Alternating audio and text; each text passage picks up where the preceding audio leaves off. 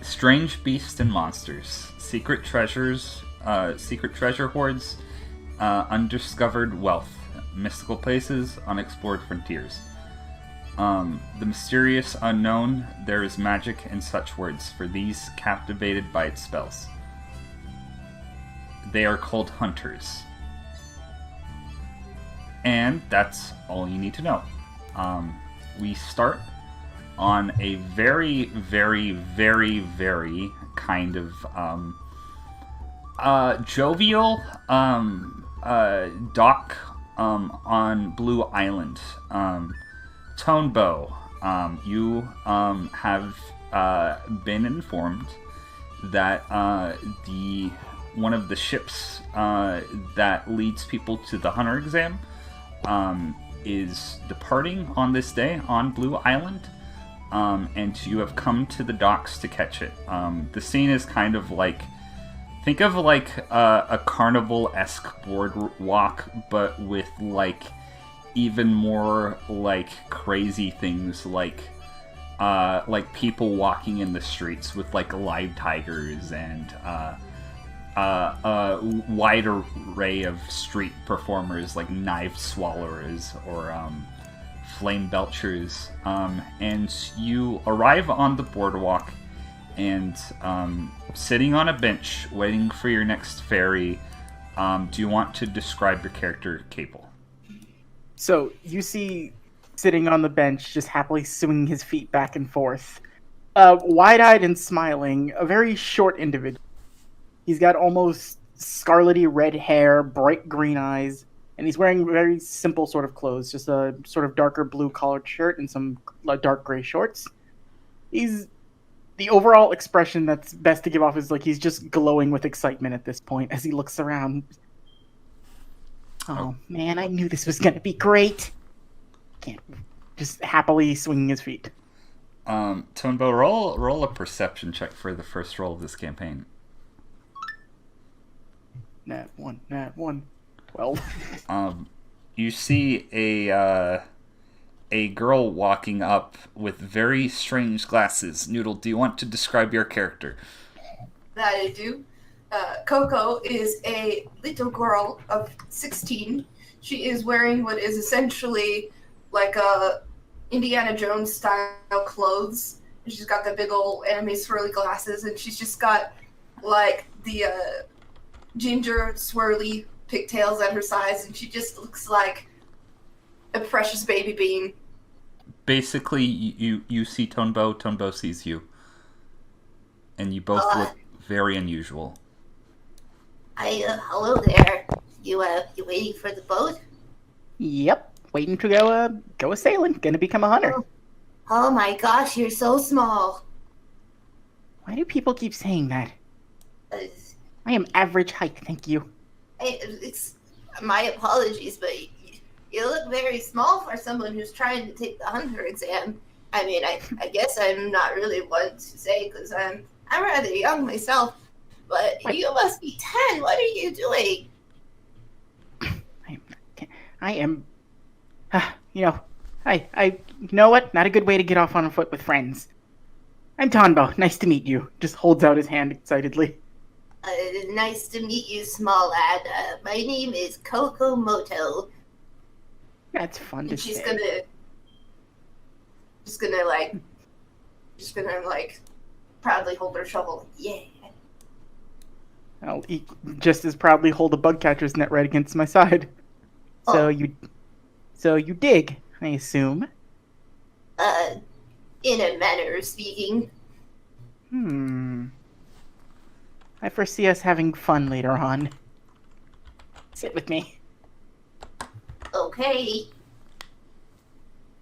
Now, at this point, Dan, do you want to introduce your character and tell us what he's doing?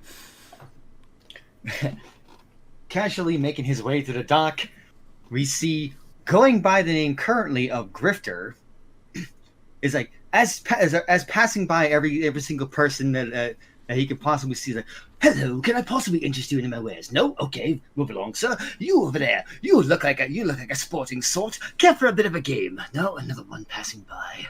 Oh, well, at least I made it to where the ferry's taking off. And spotting Tonbo and Koko over there. Well then, it's like, would you happen to be interested in a game of chance? Before we go any further, can you describe what they see? They're walking up. You see, standing at 5'12", with lavender purplish hair and yellow eyes, kind of not, I wouldn't say too off-putting a smile, wearing a very fine vestment and some really nice, just like a vest over a pink collared shirt and some nice grayish pants. Just looking to make a deal of some sorts. Deal? Are you, by chance, are you here for the hunter's exam as well? Yes, indeed I am. Right as rain. But if this is the competition, I certainly don't have much to worry about now, do I? Competition? I should hope you wouldn't be worried that would really hinder your performance. Well, in that case, greetings. I'm Grifter. How may I make your acquaintance? My name is Koko Moto. Pleasure to meet you, sir. Tonbo, happy to meet a new friend. Yes, friends, and Tonbo and you look awfully. No, Koko, was it? Yes. Yes. Can I help you? No, nothing. Oh. So, what brings you here? I mean, we're here to take the hunter's exam. I want to become the world's youngest archaeologist and follow in the footsteps of my hero. Archaeologist, you say? Yes. Then, you my diminutive new friend? Oh, you said friend. No, you're speaking to Tonbo Kamakiri, world's greatest hunter, the likes of which no one's ever seen or I think has ever wanted to see before. But there's a first time for everything. So it seems.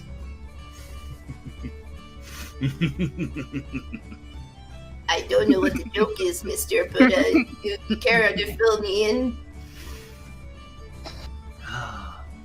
Just awaiting the fun. Well, from what I've heard, this exam should be loads of fun. One can only hope. This just in. Jack, how do you want to introduce your character? He'll just be casually walking by, seeing all this, just thinking stuff. Damn kids. What does he look like for our listening members at home?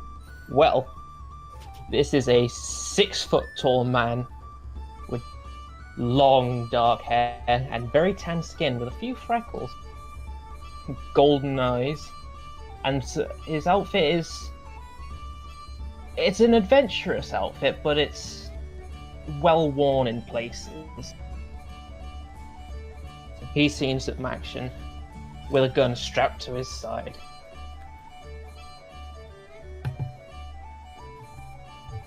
He's just casually watching everything going on at the moment.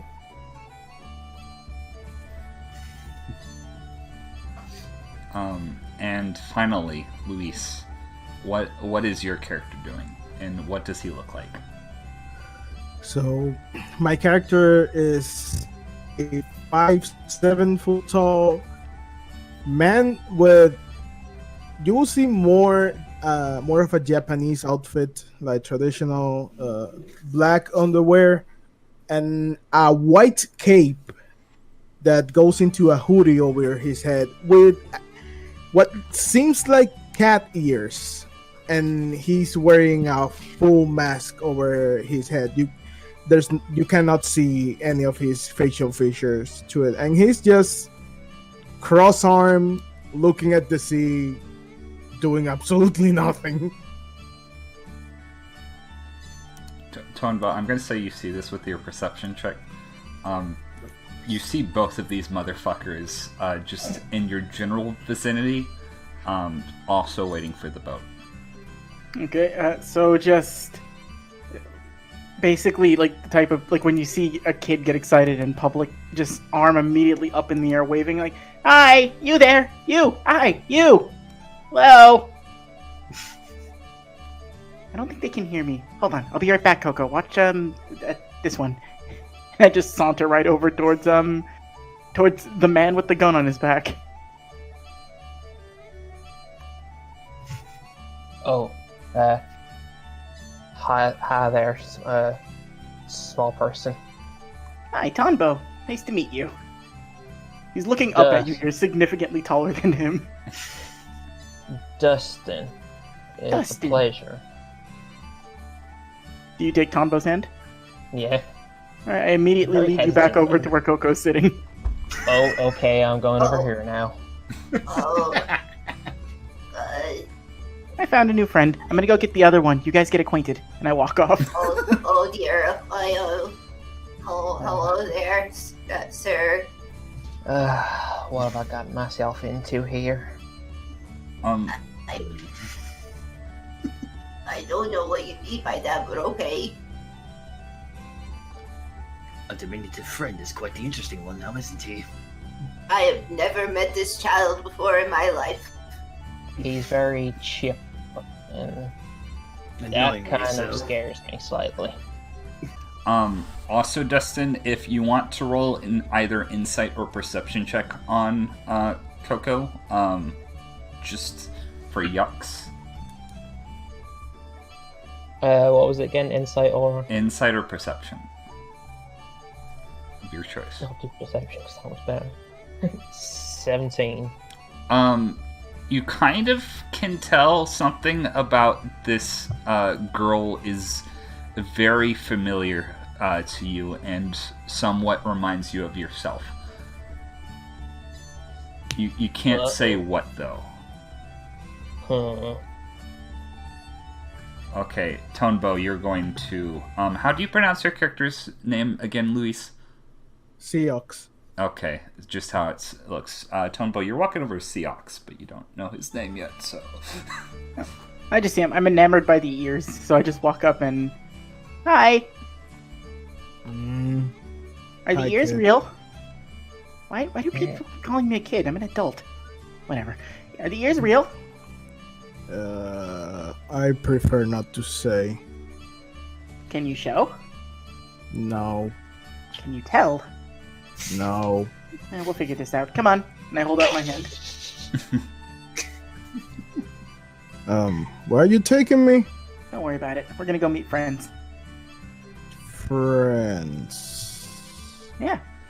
You just see like the brightest smile like you could ever see, and he just tilts his head. Everybody knows a friend is just someone you haven't met yet.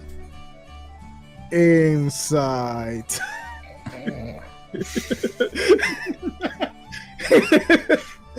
I mean, if I can. There's no deception. He's being as honest as possible. Alright, when do you want me to go? Let's go. And I lead him back over to where everybody else is. You colorful band of freaks are now all united in one general vicinity. There we go. I know sometimes when people aren't, as experienced as their elders, it's good to be the helping hand. How old are you? I'm as old as I look, 21. What? No, How are you that ain't older than I right. am? Lie, child. I reach into my hat and I actually pull out the doctorate I have and whip it out. Holy shit. I guess Well. you don't judge a book by its cover. I'm Your not a weight, book. Professor. Tell me something, Professor. Did you skip on all your milk during your lunch times? What's milk? Yeah, that explains a lot. That does explain it. Well, I'm happy to have explained something, and I just sit back down happily. Moo juice in order to get your big, strong bones. I mean, just look at me and she's gonna flex. Bam. Oh, I mean, my mom used to joke around and say that I practically drink a whole cow every day, but that's just a different story.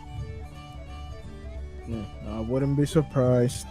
As you guys are talking and know each other, you hear a whistle come from the sea, and a giant, like, almost like out of time sort of looking wooden ship docks in the harbor, and a very rotund man in kind of a almost stereotypical, like, piratey uniform with a big bushy gray beard and a big rosy red nose steps out onto the dock.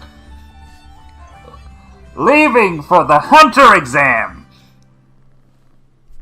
Oh gosh. I hope I packed everything, oh dear. Guess this is our call.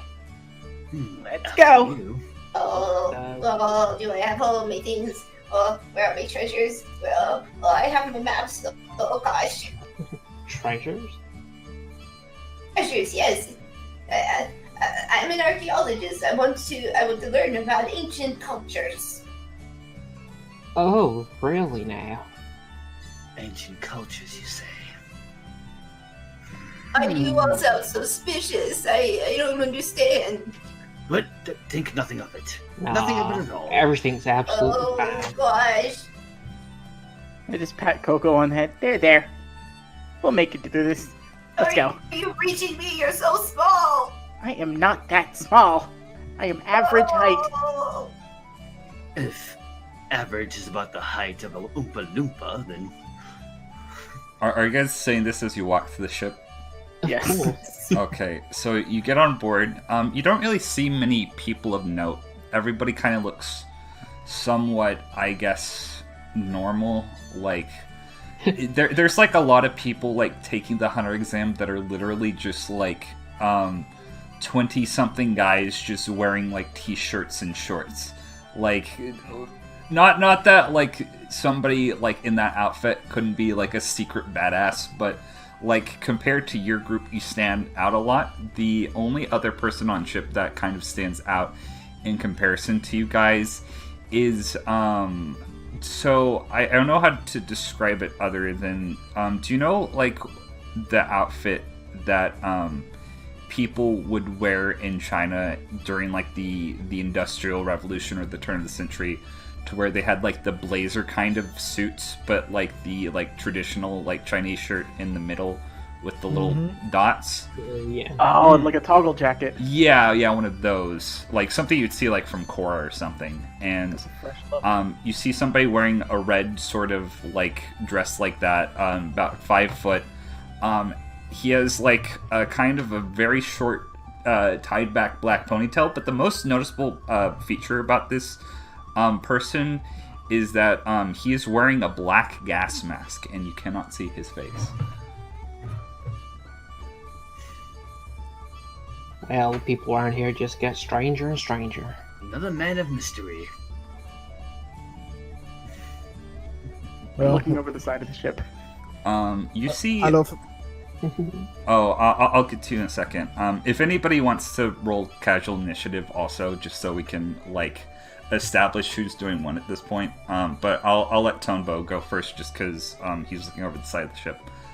Oh no, I was actually like, I'm probably doing the least, just like watching as like the ship like looking at the water and all that. You Just see, excited to be here. you see a couple of seals pop their heads out of the water, but they're kind of a lot larger than what you've known seals to be. They're about like the size of like actual lions, but they're not lion seals, I should clarify.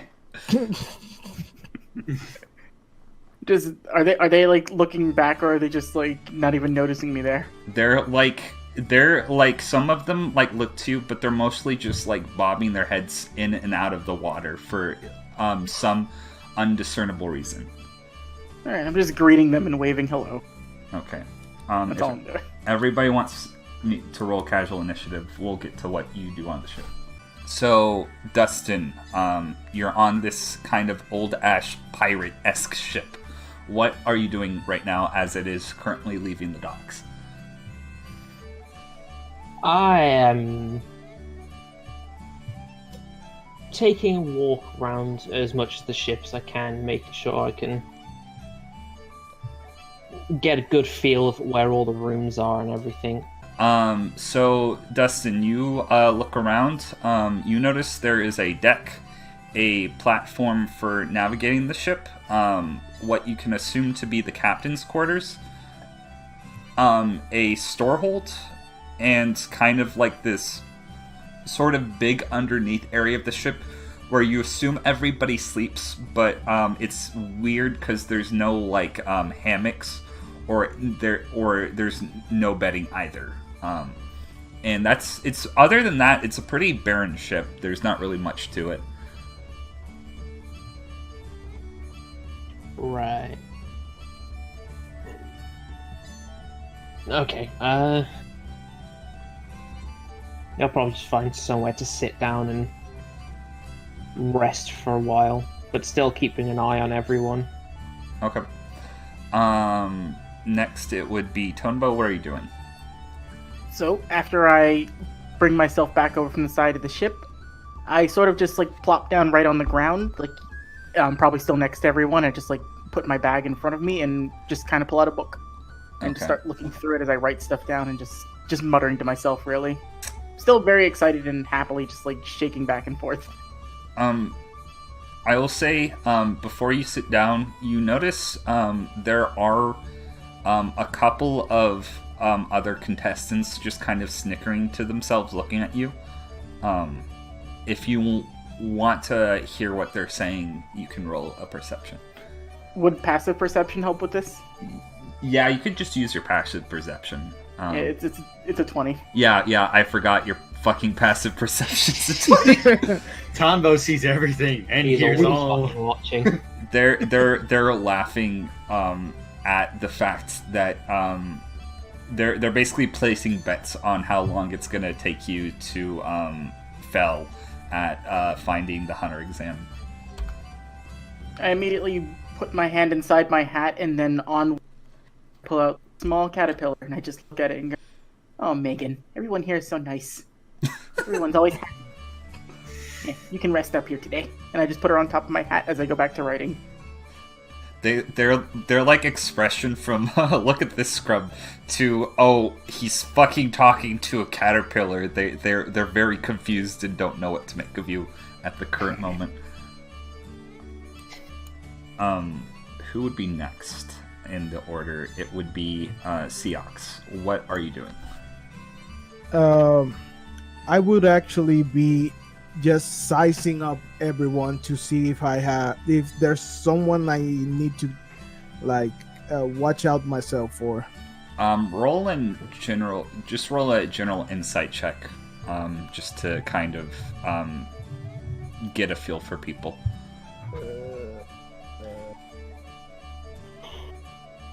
Okay. Ooh, damn. 19. So, mostly the people that stand out the most to you are the people you've met so far.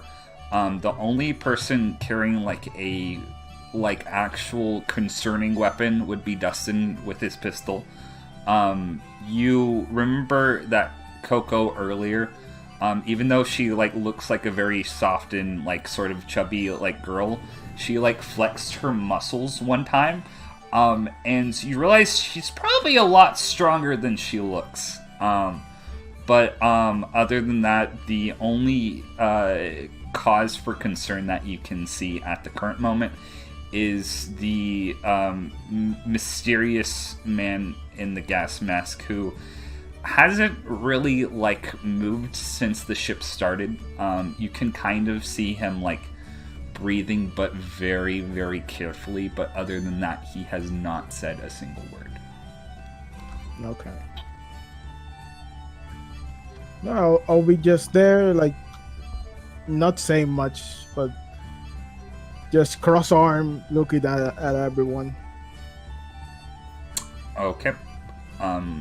So next would be Koko. What are you doing on this ship? Koko preparing some ginger tea to fight seasickness, and she is going to take some to the nicest person she's encountered so far, Tonbo. Professor, I don't know if you're familiar with seafaring ways, but seasickness is really rough, you know, and ginger tea can really help with that, so I thought maybe you'd like some. Aw, thank you. I happily take it. Is this your first time on a boat? Well, I mean, I've been on ferries before, and I get violently seasick, so I just figured it would be best to be prepared this time. Oh, well, it's good. My mom always used to say it was good to, be prepared for any eventuality.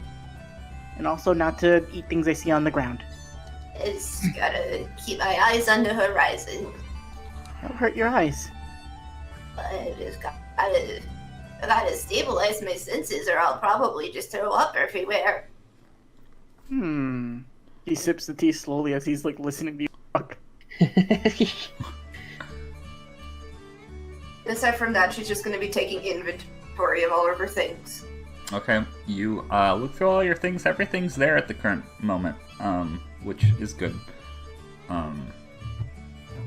Last in the order, is it Scythe? Yep, but currently he's going by a fake name at the moment. Currently he is, but the characters don't know that. Nope. Okay, what is your boy doing? He's actually was very intrigued by the idea of an archaeologist being on board the ship, but just not quite willing to walk up just yet. Just kind of looking over in a general area, man, I enjoyed taking this exam in order to find someone who can help me get the information I need. Turns out they just fall right into my lap. This is going to be quite the interesting trip after all. But more concerned with the idea of a man with a gun, want to walk over to Dustin. Okay. You walk over to Dustin, who, kind of, for some reason, is giving a cowboy vibe off of him, you just noticed. Howdy. Dustin, you see this fancy purple-haired gentleman walking up to you. How do you react? Howdy there, stranger. So, you look like a betting sort. How would you like a casual game while we wait on board the ship? Fine. At least it'll give us something to do for the time being. Do you fancy dice or cards? Let's roll them bones. Alrighty. Let's see. Would we just roll? Would it be standard performance? Unless if you have a dice set tool in your thing. If not, it would be a performance check or a deception check if you're trying to cheat. These are a particular set of dice that I have in my inventory. Okay, so I would roll deception for these. Got the Dungeon dice monsters. It kinda is. Yes, to mention the dice. Oh shit, okay. Roll a insight. Oh no. Oh no. Oh, he rolled a completely fair game of dice and you lost. Well, shit. Well played, sir. And to the winner, how about this? In lieu of any monetary payment, information would suffice. How so? Where does one such as yourself acquire a weapon that you hold? Through a lot of connections, that's how. Connections happens to be just what I'm looking for. Well, you'll have to play me some more to get some more of that information. So be it. Yep. Do you want to roll again? Uh-oh. Oh, I have a chance with my minus. Now. 9. Uh-oh. Fucking, I just made it. Okay, so you're like pretty sure this man is very trustworthy until you see when he's shaking the dice, another dice you barely catch it comes out of his sleeve and into his hand.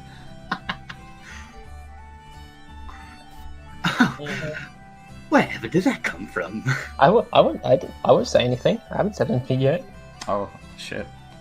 Oh, Batty, can Tonbo be walking over at this point? Yes, you Tonbo sees No, all. no. you I'm a see betting man. you see two people playing some sort of lame dice game. Can I play?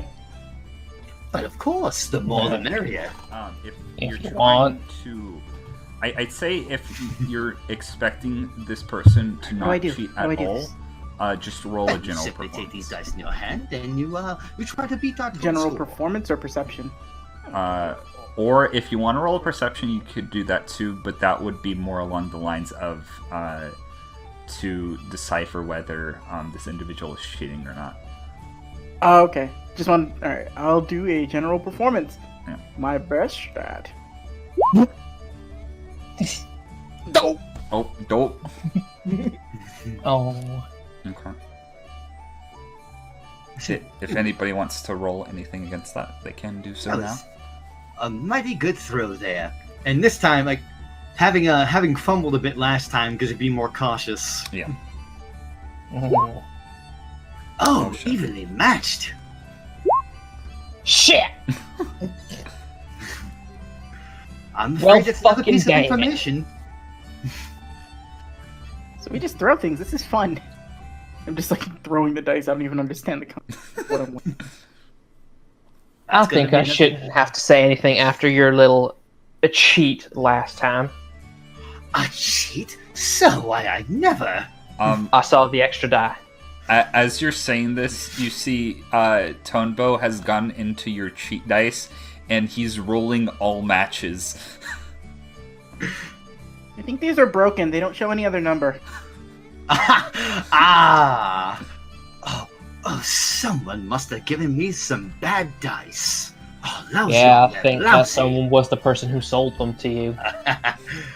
Hmm. I'm just stupidly smiling. Am I noticing this? Yeah. You Yeah, we're not being quiet about this. Yeah, this has become a very loud conversation. We should get other people to play. I think we should use someone else's dice for this. I would approach by this point. I wouldn't recommend you being cheating around people here, unless you want to, I don't know, swing your way to the island. I would assume that I was actually known to be cheating from the very start. The lousy salesman who gave me these dice. Fully on him. Yeah, say whatever you want, dude. I'm going back to my wall. Back to the corner. I'm gonna say you've been sharing the wall with the gentleman wearing the gas mask, and you guys just haven't said a word to each other the entire time. Oh, he's next to me. Yeah, he's just sitting next to it, but yeah, no, he's not like nudged at all. He's just, I imagine it's that unspoken agreement of we won't talk. We'll just be here brooding for the rest of the voyage. Batty, that was actually gonna be the lead up to me saying, "Oh, we should get other people to play," and then I immediately see this one person standing off by themselves, so I run towards with the gas mask. he like looks up to you, and you can see your reflection in the little glass parts of the eye. Are you my mummy? How come you're standing here by yourself? Oh, it's gonna roll insight on you.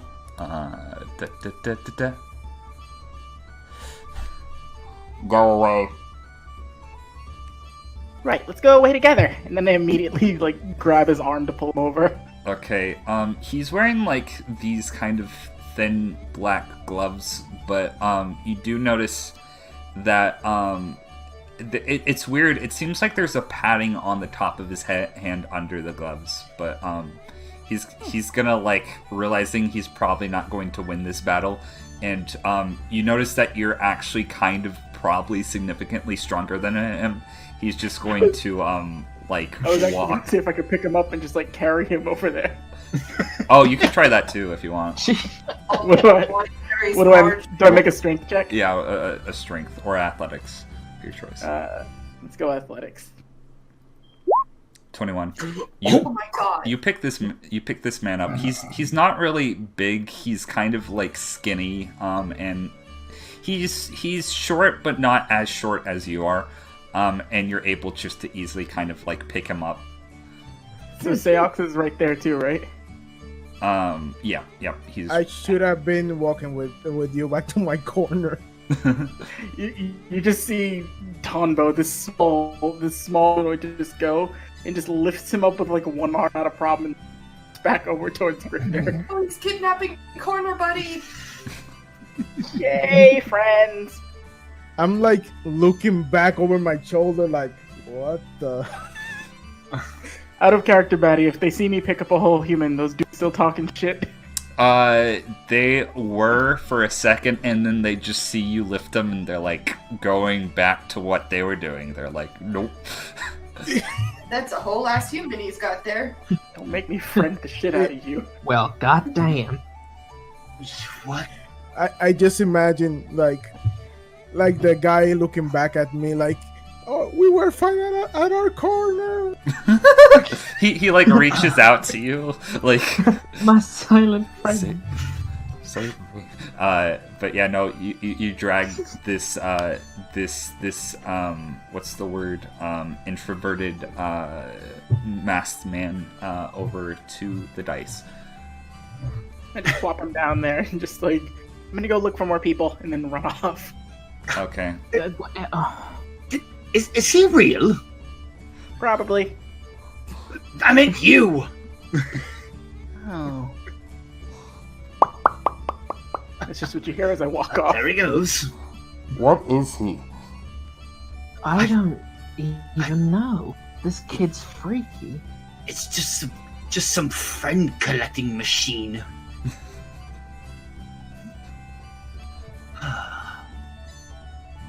Well, Anyway, up for another round as long as you're not cheating. oh, fine. Pulls out some legitimate dice. And say, oh, may we have your acquaintance, Mr. Maskman? You can call me Chow. How was that? Chow? Chow? You could roll something to see if you could hear it properly, but out of character it is Chow. Okay. It's almost as high as Tombo. I actually got an 18 passive. Okay, yeah, no, you hear Chow, everybody else hears, like, muffled, like, you can barely make out what this guy is saying. Nice to meet you, sir. Likewise.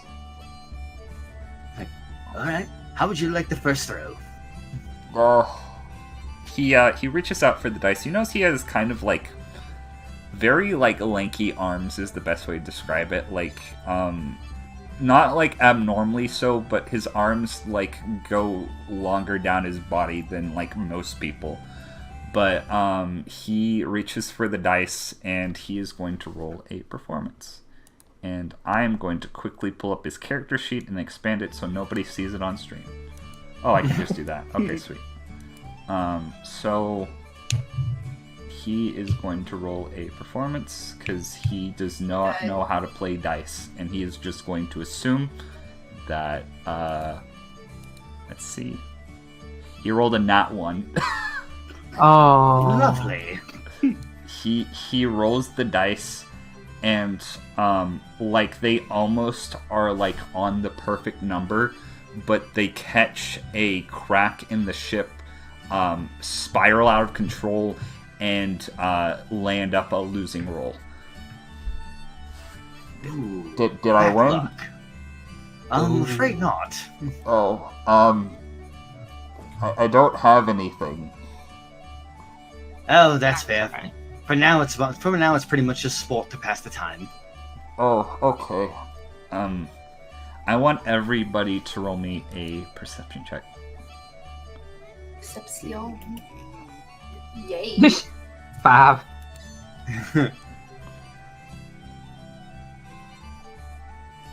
Me included, or does passive work? Yeah, I'm gonna say your passive perception would get this, cause Mr. Fucking Oh, thing. okay, well, I just rolled better than my passive. so yeah. Sorry, I don't ever really use passive, so I'm not sure what the Everybody- when it's actually appropriate. Everybody but Dustin. I'll probably just use your passive perception, because honestly, most of these procs would be passive perception. Everybody but Dustin, you smell a storm on the horizon. Oh dear. This is why I packed a ginger tea, I swear. We're gonna fast forward a little bit. There is going to be a violent storm that is going to rage, and it's going to shake the boat violently. I'm gonna say, unless if anybody wants to stay on deck, everybody is going to go down in the hull, except the captain, who is going to stay in like a little enclosed area that is used to man the ship, and also his first hand's going to be there. But would anybody want to stay on top of the ship in this violent storm, by any chance? Yes. Like, Yeah. I don't want to leave Koko alone. Tonbo will be staying. okay, so I want everybody to roll me a Constitution saving throw, and Koko and Tonbo can do it with advantage, and everybody roll me an either Dexterity or Strength saving throw. Okay. So, 19 on my con save. 15 on 17 the for con save. con. Oh, fuck's sake, a 6 on my save. Okay. And a 16 for my dex save. 19 on my deck save. And 24. 24. Oh my 23 god, on those mine. are all the perfect numbers. Except, okay, so, you guys decide, everybody who was on deck is able to either grab onto something or jump out of the way of being knocked off the ship. Which I'm very glad for, because I did not know what would happen if he fell off. That would be a very, very bad thing to do. Ankle grab moment. And, Batty, don't you know? I'd befriend the ocean. It would save me. but You ain't Moana. unfortunately, though, Safe or Saif and Dustin, you both puke overboard. I think they need tea, Koko. You're probably right. I probably should have offered it to everyone. I don't know about the guy wielding the gun, though. He seems really super suspicious. Oh, hat friend? He seems nice. That's not the association I come up with. And she's just gonna come up to behind Dustin and pat his back, like, There, just let it all out. You'll feel Fine. better after you do.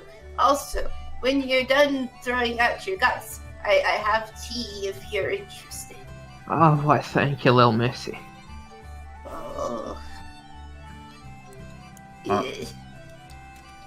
Eventually, the clouds do calm down, but you realize that it is transitioned from daytime to nighttime. And the ship is actually going to dock without you guys realizing it. And the captain is going to call all of you on board, and also Chow. You guys, the ship is basically going to dock at an unknown island, which you can hardly see right now.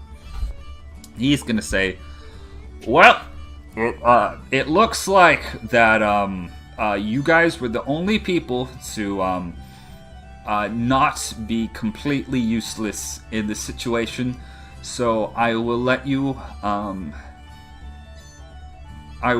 depart, and I will have to escort all these lily livers back to land and maybe they'll compete next year, but I highly doubt it. Also, little kid in the big hat, I need to tell you something. Hello.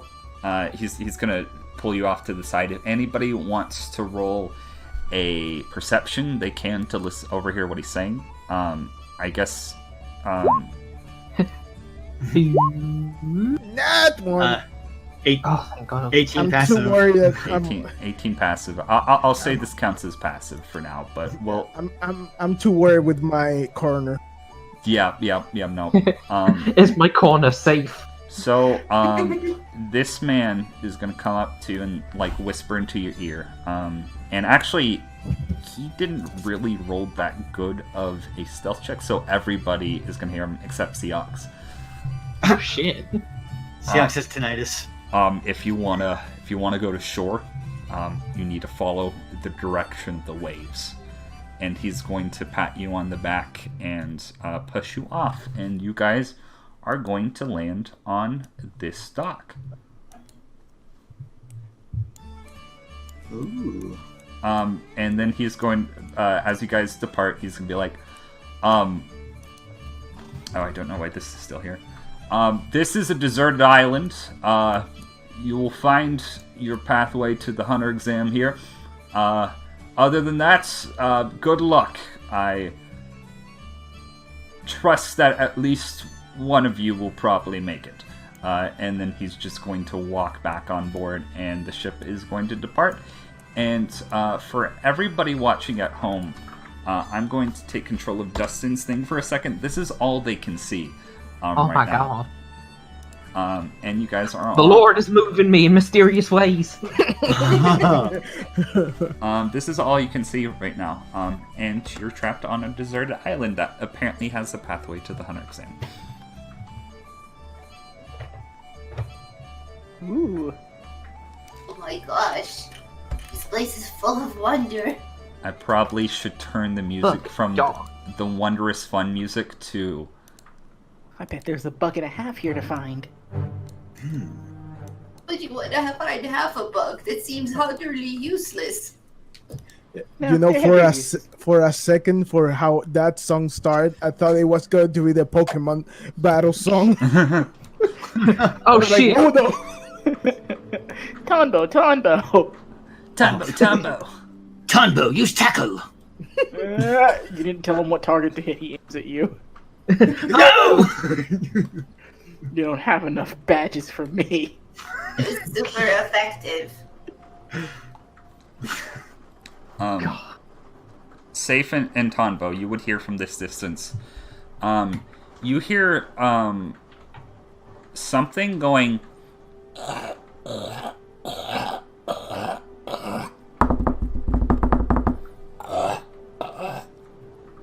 You hear that noise. Ooh. Well, little friend, it seems that your ears are pricking up too. No, they're not. They're round. The noise! What noise? Oh, the noise. The noise. What's the noise? Whatever was going... I think it was more like... If you guys want to... a bunch of pitter-pattering. If anybody wants to roll a nature check, they can. I 100% would. Where did I throw my character sheet here? Nature. Okay. Oh, 12. Oh boy! So, Koko, you kind of like are able to pick it up too by the way that your purple-haired friend and Tonbo describe it. But you would also know this, Safe, or Saif. I keep fucking up that name. This sounds like a crustacean of some sort. You've been to a beach. You've like heard what they sound like, but they're usually a lot more quiet than this one. Oh, This is no. very loud. Oh, God. It's a noisy crustacean if ever I've heard one. Be wary of them. They try to convert you to their religion. You know what? I'm just going to accept that. I mean, Oh, we're trying to become God. hunters, and apparently coming across abnormally sized critters is probably par for the course. I wouldn't worry. This is the things we're gonna find or something. So I think we only have 2 courses of action. We go each one by ourselves, or we team up to try and get through this together. Well, we said there's safety in numbers, right? And it is very dark out right now. It would be kind of stupid to go it alone. Unless any of you guys plan on being the treacherous type. I think it's the small one with the big hat. It's always those types.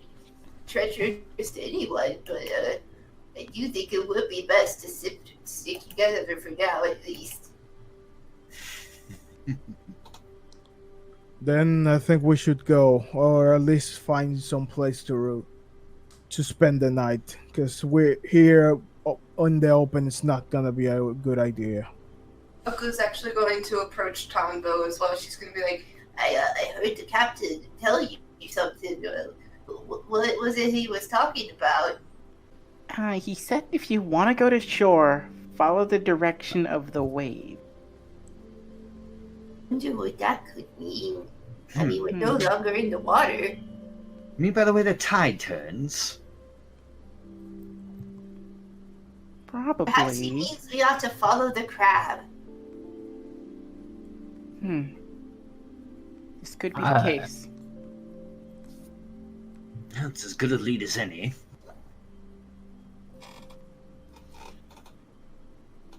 would like to follow the crab. Okay. Alright, well, Sorry. only 2 people heard the crab noises, so I am going to say that they can lead the way to crab. Would like to So pursue Tonbo crab. and you can start moving your tokens, by the way. Tonbo and Scythe, you hear a crab coming from the northeastern direction.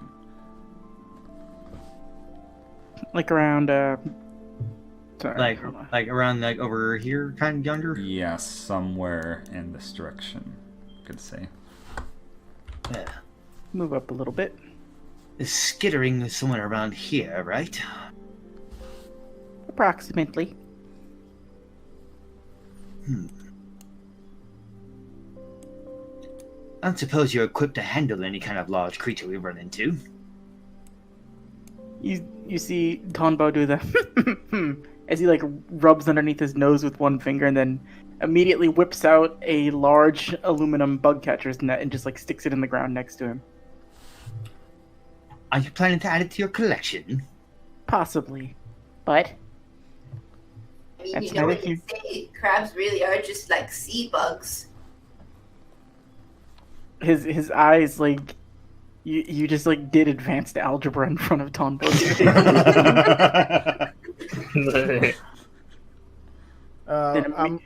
I'm gonna stop here and I'm gonna talk to Chow. So what's your plan? What's my plan? Yeah. He's gonna like pull you over to the side, and roll a stealth check, to try to dissuade. Not very good one, so probably everybody in the party can hear him, because he's actively trying to roll stealth on what he's saying. Though you would have to roll a perception check. Oh, perception. Okay. Sorry. Not to you, but for everybody else in the party if you're trying to eavesdrop. Honestly, I think this would be in your best interest too. Passive or this would not be passive because he's actively trying to. I'm gonna say yeah, because he's actively trying to. So you guys are still probably going to hear him. Everybody, Ring it into my ear. Ring it in my ear. Again, everybody but Dustin hears what this man is saying. Okay, honestly, I think it would be best if you and me just stand back and assess the situation before we move forward. You seem like a pretty reasonable dude, so I'm just gonna stay back here. Let the others sort out anything that they need to.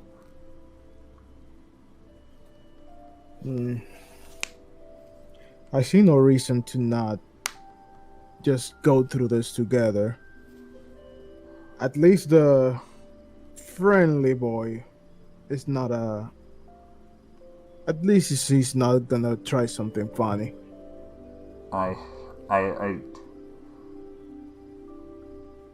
He's gonna actually roll an insight check on you real quick. Oh, he rolled a nat 20. Okay.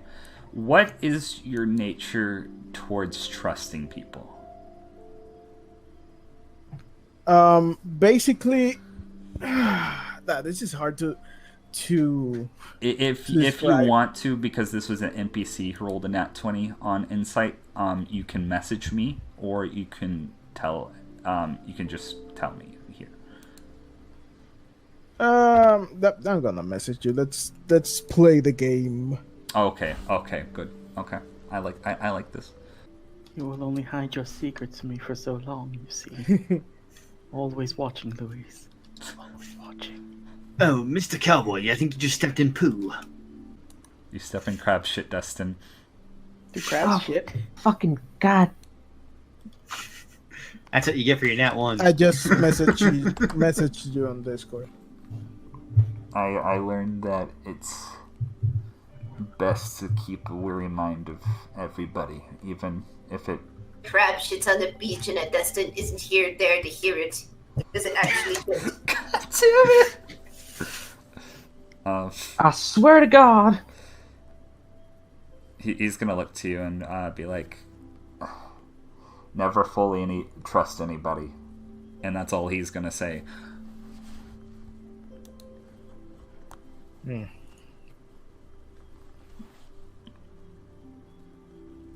I'm gonna say to him, true, but you won't get anywhere if you just mistrust everyone. I'm gonna go after the group. Okay. He's actually gonna hang back for a little bit, but yes. Tonbo and Scythe, what are you doing to locate this crab? You hear it like a little bit more north from you guys currently. So I wanted to see if I could do either like an investigation or a survival roll. Okay. Either or works. Let me see. I will also join in for this investigation. So we seem to be both actively looking for the source of the noise. I'm trying to wipe apparently crab shit off my shoe. Oh boy, we're good. You see footprints going this direction, and anybody in stream's gonna see that, but it's alright. For flavor's sake, Batty, as we're looking, I would have the caterpillar making on my head like slap me in the face and just point in the direction. Yeah, no. Your caterpillar does so. Is that some sort of tracker bug on your head? No, it's Megan. Megan. Oh, I was rude. I didn't have her introduce herself. Megan, say hi. See a caterpillar wave at you. Hello, Megan. She says hello. Did that She also knows the way. This way. Did that bug? Yes, I see the tracks too. I don't know if this would be for something, but I would like to just, while they are tracking whatever they are tracking, I'm gonna be looking at our surroundings to see if there's anything coming under us or whatever. Okay. Just like so anything like potentially dangerous? Yeah. Okay. Roll me I'm gonna say either an investigation check to see of any, I guess, evidence of any danger, or a perception check with disadvantage because it is so dark out. Unless if you're using a sense other than sight. No, I'm gonna go with perception because I'm looking for something, not looking for evidence, but Yeah. like if there's movement or stuff like that. Okay. Oh. You think you hear skittering, kind of what like everybody was saying, but you can't like pinpoint it. Like again, it's like louder than like a normal like crab or like insect of any sort. Mm-hmm. And that's That's it. all you can pick up right now. Tonbo, what are you doing right now? Tonbo's still just like following the tracks that he can see, trying to see if there's anything coming up ahead, and just keeping my eye out for like anything in the immediate area. Okay. Following Coco's advice of follow the crab. Okay. So, are you going to continue forward? Yes. Okay. Batty, I recognize in my inventory I have a lamp. Yes, you can use your lamp to extend But, your like, field of vision. I would like lamp. Okay, so does it, I think it should give you 60 feet. So, gonna change this real quick, and it's probably gonna start at 30 feet from what I remember, and all players see light, so that's Oh shit! what you My see. eyes! Tombo falls into the water. Rest in peace, little man. And I'm gonna say, because somebody rolled a super fucking bad perception check, something that you may or may not notice now does not see you. And at the second you light the lamp, Tonbo and Oh dear God! Scythe, you see a giant fucking crab in front of you. It's Hey, look! A spider! It's not a spider. Tonbo, was it? That's a crab. I think I know a spider when I see one. Yes, and I think I know what a giant pinchy claw looks like. Where is it? I can see it. it's all players should be able to see it. It's kind of hard It to kind see. of blends in. Yeah. Yeah, If it's anybody right else here. can ping, you know. Oh. Now you see it. It does not currently notice anything. You see it's eating some sort of what you can discern to be probably a mammal. Ew. We've got a big fucking crab here. Can I try to animal Don't put handle it in your it mouth. and befriend it? Oh God! There he goes. Okay, roll at animal handling. Well, here we go. A lesson in If you life. I am friend sure it, name it Leonardo da Vinci. just for you. Okay, I'm going to roll something for this crab, which is probably going to fail. How do you befriend this animal? I see it, and I just immediately put a hand on like the side of its like body, and then just as soon as it stalks, like look at me. We're friends now. Oh God, that's creepy. It's going to come up to you, and it's going to start nibbling at you with its crab tendrils, but it's not actually trying to eat you. It's Aww. actually going for a ration in your bag. Oh, we can have one. It's going I'll feed to it. consume ration and is not going to harm you. How many rations do we start with, by the way? 10, I believe. So I'll write off one. I just feed it a ration, then I just pat it on its outer shell. You are the weirdest spider I've ever seen. It's gonna snap its giant pincers up in the air. Happily. Yeah. Yay. Wonder if it knows where to go. I will call you Leonardo. Thank you. Leonardo is just going to keep on skittering in front of you.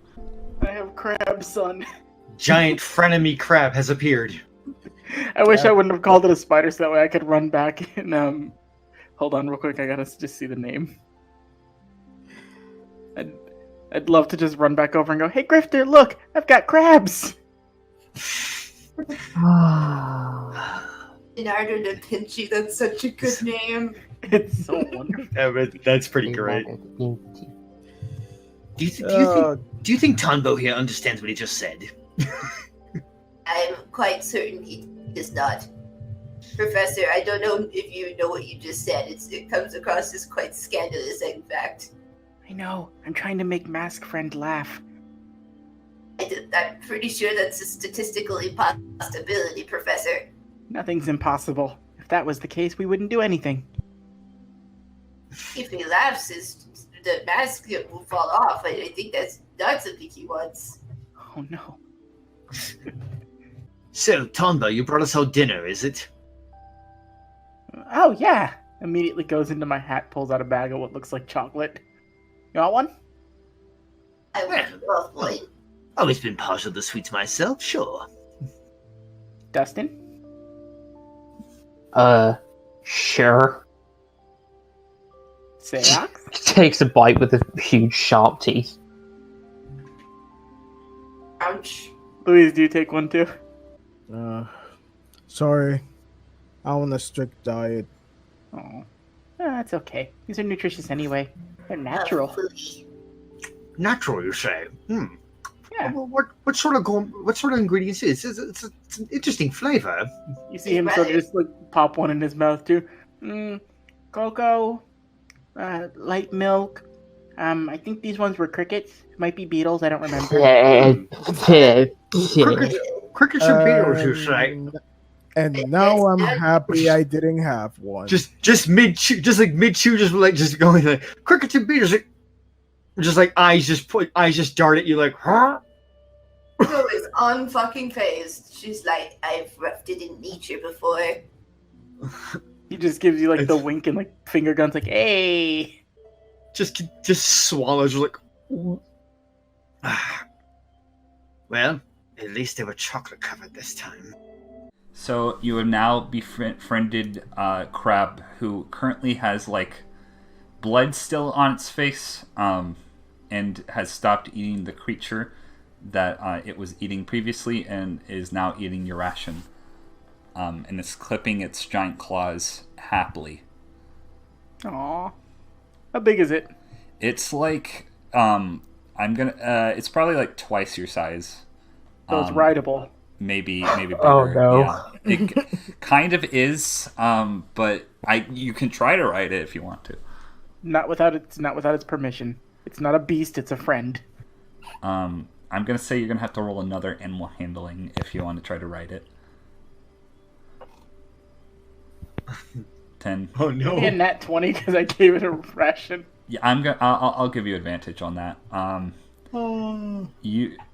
You climb onto its back, and you kind of find like a gripping around the rim of its front, between its two eye stalks, and it's actually like what would be like very hard for you to climb on like initially, or like stay on top of, actually becomes like a very sturdy like sort of steed, and you can now ride on Crab.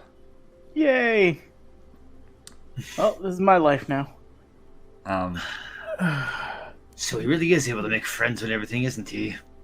That Does is appear to be the case given our current observational data. After all my years, I haven't never seen something like this.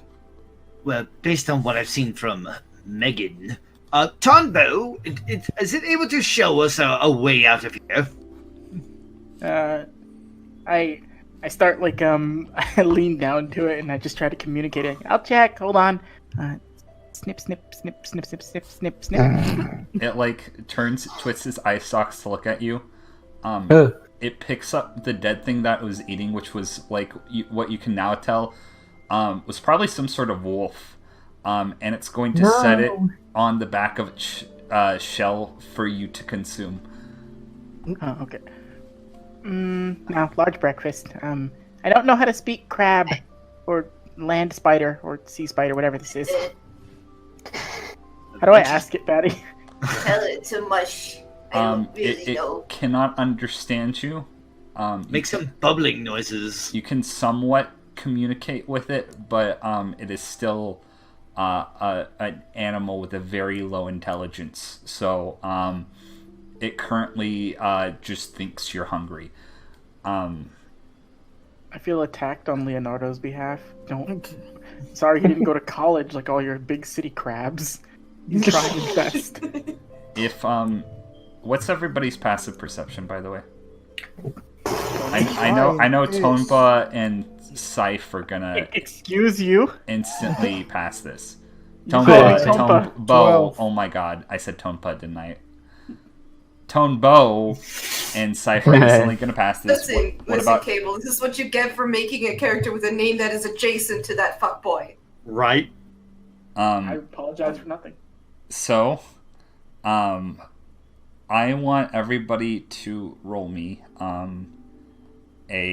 what's everybody's fastest perceptions? You can just type 12. 15. 13. So, Dustin and Seox, you do not notice this unless Of other people course, want to because Dustin point. doesn't notice anything. Dustin is not the noticey one of this party.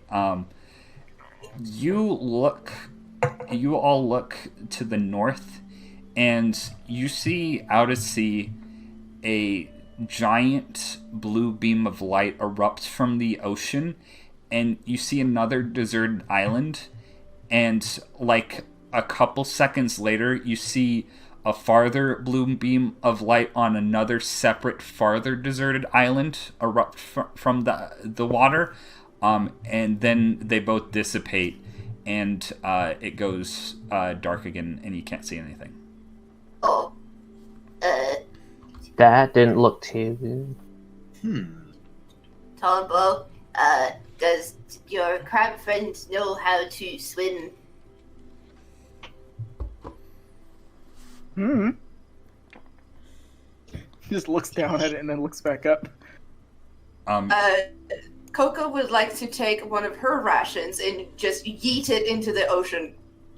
You do so. Where do you eat it? There's a kind of little small pathway that the crab could not access, to kind of the southeast of you. But if you go further south, you can see another body of water that would fit the crab. I would go further south just to get, Or not further. just try to see if the crab will follow the ration. Not further south, further east. My bad. There's a pool of water that kind of leads down to the ocean. There. You throw the ration in. Tonbo, you're gonna be carried with the crab. It's going to plop down and float on the water. Which way are the waves going? Can I see from here? You can kind of see there's a little waterfall that leads into the ocean. You can kind of see from here, and you also notice. What are you looking at specifically? Trying to. Well, I wasn't clear. I think I cut off with this before. Did the captain say if you want to go to the shore, follow the directions of the waves? Correct. Or was it I wasn't sure if he was meaning if we're trying to go more inland to find our way to the next phase, follow the waves. Or if he's just trying to tell us if we get lost to just follow the waves. I don't know if Tonbo would know this. If so, you could roll an insight, but I will tell you out of character. He was being purposely cryptic with that response. So should I roll an insight for this, or? Correct, if you want to. Oakley dokley. Yeah, no, you can. Nice. You can tell that he was giving you a hint because he liked you more than everybody else for whatever reason, or it felt like something about you stood out to him. But he said everything that he needed to say without giving away the answer. Yeah, I don't know if the captain's hint was literal, but judging by that beam of light, I think maybe it was. Well, the beam's the only thing we can see here. Might as well be best to follow it. That's what I was thinking, and I have a plan. Would you allow me passage on your crab?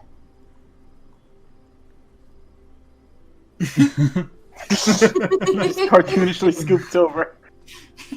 She's going. Does anyone have a length of rope? I do, actually. I would like to tie a bit of ration upon this rope, and then tie the other end to my shovel, and then we shall bait the crab. Well, by all means, just hand you the rope. Other gentlemen, you may want to cling to the back of the crab, as there appears to be no more sitting room. Going to cling to crab. Okay, so there are now 3 people on this crab. The crab is noticeably slower now, I'm gonna say. Oh no. And also, when you sit in the water, you notice that you're like, Scythe, you would be like covered in water if you're trying to hop on the back of this crab. By the way, you would note that Koko and Tonbo, the crab is starting to be weighed down by all your collective weights. Oh nope. Gonna hop off. All right. So apparently this is a 2-person max crab. I don't think Leo can carry all of us. That's why I thought maybe if you swam alongside him or grabbed onto his shell along the side, maybe that would be okay. Well, I mean, I'm pretty sure I can keep up. You won't lose him. I mean, I can always walk on the side. I'm pretty sure I can keep up. Yeah, that's not gonna work for everyone. So, which direction were the light pillars? They're going to the north, which is kind of weird because the waves are still like pretty like heavy from that storm. You notice that the direction of the waves is going east, but you saw the lights coming from the north on other kind of similarly sized, what you can tell to be deserted islands. So, like, in this direction?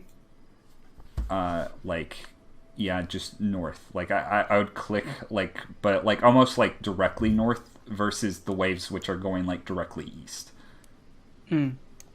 Well, if we go by what the captain was telling us, we should go east. The waves are going that way. So we should preoccupy ourselves in going east, at least for the time being. So what is Chow doing? He's just kind of chilling way far away. He's like, right now Chow is like, you can see him on the very edge of the lantern and he is not coming any closer. Every time the lantern moves, he shifts with the light, but he is trying to stay mostly concealed in darkness at this point, but he's still watching all of you. Question. What is the square I'm standing in front of? Which square? That is There's just... Oh, that is, ignore that. Okay. It's the just... RPG Maker thing? Yeah, it's an RPG Maker thing. I mean, it's a ancient relic from the past. No, it's... Oh my god, I need it! I'm taking it.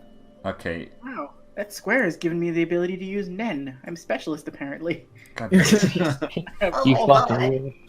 I can max out all my other nin attributes. Okay, so now that what's your next course of action? I would like to start moving, like, in this direction and eventually see about moving north. Okay, so you can move your characters there. Well, I will bait Crab in same direction as friend. Crab will move. Don't touch me. You see kind of the like edge of a abandoned kind of like man-made stone barricade with kind of natural sort of spikes sticking out all around it that you can only assume to be made from some sort of stone.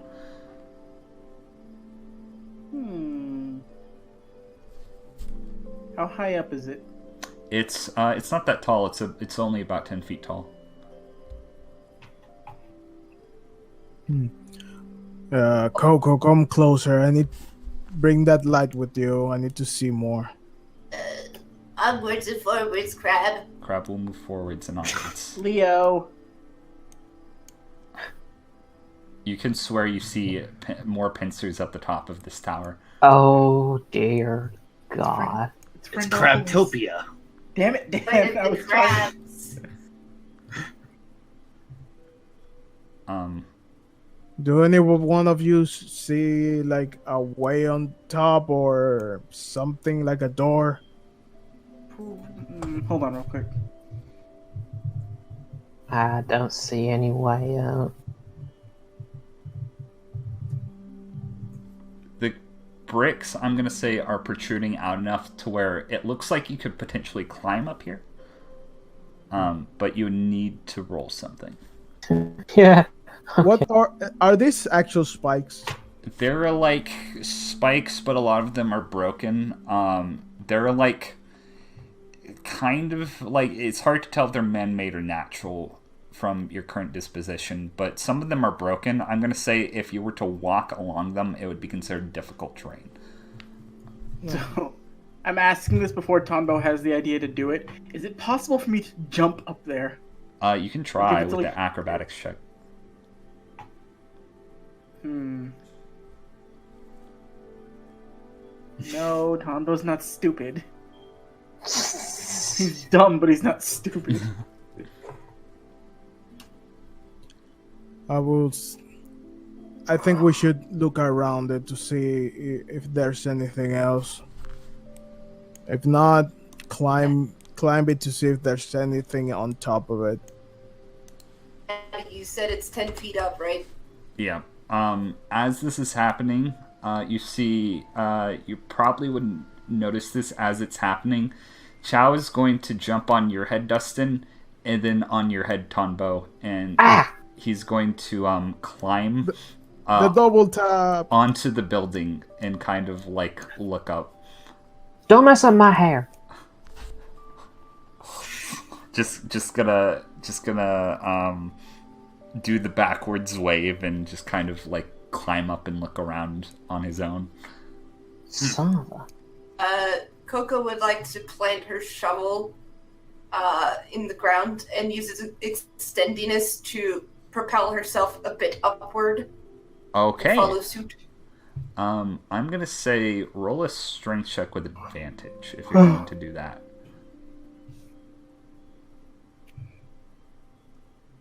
Um, 15. Okay. I'm gonna say, because it's not that high up, this strategy is going to work, and considering the length of your shovel and its extendiness, you would barely catch on to the ledge. Oh, that was close. Oh dear. She's gonna retrieve the shovel from the ground. So we are doing this. Well, that makes 2. So, That's- acrobatics? Yeah, acrobatics or athletics of your choice, unless So, you have a fun way to flavor it. What? You said the things are a bit protruding, so we can climb them. Yes, you can climb them if you want, but you're gonna have to roll an athletics check. Also, I will say, did you take the food off of your shovel when you did that, Noodle? Yes, I would have tossed it to Crab. Okay, Crab is currently munching on it, and Crab is content. Good crap. What did you say I had to roll if I want to go? Athletics or acrobatics of your choice. Okay, I was gonna go across the water. Yeah. Just walk here and acrobatics my way up. Okay.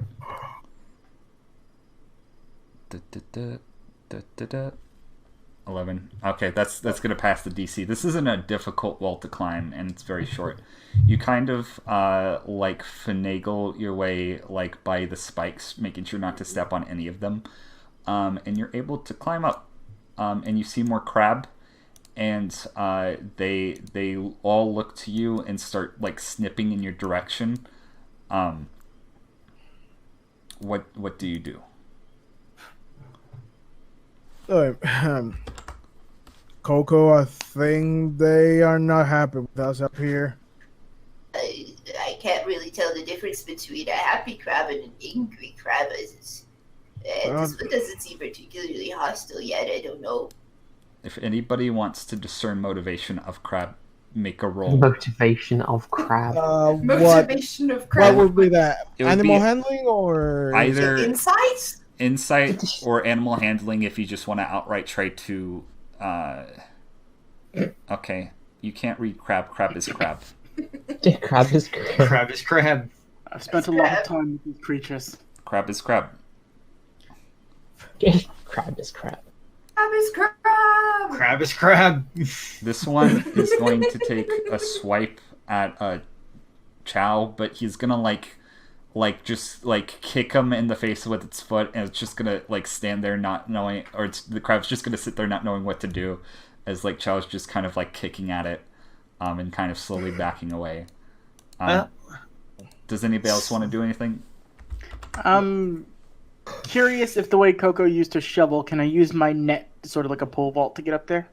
Yes, and I'm gonna say how do you use it as a pole vault? Sort of like I get a good running, I step back a little bit. Okay. First, before though, I would pat Leo on the shoulder and say, "Spent a lot of time together, and I'm going to miss you, friend.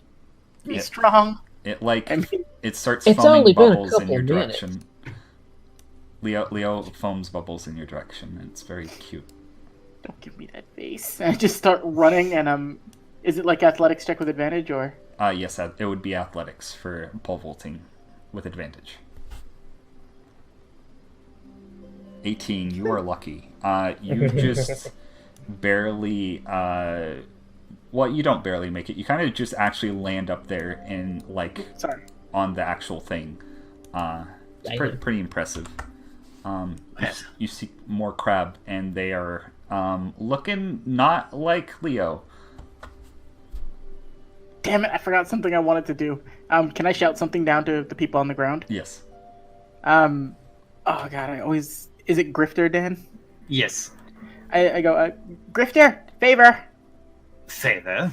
Yes, do you see that dead wolf on Leo's back? Ah, yes, the one with the eye protruding. Yes, that one. Can you throw that up here, please? Or doggy. Say, my fellow cohort over here, would you mind giving me a hand with this? Sure, I can at least try. Alright, so it's a strength check with advantage? Yes, strength check with advantage. Okay. Yeet. You know how you throw frisbees? you throw the wolf up there, the remainder of the wolf, and wolf guts and blood just kind of splatter about in the middle of crab, and all of crab go eat wolf in the center, and they ignore the rest of you. Well, Oh, crab will they're be crab. adorable. I'm so glad I packed soap. Important question. Did Yes. the blood spill in my code? I would say you can roll a dex save if you want to avoid all wolf blood for flavor. Yes, please. That's a metal name, Wolf Blood. Wolf blood. Oh, Oh, shit. Damn. The Valentine brothers from Helsing, how one of them is super suave and fancy and dodges all of the blood from getting on his white Yep. coat. You do exactly that. Yep. Taking a lot of care of not dripping a Somehow- single thing of blood on my white coat. Somehow he Perhaps looks it even really cleaner. isn't JoJo's character. Yeah. I'd like to ask Batty, just for contrast, can I roll a dex save with disadvantage for Yes. that? Oh, cool! I'm gonna do that, and you fall on your ass. Aw. So the eyeball just lands in your hat. Okay. Oh, now that this is out of the way. So I'm gonna be washing my hands in the river over here, well, that was disgusting.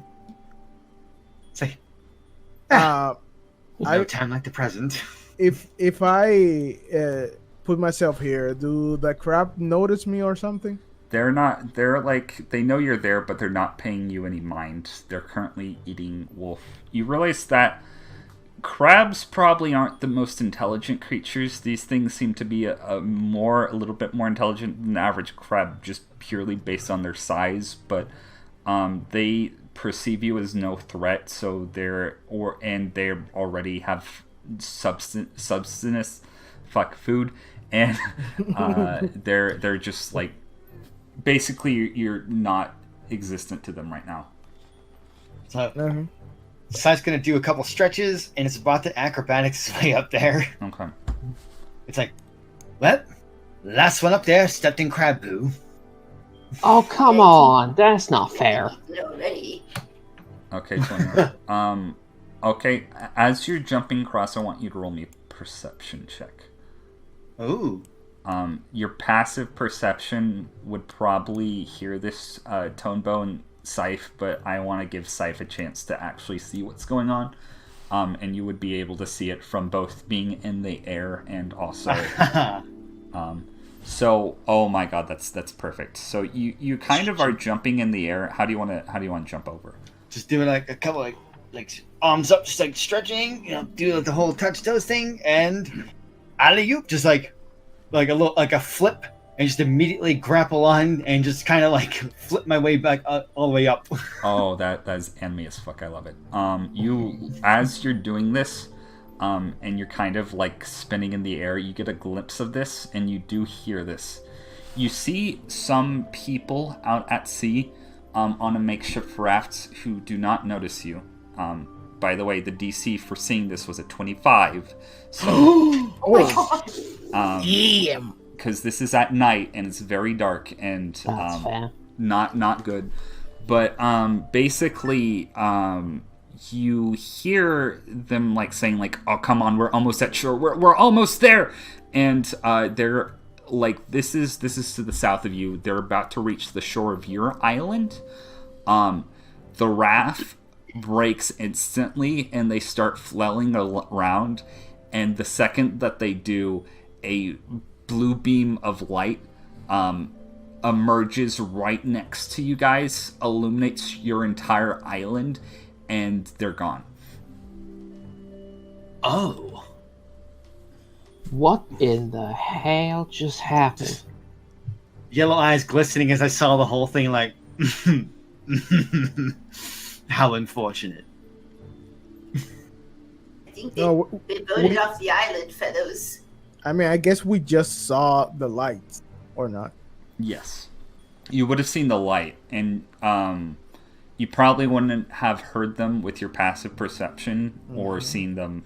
Scythe was the only person to see them. That was close. Yes. What's that all about? Yes, what is the deal with these lights? And why do they make things crispy? Crispy. I wouldn't worry about it. It wasn't No. us, anyway. That choice of words is ominous. Are you going to be down there all the whole time? I'm coming. Hold your horses. He's gonna take out a shotgun and use the force to propel himself upward. Shall we Oh my hold our God. horseshoe crab instead? We have horses? I'm already sick of crabs. I will say at this point, our little friend here would have noticed the wolf guts and would start to be climbing up. Goddamn crabs in the way. If you love something, set it free. If it was meant to be, it'll come back. The crab is currently climbing up. How are you getting up here, Dustin? I'm gonna have to jump over to here Okay. and then start climbing up. Ow, ow, ow, ow, ow, ow. Okay. Were those boots meant for rock climbing? They were, but they're old boots. Athletics or acrobatics?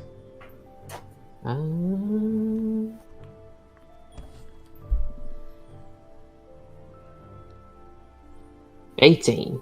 18. Oh, yeah, no. You scale up that shit like a fucking, like, skink running up a wall. It's pretty impressive, and boop, you're here. And so is Leo. Ta-da! Crab! Leo! So, I was gonna try and look down to see what's through this. I don't know what's this here. It's a grate. Yeah. Can I see through it? You look down and you see you kind of discern this to be like an old outpost of some sort. You do see a door towards the north of this, and kind of downward, you just see kind of like an abandoned, dilapidated building of some sort. It looks like some sort of like military fortress stationed on this island that was made a long time ago. So the doors should be around here. Yes, correct.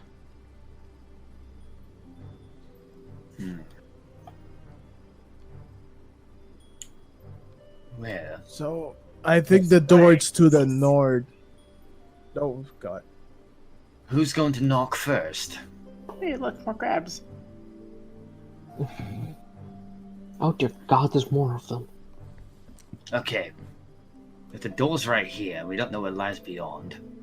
What if one of us opens it from the side and Dustin can have his gun trained on whatever's inside? Whatever Oh may wait, be where's on the inside. door? The door is like right here. And I would say, I don't know if I described it as adaptly as possible, but you do not see anything Seox when you look down. Like, the room is completely empty. Okay. So the door is on the lower side, so we have to climb down. Yes, if you wanted to go inside, yes.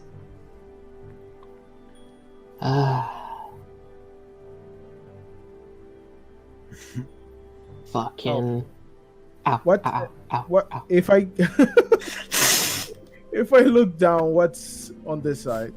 It's kind of like a cliff edge. You do look to see, and you see some, again, for the most part, all the waves are going east, but you also see some, like, little whirlpools that you cannot, like, it's weird. It's, like, almost like most of the rest of the sea is ignoring them, but they kind of, like, seem to be doing their own thing. But the waves are going east, from what you can tell. Do we have to climb to go down? I'm going to say with your previous checks, you can just do so without having to do that. Alley-oop. Yep. Show off. Do you open door? Okay. Pull out gun Okay. first, open door. Just gonna be like at the side of it, just kind of like open, like just like. Is there a doorknob or a handle? There's kind of like a wooden door that doesn't have any like handle or anything, but it's not locked. It's just kind of like shittily hung on like to the side, and you can just kind of open it up. And inside, Dustin, you see a scary, empty, moist room. And in the corner, there's like very, very crappy oars of some sort. I unload my gun into the room. Ah! Bang, bang, bang, bang.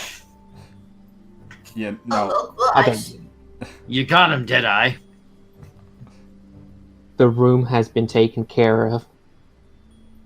This poor historical monument lost in history, river full of bullets. Look, So see, basically, there's nothing here. now you've made the girl cry. Do you feel good about yourself? Extremely. Hey, look, oars. Don't try and get high and mighty with me, Mr. Cheats at dice. As they argue, I just walk in. You grab the oars. They are about 15 feet in length, and are a little like dented up. They've probably seen use after many years, but they are still intact.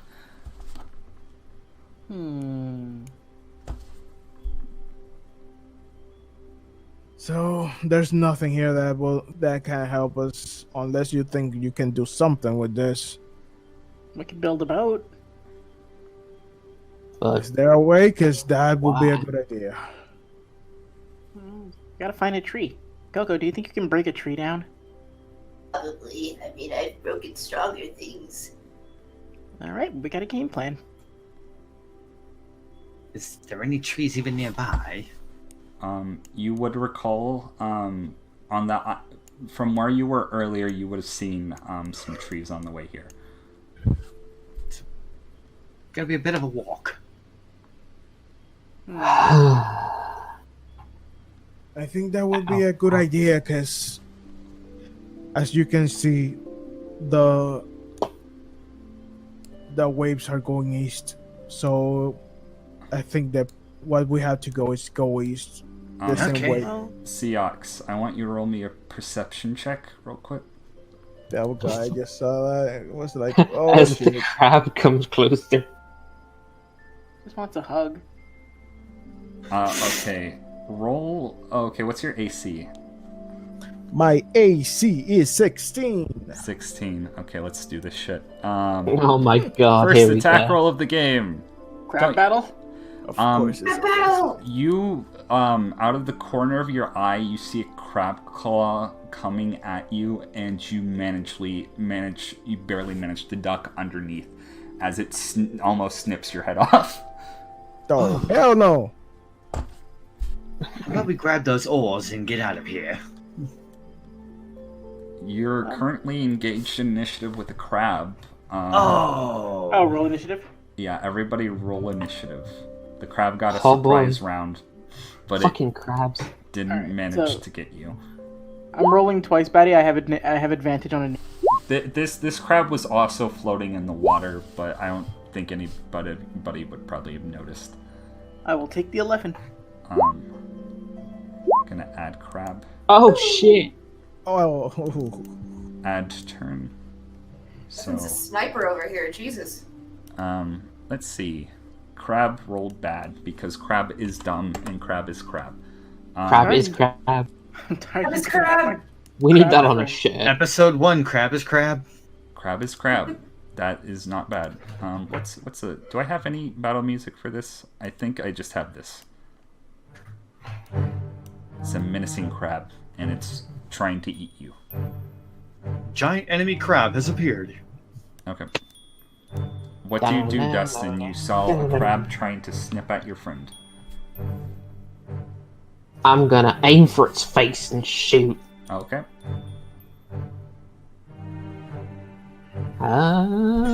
Ooh. Oh my god! Oh my god. Okay, so I just want you to know that the way these crabs work, you just completely bypass the entire process of fighting the crab. Please roll damage. Question: do I get sneak attack on it? It wouldn't have noticed you. You didn't stealth, I'm but you're still- also in the dark, and these crabs have bad eyesight. So I'm still 5 feet away from the target, so That would still proc sneak attack. That's for how it's working. For the way that range works, okay, no, you kill this fucking crab. Oh, never mind. So you notice this crab has a very hard shell that looks like it'd be hard to pierce, but not when somebody has a fucking gun. So basically what happens is this crab is about to eat your face off, Seox, and then right through the red hard part of its shell, you just see a bullet like implode into its brain, and it instantly drops dead. I just twist my gun and say, and that's how you do it down west. Sights has got a massive ringing in his ears going, Mom! Mom! Mom! Oh shit, I'm sorry. I forgot you were there. so can I do a bit of flavoring here? Yes, please. Safe and Dustin, you were the ones outside in that moment when the crab was attacking me. When I dodged, you roll a perception to see if you see this.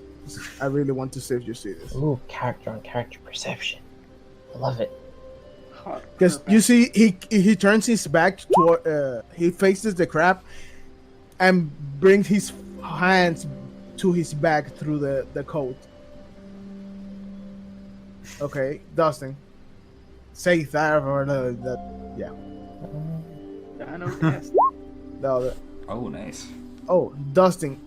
For a split second, you can see that the red part on his mask, where his eyes are, glowed a little bit red for a split second before you shot the crab.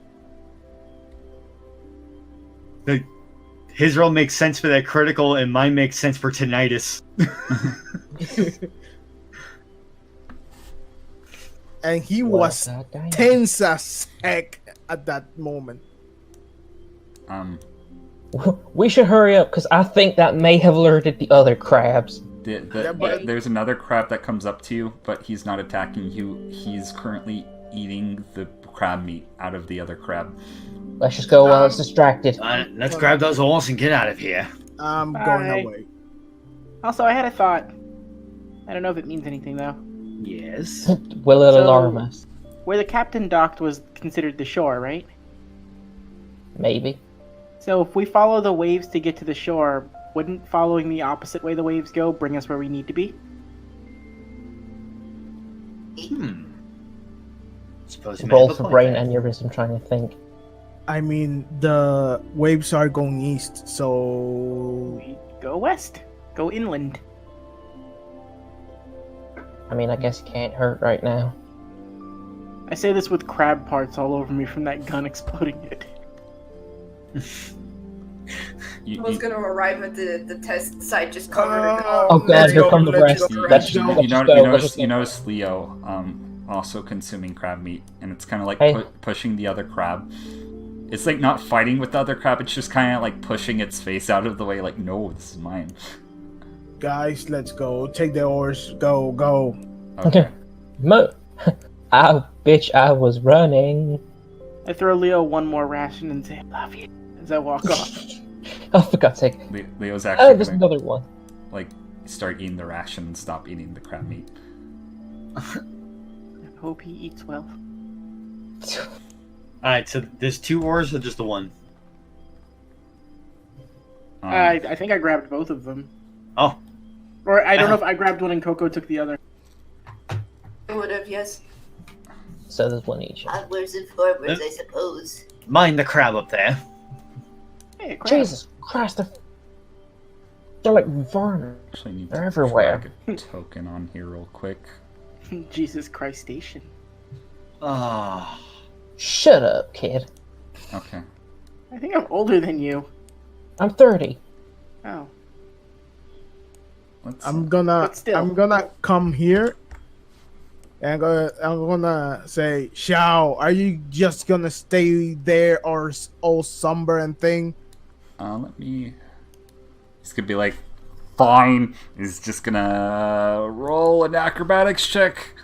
And he is extra as fuck, so he He's basically... extra as fuck. He basically does a front flip off and lands right next to you. Fucking show off. Tonbo claps for him. Don't clap for him. It's 7 out of 10. Come on, we are here in this together if you like it or not.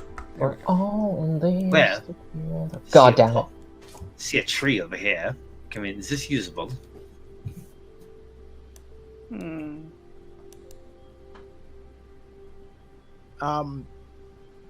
Something How walking far up on us. How far can we actually see?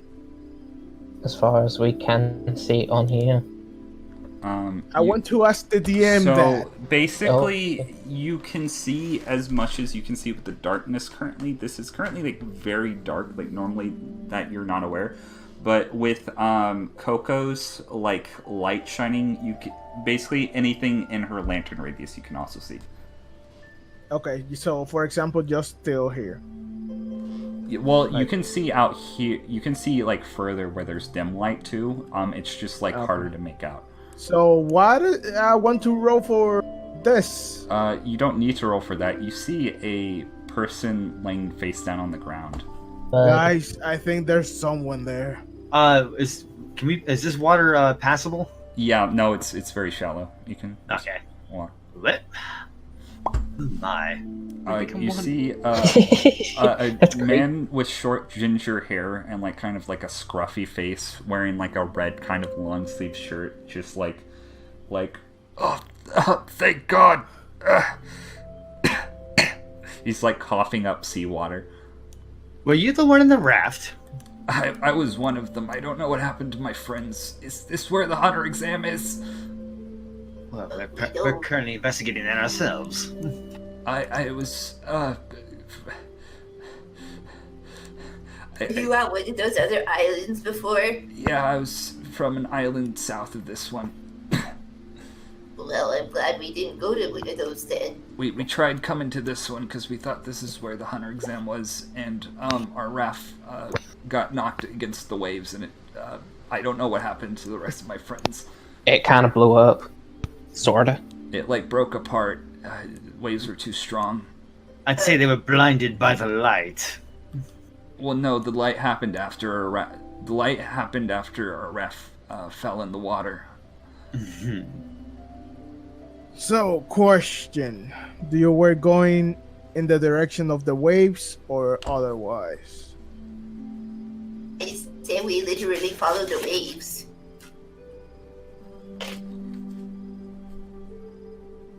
So wouldn't that just mean letting the waves take us?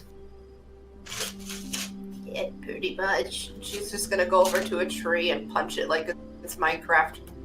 Okay. Punch tree. Tree. Yeah, punch tree. Is that tree big enough? It's a very small tree. Yes. 19. You're able Is to. this guy okay? He's like befruzzled. He just nearly drowned and he looks weak as shit, but he is not like on death's door, if that's what you're worried about. He is currently crawling along the ground because doesn't look too good, but he's not like bleeding out or anything. Okay. I'm gonna help him up. And I'm gonna say, well, stay close if you wanna be safe, or, well, if you wanna go by yourself, you are free to. He's just like shakes his head up and down.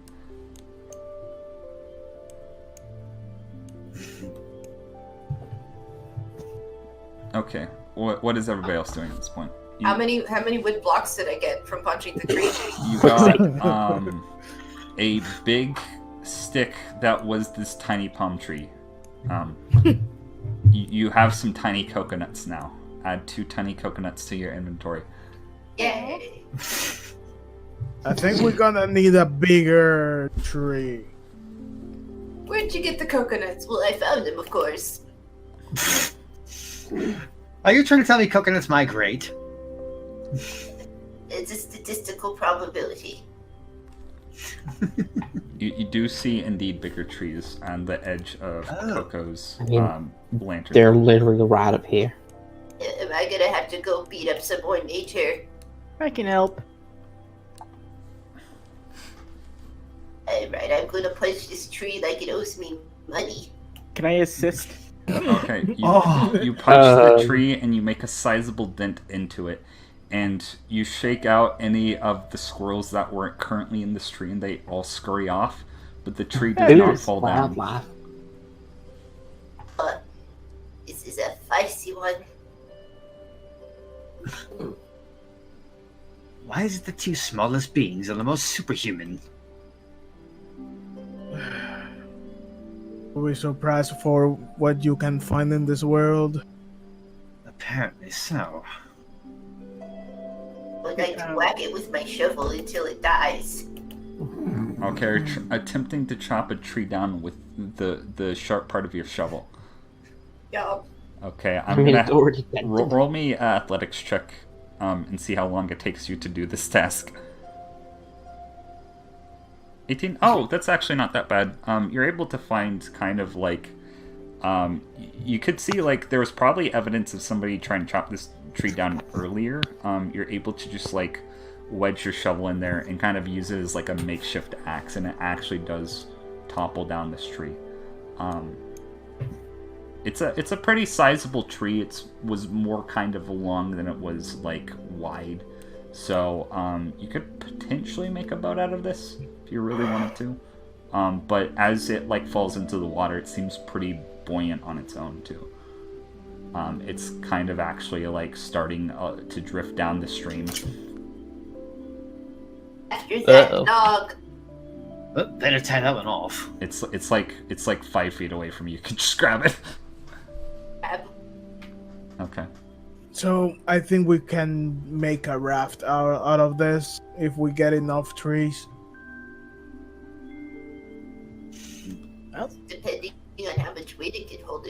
probably just serve on its own. Yeah, but do you think it would be a good idea to take the 1, 2, 3, 4, 5, 6, 7 of us? If anybody wants to roll an intelligence check, they can. I will Nope. do so. Log? Log is log. Ooh. Dustin, log is round. Round thing have weight on it in water, it fall over. You basically discern that, like, We're gonna need more, or else we're just gonna be falling off the sides. yeah, you're just gonna be like spinning off into the water. Unless we want to be like records, we're gonna have to get a few in time together. Okay. If anybody wants to expedite this process, if anybody wants to roll me survival checks to make either cut down wood for more potential boats, or to make boat out of this piece, roll me survival checks. Who has a good survival? Or everyone?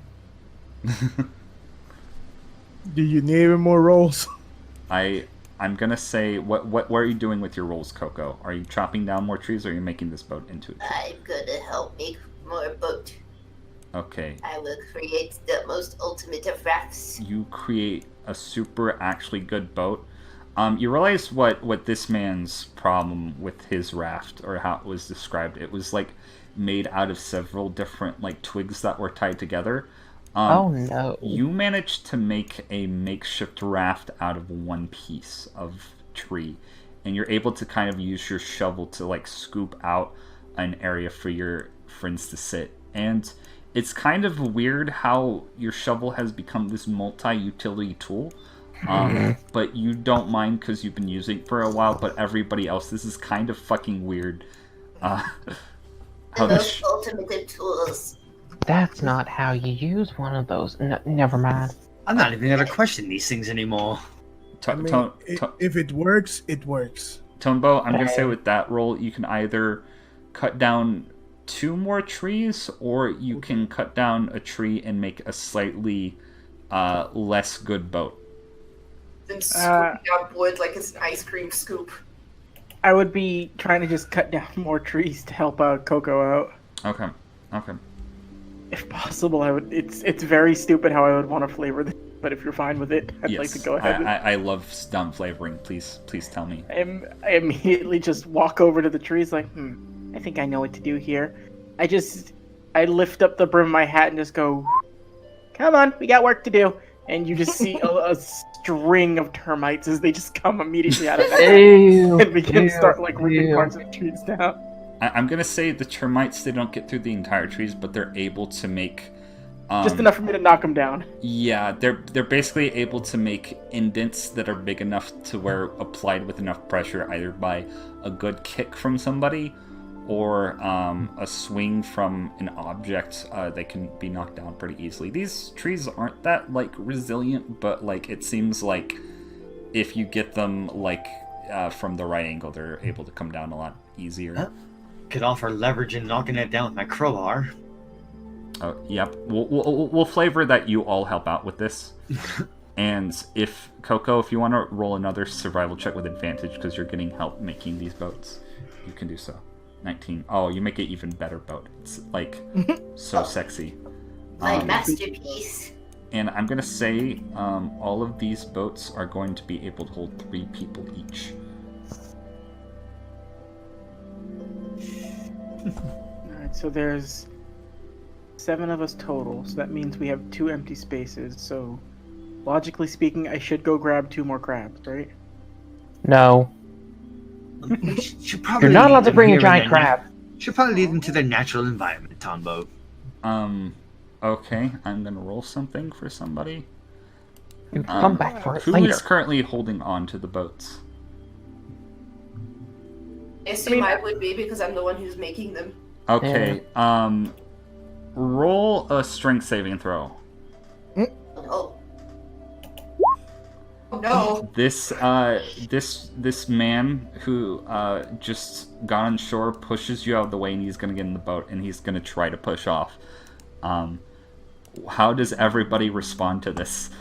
Can I like run and jump into the boat with him?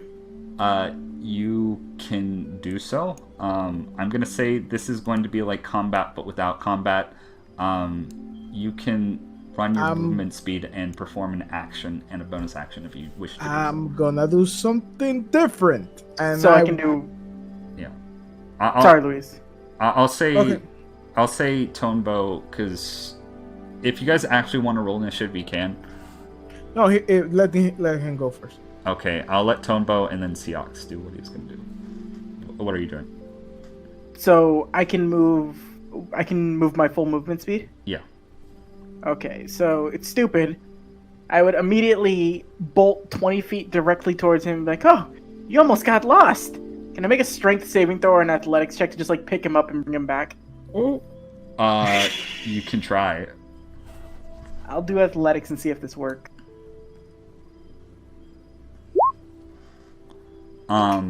You are just barely gonna beat him. What are you trying to do? So I still have 20 feet of movement left, so I just like pick him up and then just be like, oh, you almost got caught by the current.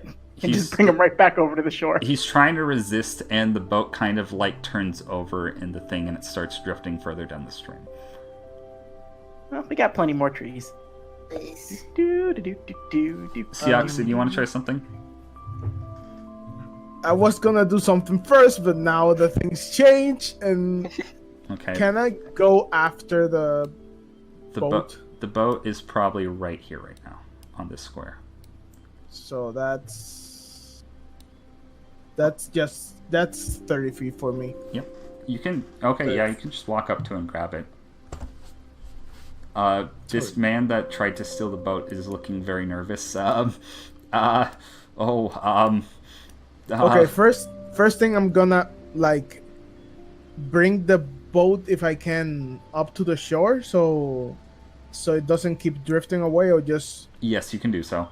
You like plop it right behind this dude who's Okay. trying to back away slowly from the rest of the party. Oh, no, you don't. I still have him, by the way. Patty. Oh, you do? Okay. I just brought him back. I never said I put him down. Okay, that's fair. He's trying to scramble away, but you keep like a hold on him.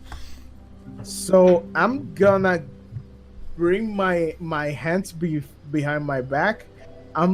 You guys are gonna see that when he brings his hands back, he has these two gauntlets, one in each hand, that have like claws going out from the gauntlet, and I'm gonna put the claws to the guy's neck. Oh, damn. Oh, I think you just wanted to hitch a ride. I don't know why you have to be so Yeah, aggressive. hitch a ride. He was trying to steal the boat. It's fine. We've got more materials. Roll the 5 deception. I'm not gonna. I'm gonna assume like you guys don't have to roll for that, but if you want for flavor's sake, you can. I was gonna say something and try to roll intimidation on him. Okay. Yeah, Koko, you realize that he probably wasn't wanting to hitch a ride with all of you guys. Tonbo, you're getting a similar vibe. He's wiggling. Yeah, no. He was trying to fuck you guys over and steal the all boat. of us. I don't know why you couldn't have just waited. Are you trying to con a con?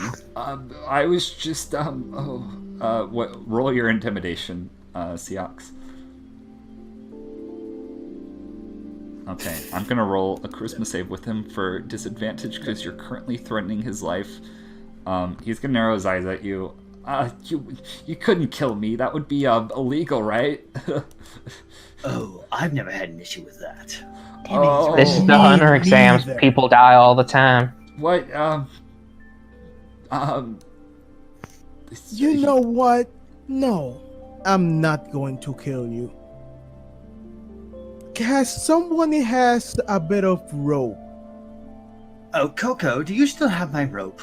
I believe I do. I think it's got nibbled on a little by the crab dough. That's perfect, thank you. Because I think there's a cactus right there. Ooh. I'll just I take like your that. thinking.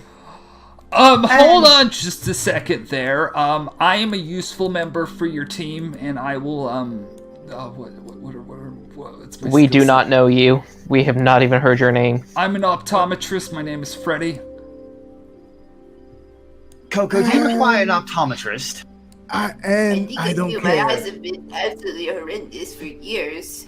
Well, that's fine. Tonbo can lead the way for you then. That means this sees man all. is moot. Tie him to the cactus. Okay, I'm gonna roll 1d4 piercing damage to see how much this hurts. Ooh. Oh, that was a 3. Ooh. You tie him to the cactus, and it's like, ah! Just like you know when like a character screams, and then you zoom out of frame, and it would be like a shot of the entire island, and there would be like a bird flying off. Yeah. That's exactly what happens to this man. Serves you right.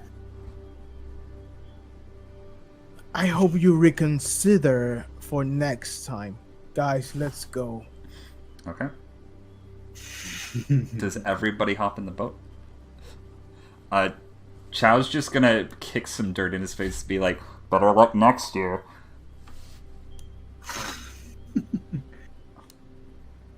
So it's 3 and 3. Yes. Yep. You can all get in boat. Do you... Yay, we all get in boat. Okay, where do you want to put the boat? Did we know if this river actually went to the sea? Yeah, I saw a waterfall earlier. If there's a waterfall, we probably don't want to. No, not that waterfall.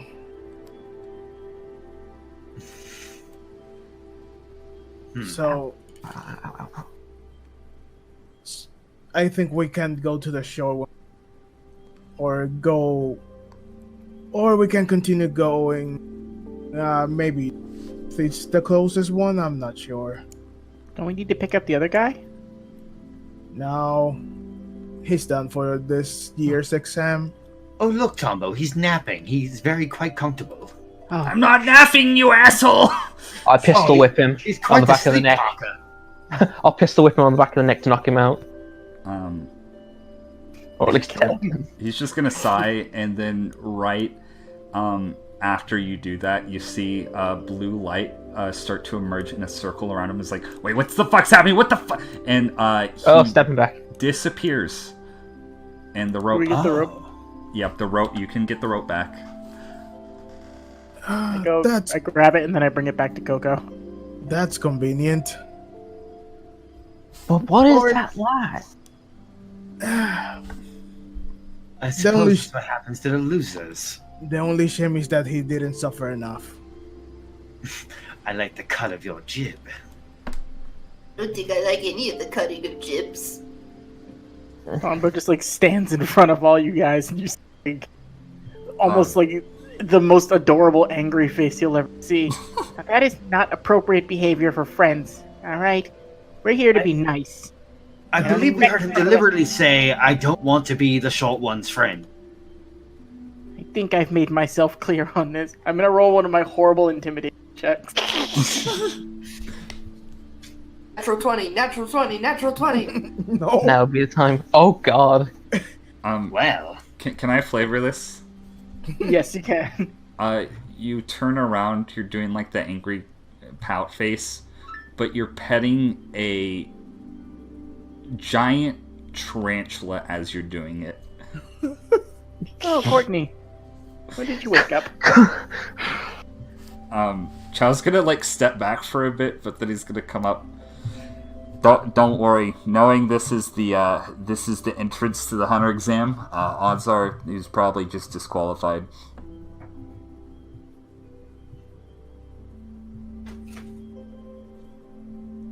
Anyway. This is the second year I've done this. Usually at this point, if they fell, they just get sent back somewhere. I don't know how they're doing it though. It's kind of freaky.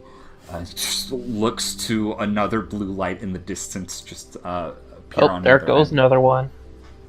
spirits away. Another one bites the dust. Oh, I like that movie. So So, let's get this thing on the water, I guess. So we start here, or we go other places. I say north. Hmm. And follow the water waves, I suppose. Yeah, but I think the ocean is closer on the north. Maybe. Well, there was the dock we came on. We can always go there.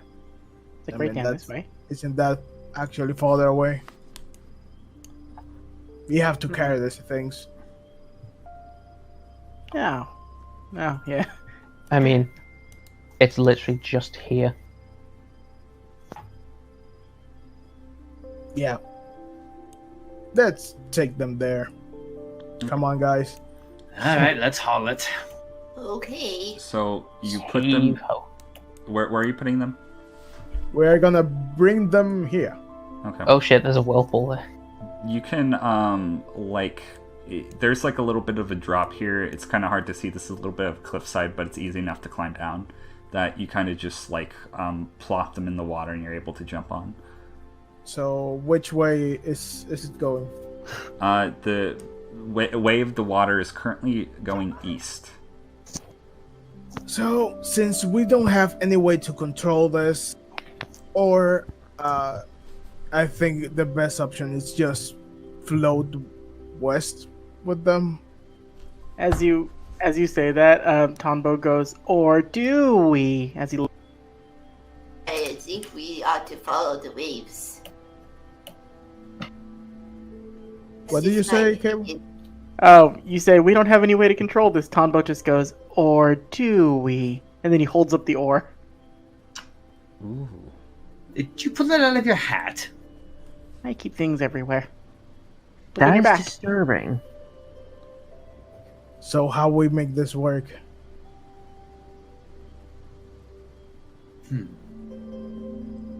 Well, we have two, so one person on each side of the boat. Or just one oar per boat. I mean, we could tie the two boats together. That is also true. Boat friends. No, we're not called that. I think that's what we're called. We're not being called that. So Let's let's tie them together. yeah. Okay. Roll a survival check just to do so. If somebody wants to do it with advantage, somebody else can use the help action.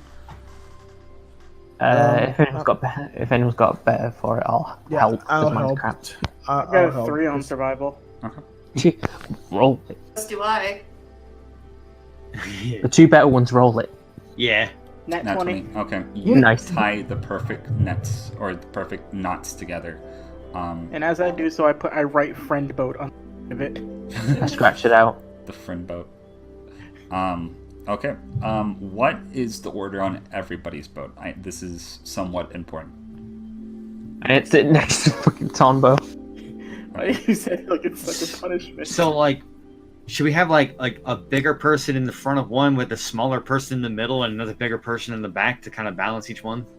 I think the biggest ones are Mr. Cowboy and myself, so we should go in the middle of each of the boats.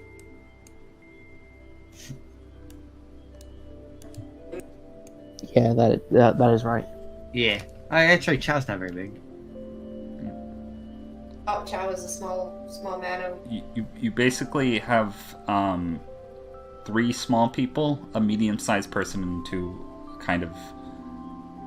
How tall is Scythe, by the way? He's 5'12". Yeah. So yeah, no, two on the like taller side. So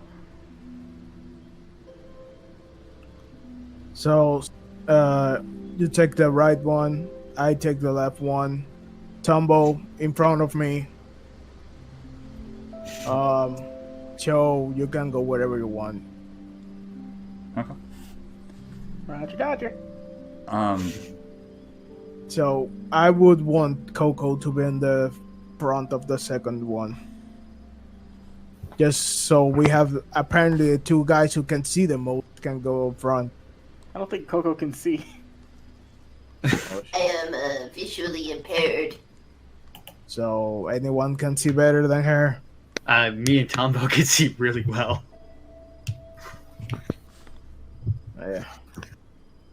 Also, we did tie. I just want to make sure and clear. We have these ships tied together, They right? are Yes. super fucking tied together. Oh, thank God! Yeah, I needed Might that as to- well be I- one ship.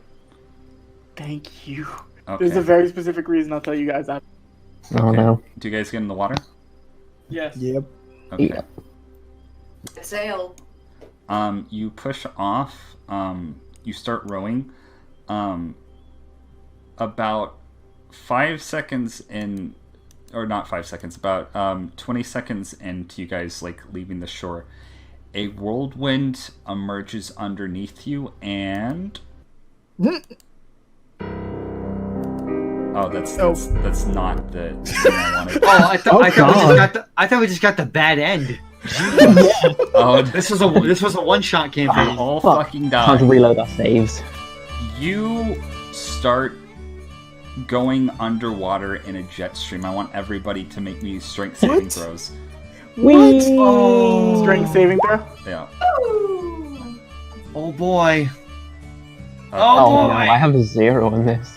Do it. Oh, Okay. thank God. So basically what happens is that you're propelled underwater for a second, and then you notice you're in a jet stream going east. Everybody hangs onto the boat except Scythe, who is now currently beside the boat, flailing around, as another whirlwind emerges up. Can I?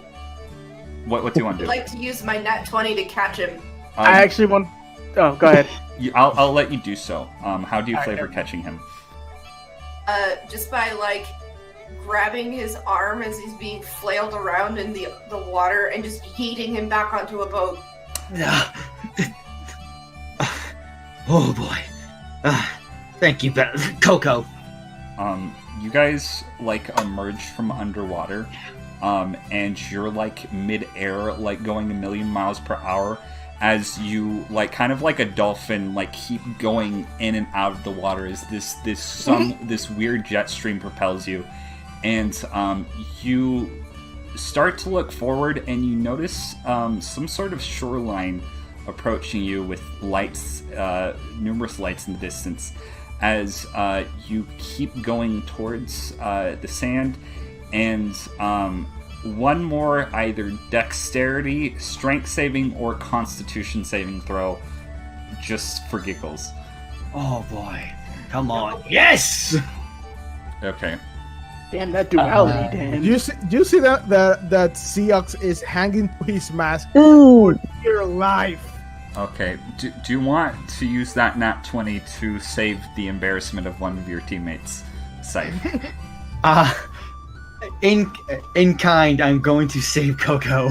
Okay, so Save it. basically what happens is Tonbo, as you're propelling towards the sandy shore, you stick out your feet and kind of like stop yourself with like your own like sort of like momentum pushing back on the sand, and you kind of like skid until stopping in place.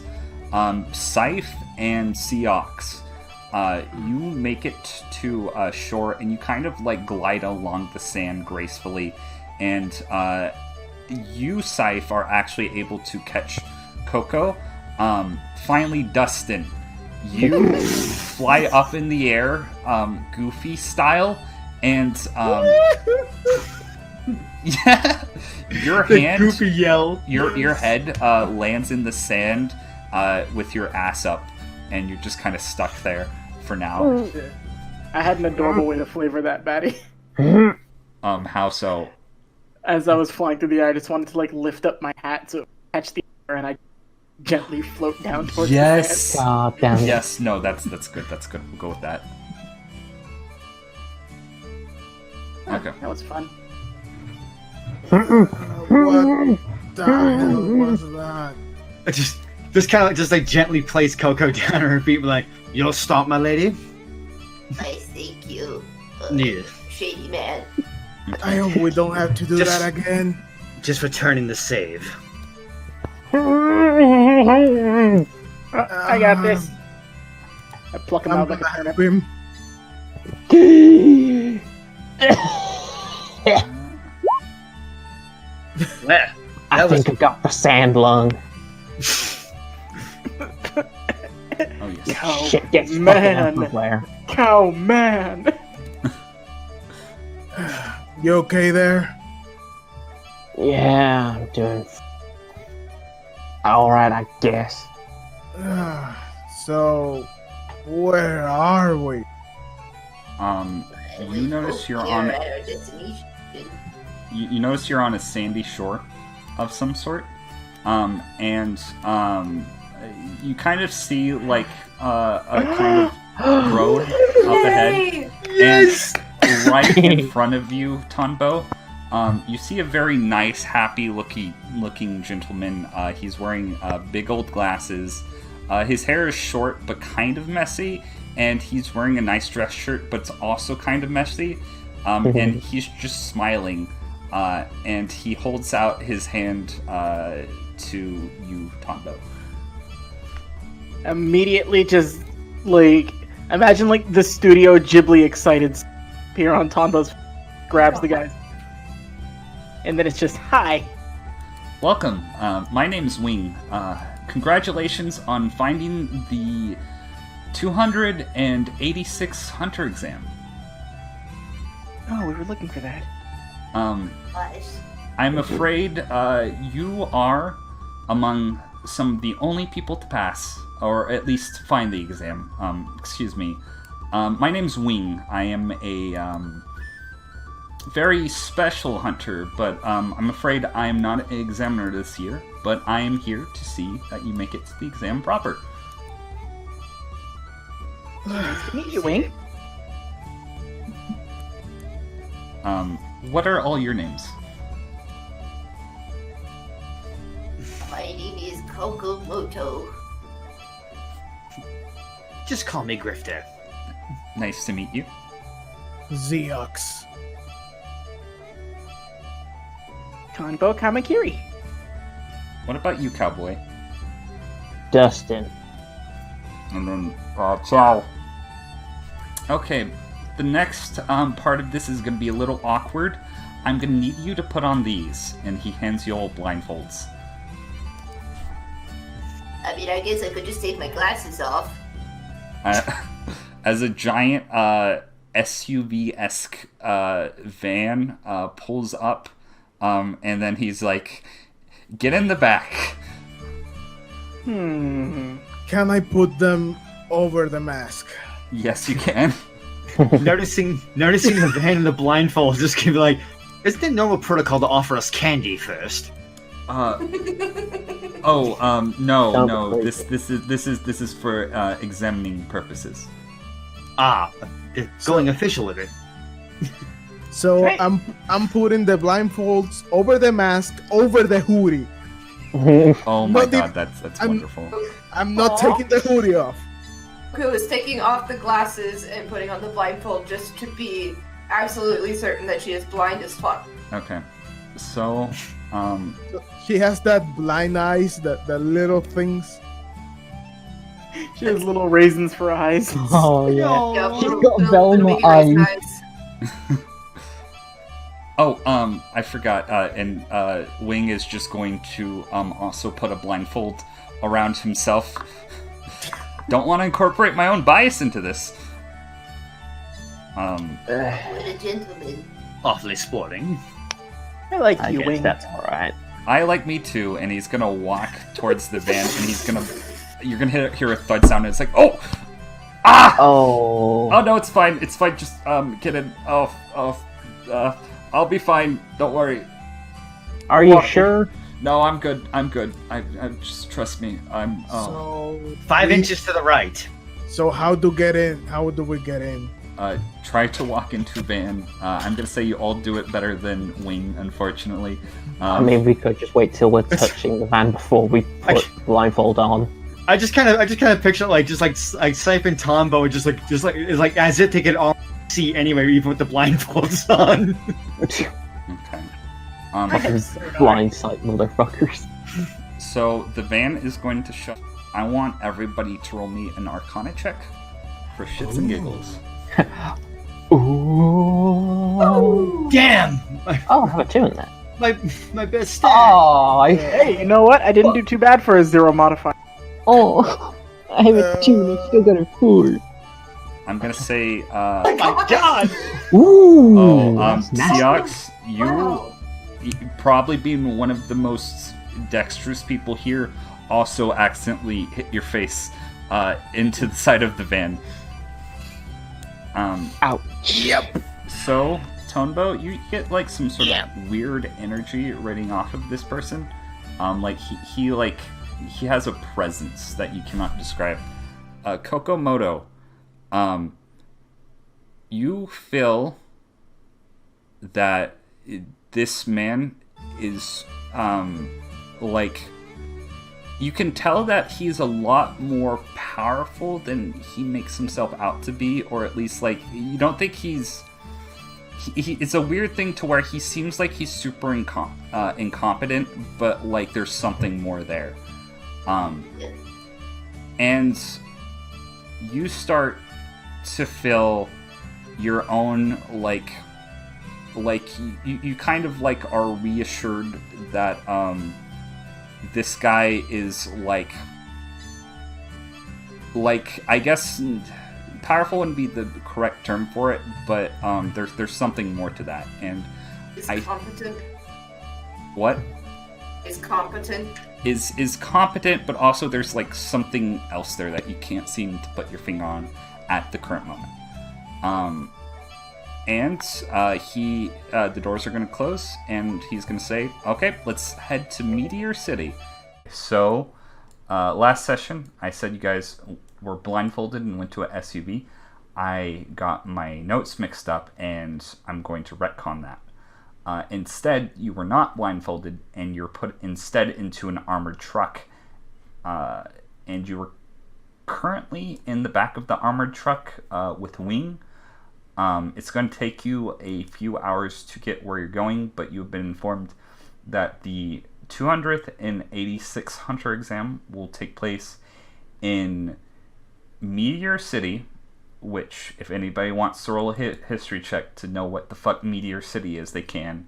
Oh, didn't I do that last time? Isn't that what all the history checks last time were? Yeah. That was, I fucking forgot. That's my Koko bad. nat 20, I nat 1. Yeah. That was right. Okay, so basically, for anybody who doesn't know, Meteor City is known as kind of the trash heap of the modern world. It is basically a city that has segmented itself off from the rest of society. The people of Meteor City know no country. They basically live in a city full of ruins and trash and basically what everybody else doesn't want. You guys are, like I said, back in the back of an armored van being escorted. Okay, I'm gonna play this happy, jaunty music for the entire tonal shift that's about to happen. Don't worry. So, Tonbo, let's start with you. What does Tonbo look like? So, sitting in the back of the armored truck, you see what appears to be somebody the size of a maybe young child. In actuality, they're around the age of 21. You see a small person with bright red hair, sort of like darker colored clothes, like a darker shirt and gray shorts, and an oversized hat designed to look like a pill bug. On his back, he's got a backpack with a retractable bug catcher's net coming out of the side, and 3 very distinct looking keychains hanging off the side of it. He's sitting there with an overly bright and enthusiastic smile on his face as he's just enjoying just the moving along in the truck. Okay. Koko, do you want to describe... Noodle, do you want to describe what Koko looks like? Oh, Koko is a cheery, young 16-year-old girl. She is a bit chubby. She's got those big anime swirly glasses. And she is wearing what could be described as like Indiana Jones style like adventurer's gear. And she's also got an extendo shovel which she is currently polishing and taking good care of. Okay. Next, Dan, do you want to describe what quote-unquote grifter looks like. Well, Grifter's actually been rather quiet since getting into the van. Just keeping low. Although eyes on Chow, not trusting Chow at the moment. Grifter's currently quote unquote got purplish hair, with yellow eyes, pink collared shirt, with a grayish purple vest. Nice buttons, by the way. Even though I've been living the street life lately, nice buttons. Got some nice, once again, grayish slacks, and oh boy, just meeting these fellows has it's been quite the aneurysm in progress. Okay, Seox. Luis, what does Seox look like? Seox is 5'6", 7". I don't remember. Man with gray hair and a face mask in front. You cannot see his face at all. And a white hoodie with apparently cat ears. That goes down into what I can describe as a haori from Bleach. You can search that. And the undergarments are basically what Shinigami would use in Bleach. And he's just sat down, cross-armed, just... You think that he's contemplating something because you can't see his face. Okay. Last but not least, Dustin. Blackjack, what does Dustin look like? Dustin is a 6-foot dark brooding man wearing a well-worn adventurer's outfit, and is the long hair which reaches halfway down his back, piercing gold eyes. And right now he's just holding his pocket watch in his hand, looking at the time. Okay. In addition to our party of adventurers, there are 2 other people inside the armored van. There is another examinee who wants to participate in the hunter exam by the name of Chow. He's about... I think I said he was about 5 feet tall. He's a very skinny, lanky-looking gentleman. You can't tell what he looks like because he's always wearing a gas mask, but you can see a tight black ponytail jutting out the backside of it. In addition to him, there is what you know to be a hunter who is in the process of helping escort you to the exam site. His name is Wing. He is a very kind of, would look like a very astucious man.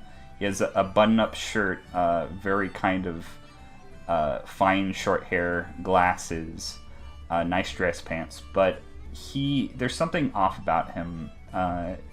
His button-up shirt isn't like buttoned up in the right order, and there's parts of his outfit that are just like wrinkled. He looks like he's just a little bit off for whatever reason. But you guys have been traveling for about 30 minutes. And then I'd say... No, okay. I'll say you guys probably would at this point be traveling for like at least 2 hours when you would start hearing this. Tonbo, you hear with your ears clanging coming from outside. Has Tonbo ever heard what a gunshot sounds like?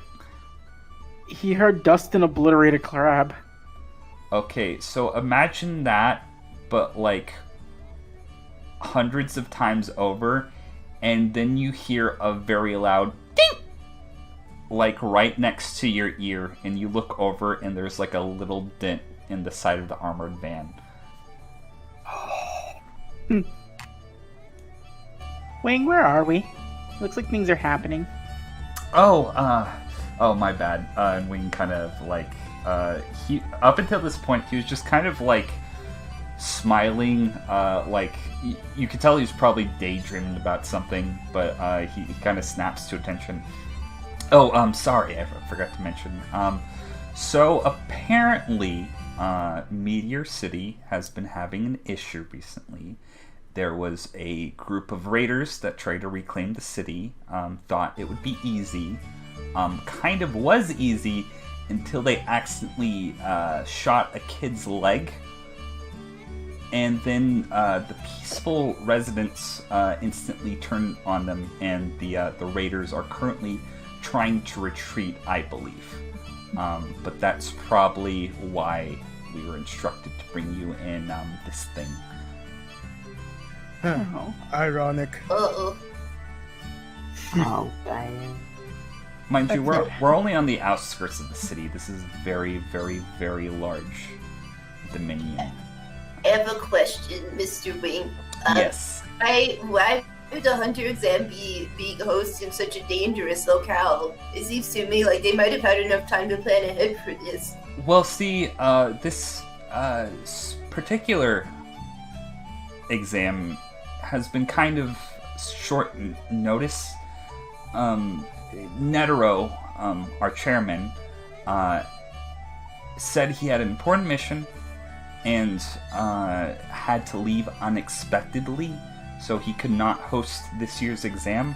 But before he left, he made a very peculiar request to have the entire exam take place within Meteor City. Now, normally hunter exams take place over the course of a couple weeks. You'll usually intend to travel to different locations to test a hunter's aptitude in multiple different situations. But given the current climate of Meteor City and the fact that nobody, Netero is the chairman, has final say on almost anything, we decided that it would be best to hold it in Meteor City, but alongside the help of numerous different hunters. So I don't know. Nobody really tells me things, but you know. So this entire exam has been half-assed and ramshackled. Yes, unfortunately. But the person who did take over as the overseer for this exam, I hear he is very professional, and we have been able to scrape together some very, very well-talented hunters to be your examiners this year. Gosh. Should be fun. To say the least, at least this will weed out the weak ones among the whole situation. What is that supposed to mean? I don't know, take it as you will. I don't. I'm into that comment, sir. Nothing stronger than having good friends, so I think we're all gonna be fine. Right as you say that, Tonbo, you hear a giant explosion, like right outside of your side of the van, and the armored truck kind of swerves for a second, but then veers back on track.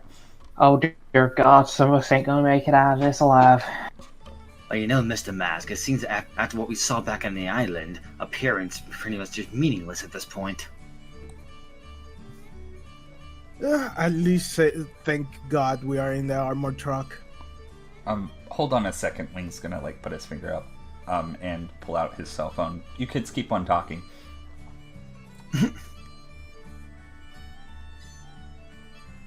Oh. Well, I've been curious about this for a while, Tombo. Why your hat reminds me of a bug. Is it also a bug?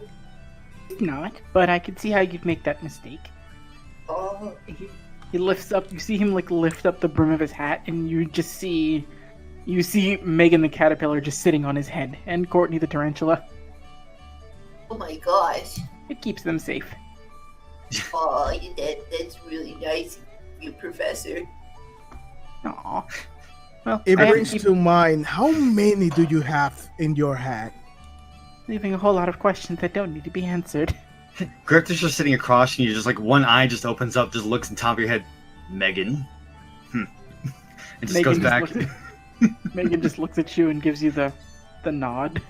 Yeah. What have I gotten myself into here? Look, I stopped asking questions a while back. Oh, that's right. To Questions. say the least, they are useful. You see Tonbo sort of like stand up real quick and look over to Seox. You never answered my question from before. Are the ears real? That does not need an answer. We'll get an answer I one mean- day. I'm kind of curious about that too. We have a question for you as well, Dustin, about the teeth specifically. I mean, shoot. What's with the teeth specifically? I also should point out that Dustin has very kind of sharp-looking teeth of some sort. I would like to do something, if it would be all right with Dustin or Jack, if you'd be okay with this. Go for it. Batty, can I make a sleight of hand check with disadvantage? When you say shoot, can I just be reaching for your gun slowly? Jesus Christ. You point out his teeth. Koko would actually like to do something. Mr. Dustin, is it something like this actually? And she's going to extend her nails into like a claw. Holy. I don't know if that's the same thing. I mean, how is that even? Dustin, roll a history check with advantage, because this is your area of study. I wanted to do something, but after this I get. Ooh. Dustin, that's a velociraptor claw that this girl's hand has just become. I don't Why? know, but for some reason my skin gets really, really tough and my nails get really, really long when I do this. So I think it might be responsible for why I'm so freakishly strong. I think it is the same thing here. But not as pronounced as yours. Oh. That's Sure. something I didn't expect to see. Since when can you do that? Since forever, I think. Mine's been happening over the past 2 years. It's just been a slow turn. I was in an accident. What kind of accident? The kind involving old bones.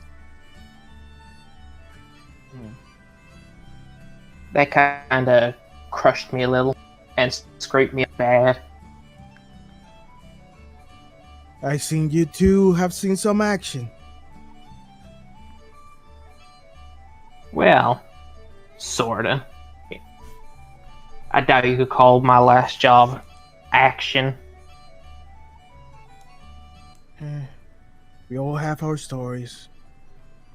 As you guys are talking, you notice like Chow, the second you guys start showing off each other's like weird, like either physical abnormalities or weird bug things, he is currently as far away from you as possible, which you guys are all in the armored truck, which isn't like that far, but he's like backed up in the corner, and Wing is just like standing there or like talking on the phone, like kind of looking at you, but not really. Like he doesn't really seem to mind or care at all.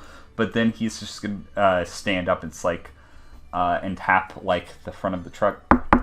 We need to stop for a second, and he's gonna excuse me, guys, and he is just going to walk past you all and open the doors of the truck, and you're going to see a fucking war zone.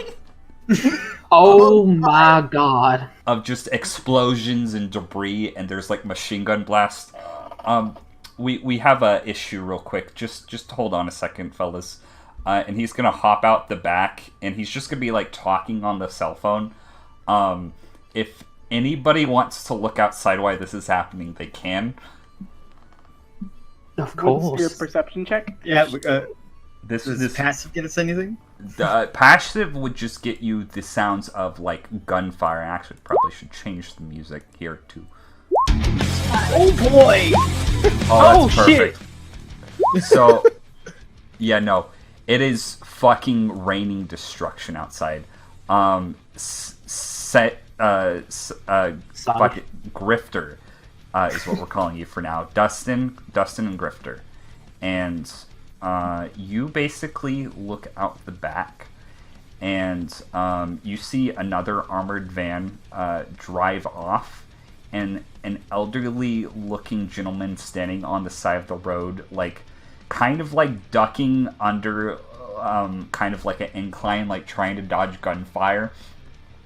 Oh, I think one of the contestants, their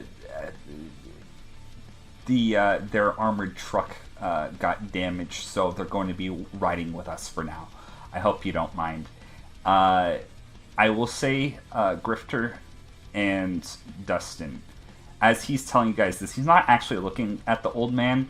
You're going to see a shadowy figure rise up over him, and they're going to like tussle for a second, and then you're not going to see the elderly man, and then up walking in his place is a very muscular person dressed all in black with a bald head.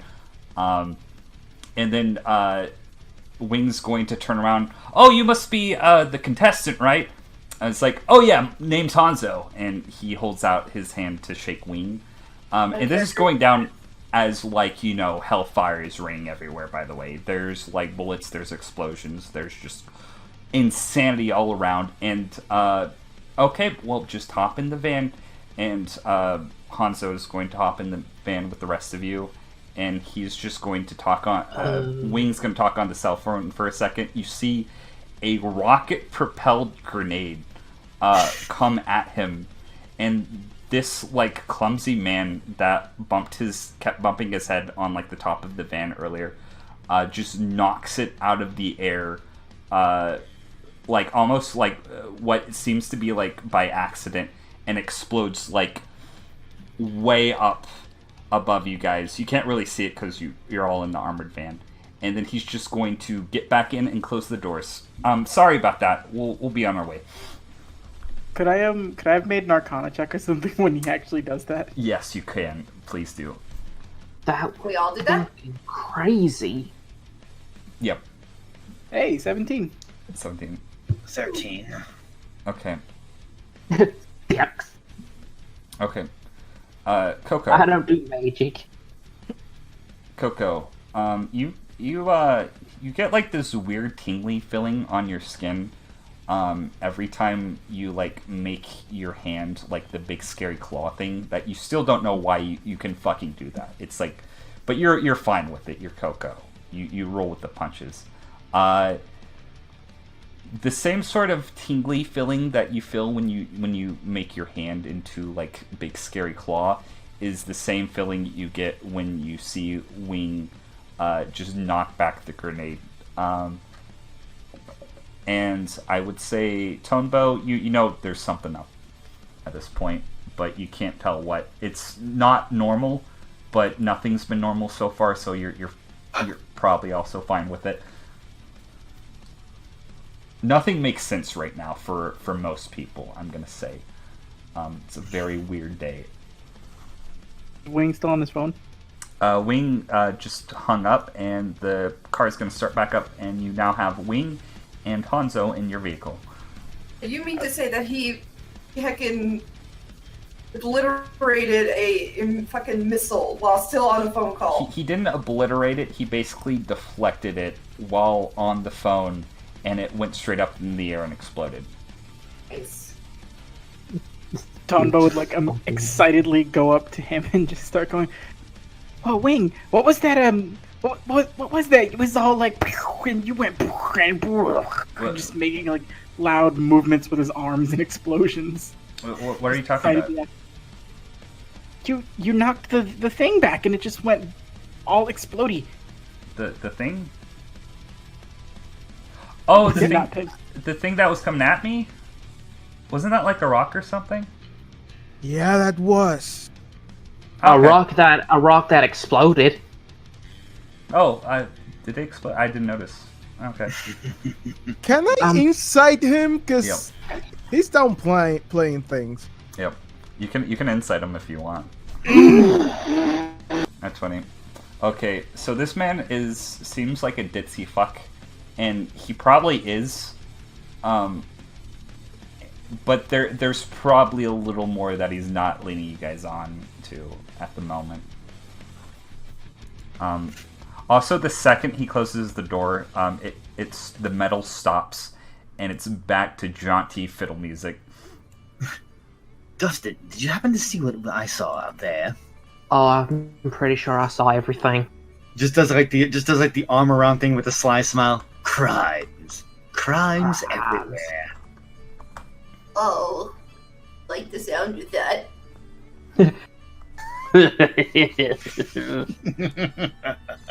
Once again, Oh, we have to think that we are here and not outside. Oh yeah, amen to that. I don't think any of us would survive in that. Oh Lord, no, not out in the open anyway. I mean, I guess some of us, oh, maybe all of us, can survive a lot of things, but that thing, better stay away. What you guys talking about? The guy who is referred to himself as Hanzo is now looking at your group. We're just talking about the absolute for worst. survival. It's a pleasure to meet you, Mr. Hanzo, sir. Oh, nice to meet you. I actually have to thank you. If you didn't, he's gonna look at you specifically, Grifter and Dustin. You didn't happen to see what I was doing before, right? Just like slight pause, like didn't see a thing. He's gonna like smile. Okay. Anyways, my name's Hanzo. I'm here to participate in the hunter exam. I'm very handsome, as you can see. Very. Very, very. I But can see Well. your appeal, yes. Breath spray. Yeah. Why, hey there. You seem like you'd be far better company than Gassy over there.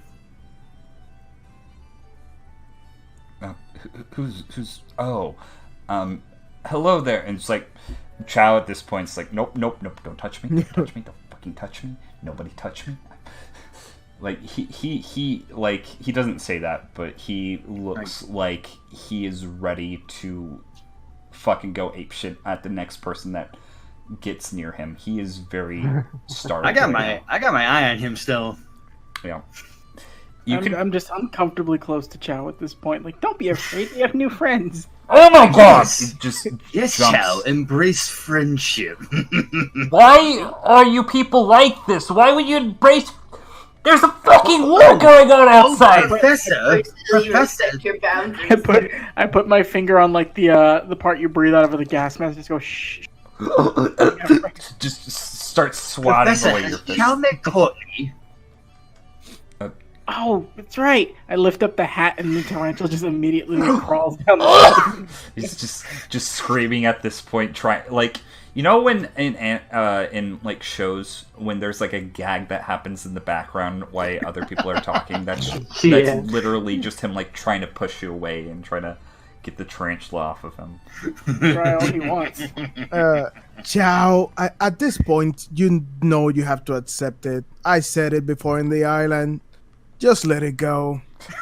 There's a tarantula in my face! I can't see anything! Yes, and it was beetles in the chocolate. We all ate one. I mean, I think you don't see because of the mask, but okay. Yeah, speaking of which, I think that as friends, we all need to come together and understand what's wrong with you, and can I try the mask on? I knew that's what all this was about. You just wanted the mask. This was half of what it was about.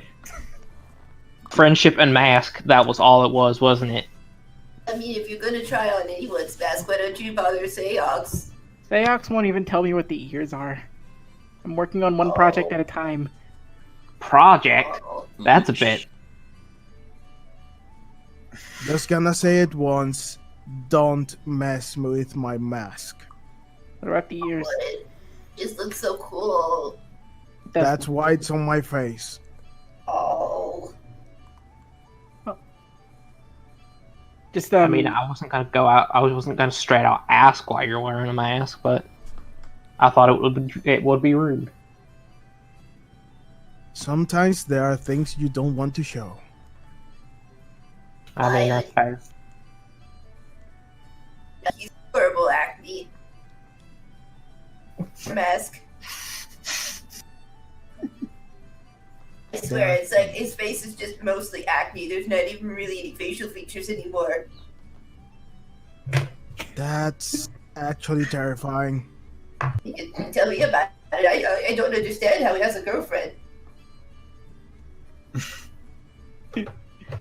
As this conversation continues, you start to hear like the tinking on the side of your van and the rapid explosions and just general chaos that was going on around outside just start to quiet down over time. And until eventually you make the car makes a full stop, and then Wing's just gonna be like, "We're here." Also, I would have offered Hanzo chocolate by now, Batty, too. Also, Batty. Okay. Hanzo would have eaten it just outright. Like, he would have sniffed it first, but then he'd just been like, meh, and then chucked it down his throat. Wingstop. It's the restaurant where I live. Wingstop. Oh. Yes. God damn it. Sorry. It's alright. It's alright. I'll just hold my grudge against you later. So, Wow. Yeah, no, the armored van stops, Wing opens up the back, and you see the explosions that you saw earlier were a little off in the distance. You can tell that you're probably more somewhere towards the middle of the city. And this place actually, it doesn't look nice. There's still trash everywhere, but it kind of like looks more like a sort of, I guess you would say like normal, like sort of street corner. You all look across the street and get out of the van or the armored truck, and you see kind of this very would almost be like a regal skyscraper of a hotel, but it looks like it's like halfway like finished, but like if it was halfway finished like 50 years ago, and it's been kind of rotting ever since then. Next to the hotel, there's a very kind of ugly, giant, gray, blocky building that you can only assume to be a hospital, considering that there's ambulances parked outside. And on the left side, there's a very kind of tall or small building by comparison. You can kind of guess it's probably either some sort of bakery or butcher shop. And Wing is just going to point you all across the street. Go to the front counter, ask for the presidential non-smoking suite, and you should be good. I am going to leave now, but if you have any more issues, you can tell your future examiners. And he's just going to shake all of your hands and then get back in the van. If anybody wants to say anything to the Wing before he leaves, he can. It was nice meeting you. Pleasure meeting you, sir. You're a very pretty man. Hope to see you later. Thank you. And it's like, thank you all. And says goodbye, and he leaves. And, I wave just until the van is completely out of sight. Yep. Come on, Professor. Sorry, you have to make sure you properly say goodbye to people, or else they might think Yes. he just follows along, like arms extended out with like that sound effect, which is like the popping sound where he walks. Like, Just kind of, I just kind of want to like just pick up Tonbo and just kind of walk away. He's still waving. I'm fine with that. You just like football carry Tonbo while he's waiting. Yeah. Just one arm. Aww. So, He's too precious. where do we go now? Did we pass the exam? Yes, you're a hunter now, Tonbo. Congratulations. Yes. Don't lie to the kid. I think I wouldn't be able to tell if he's lying. Wait, no, I'd have to make insight to see if he's lying to me. Yep. Go for it then. You can make it insight if you want. So. No. I don't know. He seems honest. Are you sure he would lie to me? Yes, would I lie to him? You cheated fucking dice. Of course you'd lie. Oh, Those were falsely Yeah. given to me. Let's just get fucking going. Get to the place where you're supposed to go. You should really get your dice looked at. I think your cards are messed up too. Just walks by. I'm gonna say, yeah, this is happening all as you're walking into the shitty hotel. You enter. The front area isn't as bad as you would expect. Oh. It's not as scummy as like a lot of the other places. There are 2 like attendants. There's like a very high ceiling. Outside it's a 1 star. On the inside it's a 3. Still better than home. Oh, the attendant or the what do they call the hotel people? Concierge. Yeah, the concierge. One of the 2 concierges like, oh, may we help you? Oh yes. What was it we were supposed to say? The where- presidential non-smoking section. Oh yes. Yeah, that's it. I'm gonna say you're at the desk now. They're going to hand you a very kind of odd-looking key in the shape of a kind of like panda on the end. It's really fucking weird looking. Doesn't look like a normal key. 3rd elevator to the right, and then insert this key. And they're going to the concierge is gonna pat, I guess, Dustin on the back and send you on your way. Did that fucker stick sounds on my back? Someone look. Tombo's got your back. He sends Megan to check. I want to see. No, that! Get it off me! Get it off me! At the same time, I want to check your back. There's nothing on. And actually put a sign there. Son of a bitch! Oh my god, yes. Okay. So I'm gonna say, unless you want to do anything else, you guys head to the elevator. Is there anything notable around here? So again, like, this is pretty like bare bones like hotel. Like, even though it is somewhat fancy, it's like almost like fake fancy, if that makes sense, to where you can tell like it's supposed to look like this illustrious hall, but like a lot of the materials are probably made out of like plastic or cheap like stone. It's not. It's something that's meant to look nice, but isn't actually that nice. And you do find the elevators, which are golden, but you realize they're probably golden painted because the actual coating on the outside is starting to flake off in places. Okay. Gonna just make my way over to the elevator. Okay. There, you make your way inside the elevator. There is a little keyhole. Is anyone looking at us weird or anything? There is nobody from what you've seen in this hotel other than those 2 people. The only people around you is your party, Hanzo, and Chow. That's about it. What's Xiao doing? Chow is just kind of anxiously like following you guys inside. You can tell at this point he probably doesn't know what to do, but he's just like, I guess he's like, you look back at him, he just like literally just shrugs like, I guess I'm just doing this now.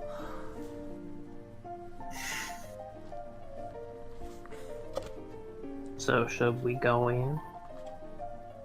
Let's I'd go. say you're inside the elevator at this point, and if Tonbo wants to, he can insert the key. Did I have it? I thought Dustin had it. Dustin had it. Dustin, I had the key. do you want to insert key? Well, insert key. Okay, you insert key, and the elevator starts going down.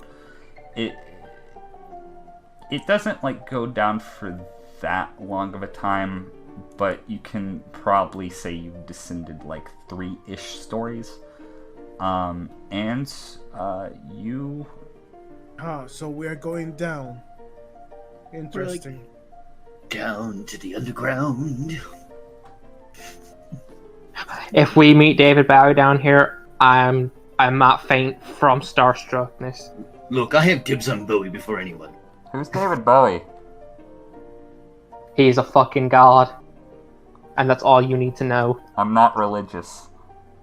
He can make that magic dance. You don't have to be religious. God. You see Tonbo just jotting that down on a little notepad. Hanzo, do you know what a David Bowie is? Sorry, I wasn't paying attention. I was looking at my reflection. What were you saying, kid?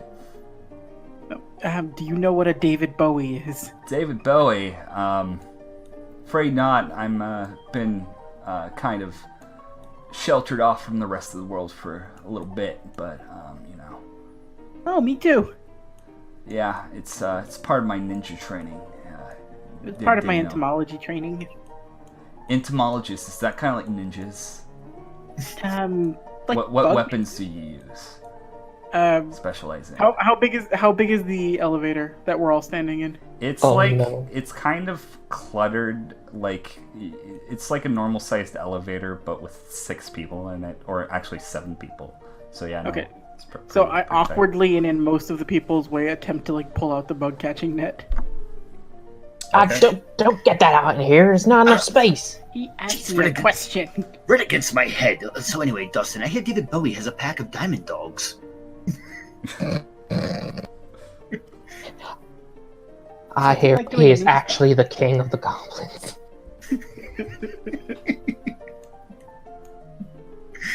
Still don't know what you're talking about, but good on you. It's fucking canon. David Bowie is canon now. Oh yes. I mean, it's 1998. It's totally possible that David Bowie would be canon. Is David Bowie in the Hunter exam with us? He's the new chairman. Don't worry about it. Yes. Oh, we know he could be Chow. He could be Chow. You don't know, or Seox. David Bowie's a manipulator because you remind him of the Babe. What Babe? The Babe with the power. What Babe? The power of voodoo. That reminds me. Should we be keeping Tonbo away from David Bowie? Oh, we must not let him touch him. He will infect him with his cheeriness, and we cannot let that happen. Too late. Tonbo's got a David Bowie haircut now.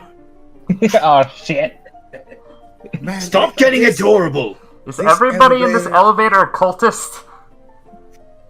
I don't even know what a David Bowie is. More importantly, how long does this take to get to whatever it's taking us? Right as you say that, it goes ding, and the door opens. Oh look, we're there. What convenient timing. That was some impressive timing there, Seox. You see a concrete hallway with no doors except one at the very end of it. Well, that isn't disturbing or murder room like. You're right. I immediately walk forward. Or No. Actually, necessary. Let's go. No time like the present. You all walk forward. Don't walk on ahead. Necessary. Make sure to stick in a group. If you guys want to do a turn order, you can. Yeah, no. I'll just say you guys walk through the room, and what you think is going to be a dark, diluted, kind of like murder pit, kind of like what Dustin was saying, is more like a convention hall. Oh, dear God, that floor. At like a Holiday Inn. As you see this little tiny room with the same hotel pattern. Hanzo would be with you guys, so I'm gonna bring him back over here, and I'll put you guys on the map, or you can put yourselves on the map. How do you get ahead of us? You basically see this tiny ninja. this tiny like room kind of filled to the brim with different freaks and weirdos. Of all the freaks and weirdos, the first one to stand out to you guys is this motherfucker who is sitting on some sort of platformer reading a magazine.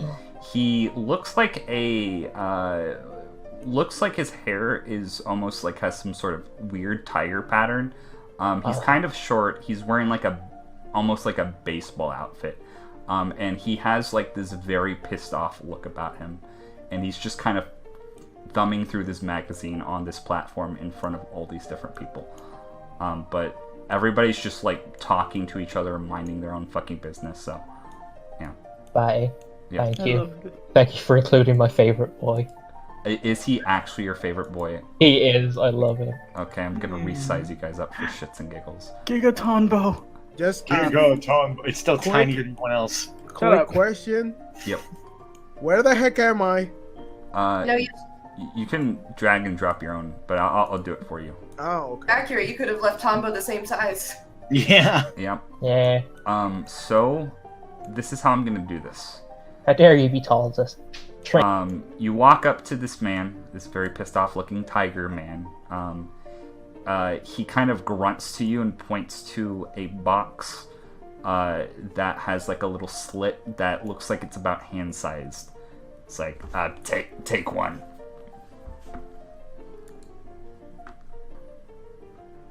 Tonbo takes one. Okay. I will now roll a number.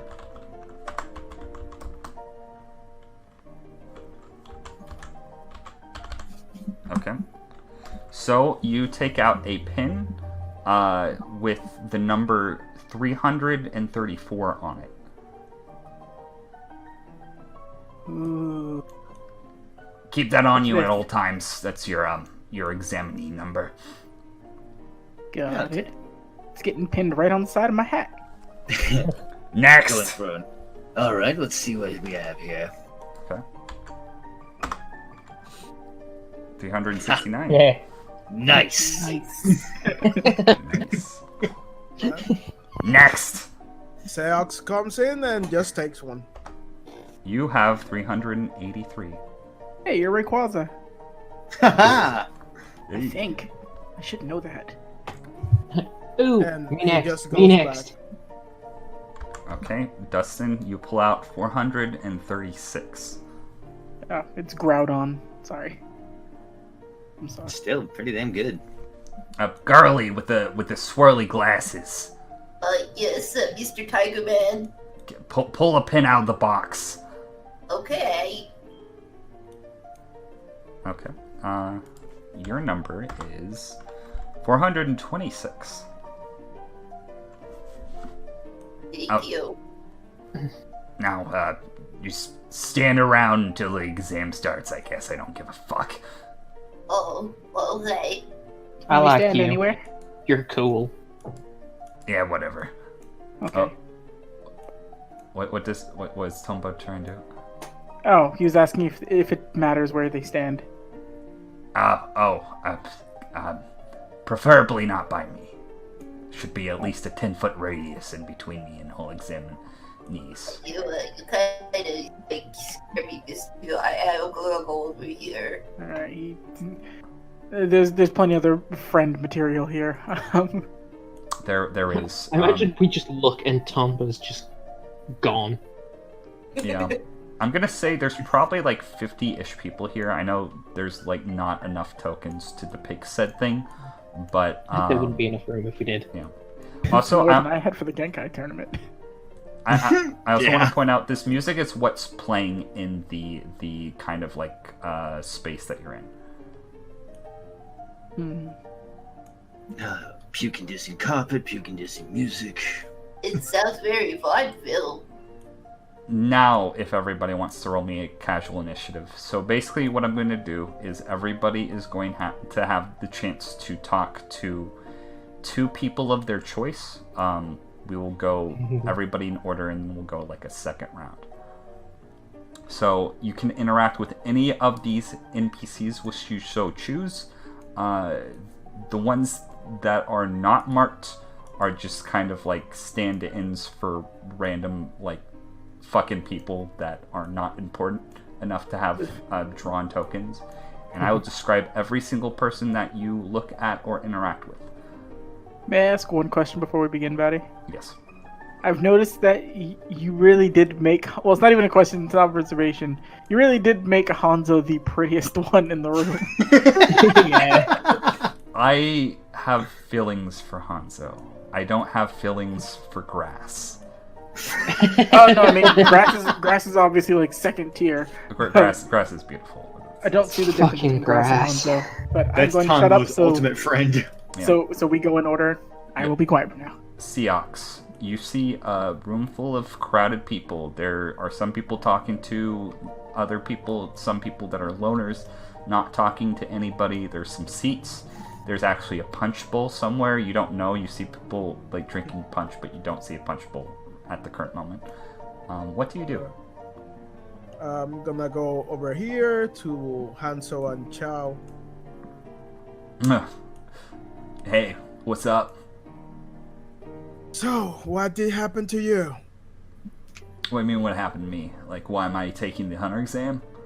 More or less on what happened to your car. Oh, well, that wasn't, now that we're in here, I'm just like, it's gonna roll a quick deception, or not deception, stealth check so nobody hears him. Okay, that's good enough for most people not to hear them, but anybody else who can hear them, they don't fucking care probably. So truth be told, I was planning on taking the exam next year, but I just happened to be in Meteor City not knowing that, that the exam was taking place here. I took the opportunity and I decided to jump on it.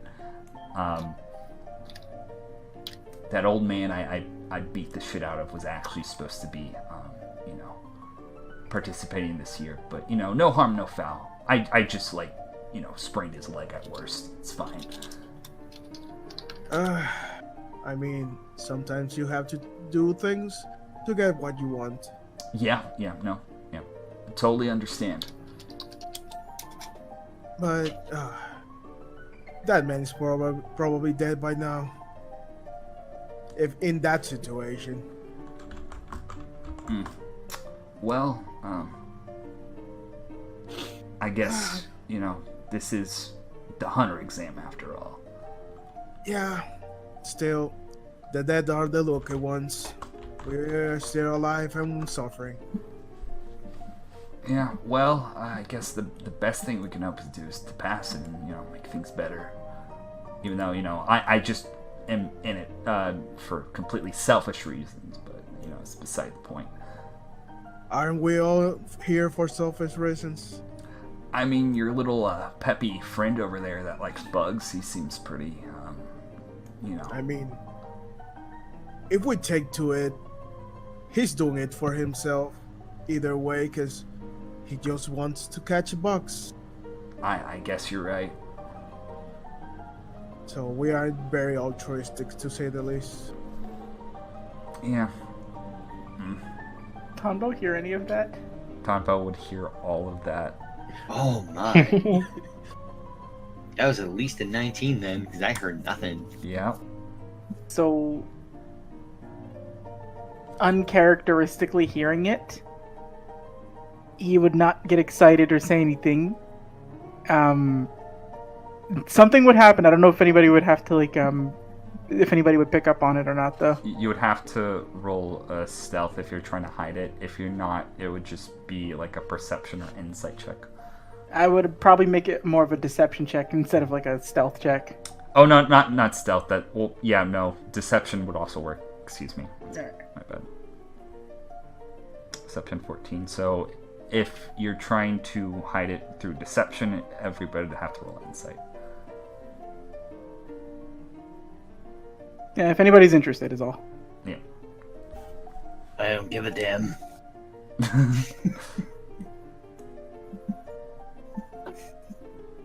Okay. Nobody who gives a shit seems to notice. Tombo's just I'm talking to Hanzo, so I'm not looking in that direction. Yeah, it makes sense. Tombo's just smiling as usual. So, is there anything else you want to say to Hanzo?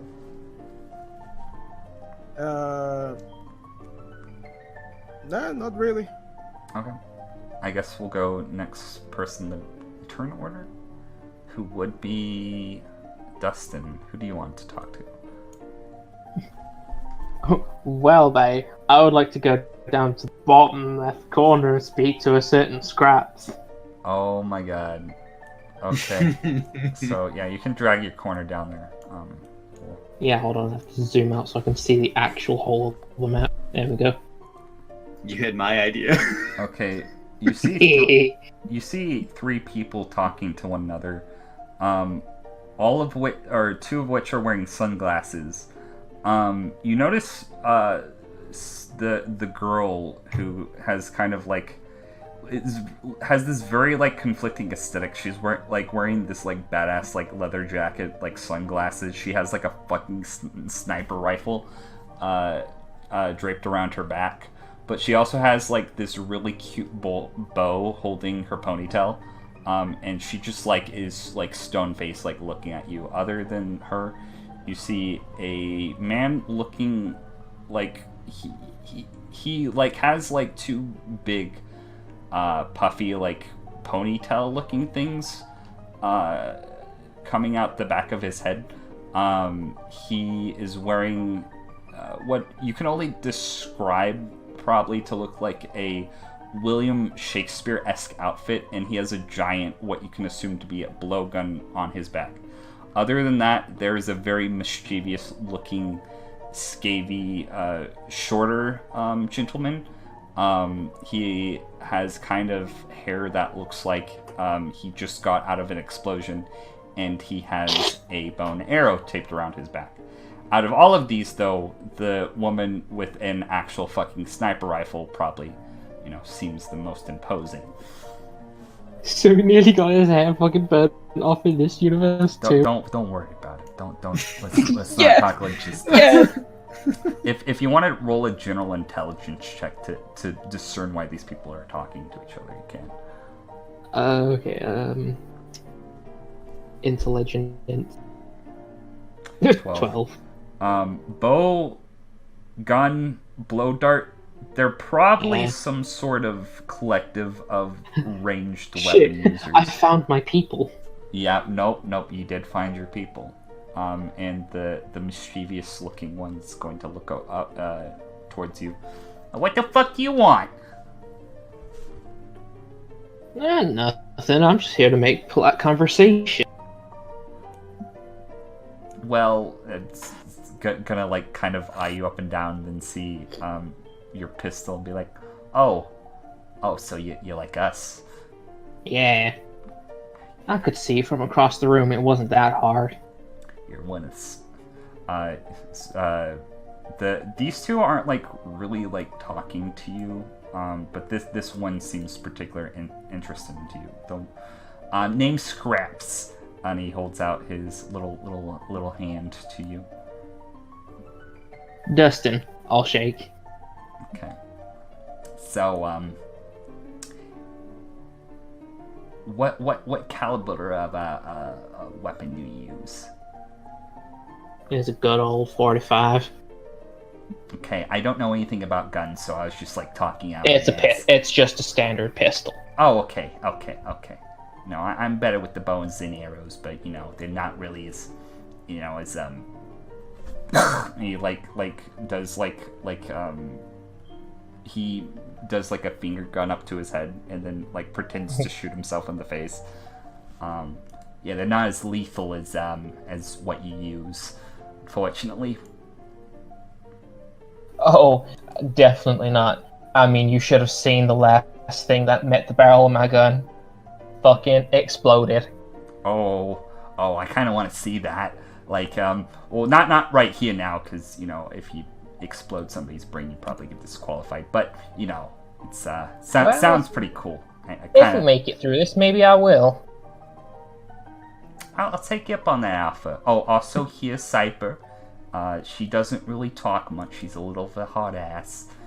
And Cypher's just, she's just going to, like, her expression hasn't changed the slightest. You hold out a hand to her, she does not shake.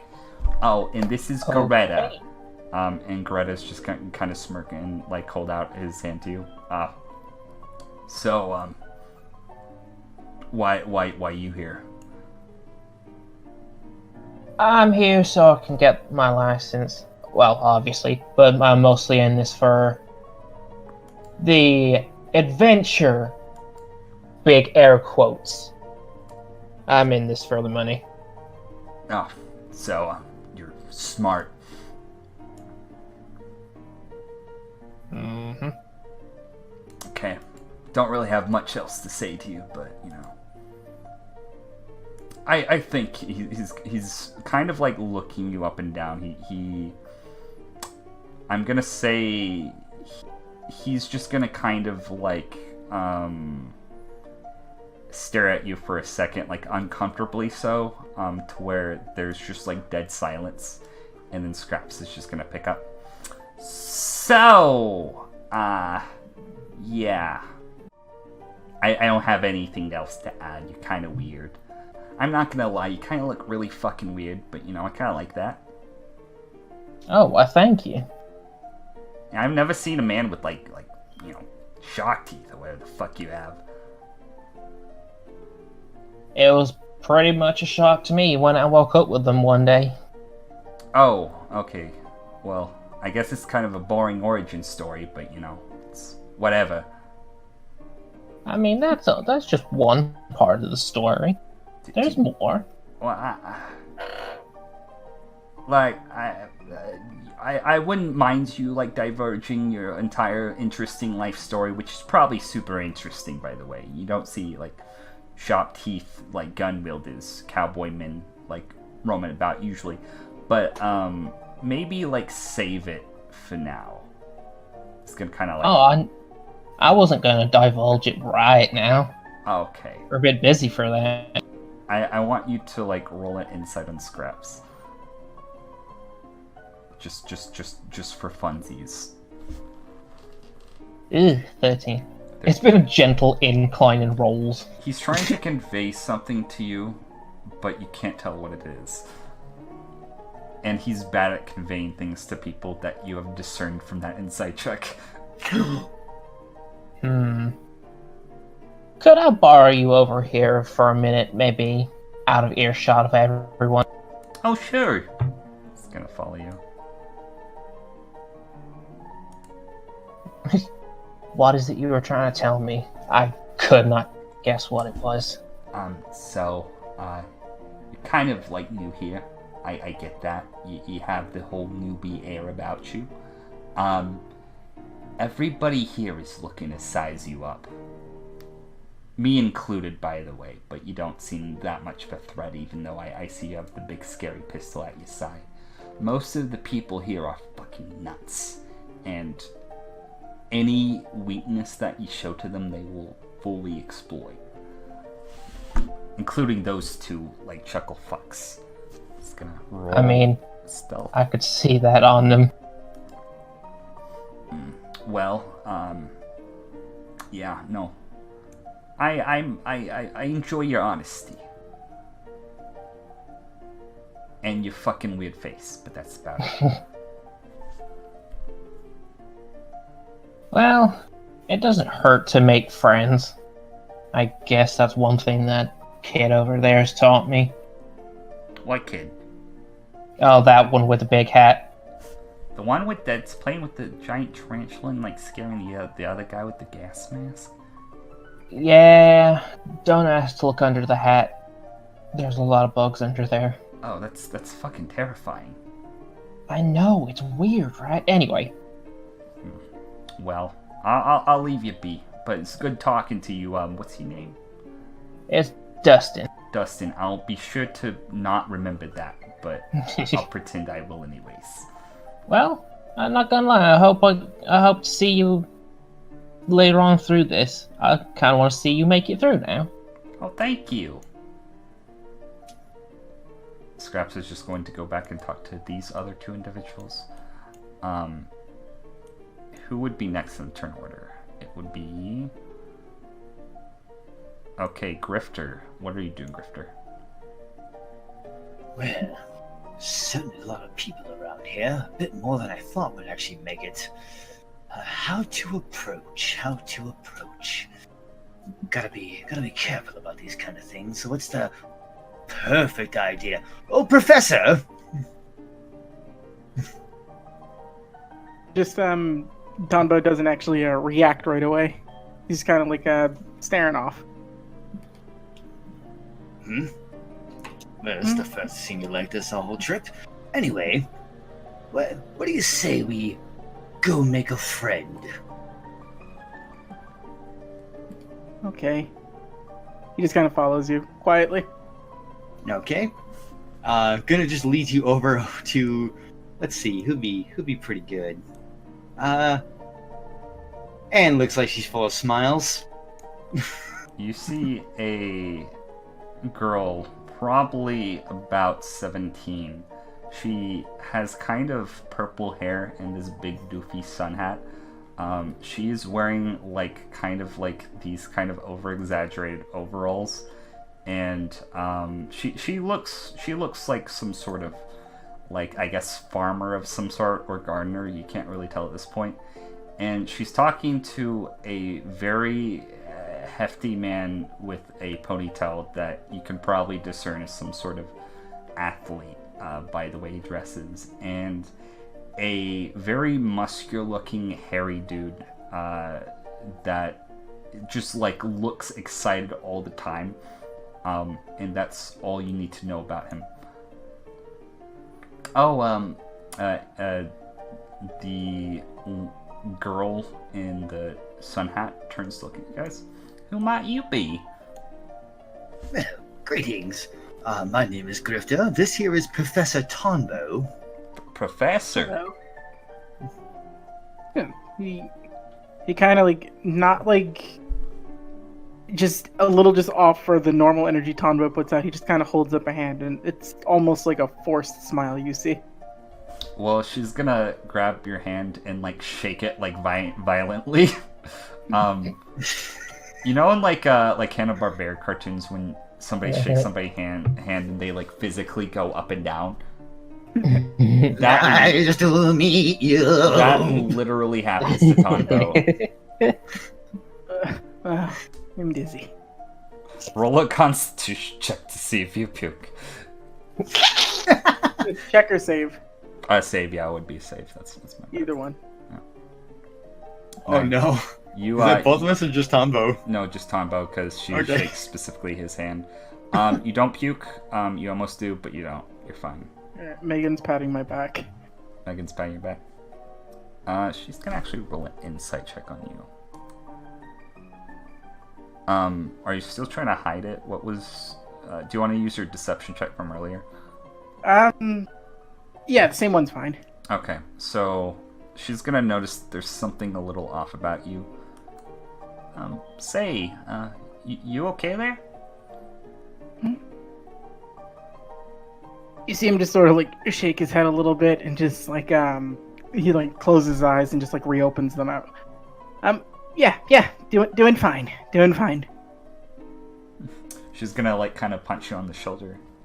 Oh, you made it all the way to Hunter exam. You should be happy. Not many people can do this sort of thing. Well, That chocolate finally coming around on you, Tonbo. probably. But I always have more if I need it. Anyway, proper introduction. Tonbo, nice to meet you. Do you like bugs, Tonbo? Eyes begin to widen. Yes. I think I have something for you. And she says, noticing that you have like creepy crawlies all around. What gave it away? Was it the centipedes? It was probably the centipedes. She's gonna like reach into her kind of like knapsack and pull out some sort of plastic container of some sort. And she's gonna open it, and you're gonna see a bunch of worms. Worms? Yeah, a bunch of worms and dirt. Oh god, they're multiplying. Oh, cool.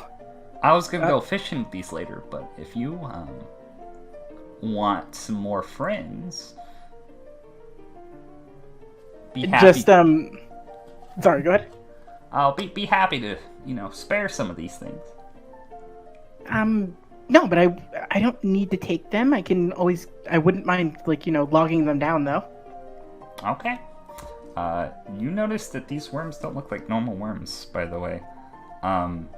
They're kind of white, but the kind of middle segment of them is like a luminous blue that kind of like illuminates the rest of the sort of Tupperware. Oh, these are amazing. Where'd you find these? Oh, they grow on my land, or my family's land, rather. I don't know what makes them this way, but I think they're rather neat. They're made specifically for night fishing. Oh, yeah, no. They are super good for night fishing.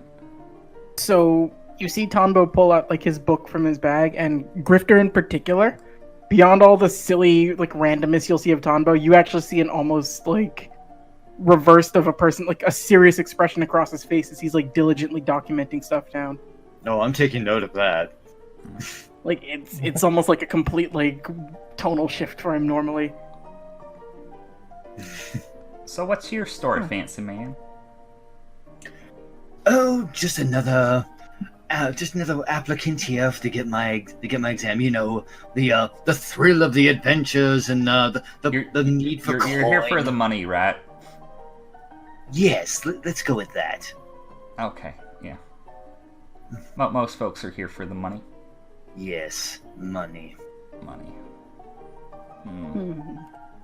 Just now, at that point, Tonbo might actually notice the same thing about Grifter.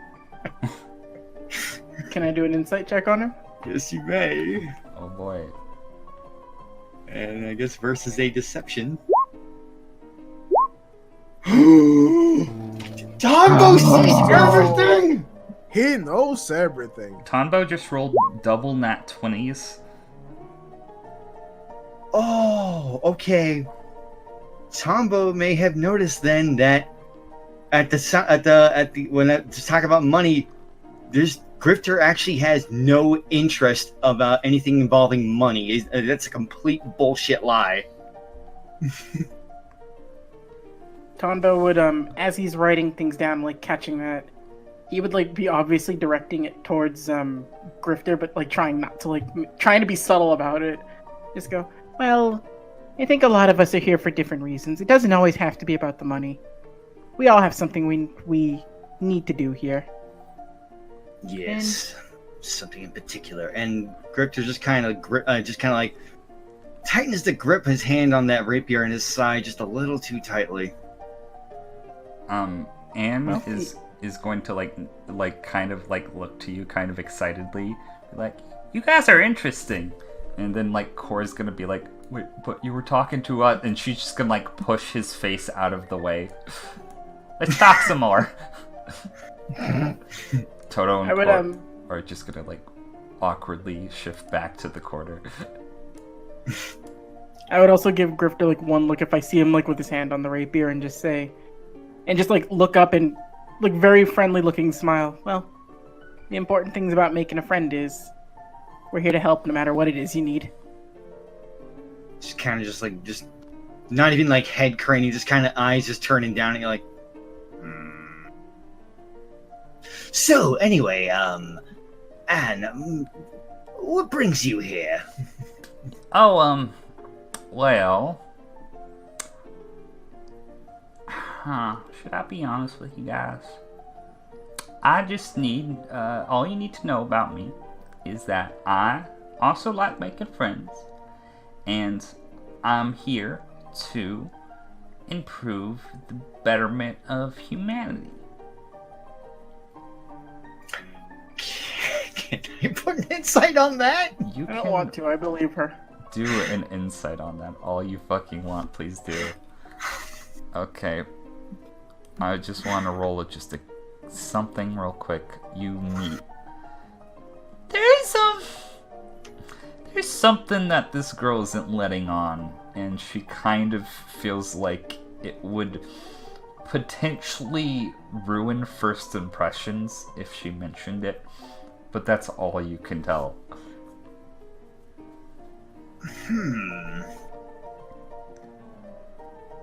What? you know it's a good way to make friends with people. Tonbo, maybe a round of some of your delicious chocolates. Hold on. Immediately, he just kind of like puts the book back in his bag. Again, very detailed notes on that, and then immediately goes into his hat. As he pulls it down, he's like, it's a hat, yet it looks deeper than what you'd expect it to, as he's like fishing around for things. Another dimension in there. Let's see. Where'd I put it? No, that's Raoul. Oh, here we go. Just like pulls out the bag of chocolate-covered beetles. This is a beetle? Yeah, you want one? Sure. She's gonna pop one into her mouth. I like you, man. These are really good. Like you too, Tombo and Fancy Man. The name's Grifter. Grifter do. Grifter. Okay. Well, you know, nice meeting y'all. Koko. Who you? Yes. Who you looking for? I would like to approach this friendly-looking man. Oh boy. Oh boy. You see Well, a very he almost looks like he should belong in a boy band. He has this very kind of pretty but semi-plain face. He has kind of this blonde bowl cut, but like on the body of a very expert gymnast. He has fucking giant muscles, which you can see like from his like sleeveless shirt, and he's currently fiddling around on his cell phone. Oh, hello there, sir. Oh, yep, sorry, who are you? Oh, hello, my name is Kokomoto. Pleasure to make your acquaintance, sir. Nice to meet you. He's gonna shake your hand, or he's gonna shake your hand like kind of, but not really, and then like go back to looking at his phone as if that was the end of the conversation. What are you doing? Is this your first time at the Hunter's exam? Oh, hold on. He's just gonna be like, what you can assume to be texting. Yeah, this is my first. I'm actually from here. Didn't know. Oh, really? Yeah. A pleasure to meet a native then. I've heard a lot of stories about this place.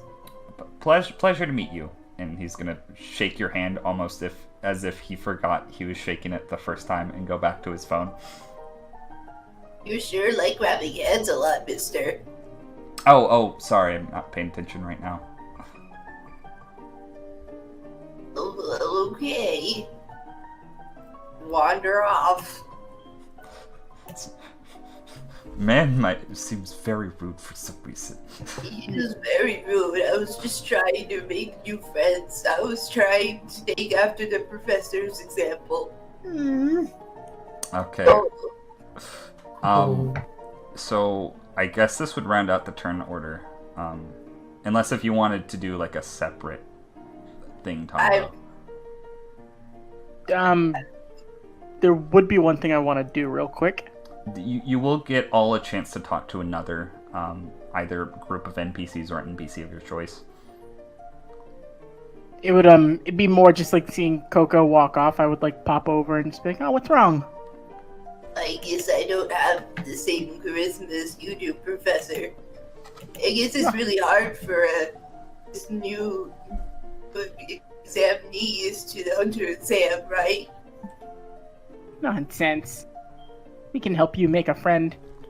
Let's try her. And I just I usher Koko over to Victoria. I don't know about her. Seems a bit scary. Don't worry about it. You see a probably 20-something-year-old girl. She's probably a little bit on the short side. Dark skin, short red hair, and it's kind of weird because her eyes are closed, but on her forehead she has what looks to be like some sort of oil or paint drawn a third eye on her forehead, and she's just kind of like standing still and not responding to anything at the current moment. Professor, I think she's taking a nap. A nap. Oh, she just opens her eyes. Hello? Hi. Hello. I shouldn't meet you. My name is Koko Boto. How long were you staring at me? Enough Only time. a couple of seconds. I like the eye on your head. Oh, thank you. It's a fashion trend where I come from. Really, it looks rather cultural to me. Yes, it's also part of my culture. Oh, well, what culture is that? I happen to be very fascinated in that sort of thing. I am from a culture which has no name. Oh, now you got me really interested. She's just like she keeps trying to backpedal, and then you keep she's basically digging herself into a hole that's getting increasingly bigger. Why in Victoria, what brings you to the hunter's exam? Well, Unknown culture, I want to know these things. I'm a psychic I of am sorts. also asking questions. Psychic. I'm a psychic of sorts, and I came here to refine my powers. That's really cool. Does that explain the eyeball? Yes, so I have a very miraculous ability. I don't know if I should divulge it with you, though. I understand if you don't want to tell us. Okay, since you ask, anybody who makes contact with my skin will get to see a potentially avoidable but discernible vision from the future. Oh. Tonbo's just immediately not touching without permission, but he's in the gesture that he very much wants to. Overhand. Before you do, I must say, you need to know what specifically you're looking for, like asking a question of sorts. And once you do, it can only be something that happens within the year from when you make contact. And she's gonna take off her glove and hold her hand out to you, Tonbo. Before Tonbo does anything, he would look and just Oh, bright smile. Must say before you do anything, you can only do it once. Forgot to mention that. That's important. This won't hurt you or anything. No, anyway, right? no. It's actually beneficial to me. It will let me know of all your weaknesses, emotional or otherwise.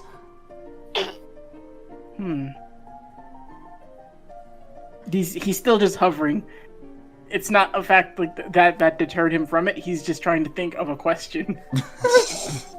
I have a good question, Professor. Will you pass the hunter's exam? That'll happen in the year, right?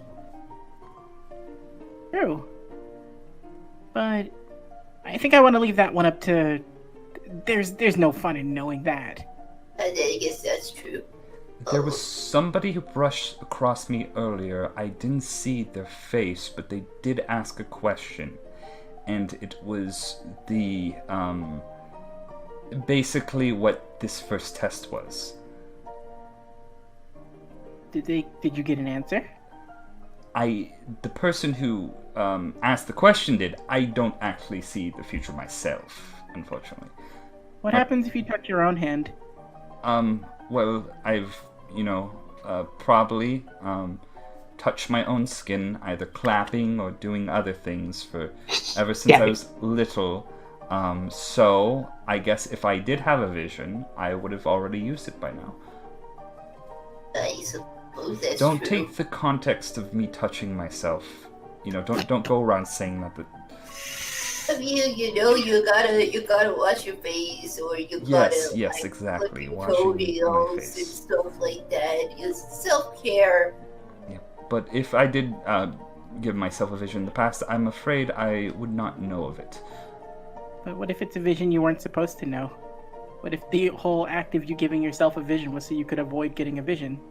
That would be interesting. I don't know. That kind of hurts my head, but yes.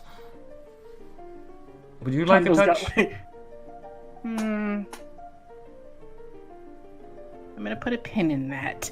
Okay, well, I'll be here unless if either of us gets disqualified or murdered, which I guess is also disqualification, you know. I have a question, Victoria. Yes, yes. Will I get to be my hero?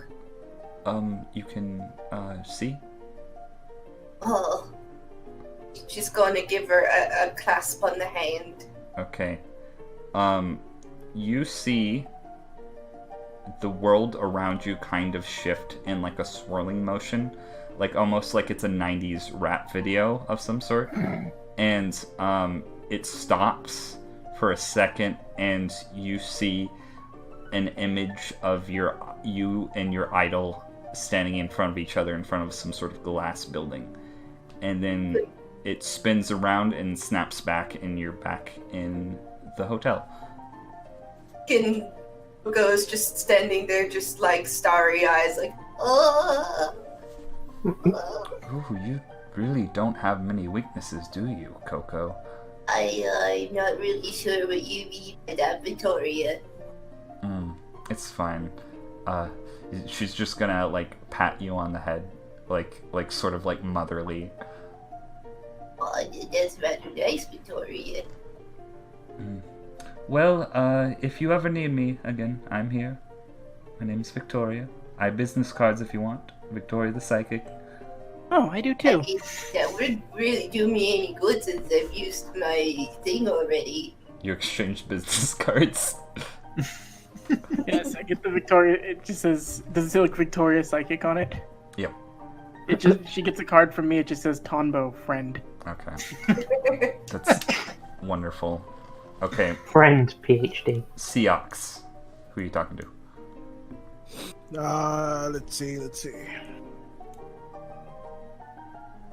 Because my original idea was to get to Victoria, but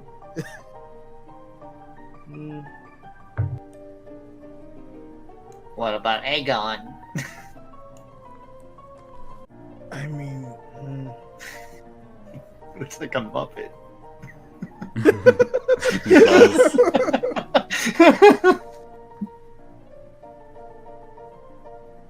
I thought this was the hunter's exam. It is. actually, for me, Yep. I think I'm gonna talk to Cho, because, yeah, Seox wouldn't go and talk to more people that he doesn't know. Okay, that's actually probably a good move. Just gonna be like, hey. Hey, corner body, how are you doing? Oh, I've been better. Just almost died like 5 times today. Just on the way to the hunter exam, so I'm kind of rethinking things as is. I just wanted to ask you, if you are so afraid of everything that's happening, why did you come here knowing that this was gonna be a dangerous trip?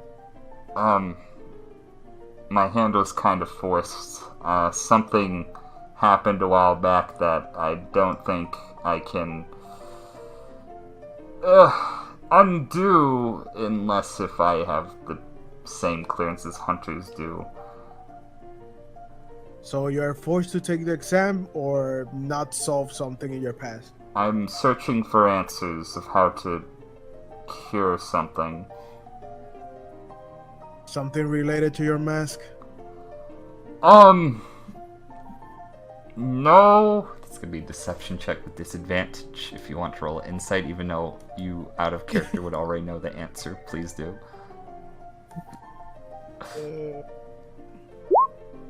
Okay, that beats him, because, again, What? he does not have good stats and rolled very low. Or at least the good deception stat. Yeah, no, I don't want to take this off. Well, the part about not taking it off, I can't understand myself. Taps at his mask. Yeah, well, wouldn't you use something more conspicuous Oh, this is the only thing that I found around, to be honest. Wait, does it stand out? Does it look distracting? A little bit. I mean, it can't be weirder than any of these freaks here. No offense. Yeah, but some of them don't stand up just by how they look. You are basically a magnet for eyes. Oh, am I really? Just gonna... If you could see his eyes, he'd be doing like the shifty eyes, like he's like looking around and like started back into the corner. Oh, I need to find a new mask soon. Don't worry about it right now. I think people here are used to what's happening. So, but just a tip: when we finish all of this, find a new one. It will be easier for you to get around. Believe me. Okay. But as of right now, yeah, just for right now, forget it. I'll take that into consideration. Thank you. You should, as a masked man to another. He's actually gonna like. Again, you can't like get like a read on his like expressions, but he's just gonna like kind of do the bro like hold out his like arm for like the bro handshake.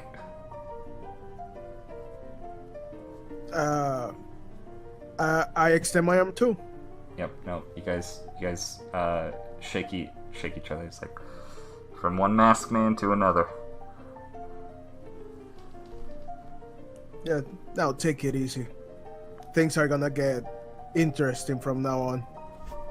I'll keep that in mind. Okay, so Dustin was next, I think. Yeah, Dustin, what are you doing? That's t-shirt worthy. Mask Brothers, and it's just like that manly arm lock. Yes! The Predator handshake. Mask solidarity.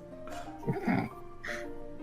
Dustin, you talked to the ranged folk. What are you doing now?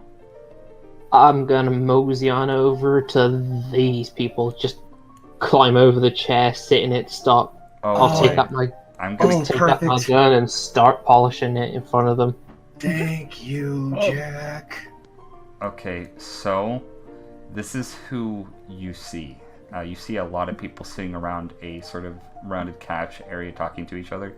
You see a very kind of like what would be like a semi-handsome man in a turtleneck if he didn't have like giant fucking eyebrows and a big fucking nose and a creepy looking human-faced monkey standing behind him.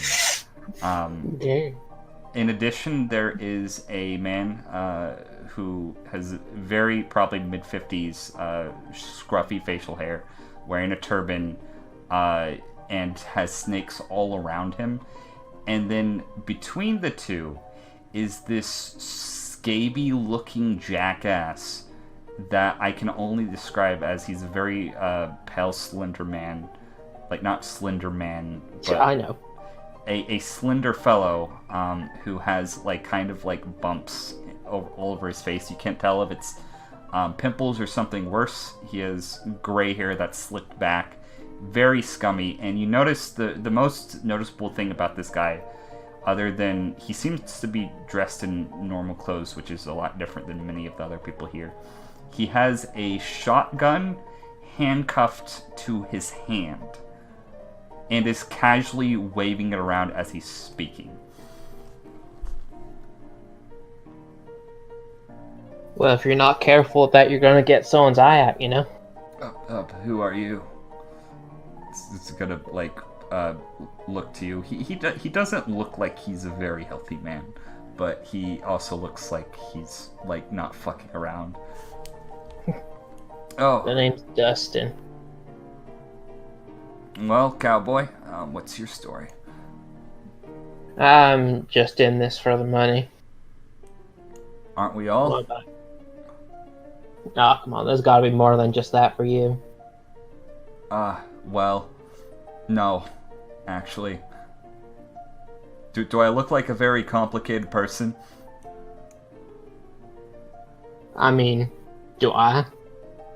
You kind of do. You have like big shark teeth, and it's very imposing. But you know,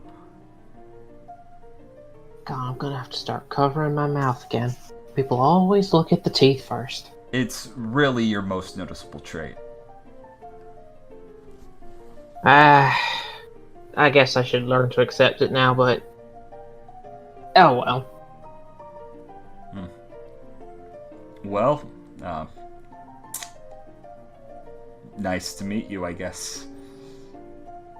Say, do you have any insight into any of the others around here? Oh yeah, well, I do know that there's this little kind of like skeevy looking prick, like wearing like full leathers, has like very long stupid hair, has like these really obnoxious pointing teeth.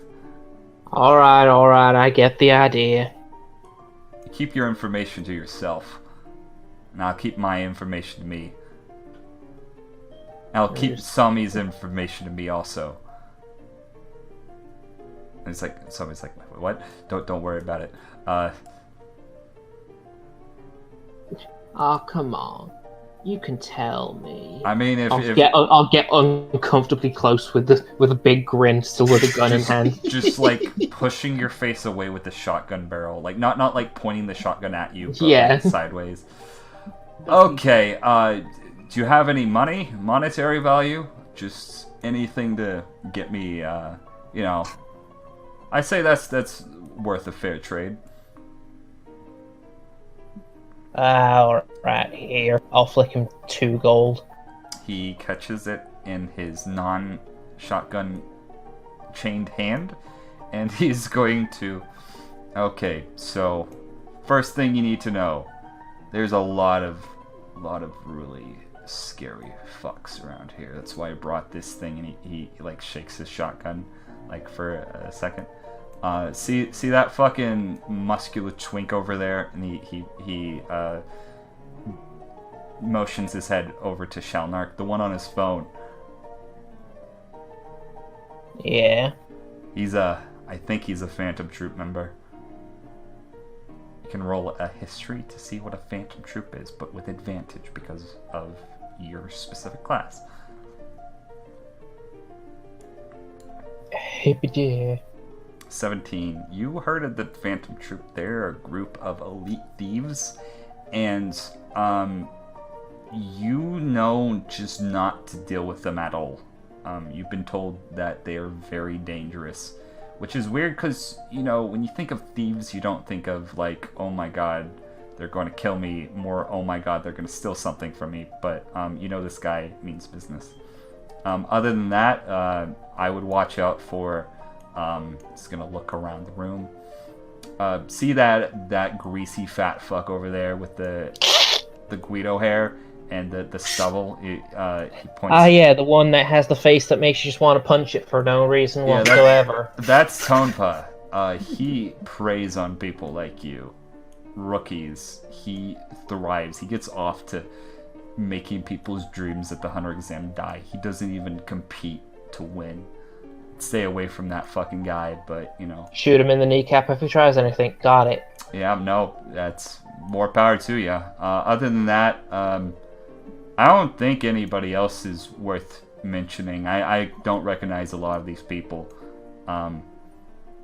There's, I hear there's a psychic somewhere. Other than that, I got nothing. Well, thank you kindly for that information. Okay. So, I want you to roll me a perception check. Oh boy. Ugh. Okay. You notice that there are people standing around you, but they're not really doing anything. Who was next on the turn order? Me. Okay. So, Grifter, you talk to Anne. Anne seemed very nice, but she's obviously not telling you the entire truth. Who do you want to talk to next? Let's see. Just quickly looking around and just noticing over here. Ooh. Just immediate, like, wide-eyed, just like that sly smile, like, mm-hmm. Okay. Well, it was nice meeting you, Anne, but the professor has a... Oh, but before you want to talk about... Oh, he's gone. Well, hello, my complicated fellow. Oh dear God, it's you again. And I just kind of like casually, I just walk up behind you, just casually put a hand on your left shoulder. As you do that, you hear hissing noises, and this man is gonna side-eye you, and he's gonna be like, my snakes don't like you. Oh. That's a shame. I'm rather a large fan of serpents myself. Hey, yo, cowboy, who's Mr. Purple? He goes by the name Grifter. He's a bit of a cheat, so I'd watch out. I told you, I was sold by an unsavory merchant, sold false... Oh, come off it. I'm not one of the kids. Hey, we're all skeevy lowlives here, and somebody's be like, I'm not. Shut up, Somi. You're among, I don't want to say friends, kindred spirits. Business acquaintances. Any use of the word friend would be entirely loose. The other one around here who truly means it is that one over there. Just kind of like, just head shift over to Tombo. The kid? Yes, watch out for that one, actually. He's I don't know what he is, but he's something. Looks can be deceiving with that one. He looks like he'd be an easy mark, but... I just came into this exam figuring that everybody was going to be a super-powered freak, so that doesn't surprise me. I mean, if you call talking to insects... Grifter. Yes. Give me a perception check. Please roll better than an 8. Oh, please let me do better. Once again, I have to ask first. Passive 18 done nothing for me? This would not proc your passive perception. This would just be like... Damn it. While you're at a side glance, specifically. Like... Okay. So I got a 13. Does that give me anything? 13. What did he roll? That was an 8 for Dustin. You would see this. Okay. So this entire wall to the south of the map is all mirrors. You can see everybody sitting at this sort oh shit, how did I not see that? Yeah. And this man is just laying motionless against this couch with a kind of thing pulled over his head. Probably some sort of like hood or hat. You can't really tell, but he's not moving. Just kind of want to just like casually lean and dust him real quick just because I'm right behind him anyway, like, there's something with that one down there. He's either dead or listening in on everything. Why don't you go fucking find out then? Maybe I should. It might save your life later. Yeah, whatever. Love. Goes to him. Oh, but before I go, do I notice anything about just looking at these two, like Scabies and Zombie in particular? Scabies and Zombies. Scabies, obviously, like, Zombie, like, seems like he's not, like, the bottom bitch to specifically Scabies, but he seems like a bottom bitch type person, to where he seems like he is fairly competent, but he likes latching on to people. And I know you probably would have only divulged that information from an insight check, but I'm gonna say because of who you are, and just cause fuck it, why not? He's obviously just latching on to whoever he thinks can get him through that hunter exam at this point. Oh yeah, Grifter would actually know how that was quite well on the street. No, he's like a bitch. I don't give a shit about Sami, so it doesn't really matter that you didn't have to roll an insight check to divulge that information. I'm just gonna say, whatever. Do you go over to Limp Man? Yeah, I just wanted to see if I noticed the handcuffed shotgun before I walked over. You would know. I would say you notice Scabies is kind of waving that thing around. He's not like hiding it at all, but it is handcuffed to his hand, and you do not see a key anywhere. Mental note on that one. Just kind of walk up over here. There is a man. You can see it's more of a trench coat. This guy is like really big. Actually, he's probably about 6 foot. And there's some sort of like giant kind of like almost like sailor's sort of hat that drapes over, like you would see like a docksman wearing in the rain. But yeah, no, he's not moving. It's like, how still we talking? Like, doesn't even look like he's breathing? Nope.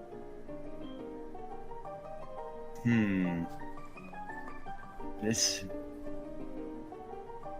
might be one of the dumber things I could try, but... I'll roll a medicine check on him, actually. Okay.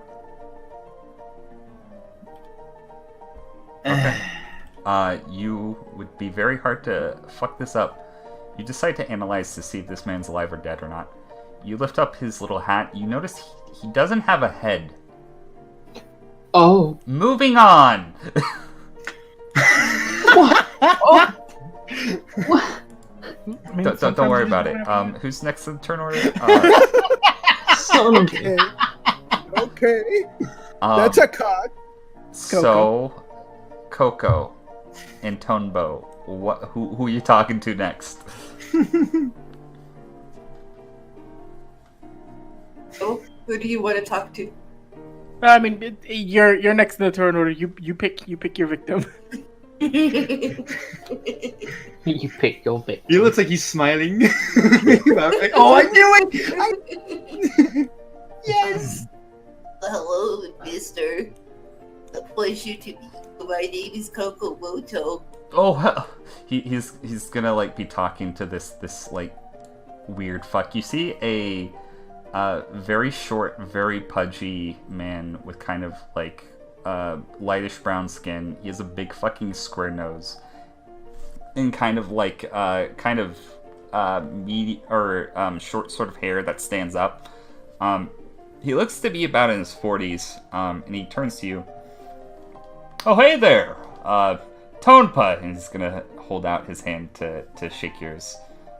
Hello, sir. Pleasure to make your acquaintance. Hey, say, you seem rather new to the hunter exam. But indeed I am. What about your friend over there? I believe the professor is also new. He's just gonna like kind of scramble over his chair. Tonpa, nice to meet you. What's your name? Tonbo. Nice to meet you. We have like the same name. That is so cool. What a coincidence. Hey, you kids need to like come over here. I need to inform you about something. Oh. Insight him? Yeah, or can do I have to naturally be trusting? You can do either. It's up to you. You can either make an insight check or naturally fail your insight check. It's up to you. Oh. Okay, so meets it beats. You see this man. You're like, oh man. There's something off about this man, Koko. Tonpa or Tonbo, you're like, oh man, this guy seems very, very trustworthy and cool. You have the same name. Obviously, this is. Obviously, we're instant best friends. Okay, so you kids need to know there are some really, really freaking wonderful people here, and I think you should meet all of them. I mean, some of those people look really scary. Like, examiner, for instance, he kind of scares me. Oh no, he's a teddy bear. Once you get to know him, see that man over there on his phone. Yeah, I tried talking to him. He's kind of a dick, actually. Oh well, you just didn't get to know him first. I'm sure if you talk to him like lots and lots, you'll probably become really good friends with him. I mean, I don't know. He just seems a little too pretty as well, to be honest. Oh, understandable. But yeah, no. I think it would be in your best interest, to befriend as many people as possible. Wait, that's not what you would say. Fuck. I had this written out, but I lost my little thing. Oh, sorry. I didn't. It's just like kind of frizzing through his notes, like very like drastically, like he's not making any sense at the moment. Oh yes. Okay. So I like you two. You guys seem like good kids. We have the same name. We're basically best friends. Already established that. So I think I'm around your age. No, you're like, wait, how old are you? Pulls out the doctorate and shows him his ID. Oh, well, I'm still twice your age, so, Well, twice the experience, but you're no... Also, Mr. Tonbo, how are you new to this exam, sir? No, I've actually taken the exam numerous times. I unfortunately fail every year, but I'm getting there. Oh, it's so sad. No, I don't mind it. He's just gonna kind of stand triumphantly. I am actually rather proud of the improvement that I've made over the years and the people that I've helped along the way. That is so good for you. Mr. I want to make sure I could do everything in my power to make sure you pass. That goes double for me, and I'm sure Grifter agrees too. Koko, can you help me real quick? What do you need, Professor? You, so I want to carry him over to Grifter and Dustin. What? Just like pick Oh, roll a strength check to carry Tonbo. Koko helps. Can I do it with advantage? And here Yes. we go. Koko, grab the legs. Wait, what are you kids talking? Oh god! It's a 20 to lift Tonbo. You lift Tonbo. We grab Tonbo and I go running over towards Grifter and Dustin with him. Oh dear God! What are they doing?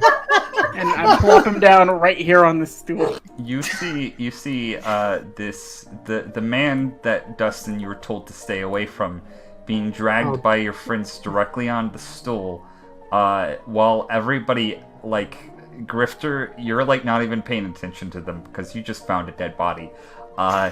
Tonbo and Koko, you would probably see Grifter right now looking shocked at something. What's due? Everything is fucked right now. Two fucking small ass people just dragged a man over here. A dead body's just been found. Everyone, your attention, please.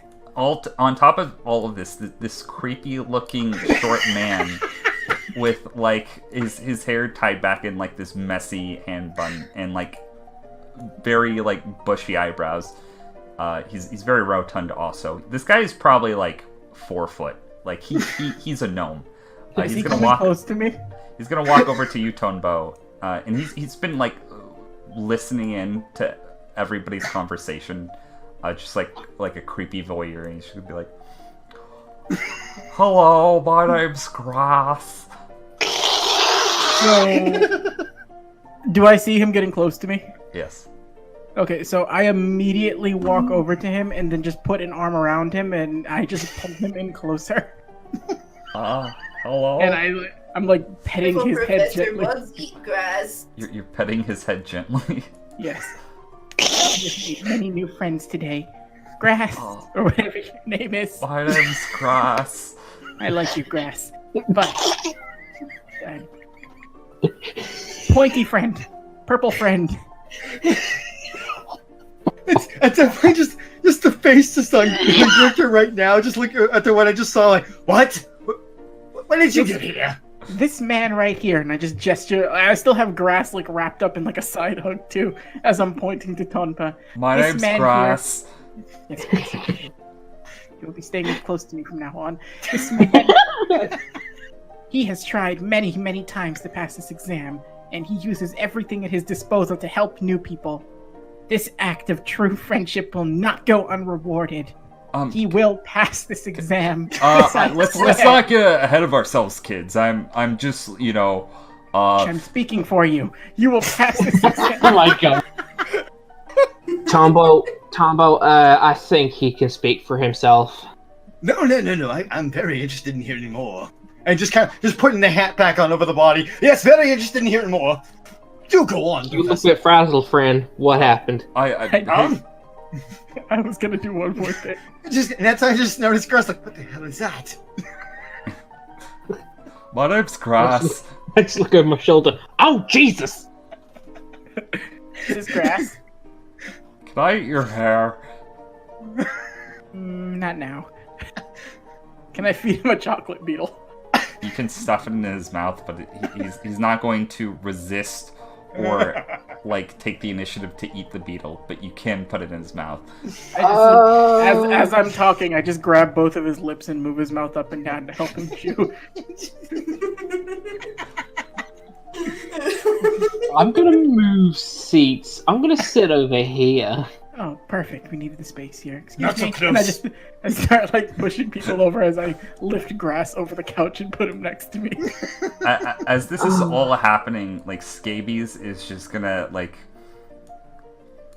fuck it, I'm out. He just walks off. Oh no! Oh, Zombie's just gonna stand over the couch. Like, no, don't leave me. How close is Grass to Bourbon? Grass is like right next to Bourbon, but his snakes are like up. His snakes aren't hissing at Grass, but they're like trying to get as far away from Grass as possible. I would think the snakes would like to be in Grass. No, get back in there! Get back in there! So what's the story with this man, Professor? Oh, this is Tonpa. He has a similar name to me, so we're obviously best friends. Obviously. Are you all rookies this year? I believe. Oh. Mayhaps. Oh, wonderful. Well, my name is Tonpa. I am a veteran of the Hunter exam. I've taken numerous times. I look forward to giving Don't you cry for me. pointers and doing my best on the Hunter exam by my own merits, not by the merits of others. Oh, nope. See, that's not happening this time, Tonpa. And I just happily stand up and you see, you give back to everyone as much as you possibly can. This time, you will not give a single pointer. We're gonna help you pass. This is all about you this time. If anybody besides Koko and Tonbo want to roll an insight check on this man, you can. I mean, I probably already have a fucking... You would get to roll with advantage because you're specifically warned about him. So, Koko beat him, so that means I definitely beat him. Okay, both 14s. You notice this man is like fake laughing and sweating nervously right now. He obviously is very worried about what the fuck they're saying right now. They just carried him over to this spot. I just want to just quickly look at Dustin, just kind of do the look at Tom, and just kind of just look at Dustin, head nod.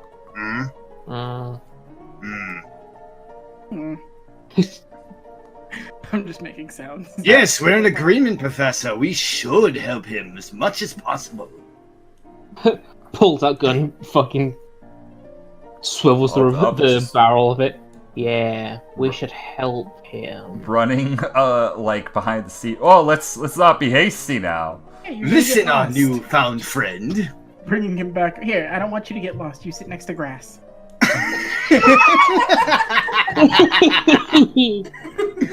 Grass starts actually biting at his hair.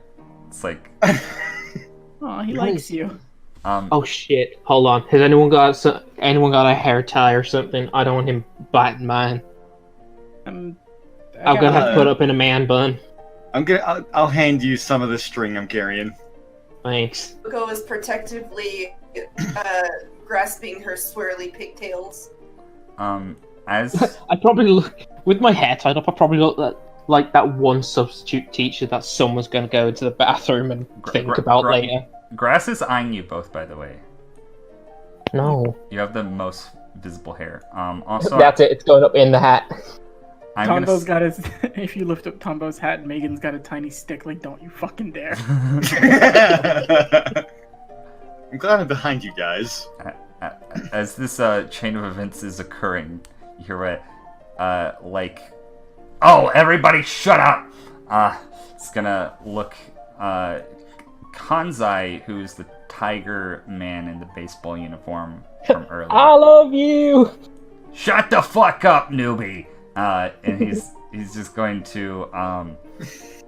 My watch says it's time for their hunter exam, so he's going to pull out. I'm going to mark this on the map because this is important. Let's do shapes. Draw shapes. He's going to pull out 4 kind of like painter's barrels.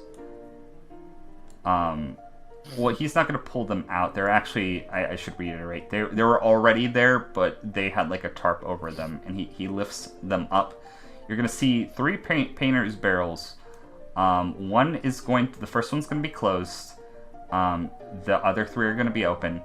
Okay, first phase of the hunter exam, and take these rules all into account. Okay, 1. You all pass or fail based on each other. Either everybody in this room passes or everybody in this room fails. Oh, that's good news, isn't that right, Tonbo? We gonna be 2 you pass.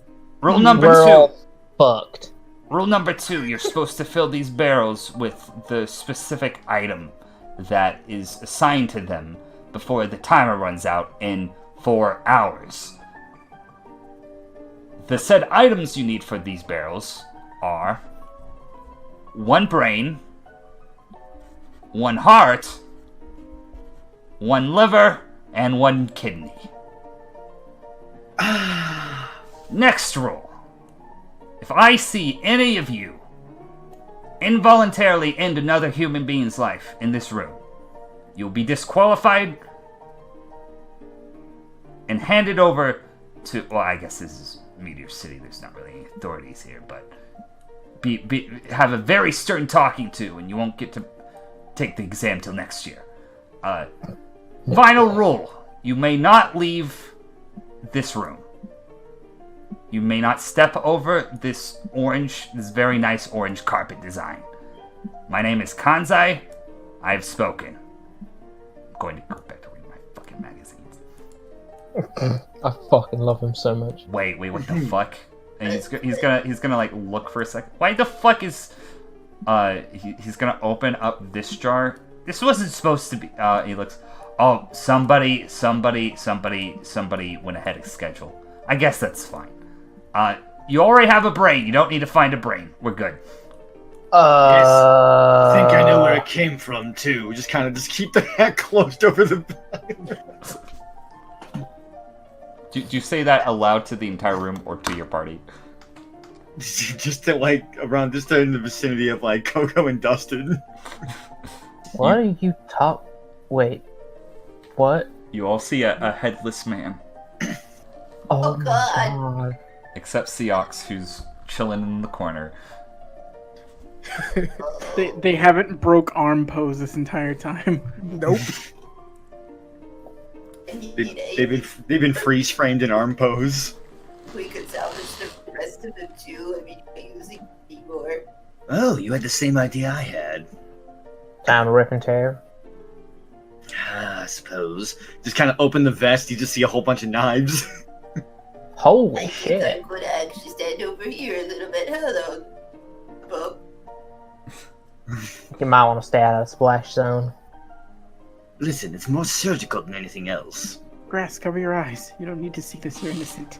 I'm gonna roll a stealth check. For some reason. You're innocent. Okay. What's? Did I break you, Jack? Oh fuck. Tonbo, the second Grifter reveals the dead body, Tonpa, Sami, and Bourbon are all going to run the fuck away. Can Tonpa get away? You would see him with your passive perception. I'm going to say this would be a passive roll for this situation. He's just got a vice-like grip on his He shoulder. had to get past those three. Do I have to make a strength check to keep him in place? You would. All right, I'm fine with that. Is Koko helping me while I do this, or is this just me? Yes. Koko can either help you or roll her own roll. Stay with us, friend. Let's go. Have to stay within helping distance at all times. I'm having So to offer Koko's help, that's advantage. 21. Keep your ass sat down. You grab Tonpa by the leg and his face slams into the floor. I imagine it's more like he's doing that running thing in Scooby-Doo, but I've still got his shirt. Yes. Yeah, no, let's flavor it like that, you know. You guys have a dead body, Seox, at this point, just so you don't feel left out. You see your friends grouped up around this area, and if you really want to, you can probably roll a perception check from this distance because of the mirror. Yeah, let's try that. Hey kids, you want to see a dead body? I'm so glad I checked on this guy. 13. I'll say you see them, all your friends, like, causing a ruckus and people are running away from them. What bugs do I have on me to make Tonpa's life miserable? If I see the ruckus, I'm gonna go ahead and basically come here. Guys, what's happening? Well, I think Dead guy. dead body, which Yeah. fortunately at least we can fill the boxes without any issue. See, yes, someone started the game ahead of schedule. Then why is everyone else running away? Because They dead don't- body. They must not like the smell. I don't know. Grass seems okay with it. My name's Grass. Be careful about grass. He might actually try to eat it. Cover your hair. Grass He is likes cutting me. hair. Look, he likes Tonpa. just like doing that. What's that one kid like in Hey Arnold? Close to hell and Brainy. just breathes. Yeah. Tonpa at this point is grabbing at your legs. Kodo, please, if you have any fucking shred of humanity, Okay. get. So Let me leave. Let me leave. I'm gonna go Get these people away here. from me. I'm gonna go here, and I'm gonna. Enough of that, grass. I'm gonna- You're a very naughty boy. I'm gonna say to the guy, "Excuse me," and go past him. oh, sup, dude. Oh, yeah, no, you can go there. I'm just gonna go over here. Don't What worry a about me. Chad. Is that Chad Doe? I'm gonna go over here, and I want to check the body. Grifter, do you lift up the hat, exposing severed head? Yep. Oh, well, I guess it's not a severed head, it's a severed body. The head's nowhere to be seen. Also, Victor, I might want to make sure that the examiner knows you didn't kill the guy. Otherwise, you're going to be disqualified. Much appreciated. So, I mean, does any- everyone saw it. so anyone knows how to dissect a body? That way we can take the organs out of this one. It's not quite my specialty, but maybe with some assistance. Oh, I kind of know how. Oh, good, right, Professor. Actually, you'd be very useful for the situation. I'm And- only useful when it comes to things that have already decomposed. Need a blade? I have a question. Yeah. Grass? Mr. Cowboy, I have a question. No, you can't eat my hair. No, I have a question about the past. What is it? Why, if the man has no head, he kind of does a spin. And we need his head for the exam? How did the person know to take off his head before our examiner told him? Someone gave him a heads up. But who? Could be related to the psychic lady we met earlier. Yeah. Apparently someone Oh, I don't know that. asked what the first leg of the exam was. Maybe he got too much information. Yeah, someone big bumped into her, she said. Wait. As you hand Tonbo a knife. I did hear there was a psychic here. Does that Wait, mean they're real? Psychic? And I was like, I'm just looking at like, which one in particular do you want, Lord Stabula, or do you want Stabby, Jabby? Oh, this one, Ivana Stabba guy. Oh, that's one of my favorites. That one came from overseas, actually. Should I assist you with the medicine check, or do you want me to make the medicine check myself? I'm going to say I'll be assisting you. Okay. It's a German blade. Oh my god! And just that, like, let me give you a. Oh, you've already started. You Fucking see Tonbo's sick. face, just like when he was writing in the book. Like kid-like face completely disappears. Dustin and Seox and Koko, actually, you'd all be in like the area to see this. Just super serious, almost like you can't break professionalism on his face as he just goes through. That's a useful skill. So Scary. are you harvesting this man for organs, by the way? Yes. Yes. Okay, you find a liver. You do not know where his heart or either of his kidneys are. I managed to separate the liver without damaging the internal arteries, but the rest of him seems to be either already gone or decomposing, so I can't get it. My name's Tonbo. Or even hidden somewhere else. Professor, can you discern in what way this man died first? Was it the decap? I'm gonna say with that nat 20 medicine, it was probably the decapitation. But the weird thing about the decapitation, there's like blood, but like the person who didn't manage to get no blood on the carpet around him or anywhere near anything other than like the body and the trench coat. Murder mystery. We need a bit out of my wheelhouse. We might need a couple more brains in on this one to figure this out. I know, Tonbo has experience. I already have one brain. No, Up we over won't there, be Professor. asking him. Nah, it was just a joke. But however they did this, they didn't get any blood anywhere, which is odd. So it's either someone has a way to. Well, no, there's no way you can like manipulate things like that. I don't think. Although I did meet a psychic. What's this about a psychic? Oh, Victoria. I heard there was a psychic here. Oh yeah, Koko, I think tried it. And the other which piece of one is- information, the other piece of information I had was not to trust that guy that's talking to Koko. Ooh, But Tonbo. anyway, Tompa, I decided I wanted to become a famous archaeologist one day. I don't care, kid. Just let me go. Do you Yeah, we have can't to see my trust him. collection of impressive treasures? I would be impressed. This Tonbo, is which my one's your area? punishment for so many years of wrongdoing. You've done nothing wrong, Tonpa. You are a stand-up gentleman, and I trust you. Are we hearing all of this? Oh yeah. Yes. Well, I think he's getting his punishment if he's prone to wrongdoing. You do. Well, no, Tombo's like actually busy right now. But which one was the psychic, Tomba? Victoria, she's got the eye on her head. The one with Pretty the nice. eye. Maybe we should ask her. There is the thing, something about something that comes along with getting your future told. What was it? Something about a weakness. I think she can see all that. That is not very good. That is good information to have. Thank you.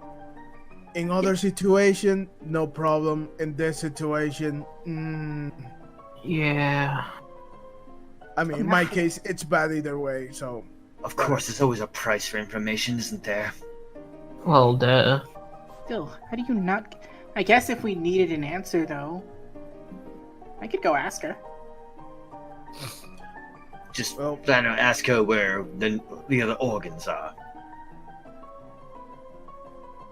Let's get that liver first to the barrel. Yeah, let's get that to the right barrel. After you, Professor. Right on. And, so it's never been able to be demonstrated properly, but I finally get to show this off with Tonbo's insane level of movement speed that I have for him. Oh boy. You immediately see almost like a shockwave in the ground as Tonbo just like kicks off and leaps right over near the barrel in like Holy less than a couple shit, seconds. Speed Racer. And then just puts the liver in there. He keeps some... Campaigns kunai. What? Oh. This guy keeps some surprising me. What the hell? Hey kid, where you find the liver? In a body. Okay. Just Who's goes back talking to me? Wait, the body... Did you kill a person? No, it was already the dead. Okay. The dead. He God goes, damn it. He goes back to reading his magazine as if that's a proper, like he doesn't give a shit at all. God, I love him so much. He's so cool. Also, like you would notice at this point, he is reading some sort of auctioneer notebook or not magazine, like selling like music. roadside treasure sort of thing. Can I can I investigate it a little further to like specifically see what he's reading? Yes. 21. Ooh. Oh. Tonbo is just getting all the good rolls tonight. You kind of, as you're putting the liver and he's not paying attention to you, you kind of see he's looking through a list of auctioneer prices. And kind of like doing like a little math on the side. Oh, you looking to buy something? No, I'm seeing how much my stuff sells for. Ooh, what are you selling? I'm a golden monkey, among other things. I'm a treasure hunter. I don't usually auction what I find. Usually ruins the, whole thing of treasure hunting. But that's what he does. And I just like point right over to like Dustin. I haven't remembered him talk about that before. Maybe, He might know something. He might know something about what it's worth. Maybe if he doesn't die, he could be a helpful resource. Can you lead me to my, this? Yes, and just turns away. Okay. I'll say for experience sake, you can like bring Victoria over. Oh. If you want. So do I ask her to come, or is this just me picking people up again? It's up to you. You can try both. I will walk up to her and say, Victoria. Oh yes. Can I call it that favor from earlier? Sure. For the future. Okay. Please follow me right up and lead her over this way. She will follow you. Okay, good. Oh, I want to be. Hello. What? My name is Victoria. I'm sorry. Oh, howdy, ma'am. The professor's brought back another one. I'm gonna go help Koko. You guys do your thing. So anyway, What? these are my bugs, and I just lift up my hat and put it on his neck. Tonpa like does like the 1,000-yard stare as he is getting ready for a fresh new level of hell to experience. Tonbo, you look like you don't feel so good. You have ginger. He's just babbling at this point. Hello everybody, my name is Victoria, I'm a psychic. You said your friend wanted me to bring me over here. Did you find a solution to the organ puzzle? Well, we found Sorta. one anyway. We found a dead body. Oh, that's not good. So, I'm guessing you heard when when the Tiger Man said someone had already started. Oh, and Yeah, this dude was found without a head, so I guess that means the brain part was already done. Oh, she's just gonna be like going like systematically. Oh, I involuntarily caused this. How Do so? you know about my psychic powers? Yeah, we were told. Do you know the rules of them? Roughly, yes. Rather a steep price. They didn't give. Oh, the kids didn't give us a lot of info. You can see they are quite energetic. Yes. That's why I thought it'd be easy to get them to take my fortune. But that orange-haired one scares me. She doesn't really have many weaknesses. Yeah. They both are specimens. She sliced a tree in half with a shovel. Well, I am a fair woman. I don't know how you want me to help, but I did not see the person who brushed by me and got that information. But odds are they're the person who murdered this contestant. Don't you get their weakness in the process? Yes, I do get their weakness. That might be helpful to us still. They have a crippling insecurity. It's hard to tell. It's Fuck, I swear it wasn't me. It's somehow linked to their own species. Species. Yes. I'm looking at grass. Grass. Grass is like at this point he's just like looking through the dead body's pockets. Slap his hand away. No. Bad grass. Grass is gonna back Do up. you mean species like humans or something like? I believe this individual is human, but it's kind of hard to tell sometimes. Sometimes the weaknesses could be more vague than others, but usually they're emotional in nature, which, you know... Hey, Dustin, do you think maybe those two individuals that was sitting next to you before? I mean, maybe. No, okay. I have my eyes maybe on the ill-looking one with the gun. I've had my eye on him too since I saw him. The hillbilly with the shotgun, do you think he could have systematically taken out somebody like this with nobody noticing? This seems way too precise for him. Yeah. I'm gonna ask you a question though. Yes. How long ago did that person brush you? It was probably, I'd say about an hour before the exam started. So before we got here, if you even noticed when we did. I'm afraid I didn't, but it was, I would say there's we're half as many people here as there are now.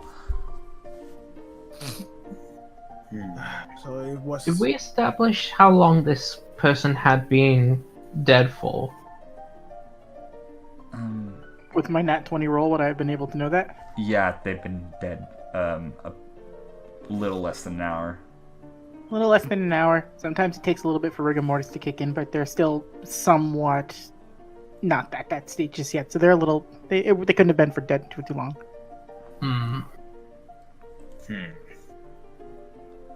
And I'm not sure if there was much movement before we got here, so... I think maybe they were dozing and someone just came along and just snapped it right off. It would have to be someone with some great skill. Like, my mind goes maybe to that one fellow we were with. The one who joined us in our ride here. Yeah, but Hanzo was with us, though. yeah, the one who brushed her was before we got here. If it was an hour ago. Yeah, but Grifter, you saw what he did to that old man. He disappeared that man. He is very quick. He seems really dangerous, actually. So, even if I still prefer to have him on the suspect list for now, as well we try to finish off this part of the exam. Let's just be sure to keep our friendly demeanor with him. Yeah. Oh, by the way, 1 hour has passed. Kanzai yells from back there. That is Shit! all. Shit! Okay, we gotta find It's the rest of the stuff. I think so this too, thing. Noodle. Can I make just a basic investigation check, like looking for either any traces of organs being hidden or somebody that may have blood on them? Sure. I want to do something afterward. Okay.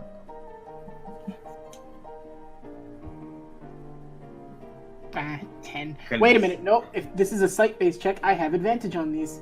So. Damn! Yes. You're good. Yep. Based on my primal sense, I have advantage on all site checks. Yes. Shit. Very, very good. Well, I guess you couldn't hear blood. I guess you can technically smell blood, but again, this is only going to be within people within your viewpoint. But 18, I'm gonna say you're gonna probably see some blood on. Okay, you'll see some blood on scabies.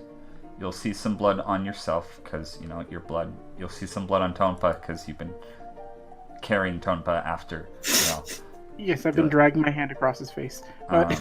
You Yeah, probably people will see some blood on grass, and I'm trying to think who would else be in your eye shot. You would see, you know, that with an 18, that's probably all you would see. So basically, you see speckles of blood on the side of Scaby's face, and you see some blood dribbling from. You didn't notice this before, but dribbling from the side of Grass's mouth. Okay, that's normal for grass, but... Are you sure? Seems about right to me. Listen, you guys haven't been through what me and Grass have been through. My name's Grass. Yes, we know. Like a poet. I'm just playing it up a little bit. That one has blood on him. Don't know if that helps. If I notice Tombo heading the way of scabies, I'm not letting him go alone. Okay. Walking towards scabies. Excuse me, Headless Joe. I don't think manners matter to a dead guy. What do you freaks want? Hey, you've got blood on you. Yeah, what of it? Do you know where the organs are? What organs? The ones needed for this exam. Are we not supposed to get them from other contestants? That's how you get disqualified, actually. Well, yes, but doing very hard mental jumping jacks inside. Okay, yeah. Look, kill, bad, in this case. Well, I don't know why you're looking at me. I think you're profiling me for some reason. I think it's because I have a shotgun in my hand. No, it's the small trickle of blood that you have on the side of your clothes right there. And I point directly at it. He basically lifts down his shirt by the collar, and you see little kind of sort of beads on his neck, like growths. I scratch this too much, and sometimes it gets on my shirt. Well, that's a new one. It's very disgusting. You gonna judge me for it? They don't call me scabies for nothing. Oh, that's what scabies is. You. I thought it was like bees who played ska music. God damn it. Tonpa, actually roll me a general intelligence check. Well, Tonpa's over there with Koko. Not Tonpa. Tonbo, your names. God damn it. General intelligence. General intelligence to know what scabies is. Scabies are a parasite that crawls under the skin. You don't know if this is what scabies has, but it's probably where his name comes from. You would know scabies because you like bugs, and that's about it. I walk up. All right, fine, I would make the ska joke then. I would see and like, oh, that makes sense. How long has it been since they burrowed in there? What do you mean burrowed? What? You don't know where scabies comes from? It's like a cool ska band about bees, right? Oh, you've got insects that burrowed into your skin. Wait, what? Yeah. What? It just like starts freaking out and like thrashing around. Oh, little rascals. Oh well. There's another one for you to catalog, Professor. Nah, I've got those. Hey, do you think if he offs himself, we could take what we need from him? I can ask. I run Do over. you think maybe the human shell over here is housing thing? Roll me what's your AC actually? Oh god, my AC is No. Well, actually, both of you would have to. What's your AC? Ew. Oh, 14. He's not gonna 16. hit you, but he's swinging around rapidly, and his shotgun nearly smacks you both in the face. 16 for me. So. Yeah, no, he rolled not good to hit, even though he wasn't trying to hit you guys. So I duck and my hat stays in place until I stand back up. Yeah. But I'm having so much cartoony fun with this boy right now. Right? Very cartoony lad. Okay. What's your next course of action? So can I do the thing I was gonna do? Yeah, what are you gonna do, Luis? I was gonna ask Victoria. So one last question. Yes. Do you know if the anxiety was gonna be showed or if he's hiding it? I believe the person whose greatest weakness is their own insecurities would probably try hiding it from other people, if not for their own benefit as like a self-conscious defense of sorts. So I would probably be assured that they are hiding their own insecurities about not liking the fact that they are human. Could literally be anybody in this room, including that frogman behind you. And Grass is just gonna go. "Ah."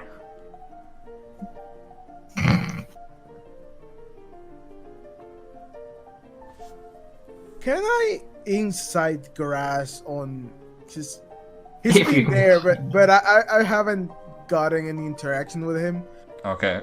Now that she said something that I'm like suspicious if he's making a fool of himself just to hide something. Okay. Look out, Seox. He has a permanent 20 deception. Nah, he's got nat 20 charisma because you get lost in those eyes. No, I think those eyes get lost across his face. So, can I insight him? Yes, you can definitely insight this person. Oh! Yes! Guys!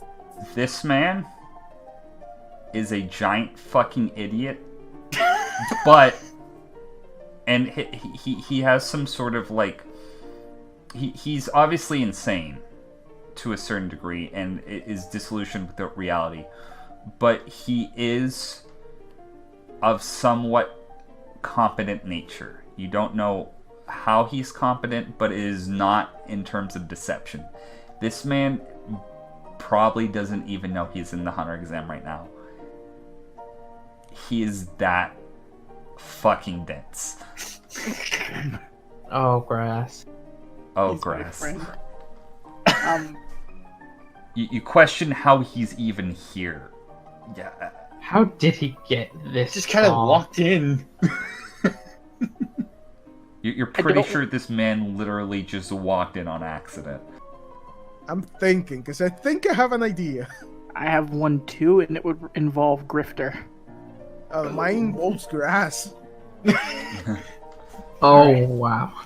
I don't see a difference between the two, so we'll both be able to work with one of them. Well, you're gonna hear him either way. So, Grass. Oh. That's. Did you get a good idea on how that blood tastes on this dead man? It kind of tastes like the food I found underneath the couch cushions. Oh, no. did you what did he say? Like, he grabs your hand, like a toddler, even though she's probably twice your age, and he escorts you to this couch cushion, and he lifts it up, and you see two blood stains. Oh, fuck. Tastes like that.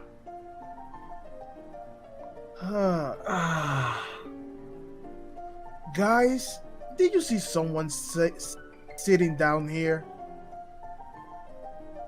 Yes. Oh, I already ate it. Don't worry. No, you shouldn't have ate it. Grass, can you throw that back up? We need it. Can anyone perform the Heimlich? If it's a medicine check, maybe. Oh god. I could try. Yes, please. Go punch him. Just go punch him and make him throw it up. I am assisting Koko. Okay. Well, at this time, I'm looking at Dustin, even though I have a mask. But it's like, I don't know the Heimlich, but I do know something that'll work. So you make him puke. He pukes out something that vaguely looks like chewed up human internal organs. Which, like, I just want to point out, you can, because you got that fucking Nat 20 Seox, you know this man isn't a psychopath. He's just not in this state of reality, and he probably ate them not knowing what they were.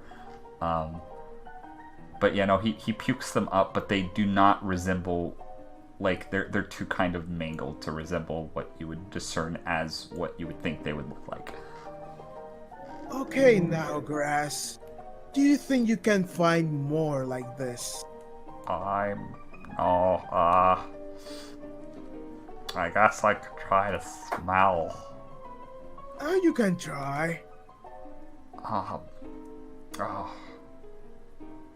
Grass rolled a very good check, and he has good perception, so Grass is going to fucking crawl over this chair, stumble, land face first.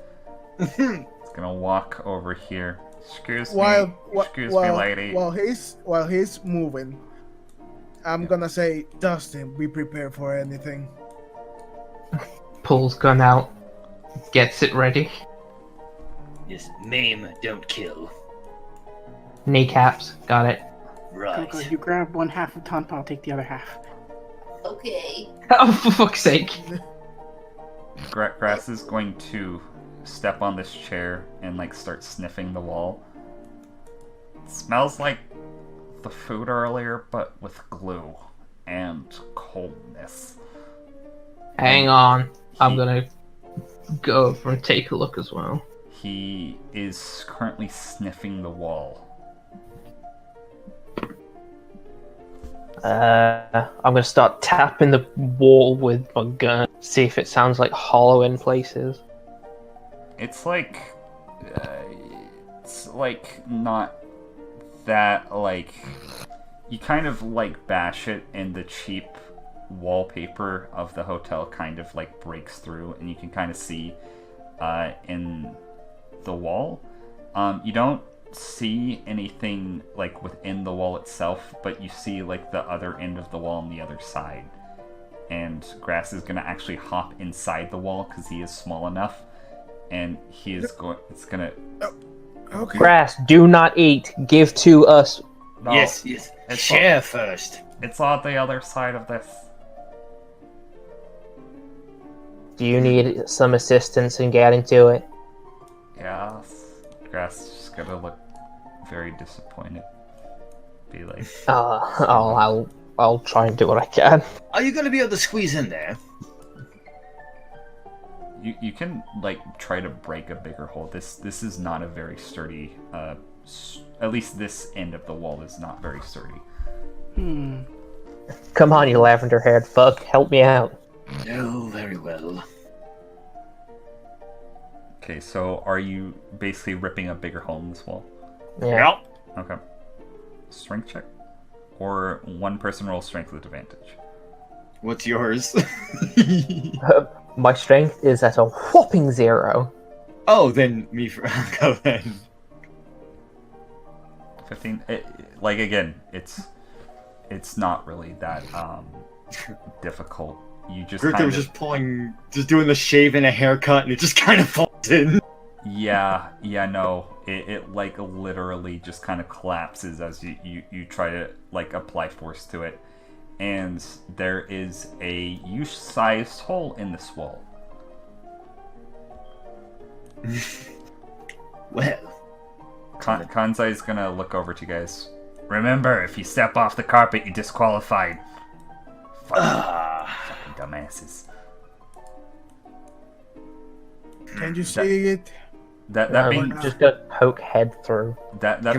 Okay, so basically what it is you know how like with walls in buildings, there's like one side of the wall which is usually a set of like wood planks or something, and then it's hollow in the center, and then there's like another set.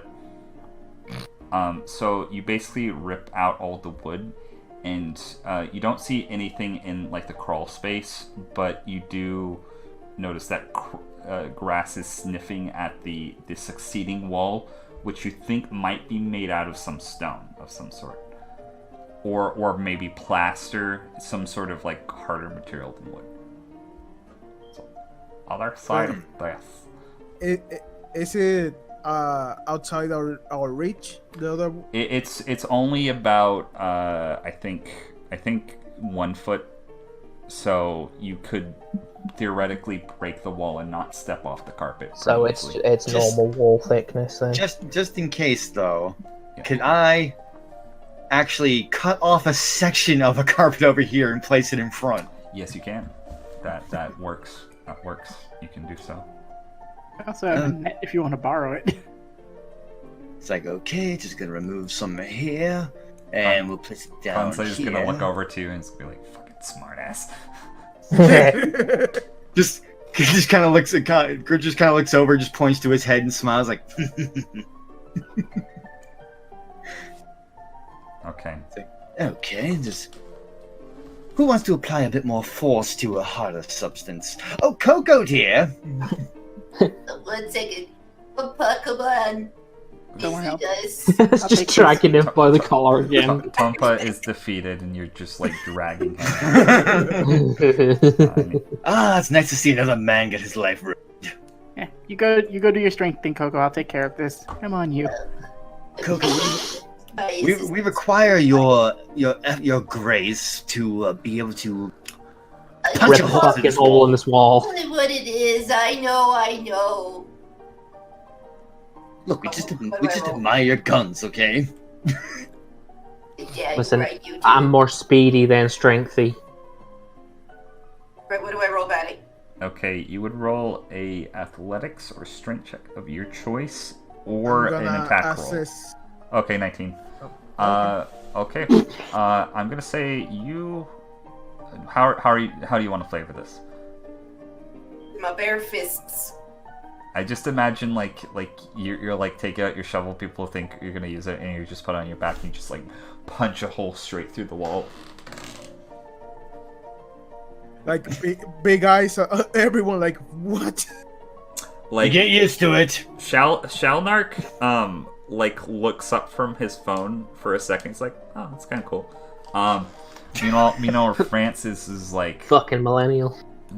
just gonna go over here real quick. Why does he look like scabies? Noodle, I just realized something very important. What? You and me together are the Toguro brothers. God damn it. Yes! You finally! Oh my god! You inadvertently become what you hated. God damn it.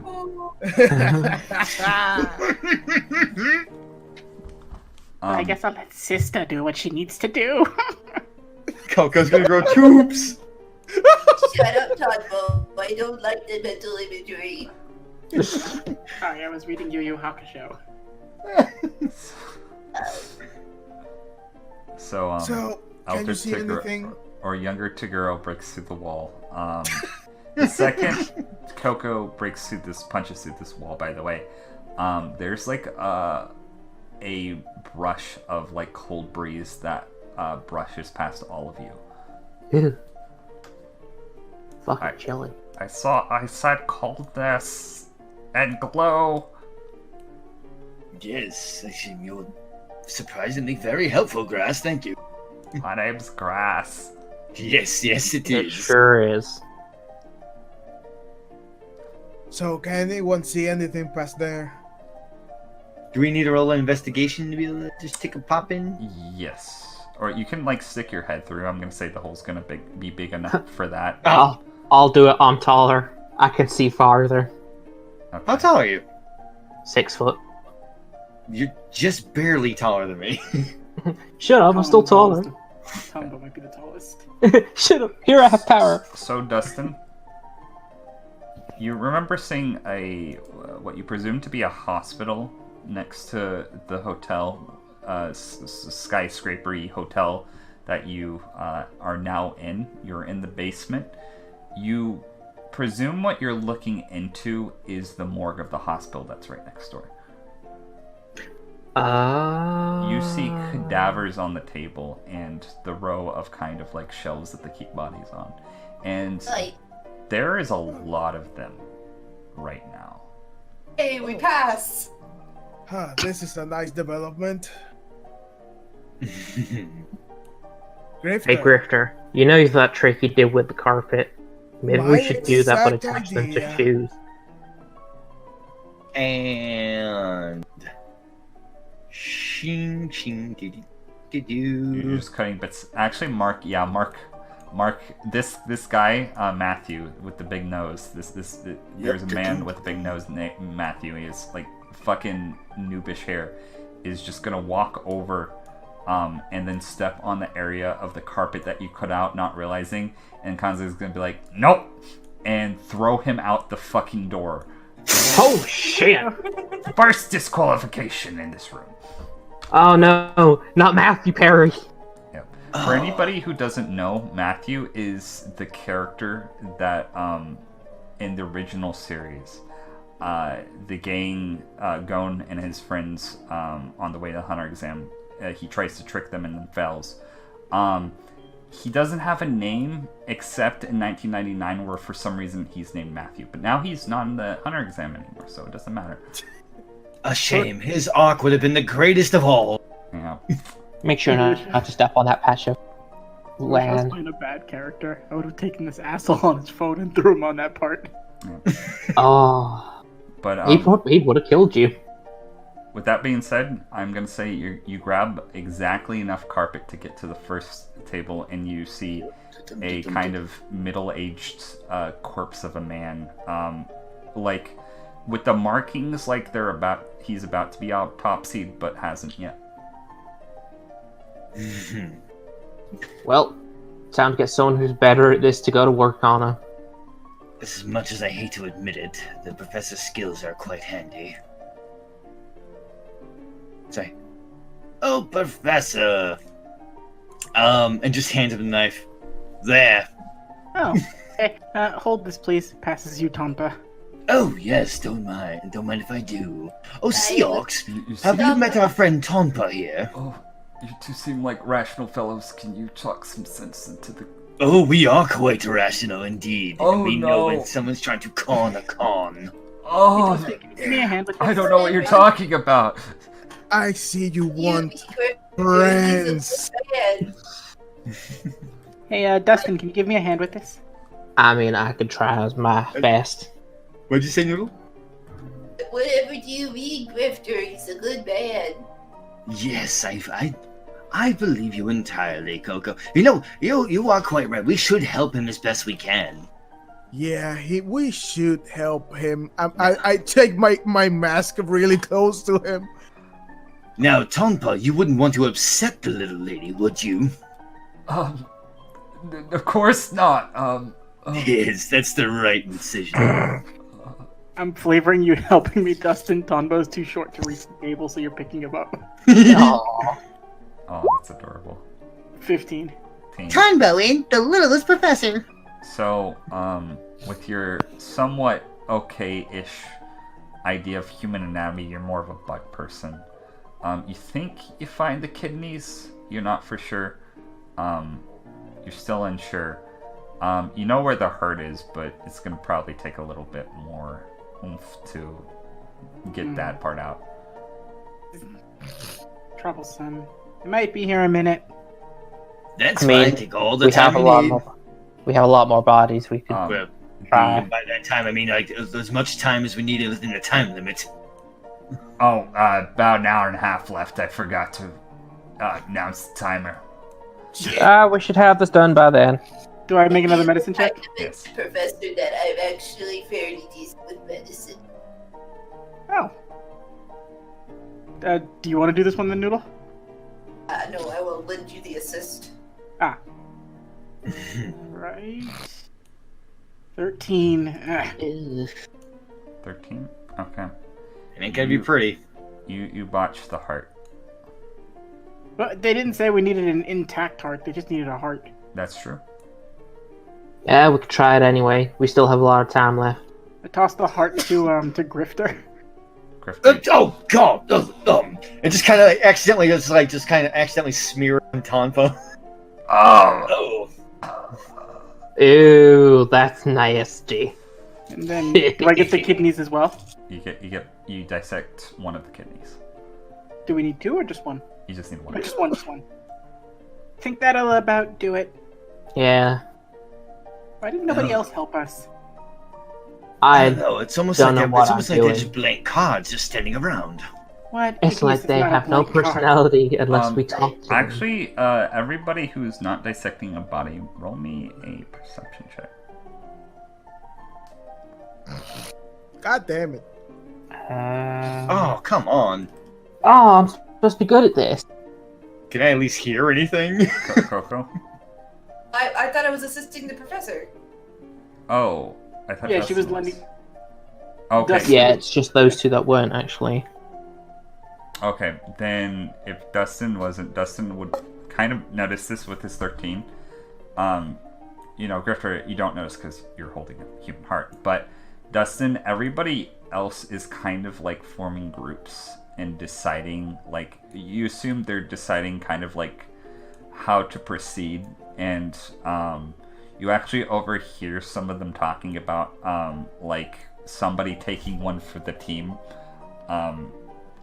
Basically, what you can gather is that some people are planning on enticing one of their group members to make a self-sacrifice and murder somebody for the heart, and so they can participate next year.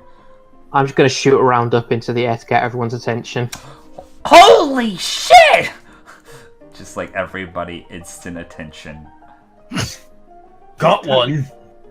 This tiny We've small already man. fucking finished this. We just need to put these in the barrels. Yep. A small childlike person, fucking face to upper arms covered in blood, just walks over. Like everybody like moves out of the fucking way except Anne, who's like clapping. And you. Thank you, Anne. You go up to the heart barrel. It's closed. Well, was it already filled? You can look if you want. And investigating that. Same. Ooh, 9. I am What did it? Your investigation was looking in a barrel to see if there is a heart. There is a heart in there.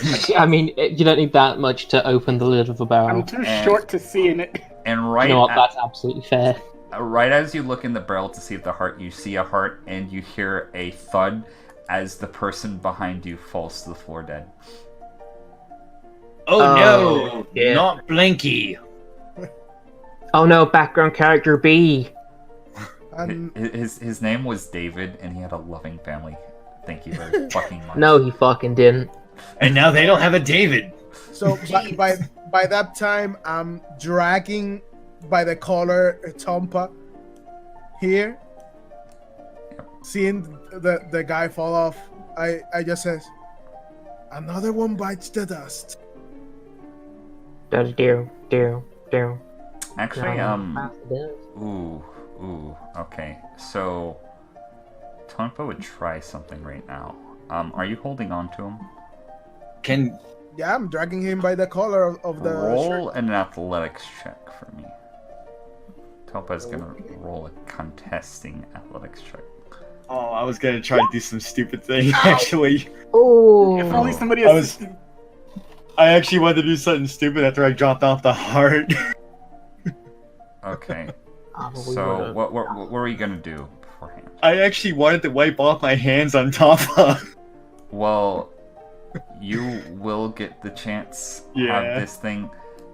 So I'm going to count this for your ace. No, this would be a dex-based roll. Tonpa is going to try to grab the kidney from you. Whoever's holding the kidney. Would that be Grifter or Tonbo? That's Tonbo. Tombo. Roll me a contesting dexterity check. Would I be able to see this and Yeah, try I'm to directly resist next to Tonbo. Tonbo? You can. Tombo has advantage. Be a Okay. dexterity check or a dexterity saving throw of your choice. Okay. Tonpa is going to grab the kidney from you. What are you doing? You son Back of- up! Back up! Oh, fuck. He nearly trips over this. If we don't put this in the barrel, nobody wins the exam. You do know there's a whole morgue full of corpses back there. We literally could just go grab some more. Yeah, I take you could just shove all of What those you people in did the is barrel literally and that would just count. pointless. Oh, I didn't. Not very bright, are you?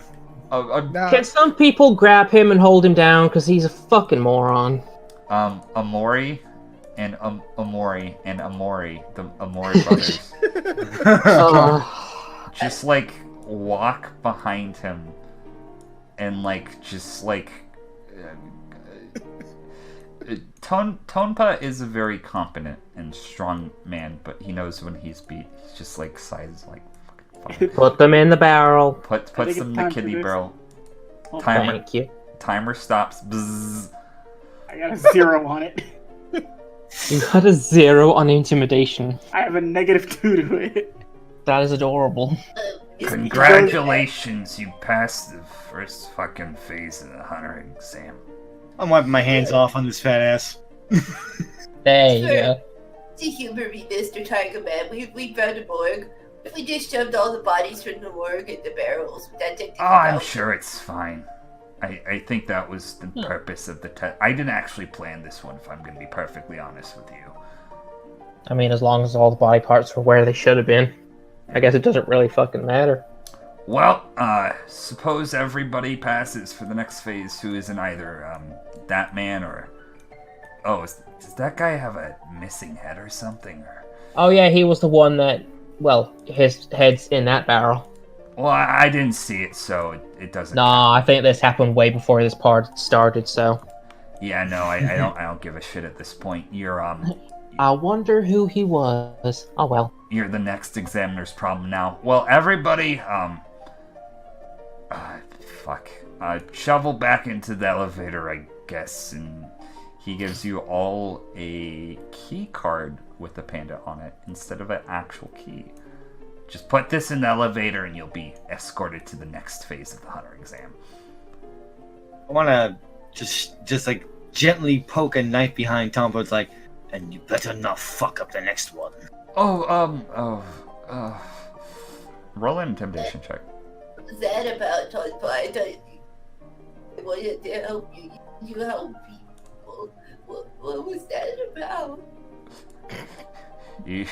You think this is the first time somebody's tried to stab me, kid? Yes, but this time you have a collective group all knowing what you just did. Can we all surround him and group intimidate? There's always next year. It's...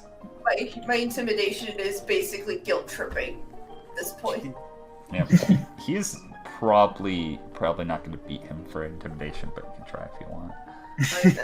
Soft. That 6 isn't going to scare Tonpa. I'm sorry. Yeah, no. Come on, Dustin. I just roll or really low or not 20s. Yes, there's no in between. Yeah, no, nobody beats Tonpa.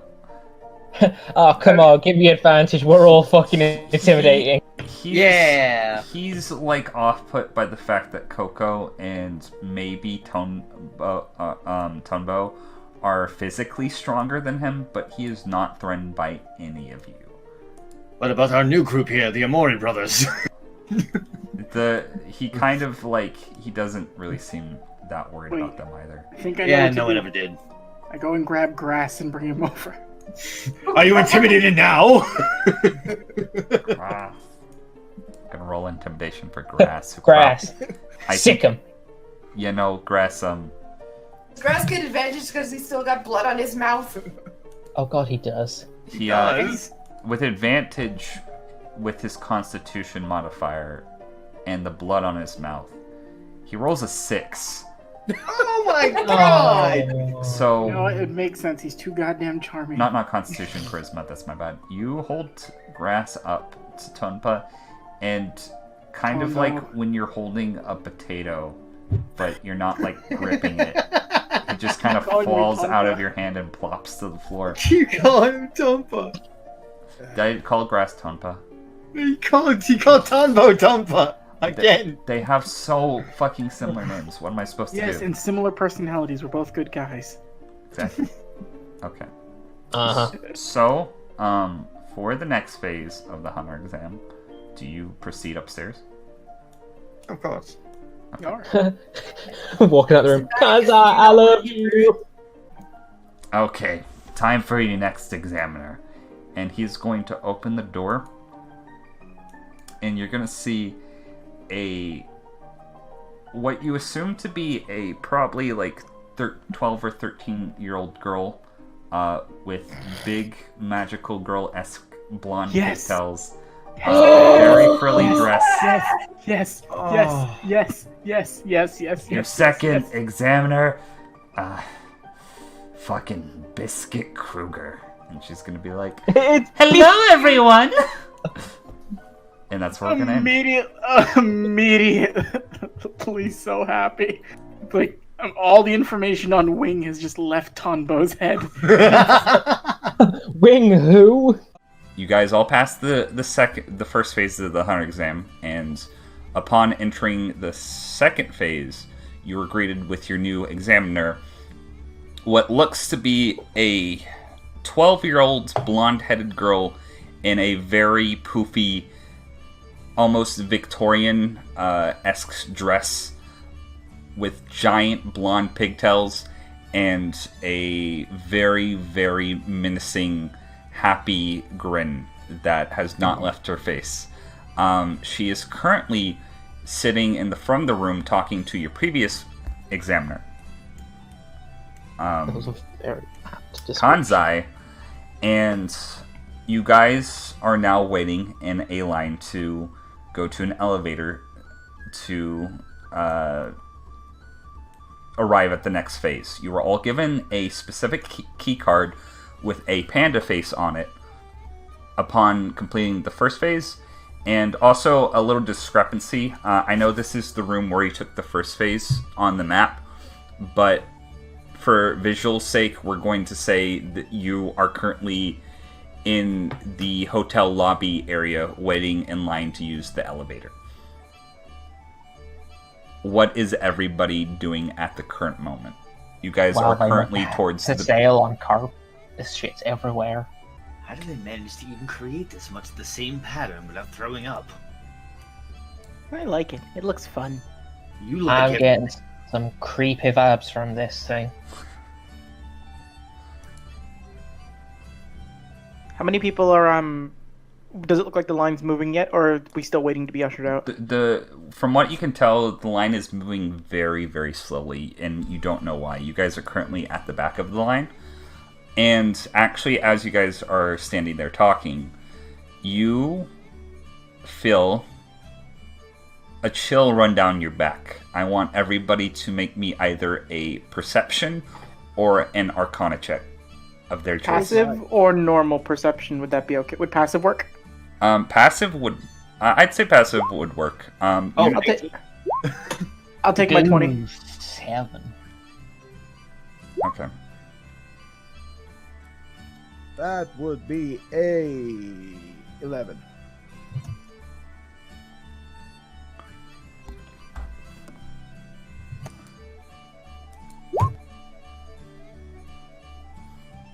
Of course, dude, you little fucking gremlin. Okay. It's a disturbance in the force. So, as you guys are waiting in line, you see a few people. Tonbo, Grifter, Koko would all see this. Seox and Dustin, you're doing Seox and Dustin things. I don't know what the fuck. And Being cross-armed.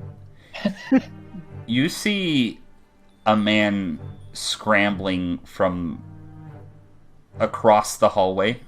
He is leaving a elevator, kind of just running away, and everybody else in the room kind of also gets a little tense upon seeing this. Out from the elevator, you see a certain individual walk out. He has brownish pink hair, is dressed kind of what I can closely relates to a mix between a jester and a matador. He is wearing white face paint and has a star and a tear under each one of his eyes. No. This man looks to the crowd. You notice that there is blood on the end of his coat.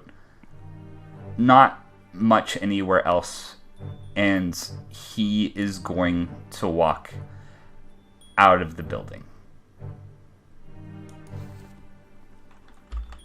Upon this happening, you hear dead silence turn to the sound of a full room whispering and murmuring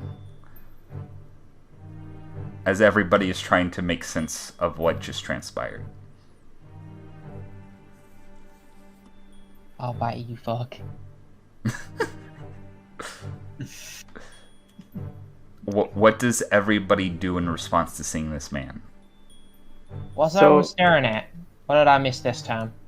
I was You're always looking at my gun. You found the one on the brain.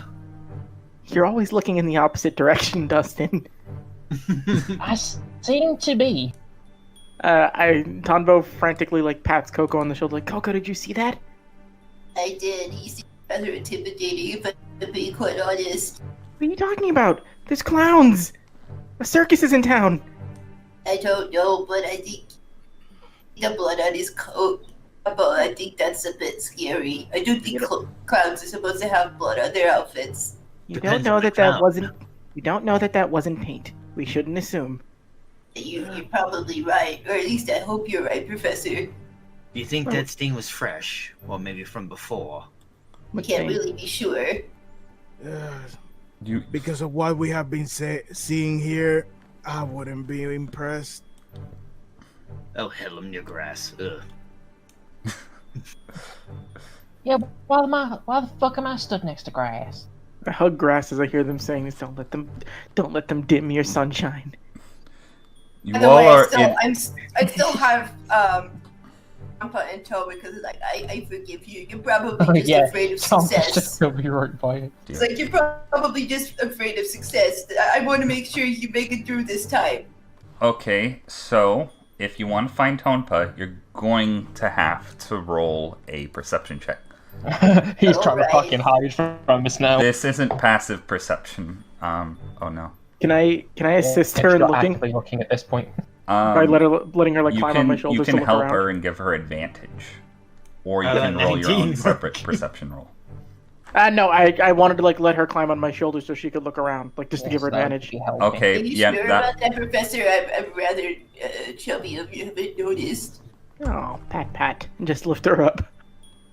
Okay, you see Koko, you see Tonbo run kind of through the crowd to the front of the line, and there's people going, hey, stop it! And he runs straight into the elevator. Oh, there you go. We'll find you later, I'm sure. Mark my words, no friend gets away from me. You guys are really want to help him. Well, Yes, Yeah. help. That's the word I'd use. why shouldn't you help somebody who needs it? It's always good to lend a hand when you can. I think he doesn't want to be helped, but okay. I don't think you understand. He doesn't want help. He wants to ruin our chances. I mean, It's just nerves. yeah, pretty sure. I really don't think it is. He literally tried to stop us from completing our first task. He was a bit dense and didn't realize we had a whole room full of organs that we still could have used anyway. He literally tried to fail us, including himself.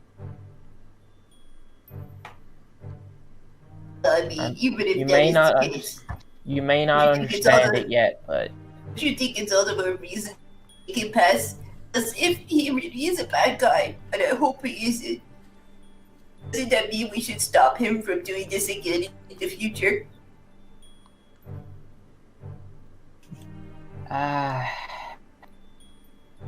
I mean, if you want to try, you can, but he's too stupid to help. And if he doesn't want it, I ain't gonna fucking give it. I'm just gonna say, if he really gets in my way, he's not gonna see another day. Oh yeah, bullet strip to the eye. Or at least in the knees. Oh, no, there'll be none of that. Islands. God, Hanzo's in front too. He just looks smug. Hanzo goes into the elevator next. That damn pretty face of his. Yeah, he's really pretty. Also when Hanzo He's so fucking pretty. Also, when Hanzo goes into the elevator, you notice that there is only one person going into the elevator at a time. Oh no. And as you notice this, a crowd of That's why people, this is slow. a crowd of, I'd say, about 500 people systematically come through kind of what seems to be the back of the first floor of the hotel lobby that you're on, and they all looked very ruffled and disappointed. Some of them are semi-injured, doesn't look too bad, and then you see a couple of body bags being carried out,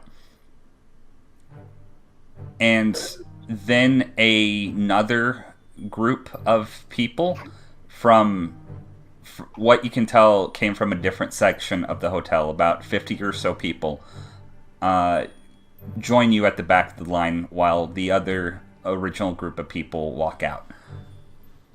And there is now a bunch of individuals in line with you guys, and you guys are technically, at this point, you would be considered in the middle of the line. So that's why this is moving like the world's most depressing conga line.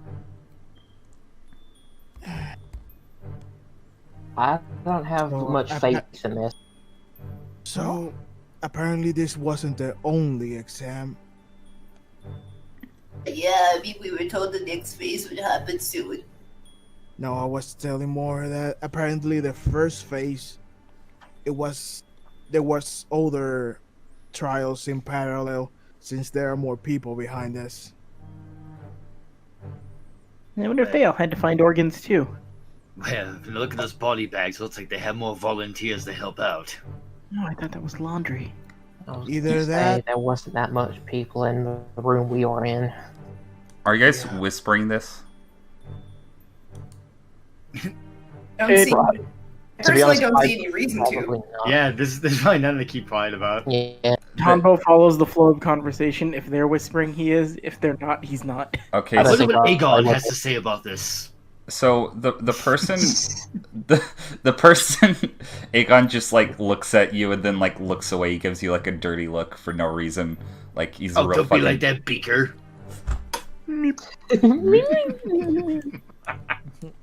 But anyways, the person who is directly behind you, who I'd say he's probably wearing like a yellow, electric yellow shirt and green hair. He's like, well, you guys could just ask us. You know, you don't have to like keep everything together. If you just want to find out information, I could just have told you. But if you're gonna be a dick It would about have been rude to ask.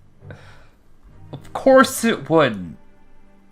I mean, I don't know if it's against the rules to ask or not either, so I figured might don't ask. You know, I think we need a clear explanation on the rules. Maybe we should go talk to the people up there. I think you're probably right, Tonbo. Okay. Do you want to go up to the examiners? I would like to hold our place in line. What's the dealing if I leave? Can I come back to the spot in line, Batty? You could probably do that because your friends are holding your place. Some people might get upset about it. It's like just roller coaster rules. It's okay, we have grass for intimidation. My name's Grass. Grass, Shut you up, hold my Grass. place in line. Dustin, you watch Grass. This Tombo just goes over. Ew, no. Grass clings My onto mom your babes didn't leg. do it. Buddy system. So Tombo would run up to the people. Okay. So I'm going to switch the music. Wait, we're doing a buddy system? Wait, who's my buddy? Grass. Grass No, is, Grass I want is Grass. currently grabbing onto your leg. He's like a tiny gnome frog man. He's not actually a gnome, I should preface. There aren't actually gnomes in this game. He is very gnome-like. Ew, no. Get He's off. funny because he's short. He's about 2 feet tall and looks like he's 50. It's really weird. Grifter, get this thing off me. No, it looks like you're doing fine on your own. I swear to God, if you don't help me, I'm gonna shave your head while you sleep. Oh, you go ahead and try. I'll see you coming, Mr. Clanky Boots.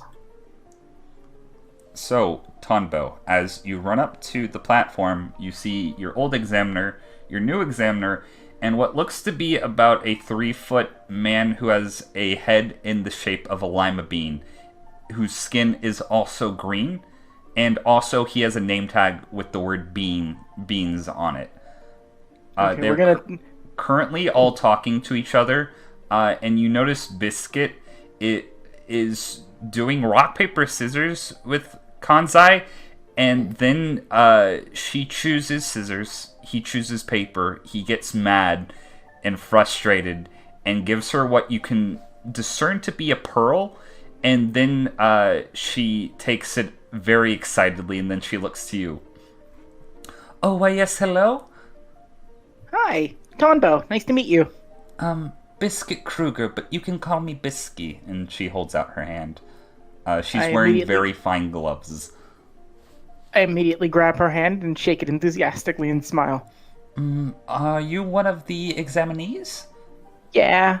I had a couple questions about the rules and like what's supposed to, not be said and be said. We don't want to do anything wrong trying to become hunters and all. Oh, yes. Well, important things to know. I believe that they made attacking examiners recently prohibited. There was actually a gentleman at a previous exam, or this exam rather, in a different room that was disqualified because he actually attacked one of the examiners here. So I would say you can't attack any examiners. I would suggest not attacking any other examinees unless specified, and also I don't think there's many other rules besides following the rules of each phase of the exam. Okay, so don't attack anyone, which we weren't going to do anyway. That's not how you make a friend. And he just like smiles happily. But beyond that, so it's okay if we talk to the other people around here? Oh, definitely. It's okay if you talk to anybody. There's really not many rules outside of the phases, I'm afraid. I thought Kanzai should have specified this, and Kanzai's just like looking super angry and pissed off, and he's like pouting in the corner at this point. Ugh. Man is Kanzai's fun. That man is so stubborn. What's he mad about? Oh, you see, we're both, do you know what a treasure hunter is? He kind of like thinks for a second, then he points over to Dustin and Grass. Like, yeah, like my friend over there. Get this fucking thing off me! Nice! Oh, they have fun. Watch out for your gun, Dustin. Well... Oh, God. When I say treasure hunters, I mean certified hunters that also happen to look for treasure, not just any old run-of-the-mill. Not that I'm sure your friends won't become fine treasure hunters one day, but me and Kansai are both after similar treasures, and I happened to win a bet with him that involved rock, paper, scissors, and he lost, and now I have this very nice pearl. Oh. Do you want to see? I really, really do. Tonbo's just like bouncing excitedly. She hands it to you. What is it? Is it just a pearl? It's a pearl, but when you turn it a certain way, it starts glowing a deep sea green color. Ooh. Those come from a special luminous clam found only in one part of the world. There was actually an ancient culture that used to harvest them for luminous means, but they are very rare now since the species of clam is currently extinct. And this is a very, very rare find. Oh, cool. Batty, is this in any way related to those luminous worms that Anne showed me earlier? You would have to roll a nature check. Since it's insect-based, can I have advantage? Or no? The pearl would not belong to an insect, so no. Alright. Hey, 20. Okay. You know that there are many creatures in the world that have adapt luminosity for various means to either ward off predators or lure in prey. The worms, you can probably discern, do so to lure off predators because worms don't really eat anything that isn't already decomposing, so they aren't really carnivorous. You have heard stories of carnivorous clams before that latch on to prey. Oh, very interesting. You know, and in all the years of things, you know, when you look into insects, you always forget that there's other things that can be amazing besides that. This is just, I'd have to say, this is just as fine a treasure as anything I could find. And I give it back to her. Thank you. You're a very polite young man. What is your name again? Oh, Tonbo Kamakiri. I'll be sure to remember that.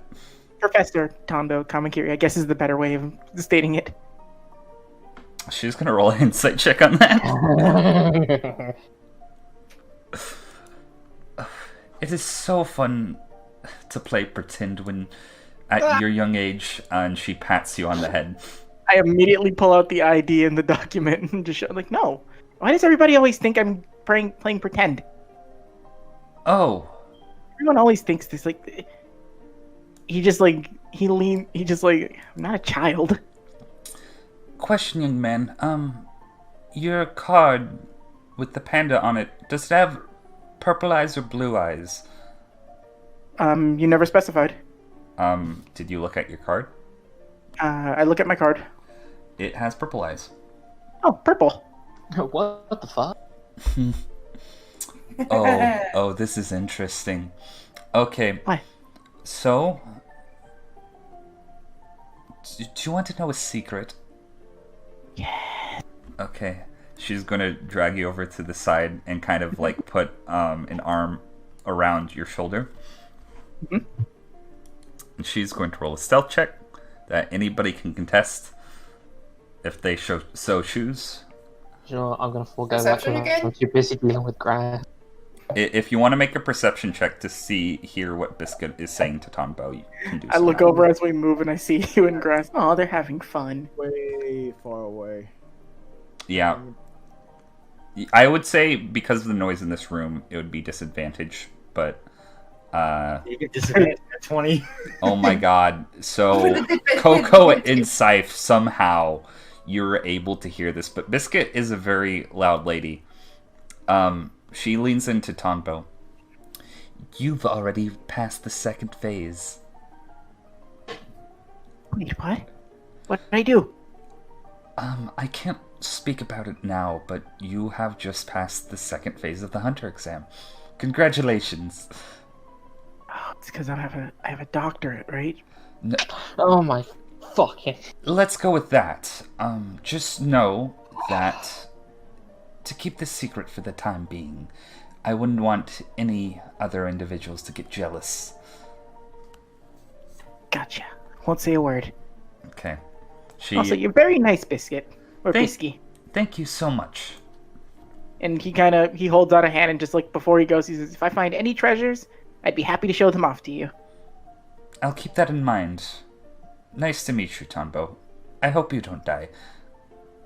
And she Why would I die? she pinches your cheek. Tonbo just smiles and then immediately like runs back. Well, just walks back, really. Okay. You do so. He does that happy little jog with his arms out. Okay. Hello. Dustin, thank you. I'll take this. And he just like picks up Grass. So, He got fucking slobber and snot all over my leg. Aw, he loves you. Were we each holding one of those keys, or the group? Everybody got their own individual key card. Oh, okay. I checked mine. It's blue. Same. It's also blue. I mean, Why I is didn't everyone hear. checking their cards for? Everybody except Tonbo's card, or at least to your knowledge. Everybody looks at their own card. Everybody sees the color blue. Shit.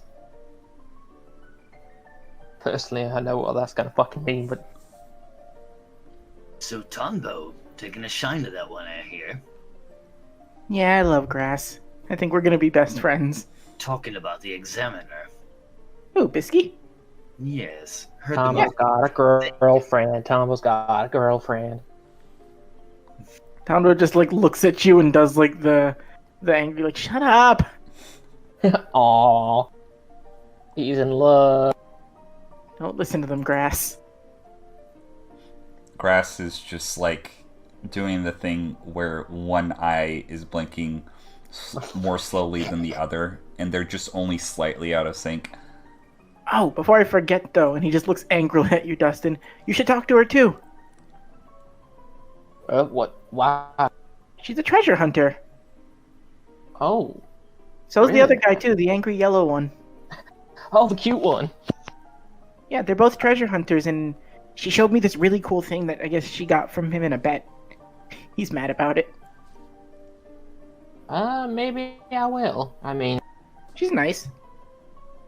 I They also- how long do we have left before we get in the fucking elevator at this point? They also said the... Oh, sorry. I'm gonna say the line has gone down about halfway from when you started, so it'll probably still be a little bit.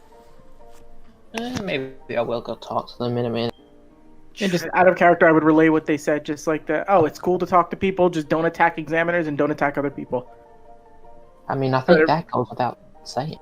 Yes, but now we know, so there's no more questioning, so we can talk to all the friends we have here. Treasure hunter, you say? Oh, yeah. So, Anybody sounds who like wants to you're roll a interested. history check, they can. Ooh, When they hear the word treasure hunter. I'm good at that. Yay! Oh, I got boy. a high roll. I would like to, I just haven't found it on the list yet. Shit. There it is. It begins with H and ends with history. Okay, it makes sense that's safe. and Dustin would know this. So you know treasure hunters to be specifically hunters that exactly do what they say, look after treasure. You know that there are several places in this world that contain immensely rare artifacts, both antique and biological in nature. And treasure hunters usually have to go through very both dangerous and complex means to obtain these items.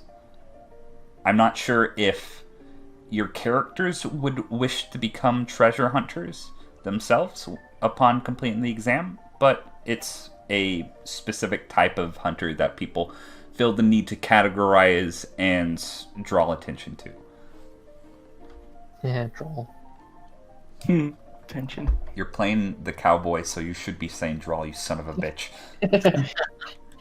Fucking bastard. Okay. That's what makes it perfect. So yeah.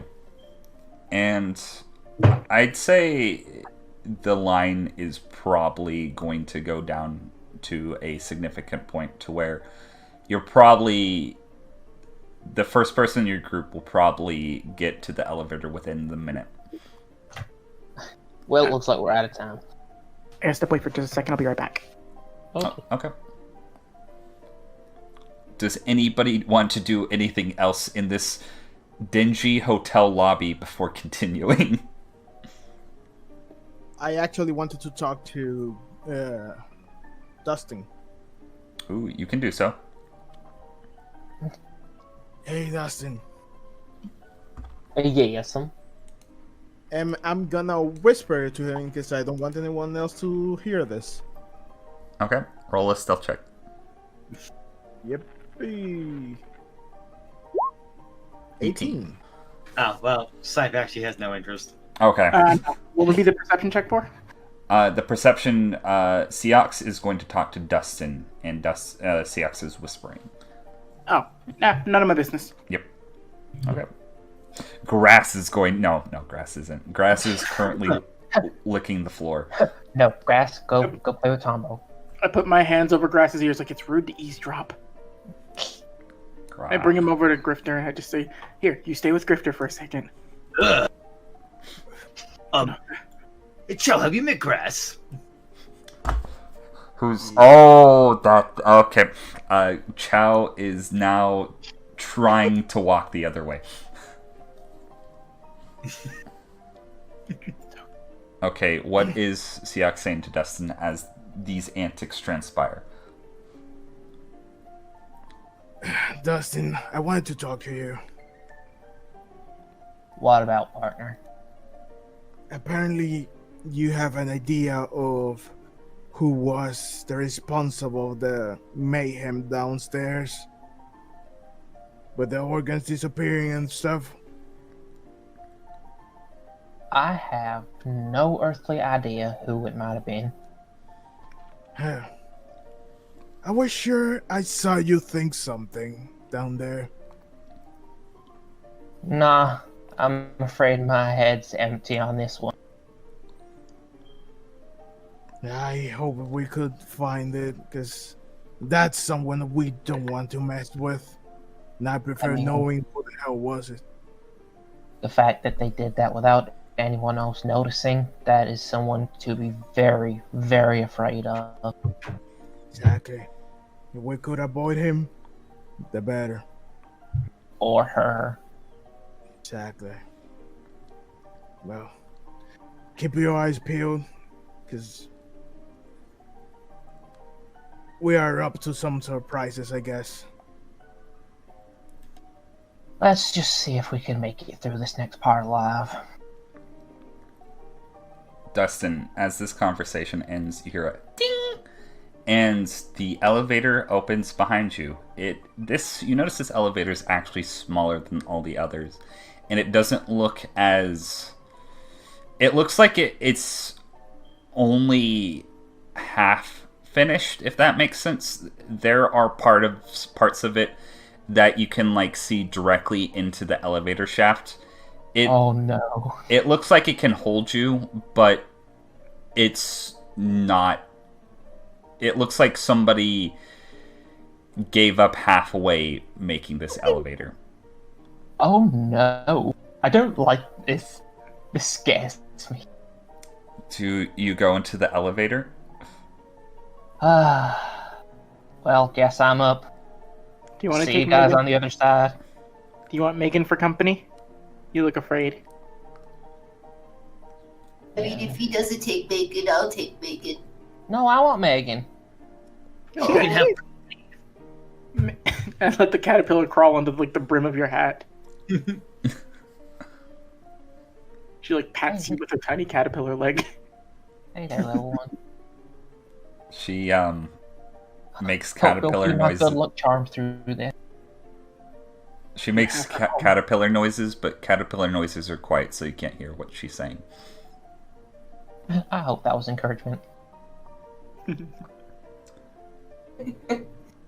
You walk into the elevator. It shuts behind you. As it does, you see there's a mirror door, and you can see yourself in the mirror. On the button side, all of the buttons have been removed, but there is a slot at the bottom. Putting card in then. You put your blue panda key card, and you find yourself walking out of the elevator shaft, and you notice a cold breeze kind of brush across your face as you step out.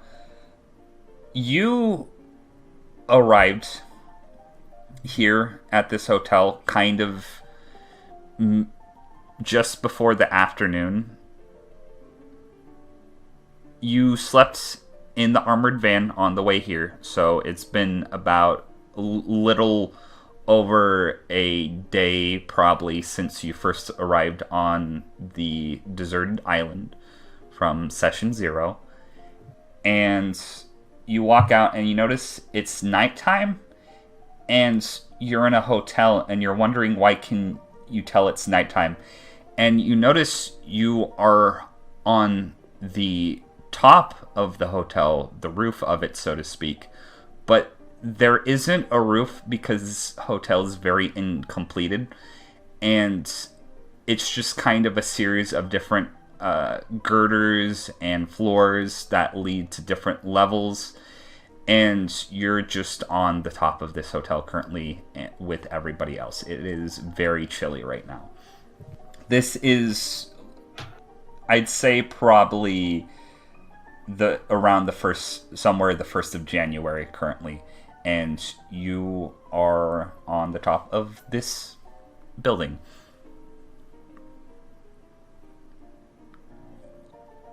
All right.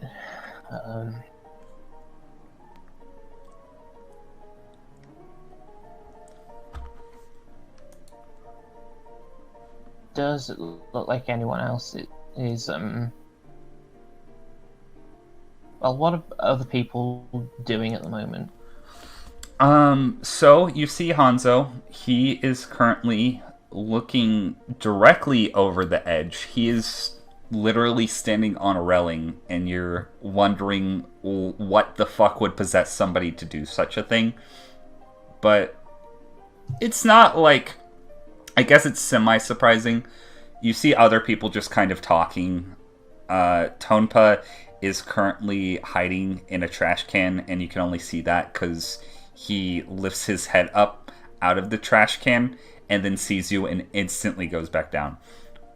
Other than that, it's basically just a cold, incomplete hotel thing. Nothing much else. Alright. I'm gonna have a look around, being as careful as I can. Okay. You basically see a bunch of trash. You see dilapidated wood. It's very kind of debris heavy. You can't tell if parts of the hotel just weren't made or were destroyed at some point. Other than that, the only thing that sparks interest in you is the view of the city you get when you kind of get a little bit closer to the edge at one point. And this city is basically a wasteland of shantily put together buildings and garbage. And there are some taller buildings you see, but they're kind of in the same state of this hotel to where they don't look like they were made with any plan, or parts of them were probably destroyed at one point.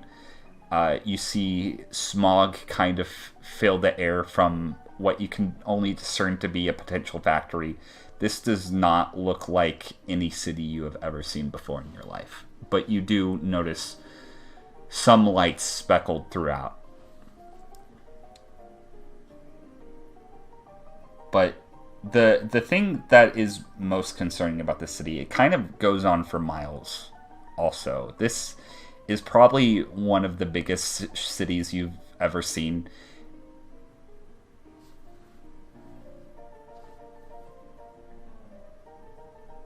Is there anything else you're going to do? I'll probably walk over to Hanzo. Oh, hey. Hey there. Don't you get a bit nervous being that? Oh no, it's part of my training. Hey, you want to see something cool? Oh, sure.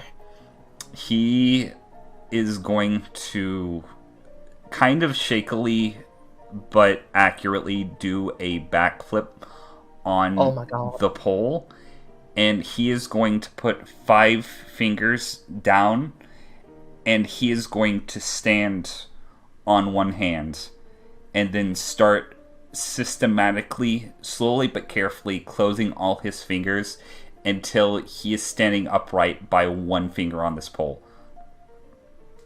That's impressive. I know, right? And then there's a gust of wind, and he falls over on the side that isn't the large drop that would have probably instantly killed him. You just killed him, Batty. It's like, oh! Your Dr. Ichigaki. Okay, that's enough. That's enough showboating, I think. Oh, just wasn't surprised by the wind is all. Just tries Don't worry, to I dust understand. himself up. But that was a bit scary. Oh no, it's all comes with training. Yeah, maybe, but I still wouldn't want to see anything bad happen to you. It's fine. Just got a little nervous is all. Well, anyway, do you have any idea what we're supposed to be doing up here? I think we're supposed to wait on the other contestants. Well, I hope that's it. I mean, I did hear a little fact back down there. What? About some people. What do you mean, some people? I could tell you. If you make it worth my while. Gonna roll an insight check on you.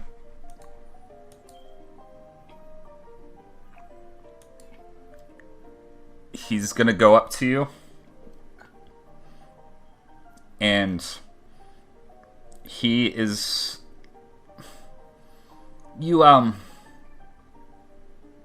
I overheard downstairs before I went up something about you guys being potential treasure hunters. That is correct. After we get through this exam, I think I might have a map to a lost city that might spark your interest. Really?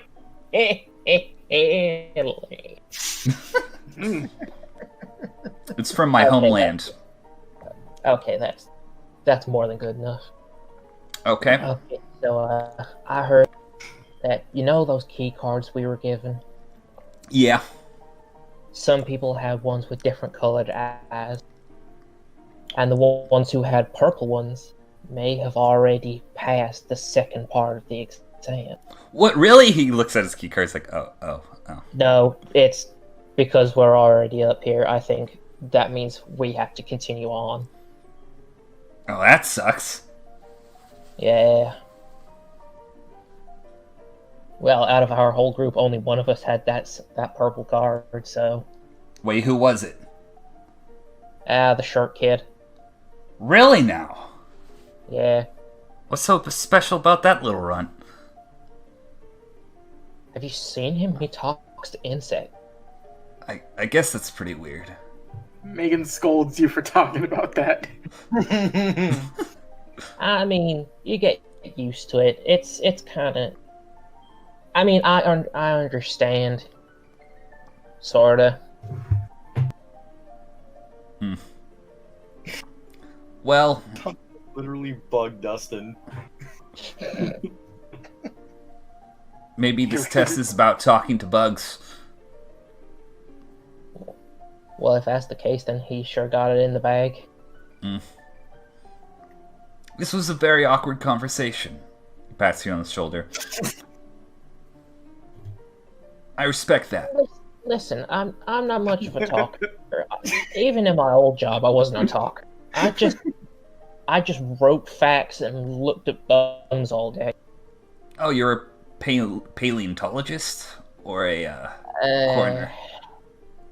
No, a paleontologist. Or at least, I used to. Huh. There was certain events that happened, and I got fired. Man's business is a man's business. No need for me to know. Well, might as well keep an eye out up here, see if anything strange happens. Okay. So who goes into the elevator next? Let's establish a turn order. Do you want us to do maybe passive initiative just to see who goes? Sure. Let's go ahead and roll passive initiative now, but everybody click their tokens before they do so. And I wanted you to have your moment, Jack, but I really wanted to say this. Dustin has a boyfriend. Mocking Tonbo for Biscuit, you and Hanzo over there. I'm so dumb. I accidentally deleted the initiatives you were rolling. I just happen to have this map to a lost city. Maybe we could discuss it after the hunter exam over drinks. A turn. Some light conversation. He's man pretty, so you could do work. Listen, I ain't attracted to him, even though he is so gosh darn handsome. Okay. So first was safe. So. Okay. So I didn't roll my. I'll just do it like this. Actually, first would be Tonbo. Yeah. Okay. So who is the next highest? It was Seox. So you would be 3. 6 would be 2. So, Professor, you're saying that you actually used Megan as a plant on him to get information later? What? No. Megan's a support animal. Oh. She helps. Do you guys need one before I go? Else you have, Professor? You see him take off his hat, and you see leaping out onto his shoulder a tarantula, a centipede, a ladybug, and a grasshopper. Courtney? I would like this to the ladybug. Alright. Penelope, you go with Koko. Oh, hello, Penelope. She just lands on your head and she's just skittering around. Grass, as much as I love you, I don't trust you to not eat one of them. Fair. Oh. Okay. Seox? Griff? Either one? You don't have to take them. He just happens to have these. Hello, Courtney. Which are left? I got a grasshopper, a centipede, and a tarantula. I'll take Courtney. They have a history. Courtney just goes and crawls on your shoulder. I'll take that grasshopper. All right. I have a name for him too. Oh, Creed. All right. Of course, you gave me the one that's named Creed. You picked the grasshopper. I couldn't. You picked it. So, Creed goes and he stands with you, and I just look at the centipede. Well, Jonah, you're with me. Looks on you. That grasshopper's a heavy metal singer. I'll never understand Creed's fascination with metal. And as I say that, I get into the elevator. Okay. So, hold on just a second. As I set up the next map, because... I love you, Joe. I hug you dearly before I go. I did not do things properly. Hey, you didn't get Cho a bug. Joe won't share his mask. He doesn't get a bug. You know what? That's fair. I didn't share my gun. Oh, look, Joe. Courtney wants to say hi. So, you get into the elevator, Tonbo. You see the exact same thing that Dustin saw. Do you put your card into the elevator? Yes, I do. After, it's not a long pause, but it's longer than it should have been for me to realize this. Okay. So it takes like half a second longer than it should have taken me to I put if it's a horizontal slit, I poke it vertically with the card by accident. Like, oh wait, can I just do it? Okay, you eventually get it in, and you see the elevator stop at a small, tiny room, and not all these individuals are here yet. I'll say Grass would have probably gone in after you or before you. Just acknowledge that Grass is going to be in the room at a similar time as you, and you see all the following individuals. You see Shalnark, who you have heard tell is a member of the Phantom Troop, which you were told is some sort of band of thieves, is all you heard. You see Victoria, who was the so-called psychic from with the kind of drawn-on eye on her head. You see Anne, who was overall flower hat wearing girl, purple hair. She was very nice to you. You see two other individuals, the human shell, as what you heard his name be described. That's obviously not his real name, but you're not one to judge.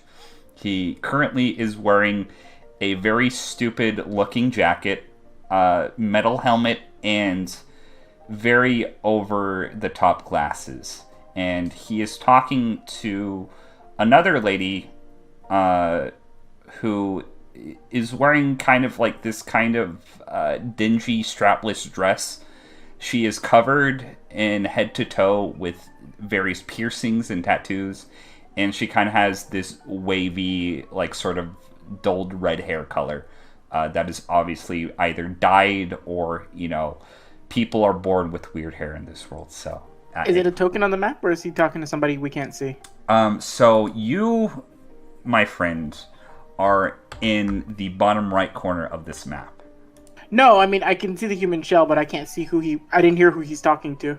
He's talking to a lady that you don't know her name yet. Okay, I didn't know if the lady had a token or not, that was why. This is her token. Oh, okay, then, yeah. Okay. Yeah. I was distracted by grass.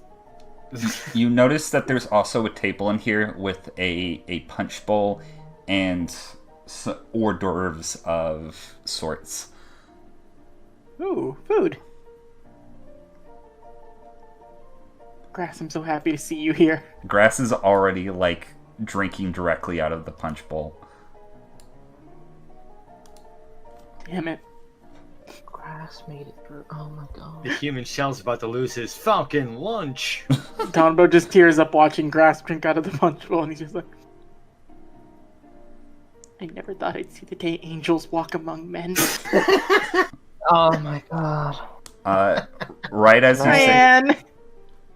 Actually, Anne, right as you said that angel line, she, you feel a hard smack on your back, and she's like, Hey there, Tonbo! Anne! Immediately just, smiles. Why are we... Wait, is this everyone? I don't know, actually. We all just ended up in this room. I think the others were taken somewhere else. Well, I'm sure we'll see them when we see them.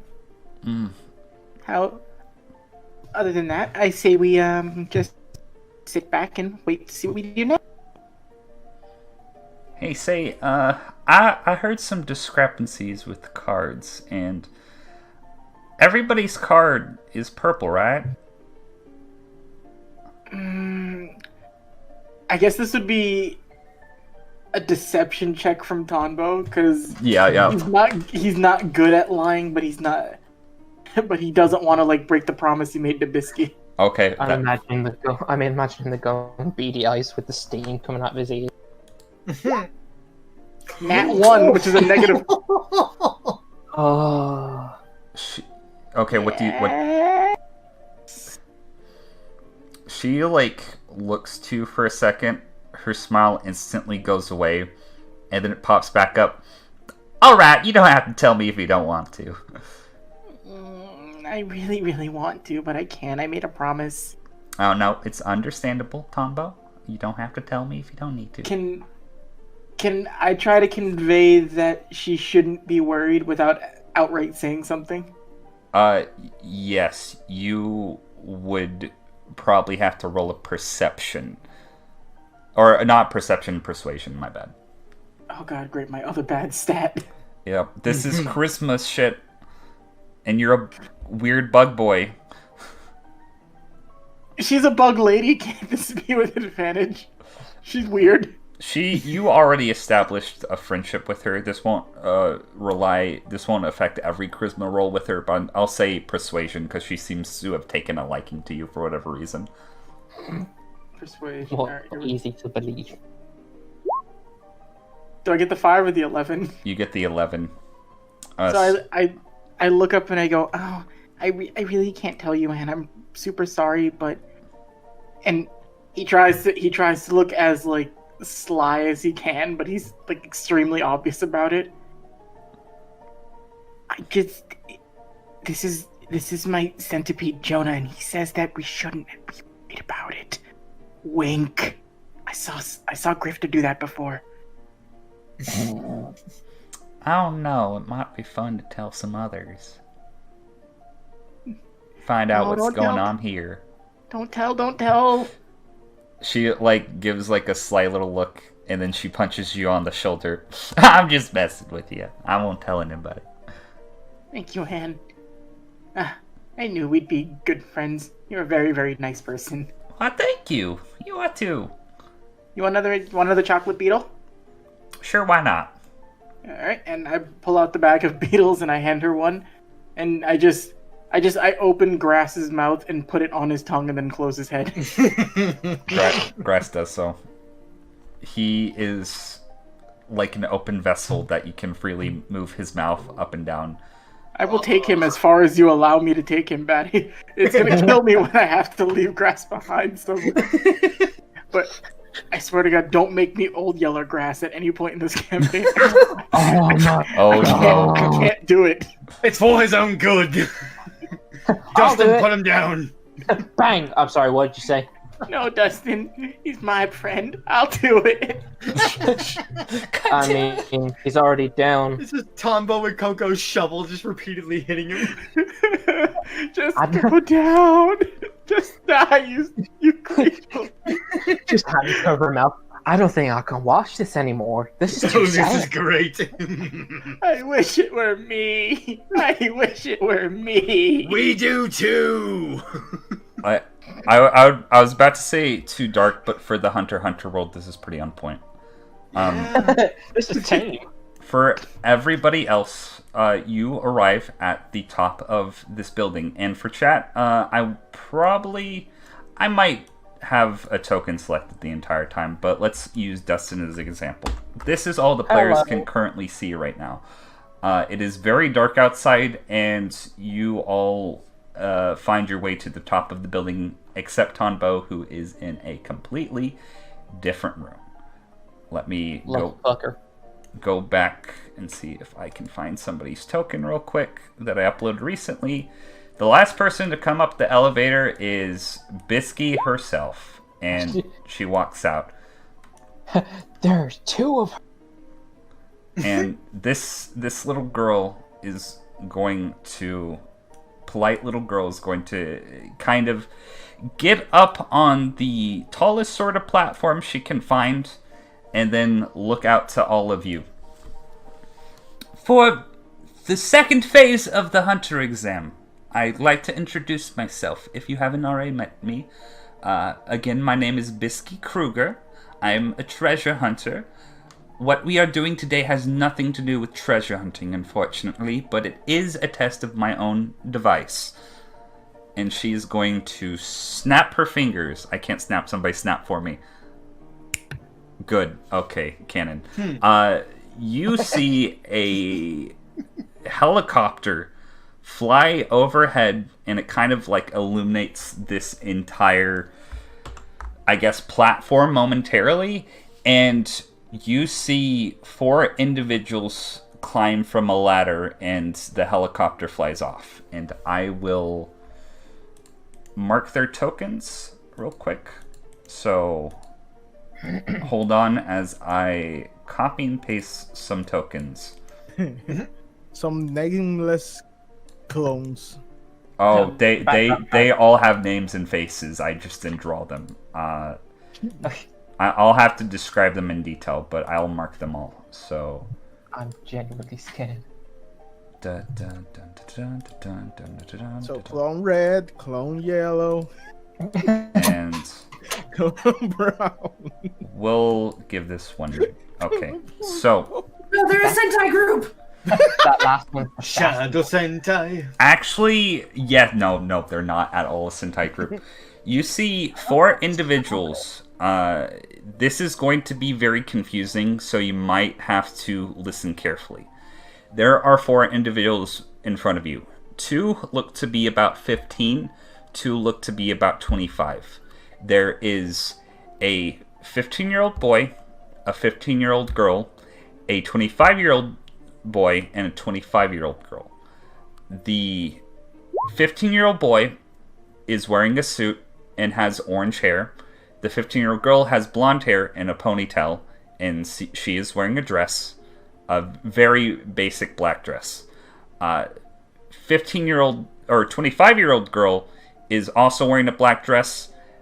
She has red hair and has it also back in a ponytail, and the 25-year-old boy has blonde hair that is as short as the 15-year-old boy. They kind of look very similar to one another. You can probably discern that they are all related in some sort of way.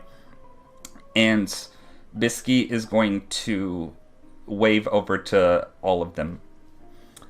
These are the O'Sheas. Normally, we hunters don't like dealing with the mafia, unless if, of course, they are part of the mafia. But that's different. Basically, their father owes me a favor. This is Patsy O'Shea, Peggy O'Shea, Patty O'Shea, and Petrie O'Shea. Which one is which? I'm gonna have to write it down. So, Patsy, wait, I might have fucked up their names. So there's Don't worry. Patsy, Polly, Peggy, and Petrie. Petrie is the oldest male. Wait. How's that spelled? Just spell it Right. how you think it's spelled, because I don't know how to spell it. Wait, say again. Petrie O'Shea is the oldest male. He's wearing a suit and has short, blonde hair. Mm-hmm. Peggy O'Shea is the oldest female. She has long red hair and a ponytail and is wearing a black dress. I think... Oh yeah, Polly O'Shea is the blonde-haired girl. She's about 15. Has it done in a ponytail. They all look, again, very similar. And, you know, this is on purpose. And then... What's she wearing? She's wearing a black dress similar to the 25-year-old girl. Mm-hmm. And then I think the first one all my notes like got fucked over, but the first one The boy. was, I think that's Patsy. Patsy. Yeah, for everybody to know. And Bisky is going to wave over to them. Your first challenge of the second phase, and your only challenge, is to provide one of these individuals with a better than subpar date. Wait. Huh. I recommend you stay within your age range, though, or I will personally throw you off of this building. I don't know where I fall in this range. Oh. Are you under or over the age of 18? Under. Then you will date one of these two. And she points to the 15-year-olds. Okay, that's a little weird, but okay. Everybody will have a chance to provide a partner of their choice, a given date, but also, and she is going to gesture that everybody move over to this platform.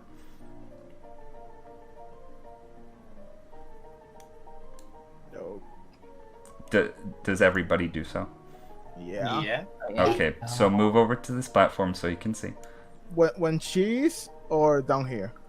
Where she is on the kind of like gray sort of part. Like how Koko's still radiating a light aura. Okay. She's a good bean. Not like that. I like did that put ass Bisky bean. on the map twice. Thank you, Cable. Yeah. So I didn't know if that was for a thing, and I didn't want to spoil something in case. You look at 2 or 3 metal poles sticking out of the side of this building over the street below. In the middle metal pole, there is a table with a fine tablecloth, and she points over there. This is where your date will be held.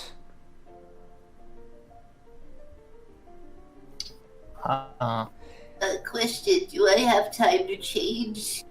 Everybody will get a choice of different wardrobe from a changing area, and you will get to dress as fancy or as otherwise as you like. I would recommend not falling off, or you will probably fall to your deaths. It's a strange place for a day, but okay. It's a hunter exam, young miss. She's just gonna like look to you like quizzitively, like. I mean, I don't understand why being a hunter has something to do with dating. It just doesn't make any logical sense. It's to test your charisma, among other things. Oh no, I'm going to fail. Oh, you are. Either charisma or death. Yeah, makes sense. Oh. She's gonna roll an insight on you, Koko. She's not hiding anything. Coco's never had a date in her life. She's not rolling an insight for deception. She's rolling an insight just to get a general feel on you, because there are a lot of people here that look terrified. Your response to this was like, she's questioning why you're taking the hunter exam. What if he doesn't think I'm pretty enough? Or what if I'm not good at conversation? This is the worst day of my life. Koko, you as you freak out, you feel like just on the side of your cheek, Penelope just like slowly pats you and just like does the thing like give me eyes, give me eyes. You can't understand her, but she's looking at you and she's going, "Got this." Got this. You have Tiny thumbs up. A touching moment from an insect that you're probably projecting more of what you want to feel onto than is actually being shared. Tonbo's helping you in spirit. He appears as a force ghost behind you. Oh, fuck, a ghost! Shoot it! Go to the Dagobah system, Koko! Koko, look, I can fly! Woo! I still fall off the roof. There is an individual wearing a kind of long, baggy brown shirt and a pair of not revealing shorts, but they're probably too short to be worn by a man taking the hunter exam, suspended hundreds of feet in the air on a very cold rooftop in the dead of winter. And he's gonna be like, "Okay, girly, let's go," and point over to, oh my god, my fucking notes, Peggy O'Shea. And she's gonna be like, I have my notes, so you can ask me. Okay, and she's just gonna go, and there, you notice this guy is like really confident until he actually has to get on the pole, and then he is like clinging to dear life, and basically Peggy O'Shea, she just kind of like really easily with no problem at all, just kind of walks across the pole, little to no effort. It's kind of hard to hear what they're saying from out there, albeit with all the wind, and this pole is actually a lot farther out than what you guys see. And you hear them talking for a bit. She is going to walk back on after about, I'd say, 20 minutes. This man is going to inch his way along for another 5 minutes. And then walk very depressedly down the stairs. Yeah, no, he's... and she's gonna look to you all, or look to Biscuit, rather. Yeah, no, he's really boring. And I'd say another individual would do the same thing. Again, this is without them like taking any precautions. Like they're like just super confident. But this guy just falls off the pole directly after stepping onto it, and you hear him the Wilhelm scream. Yeah, no, you actually hear the Wilhelm scream. Toot, toot, toot. Another one bites the dust. You're taking it too. Shall we have a count, Dustin? Yup. There goes one. I would recommend everybody gets dressed up. It's very unprofessional to go on dates and not the right attire. And she just like looks down the side. Oh, that way they're already at that funeral best. Is there a changing room? Because I'd rather not get, dressed around a bunch of strangers. No, there is. And she leads you to the changing room. And you all have basically access to a changing room with numerous different outfits. And I'll say you can wear specifically what you want to wear because of anime bullshit. So let me check my notes. Oh, one very, very, very important question. Yes. Are the changing rooms individual? Yes. So no one can see you changing. Correct. Okay. Yeah. Why do I imagine Seox like he's trying to change or take a shower? You have like a shower mask that you put on. Do the changing rooms have showers? There are showers in them. They're kind of small. It's kind of a changing room and shower in one, but they have like actual doors and not just like curtains. So. Thank God I brought soap. Okay, if everybody's all right here, I'll be back in a little bit. I have to talk to some of the other competitors at a different part of the area. And for anybody who couldn't put two and two together, Tonbo is not with you guys currently. And why you guys decide on what you're going to wear and how you're going to go at this. Bisky is going to appear in this room. Oh shit, I didn't mean to do that. Tonbo, you see Bisky enter the room. I'm eating chocolate. Oh, this is the group of individuals that passed automatically. Well, good to see you all here. I don't know what else to say, but congratulations. And she gives like 2 thumbs up. I immediately hold a hand up in the air. Yes, Tonbo. Question. Why did we pass automatically? Oh, and she flips up a panda card. 'Cause you could see this. And she points to the purple eyes. Each one of these cards is printed with blue ink on it, but there is something else put over these, and only a select number of individuals can see it. At the time, it's probably not best that I disclose this information to what it is, even though probably some of you know. But because of this secret material, you were able to see it, and I know you have the ability to pass my test with no problem, as far as my standards go. Other examiners will probably not be as lenient, and she, like, snaps the card, and it kind of disappears from her hand like a magic trick. Cool. Tonbo, could I talk to you for a second? Right, sure. Okay. You keep Shalnark company.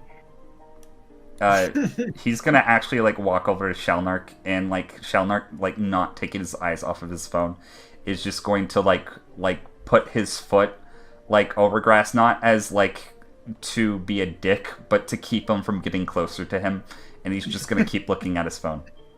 They're in love, and he just walks over. Hello. That's weird.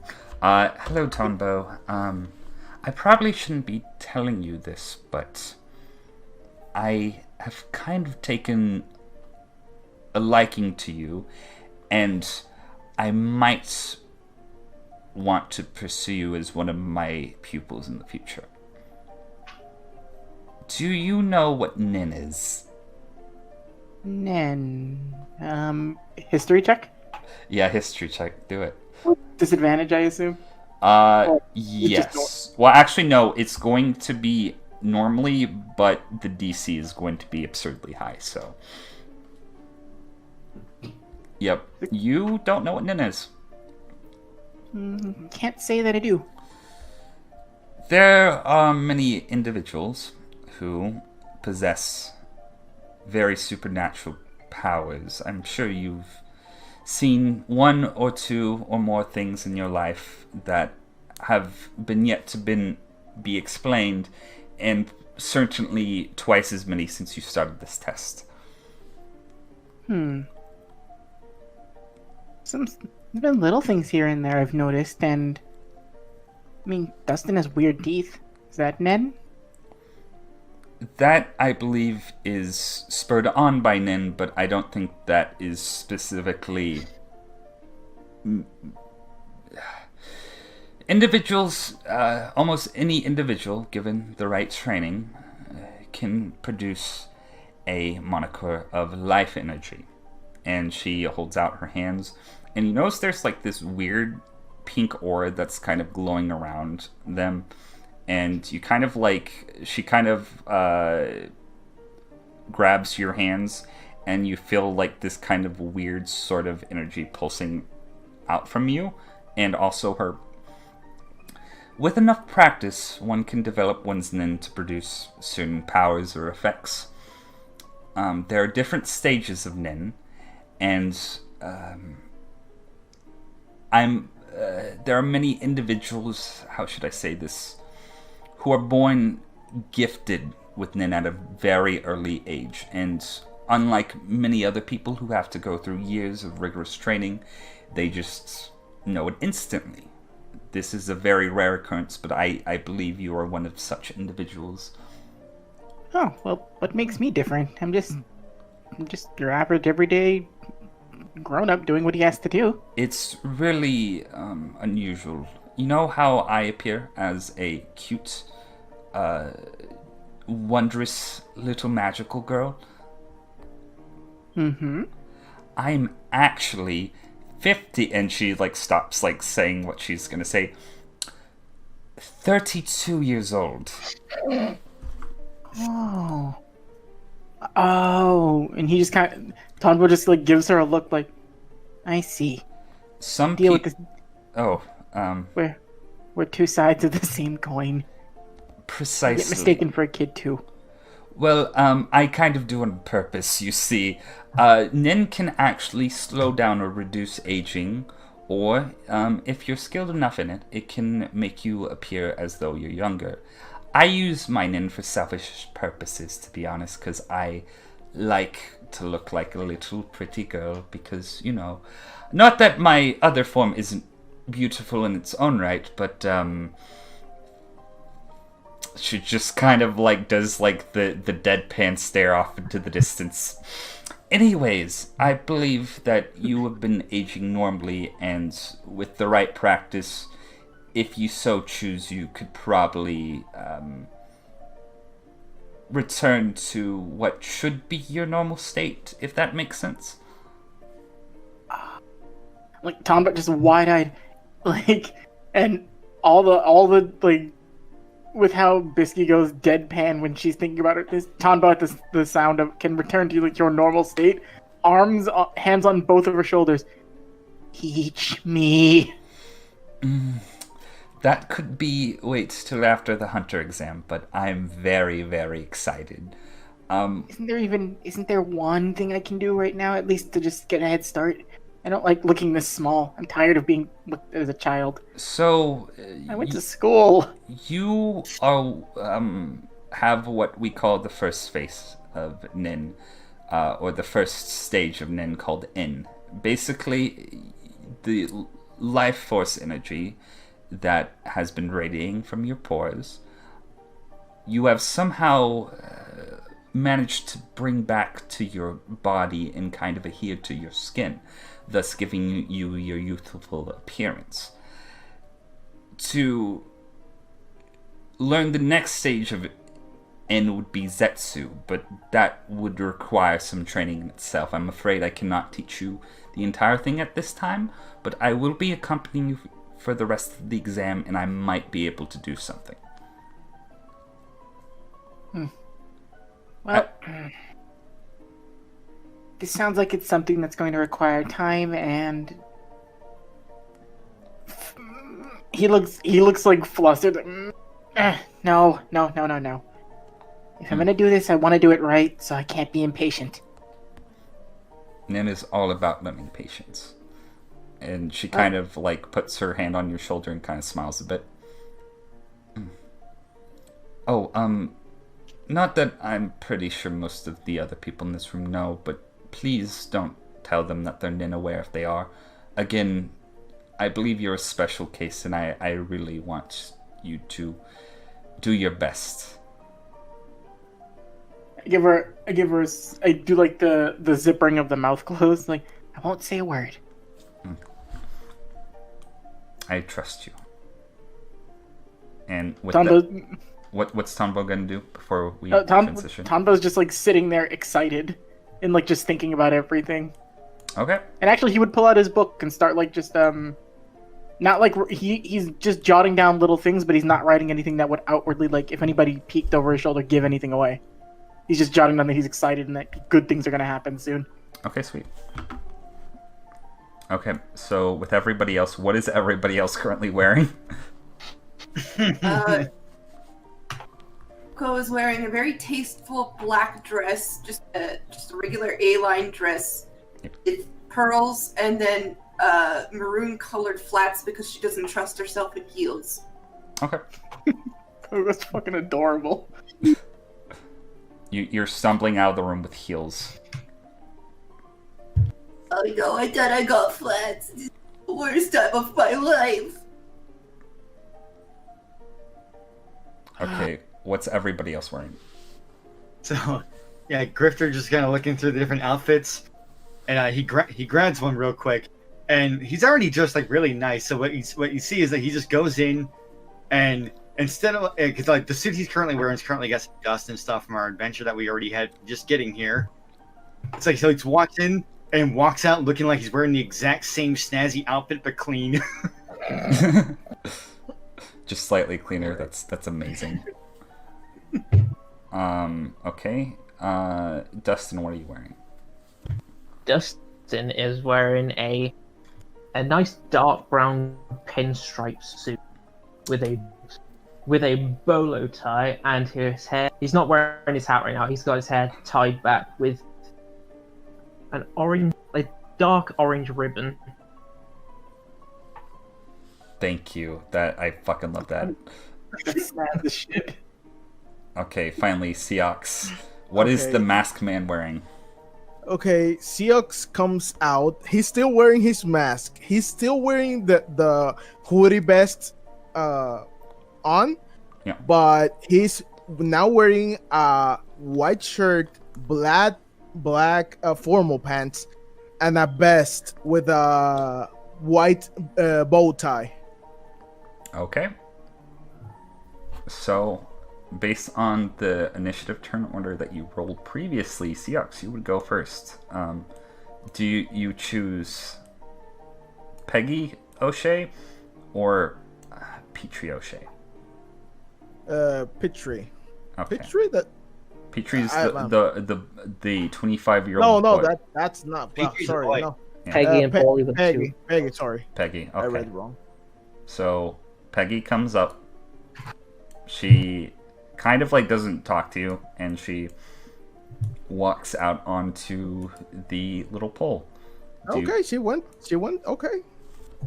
Roll me just a acrobatics check to get across this pole real quick.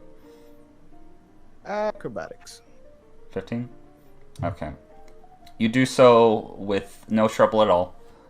It's very kind of intimidating at first, but you've gone through similar training that makes it a lot easier.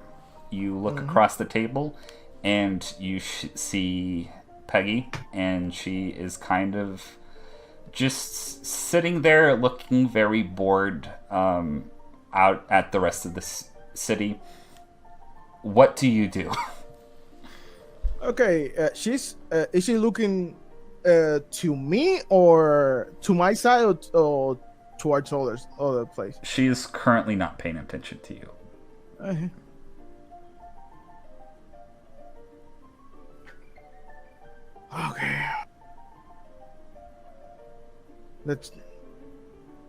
So, my name is Seox.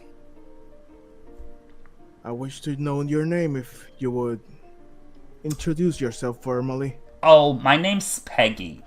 She draws attention away from the city and kind of looks over to you. So, Miss Peggy, what things excite you? You seem pretty bored, so there has something out there that you like. She thinks about it for a moment and roll a persuasion check. With advantage for one specific reason that I cannot specify. 20. Well, since you asked, I recently purchased a very, very, very expensive firearm that I'm very excited about. Oh, a firearm. That sounds interesting. You are into weapons? Oh, yeah, and she, reaches into, what looks to be a pocket in her dress that you didn't notice before, and almost like Looney Tunes style, pulls out a actual size Gatling gun and slams it down on the table. Oh, now marry that. Now this is a weapon. Oh, I know. I'm so excited about this. I got a discount on it, and it. Oh man. Oh, right as she says this, you feel a large gust of wind. I want you to make me a strength or dexterity saving throw of your choice. God damn it, not now. Okay, 11. Okay, so basically what happens is you're very kind of interested in what she's saying and you forget that you're on a pole. A wind blows across your face and you nearly fall off, but you're able to lock your legs and at the last second. And what happens is you kind of spin around the pole and are now sitting back up. And this happened like precisely as she was looking away, and she didn't notice that you just nearly fell off. And she's going into full-on description about this gun. Okay, so I got it straight from the Mimbo Republic, and they're kind of like not too crazy down there, but you know, you need a. And she just like is going off about like the intricacies of this gun, and she's just like super fucking happy. I'm actually paying attention. Okay, do you say anything like as this is happening? You know, you seem you know this stuff. I've always been a fan of more personal weapons. I take from my coat, my two gauntlets. Yeah. But I have my fascination for other stuff. So Those tell me explode? more. I mean, they don't, but if they could. Maybe if you talk to me afterwards, I could probably hook you up with a guy who knows a guy who knows a guy who knows a guy that can make those explode. Oh, we're definitely gonna talk. Oh, say, why do you wear the mask? Oh, the mask. This is a heirloom from my family. I basically never take it off. I kind of want to keep my personality a secret. You're so mysterious. And she kind of like puts the gun aside for a second and is like has both like elbows on the table, like holding her face. Every man has his own secrets. That's why it's interesting, isn't that? Say, I want to talk to you more, but... And she is going to make a sleight of hand check. You notice it right away. She slips something into your pocket.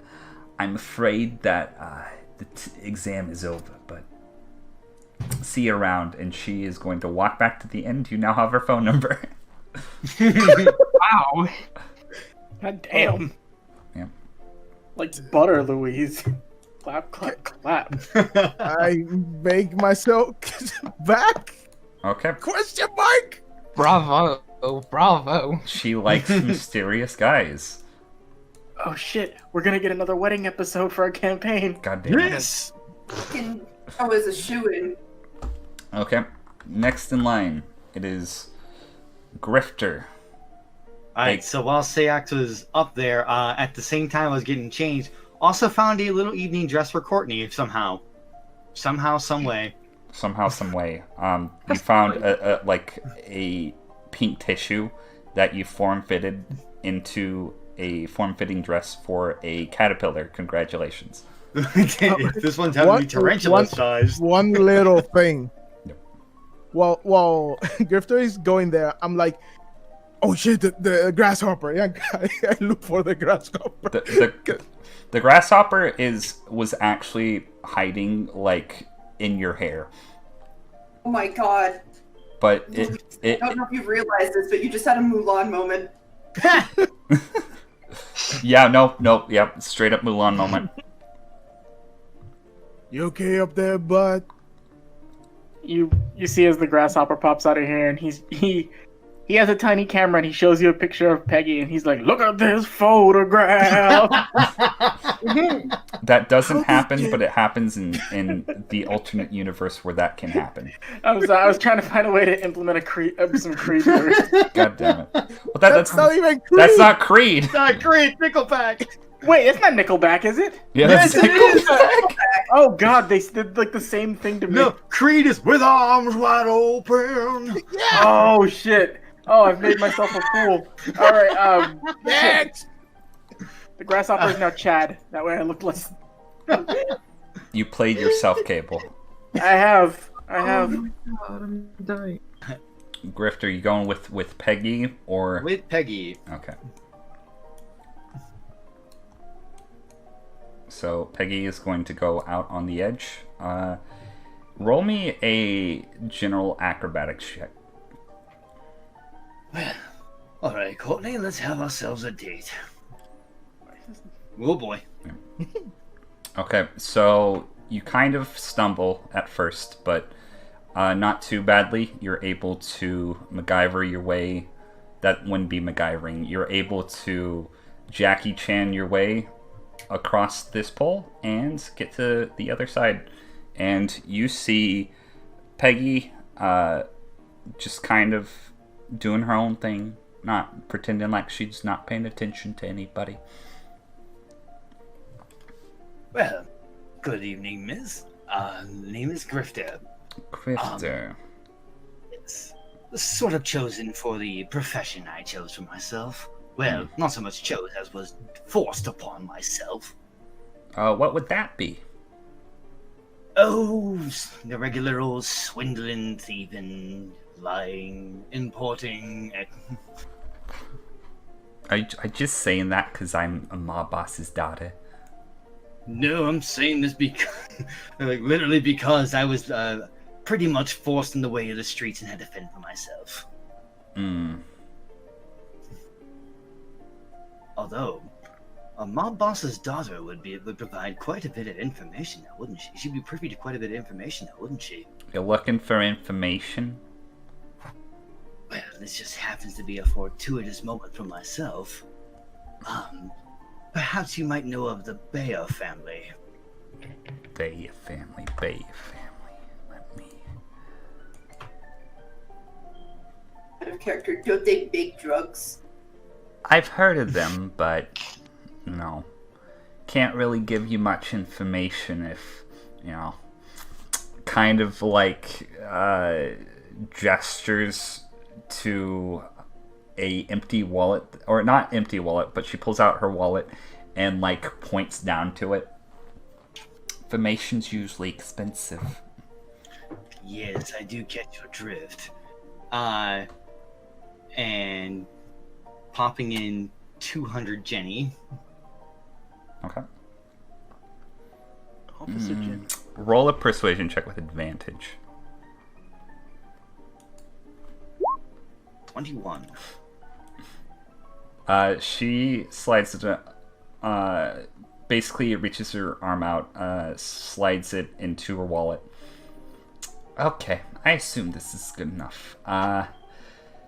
Bayer family. I only vaguely heard about them, from what I remember. If anything. They... some sort of, rich people? That would be correct. Yeah. Something bad happened to them. That would also be very much correct. Something bad happened to them, and I know there was some sort of very dangerous artifact involved. Is there someone... Do you happen to know if someone is still on the look for that artifact?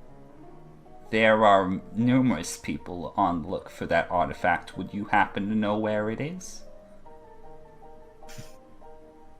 Oh, as you know, information does come at a price, but I'm afraid this is something no one around me is going to be able to afford. See what you did there. I like that. Safe. I mean Grifter. I mean Bob. I mean George. Roll me a dexterity or strength saving throw of your choice. Windy night. Dan, you're on the top of a huge fucking building. Okay.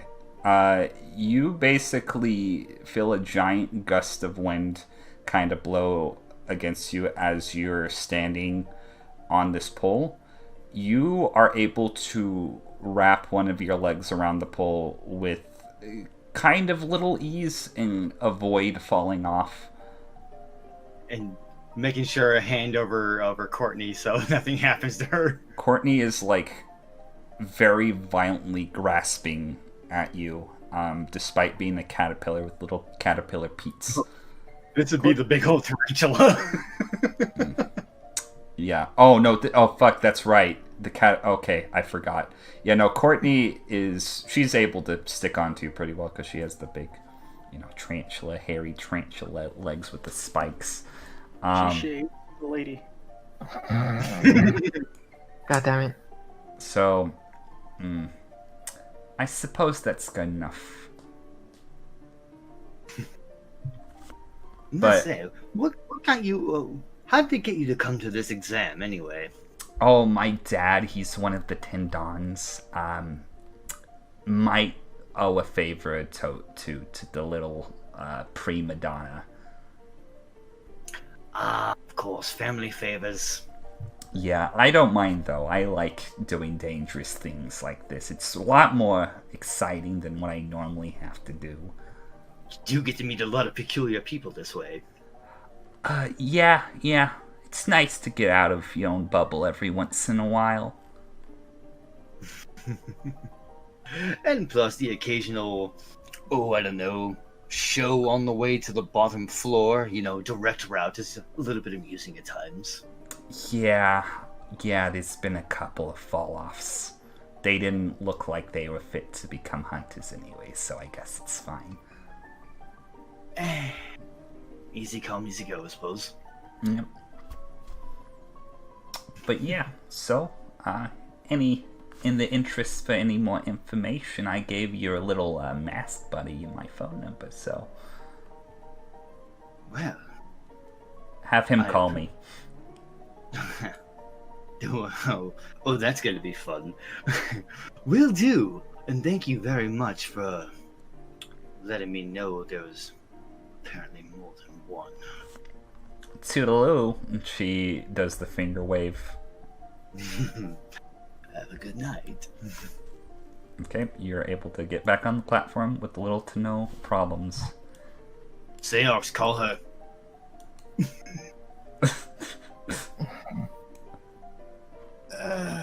Maybe. No, seriously. This is gonna be good. Koko, you found a very cute, adorable dress. You have the choice of taking... I'm so fucking mad that I lost my notes. Polly or Patsy? Which one? Patsy's the boy, Polly's the girl. I'll take Patsy because he is adjacent to my age. Okay, he is wearing a very kind of nice sort of like button-up dress shirt. Orange. You notice that like all the siblings with orange hair have yellow accessories, and the siblings with orange hair have... Wait, no, I said that right. With blonde hair have orange accessories. And this is one of the individuals with red hair. And he is just kind of waiting, just kind of swinging his feet wildly. I would say, Koko, you can either roll me an athletics or a dexterity check of your choice. Or athletics or acrobatics, is my bet. Athletics. Come, there 19. we go. Oh, hell yeah. You are able to just climb across this fucking pole like you're like a monkey of some sort. Okay. Do you move your token? Wait, where do I go? Where do I go? You go to right up here. So you're crawling to the end of this pole. Up here this way? Yep. Need to hold Penelope for you. I want to hold the bug. Go for it. Hello, Patty. It's a pleasure to meet you. My name is Kokumoto. Okay. I'm just gonna drag your token there. There you go. Alright. Oh, no, you're fine. My name's Patsy. Patsy, I'm sorry. This is my first time being on a date. I've never been on it before. This kid looks kind of like I guess, put offish. Like, he seems like he's kind of dissatisfied with the situation. If you want to find out further, I'd say you have to roll an insight check, but at first glance, this person does not seem like he wants to be here. Yeah, whatever. Oh, insight. 14. You can tell it's probably not directed at you, but there's something about this that he doesn't like. You don't seem terribly happy to be here. It's my stupid dad. Oh, is your dad done?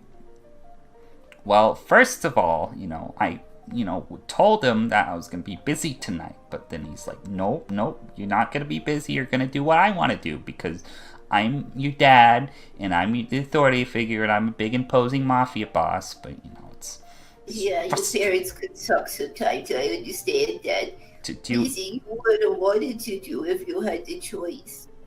Do you have shitty parents? I wouldn't say shitty, but they can be a pain sometimes. Just like, sometimes I just wish you'd let me do my own thing. I know, right? So, what's your story? I want to be a famous archaeologist. Learn about all different kinds of cultures, just like my hero. And also, figure out why I could do this. And then she's going to flex the arm with the claws and shit.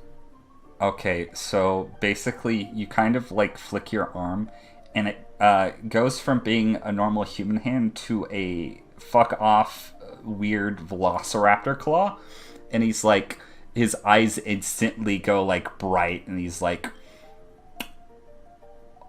oh, well, that other shit you were saying before is kind of boring, but holy, just like is grabbing his hair looking at the claw.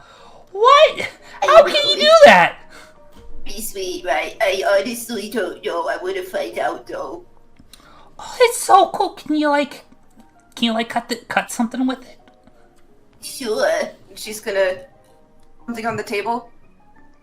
There is kind of these empty glasses and empty plates, like to look as if it was a fancy dinner date, but there's not actually any food. I'm going to attack as to try to slash it with the claw. Okay. Roll attack.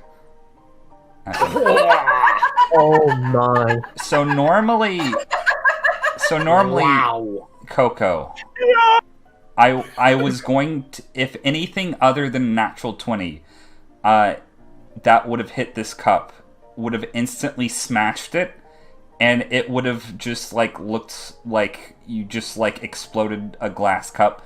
You're able to skillfully slice this thing into 3 individual pieces, and it does the fucking anime thing where you slice your hand, it doesn't move for a second, and then poof, instant perfect cut. And this little fucking twerp that was so off-put moments before is completely enthralled into everything that you are, which is weird as fuck, but he likes it. I'm glad you're impressed. Most people find that really repulsive. I just can you teach me how to do that? I don't know. Oh. I've tried. My brother has harassed me about it before, but I have tried, and he just can't. He just can't. Well, it's still pretty cool. I mean, I can try though, and I don't see a problem with that. But I don't know if I can do that. You know what? You pass. Oh my god! I've never passed a dating before. Oh my god, my mom is going to be so proud. He leans over the table to give you a high five. High five the claw. Okay, with the claw. Are you doing it with the bladed part? I'm gonna do it with the palm so that he doesn't get scratched. Okay, you have a very fucking cool high five. And I want you to roll me 1 strength saving throw or dexterity saving throw of your choice as a gust of wind blows across these poles. Okay. You're able to grasp hard enough onto the pole to where you don't fall off, and with that, you have passed this phase of the hunter exam. Looks like we're having a double wedding here. Okay, Dustin, you're the last motherfucker on the board. Oh, fucking nervous. Okay. What? It's just a little fall. Don't worry about it. Use your teeth. Okay. So, Bacon's got your back. do you want to take Peggy or Petrie across? Petrie. Okay, Petrie. This man wearing a very nice suit is probably about, I'd say, 6'2". Has very kind of short but very finely trimmed blonde hair. He is going to kind of like skip across the pole to the other side. I want you to roll me an athletics or an acrobatics check of your choice.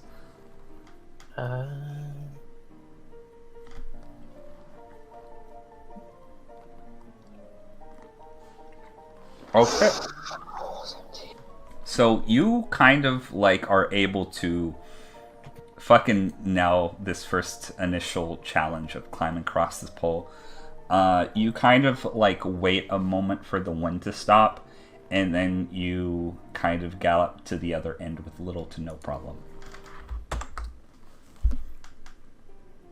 You see this man, he is currently actually filing his nails. Well, hi there. Oh, hello, I didn't notice you. That's a joke because, you know, you are obviously part of the hunter exam and I have to examine you. I understand. And may I just say, you look more handsome than a gem eclipsed by the moonlight. Oh, spare me the short talk. Okay. So, what's your interest, cowboy? My interest is in something a little like this. I'll pull out my pocket watch with the tooth on the front. Me, I'm interested in rare treasures. Like illegal rare treasures or legal rare treasures? Whichever one can get me the highest price. How expensive is that little tooth of yours, by the way? Shit, I'll probably know this. I guess if you wanted to try to figure it out, you could roll I would say a history with advantage based on your background. Or a general intelligence check, but that would be the same stat, I think, so. Yeah, actually, +4 in history, so. 19. Oh, 9. You notice that, or you kind of remember that usually rare fossils sell for about 1 million zinni. You probably could sell this one, though. It's a little bit less rare, considering it comes from a velociraptor skeleton, which are kind of fairly common, so at least in the fossil world. So probably a little less than that, I'd say. Maybe knock down a 0 or 2. Well, I could probably get a couple hundred, maybe 1,000 for this. I mean, it was what caused this on me, and he points to his teeth. Oh, I was going to ask about those. That's very unusual. But if you're willing to sell it, I would be more than happy to take it off your hands. I love collecting valuable goods. I'm afraid this one's not for sale. Is it because of your weird teeth? That, and it's more of a drive for me. Mm. You see, I used to be a paleontologist. Yes. Which obviously explains the tooth, but something I don't really tell other people is how I got fired from that job. There was an incident that happened. A few rare bones were knocked over and toppled on top of me. A few of them cut me up real good. I was in the hospital for a while, but as soon as I got out, apparently my co-worker, who I completely trusted at the time, pinned the whole blame on me. Whose fault was it? I still have no idea. I still think it was her, though. Because she was very adamant in trying to shift the blame onto me. It's very unfortunate, but your story is interesting. So this is just a reminder of that. And to keep going on. And by go on, I mean I'm going to steal every last treasure I can find, because they're in the business of digging up them and giving them to the museums. I'm just going to take that away from them. I do actually know somebody who could probably use your expertise better than I could. He's gonna take out sort of a napkin from the side and start writing on it with a pen. Okay, so if you're ever in the general area, there is a up-and-coming mob, important member in the mafia community. His daughter has a very peculiar. Excuse me, this is a Batty fuck up. I can't say that word. Peculiar. That's the word. I'm gonna pretend that character said it, not me. She has very. She's interested in various different body parts from individuals. I'm sure she would be more than happy to buy any old fossils off of you. And he writes the name Nostrad and pushes it over to you. Well, thank you kindly. I may be doing a lot of business with them in the future. Whether I become a hunter or not, probably. Right as you say that, I want you to roll me a strength or a dexterity saving throw of your choice. Oh no! Oh no. Oh yeah. Oh yeah. So, you... Up the shakes. I have actual shakes. So basically what happens is you see an actual... what you can discern to be a kind of gust of wind from flying debris from the top of the hotel, and because you see the debris, you're actually able to dodge it by sliding over to the side really quickly. Well, if that is all, I guess that concludes this phase. Your story was interesting, so I'll say you pass, but please tell any potentially boring participants that might want to talk to me later on to just spare me the trouble and quit before they end up either failing or falling off like those individuals down there. And he is just going to walk back. Short, simple, or give the fuck up. Got it. So with that, all of you pass phase 2 of the Hunter exam. Walking back, I shout to everyone, "Go home, fuckers! I nailed it." Yeah.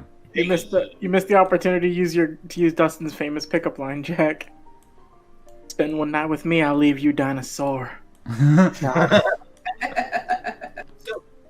Cho is up here with us, right? What's old gas mask wearing? Cho, he is wearing a very kind of nice suit with... I hate saying this, but he is wearing a fedora, unfortunately. But oh no, off the building. Oh no. He's wearing a 1940-esque, I guess, fedora, not a 2015 fedora resurgence fedora. This is a very classy looking fedora with like a little feather. Gangster almost. This is fucking Linkara. He walks out onto the pole and then walks back. You notice he didn't, like, you guys had like a little trouble like climbing onto that pole. He had no problem whatsoever climbing back and forth. He's still wearing his gas mask, but he's able to pass it. From what you can tell, pass the test with very easily. It's actually kind of weird because you've known him to be this kind of closeted individual, and you don't know much about him, but he's able to do it with little hardships. With that, there are a number of people who don't pass. Most of them did not fall off, but unfortunately, I'm sorry guys, Aegon, the elderly man with the giant fucking nose that looks like a Muppet, was rejected. Batty, he just irradiates like big dick energy. How did he not pass? There's more to a relationship than having a large penis cable. I'm sorry. No, the energy. So like with all these anime characters, the hyper-realistic Muppet has to walk off the stage. You know, he kind of like gets in the elevator kind of like sad. Bourbon also does not pass because he is creepy as fuck. He's like a snake guy and he doesn't have much personality behind that. Other than that, one of the Amori brothers also fails and he waves to his brothers. Unfortunately, Hanzo passes. Hanzo should be over there. He's too handsome. He's too handsome to fail. There was more to this than just energy. Aegon's way better than Hanzo. He's got a heart. This lady just doesn't... There's actually a lot of contestants that they don't even fucking try. Like, they just, give up, before even attempting to cross. Oh, Toto. Yeah, Toto, unfortunately, he almost had it, but then he made a comment that he should have had. He shouldn't have, and you notice that his arm is currently limp. Oh my god! You look good enough to eat. Yeah, no, he's clutching a shattered arm right now. That's all right. But I'm going to change the amount of contestants that are left, because there are a number of contestants that did on stream for everybody to see, but you guys, unless if you're watching stream, but there are currently about, I'd say, 78 contestants left. Still too much people. Still too much people. Meanwhile, I'm doubling down. We managed to convince Shalnar to play look at this photograph off his phone. While just having a party over here. Yeah, Shalnark with his 1998 cellular device is looking up YouTube videos. Tunes. It's Nentube. Nentube. No. It's so dumb. You play Snake on his phone. With that, Visky is going to get back on stage. Well, only a few people died. That's good. Thank you all for participating in this phase of the Hunter exam. I hope you had a good time. I'm sure these individuals did. Say goodbye now, everybody. Farewell, Aegon. You know, Aegon is just so fucking depressed. He doesn't know why he was rejected. The poor bastard. He was gonna have so much fucking backstory, and now I guess But anyway. We'll find Matthew. Go to an island and find a crab named Pinchy. He will take you where you need to be. Jesus. And maybe that's where we'll find Rando too.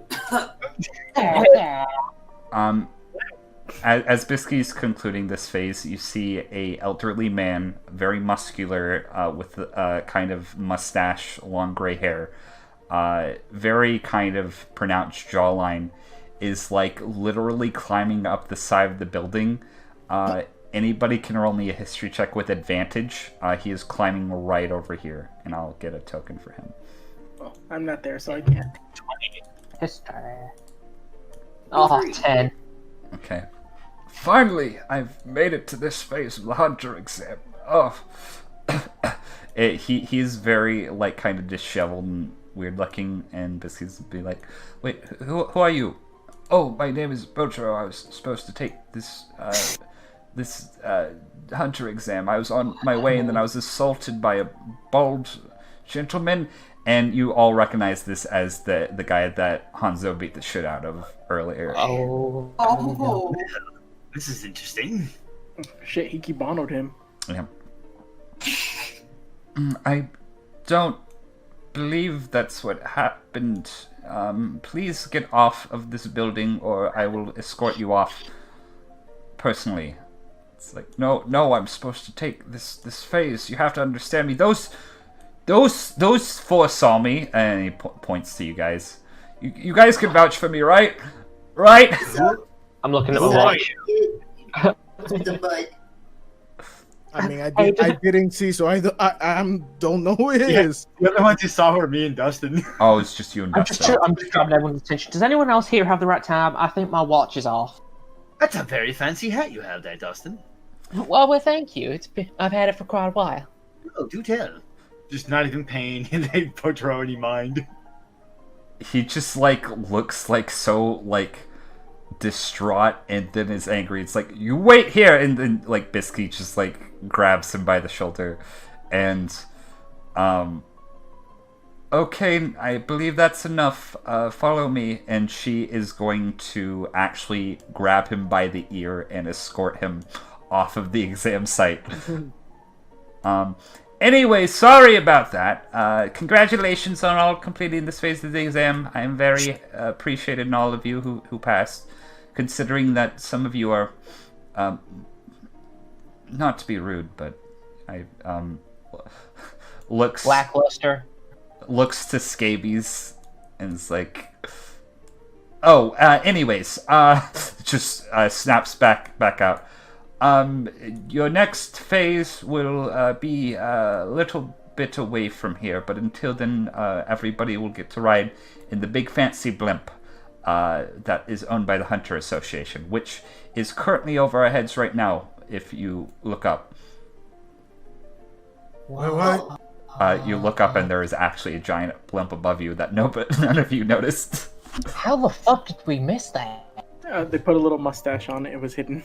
Now, Why do I feel to play card games on top of it? I want to play card games on blimps. oh no, that's a different thing entirely. I'm Damn afraid it. it's a exam for a different time. Anyways, I will get the rest of the crew, and you guys will be able to head up. And the blip is not going to land on this building, because if it did, it would probably destroy it. But it is there's going to be a giant Team Rocket-esque ladder that descends from it. And then Bisky is going to go into this room. Okay, everybody, we are done with the Hunter exam. Many people passed, some people did not pass, that's alright. We're moving on to the next phase, follow me. And I'm gonna come here to the guys. Any idea who that was? Cause Oh, hazard a guess. I He's may just- have an idea, but I'm not at liberty to say. Just immediately elbow Dustin like, I said I wasn't allowed to say, so I'm not going to say a thing. Even saying that you're not saying is too much saying. He covers his mouth. Oh shit! Loudly, Tonbo would be saying as they walk back, holding Anne's hand. And yeah, you know, Scythe and Dustin, Grifter and Dustin, they're both really honest people. They always tell the truth. oh, aren't those your friends over there? I think they passed. Oh, hey. They're still in suit. Oh, they look fancy. Oh, you guys get to keep those, by the way. Hey. Oh, really? Nice. Oh god. Oh fuck! I gotta draw him in a suit now. Did Tonbo change clothes, or am I still covered in blood from the surgery I was performing like an hour ago? I think you're still covered in blood. Nobody's paid you much mind. I demand new clothes in a moment, but okay. I mean, you can ask people. You notice that your friends are wearing different clothes, so. Your clothes. Although Grifter looks like he's wearing the same outfit, but entirely clean now. All right. I apologize, Luz. I cut you off. Oh yeah, no. So basically, you can. I guess you can walk over to your friends, and then if you do so, Anne and Grass will follow, because Anne was talking to you, and Grass has no friends except you. So. Oh, hello, Anne. Good to see you again. Oh, hey there, and looks like we all passed. Purple card, I assume. Yeah, and she spins her card, and it is not purple to you. It is blue. Ah, I see blue. Oh, that's weird. That's fine. We had a very interesting time, actually. It paid off well, actually. Why are you all I dressed? think I just got through by the skin of my teeth. Oh, Grifter's up. Oh, Tonbo, you can have Courtney back now, and you'll notice he has a fancily done tissue-made evening dress now. Courtney, you're beautiful. She Yes, claps. we passed our date. Wait, you guys went on dates? Yeah. Aw. Well, Seox like slightly looks at Peggy, looks back at Tonbo. by the way, you all look very nice, and are there any clothes around here? I think the blood is starting to harden on these, and I'm having a hard time moving. Changing room right over there. Yes. It's also a shower, too, so. Oh, perfect. Yeah, you should get at least cleaned up. That's gonna stink.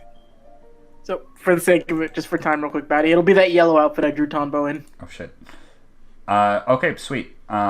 We'll say you just change into that. You can describe it why I'm reloading back into Roll20 because I accidentally rolled out of it. Oh, look over here, Grass, a ledge. Don't you touch grass! I was just You see showing him. You see Just Tonbo showing him coming back in. God damn it. He's wearing a button-up shirt, somewhat similar to the one he was wearing before, but this one is almost like a... think of like a sort of darker, almost orangey yellow, with very light gray shorts, and then shoes that are alternating between the two colors of the shirt and the shorts. Well, I'm gonna take my time, and since Tonbo is gonna go to change, I'm gonna go change back to my normal suit. Okay. You guys change your clothes if you so choose.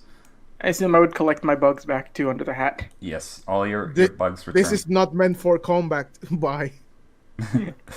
All right, Creed, Penelope, Jonah, Courtney, and Megan. All right, everyone's all accounted for. Grass. Don't forget grass. Grass is like doing the thing that like toddlers do when he's like holding his arms up, like, please pick me up. I pick him up. For fuck's sake. There you go, Grass. You had a long day today, didn't you? Yeah. Damn it, what is it about you that I can't get rid of? So, Tonbo, spill the tea. What happened? I didn't have tea. We had punch. Of course you did. Of course. Oh yeah, we just waited in a room for a while. I don't know why we were all there, but you know, apparently we passed without doing anything. Oh, lucky for you. Yeah, he holds up the card. What color is this to you guys?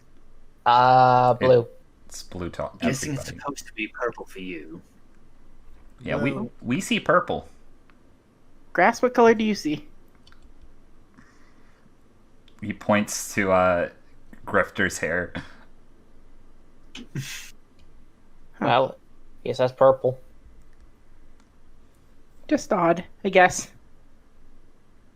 Yes.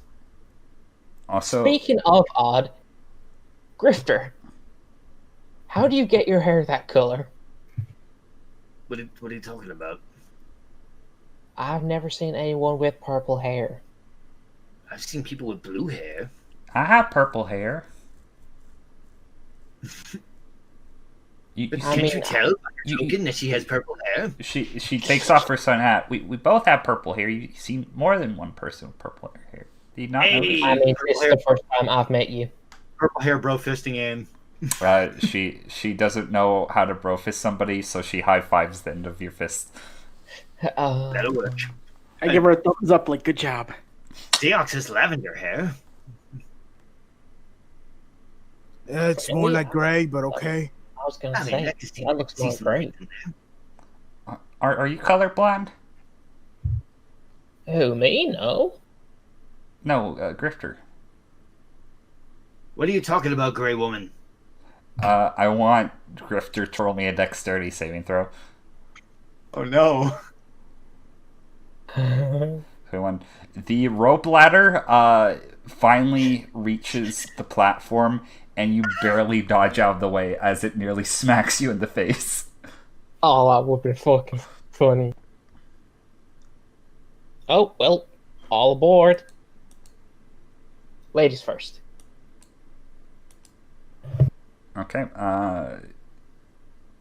do you all climb up to the blimp? But of course. Yes. Ladies first, Grifter, after you. So, you guys... I make a point to help out Anne and Grass if they need it. They're able to get up pretty good, except... Well, actually, Grass actually kind of, like, scurries up the ladder very, like, weirdly. Like, you can tell he is more animalistic when he climbs up that ladder than human. It's very weird. But you guys make it to the blimp, which I should describe. It's like this kind of big turquoisey green blimp with like a shark face on it, kind of similar to what you would see on like I guess World War II bomber jets, but it's a blimp. And you guys get into the main platform, and it's actually closer to what I would describe as a nice hotel. Like, not a fake nice hotel like you guys have been in for however long, but it has polished sort of floors that you can see your reflections in that are so shiny. These intricate white walls with various decor. And the second you kind of like enter into this blimp, you see the same short green headed man named Beans, and he's like, "Congratulations for completing the second phase of the Hunter exam." And he throws out his hands, and like little confetti goes from them. So before we start the next phase, I'm afraid that we're going to have to take a small break. I know many of you are very impatient and probably would want to continue. I mean, a break would be nice. Well, you'll get to sleep on the way to the next exam or any recreation so you desire. Before I get going, I will say that there are rest quarters to the right. There's a dining hall of sorts, and there are various rooms aboard the blimp you can peruse. Just don't go into any rooms that are locked. And also, I have a message from our chairman himself. And he pulls out a little note. Congratulations, newbies. I need to see the cowboy man signed in. I don't know what this means, but whoever the cowboy man describes, I want him to follow me. Puts hat on head. I think that's supposed to be me. You are very cowboy-like. Come with me. And he's going to hold out his little mitts. Also, I would say Kanzai and Bisky are with you guys. Even though they're your previous examiners, they have seemed to follow you to this next phase. Oh, hey, handsome. I didn't know you were here, too. Keep on looking, freak.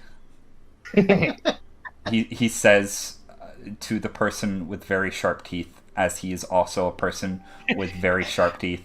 Come on, we're sharp teeth bros. You have to see the old man.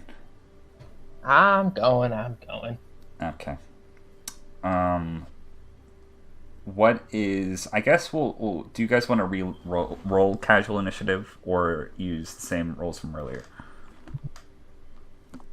I think just to spice it up, maybe reroll. Okay, yeah, that's fair. Let me delete all these previous ones first, and then click your tokens, and then... Oh my god, all the times I've forgotten to do that, Batty. Click your tokens, roll initiative. 6. 23. 11. Okay, sweet. Let's rearrange Tonbo this. and Koko party! Okay, Seox, what you doing, bud? You're currently aboard a blimp hundreds and hundreds and hundreds and hundreds of feet in the air. So just the examinees are here. Which of the examinees? The ones you met, you notice Tonbo's still there. You don't know how he passed, but he's kind of sly to other people. You notice he probably didn't know how to handle Tonbo and Koko, but everybody else you see him talk to, he seems pretty actually he seems to have a hold over people. Hanzo's there. Scabies is still there for whatever reason. A couple of the people that you saw Dustin talk to are there, and better be fucking there still.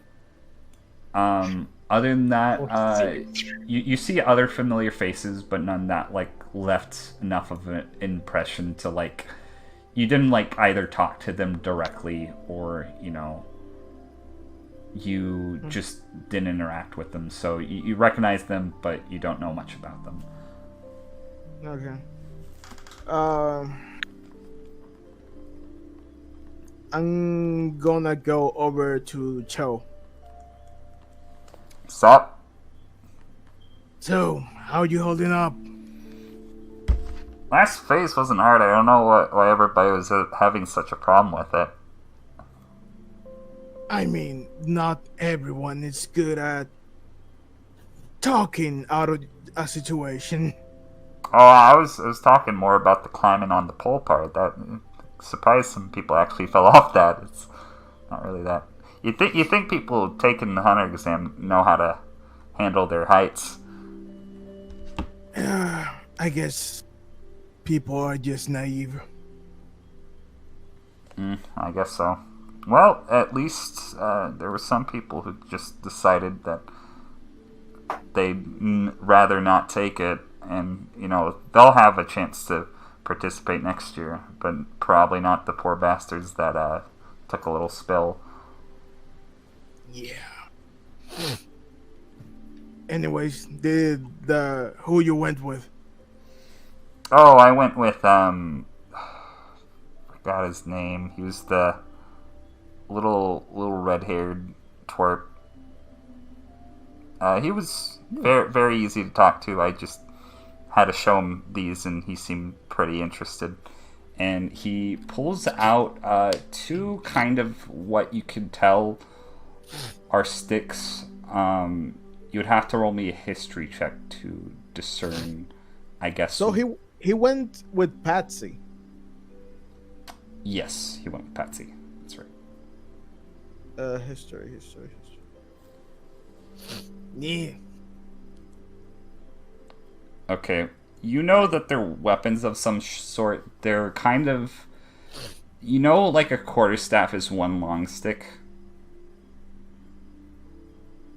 Mm-hmm. These are two very small sticks that kind of have straps that go around his wrist. How do those work? How do you think they work? And he just does a couple of action poses, just kind of not in a efficient fighting style, but to try to I guess show off. Yeah, your technique still needs work, but that's fine. Wait, do you know how to use stuff like this? Oh, I take out my two fist weapons, and I strike my usual martial art pose. Oh, you're trained to fight. Oh, that's actually really cool. You mind if we spar for a bit, actually? I wouldn't mind. Okay. You guys actually do find a room that it almost like seems like a gymnasium sort of like area. There's wooden paneled flooring and kind of these padded walls. Roll me I guess, how do you want to teach Chow to fight? I want to teach him to move like in this style that's just move as little as you need to move and just do precise attacks. Okay, so to do so, I want you to roll me a general wisdom and a general dexterity check.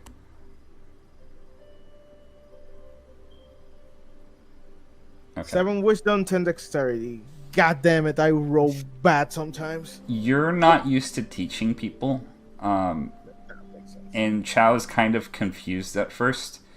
You do teach him 1 or 2 techniques, though, that he kind of is able to learn from watching you perform them. It's not the first, I guess, not a first good training session, but he did pick up a little bit. It makes sense. Seox is not used to be with people. Yeah, no. He's not either, so you're kind of like in this very awkward situation. Like you're both very introverted individuals, and you're trying to learn from one another. So yeah, I guess we spend some time training. Okay, sweet. Koko, what you doing, girl? Koko will be looking for the buffet because she's hungry. Okay, so you go to where being said the cafeteria was, and you see kind of a have you ever been to a salad bar at like a pizza restaurant? I have, actually. Yes. Imagine that, but like almost every type of food like on it, and it extends the entire length of the room. Is like visibly like sparkles in the eyes, just like, oh my gosh, it's like food paradise. She's going to get her nosh on. Oh shit, okay. Yeah, no, you start chowing down. There is just like so much that you just start gorging yourself on. And you notice like there's like a couple other individuals like also eating. But like you start like digging in, and like they're just kind of all looking at you like, holy shit. I'm a growing woman, okay? Just don't bother me, I'm sorry. She's Son Goku eating. You're shonen protag eating, which makes sense. It really does. Yeah, it does. But yeah, no, the food's delicious. It's very good. Is there anything else you want to do? That's pretty much it. She is eating food, and then she's gonna find a room to take a nap. Okay. There's just kind of like a room with sort of blankets provided. You know that there are probably actual sort of hotel-esque bedrooms in this, because you have seen like people get into them, but you probably discern that you don't have access to them now, considering how there's 78 people on board this vessel, and there's probably not that many rooms. But there is kind of a room that people are sort of like laying down in with like blankets and stuff.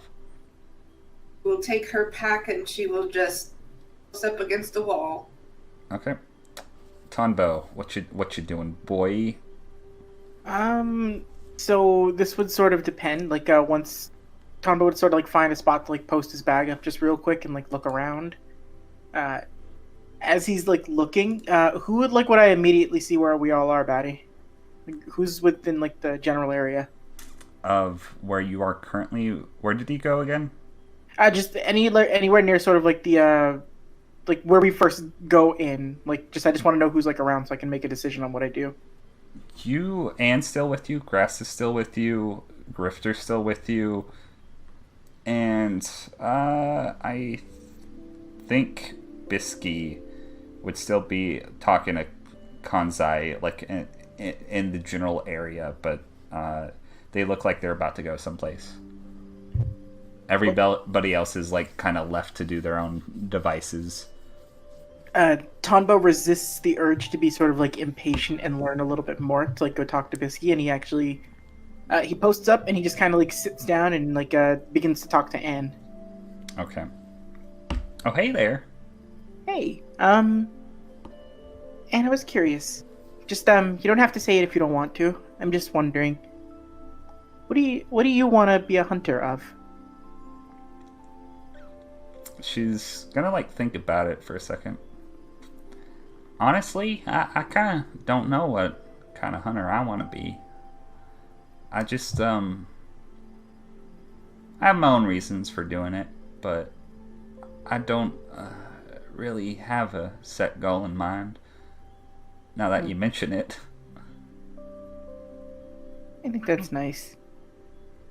People get to do this and then they sort of find what it is they want as they go along with this, and I think that's really cool.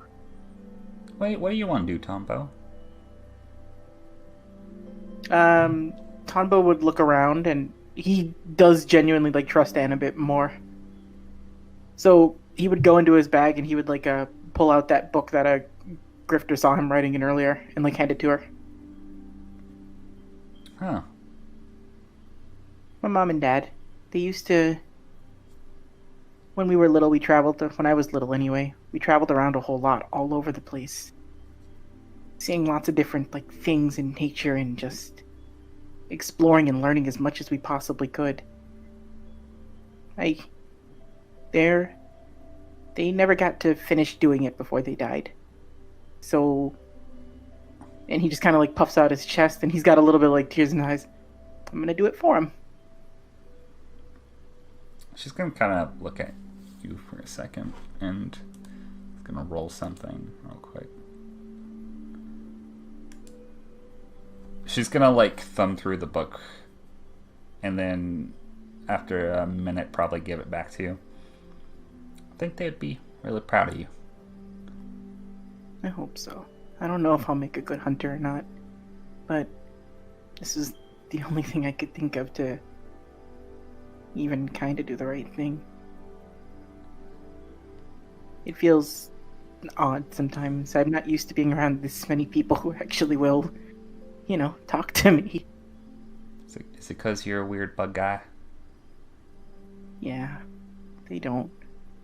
And well, he just like he lets like Megan crawl on his finger. Like, I know she can't talk back, but it makes me feel better to think she can. Anne's gonna like pet Megan actually. Well, from a freaky worm girl to a freaky bug guy, I think you're worth it, Tonbo, and I think I'm better for meeting you. I know I'm better for meeting you, Anne. And you're not freaky. You're one of the nicest people I've ever met. And if you ever need any help from anything, you always know I'll be there to help out. She's just gonna kind of like look to the side for a second. Thank you, Tonbo. Just smile up at her, and then I just go back to I just sit next to her, and that's it. Okay. Dustin, you're currently in the hunter blimp. You're being escorted by a small green man with a bean-shaped head, coincidentally named Beans Dustin. And he is basically takes you to a room that is locked. He unlocks it, and he opens the door, and in you see a number of individuals, specifically two other than Beans, will go over here now, drag your token onto this map area, if you so please. Dustin, you see a literal room that is a actual world map as the floor. The floor is literally a world map of the world. Can you believe it? It's so fucking cool. Inside, you see 3 individuals. One is Beans, who came with you, so that makes sense. The other is what looks to be a very studious-looking dog girl. She has, like, a human face, but her nose is very round, and she has dog ears. It's very off-putting, but she has glasses and is wearing a kind of very modest dress. Netero, on the other hand, I don't know if you would recognize Netero. I guess you could roll a history check of sorts if you so choose. But basically you see a elderly man in very traditional sort of garb. You rolled a nat 1, you don't know who the fuck this person is. You finally found the chairman of the Hunter exam. It was Beans the entire time. But no, you see an elderly man in traditional dress with a very tied up ponytail balding on most of his head. Very crazy eyebrows that extend way off of his face. A pointed beard that curves in on itself. And 2 very extended down earlobes with piercings on them. And Beans is like, stand at attention. You're in front of Chairman Netero. And he, like, does the same thing with the confetti, but just with one hand this time, in the direction of Netero. You don't know where he's getting all this confetti, and it's like, Netero's like, no, stop that. It's weird. I told you not to do that, Beans. It's like, oh, I'm sorry, sir. We have to clean that shit up every time. Hello, are you Dustin? Yes, that is me, sir. Hello. Okay, so my name is Netero. I'm the chairman of the Hunter Association, if you did not know. This is Cheetle. She's the head of our science division. Say hi, Cheetle. Cheetle's like, hey, hi there. Yes. There has been recent events occurring that have been developing, and we've been having to clean them up, per se. There was a event that happened a number of years ago, 5 precisely, that may involve you. Where, by chance, did you get those very sharp, scary-looking teeth of yours? Oh, I pull out my watch and say, it was during an accident. I got scraped up by a few old bones, and this one was the one that dug deepest into the back of my leg. I think it was from this. Did it happen instantly over a small course of time? It happened over a short time. Just as I feared. Well, as you could probably tell, it's very unbecoming of a chairman to not be present for the first couple of phases of the Hunter exam. Usually I keep a watchful eye over it, but unfortunately this year I've had to help with cleanup in a certain region that I believe you have been yourself. More recently, there's been a strange phenomena that has happened in a radius encircling, and you kind of actually see on the map where the circle is drawn, encompassing the continent of part of the coast of Asuda, Sular, and Japan. People within this radius will randomly start developing animal-like characteristics. Not everybody, but a select number of few. At first it was very highly guild nin users. And he points over to Cheadle. Cheadle, God bless her soul, was cursed with the hideous... it's like, she's like, wait, what? I'm not hideous. It's like, oh, no, it's fine, Cheadle. I'm explaining to the nice, scary Dino Man. Anyways, this has been occurring for a while in very, very few amount of individuals. We've been able to keep it hidden for some time. We don't know the cause of it, and it basically... as I was saying, people develop random animal parts based on what animals they come into contact with. You got injected by some sort of dinosaur bone, if I'm correct? That is correct. Yes, it's very concerning and very, very confusing, and I still don't know what's going on. I got so mad I pulled all my hair out. That's a joke. I'm actually balding. Don't pay attention to that. But, yes, no. It's anything else you could tell us about your experience, or... I mean, all I can really tell is what happened the day that this all started to me. It was I'll just relay the whole information like I did on the date. Okay. Very interesting. And he starts stroking his beard. Have you met any other individuals with these sort of attributes? I know it covers a large amount of land. Again, this only affects a select few number of people. Usually ones that would be more likely to take the hunter exam. We, every year for the past 3 years when we discovered this phenomena, we've been taking to...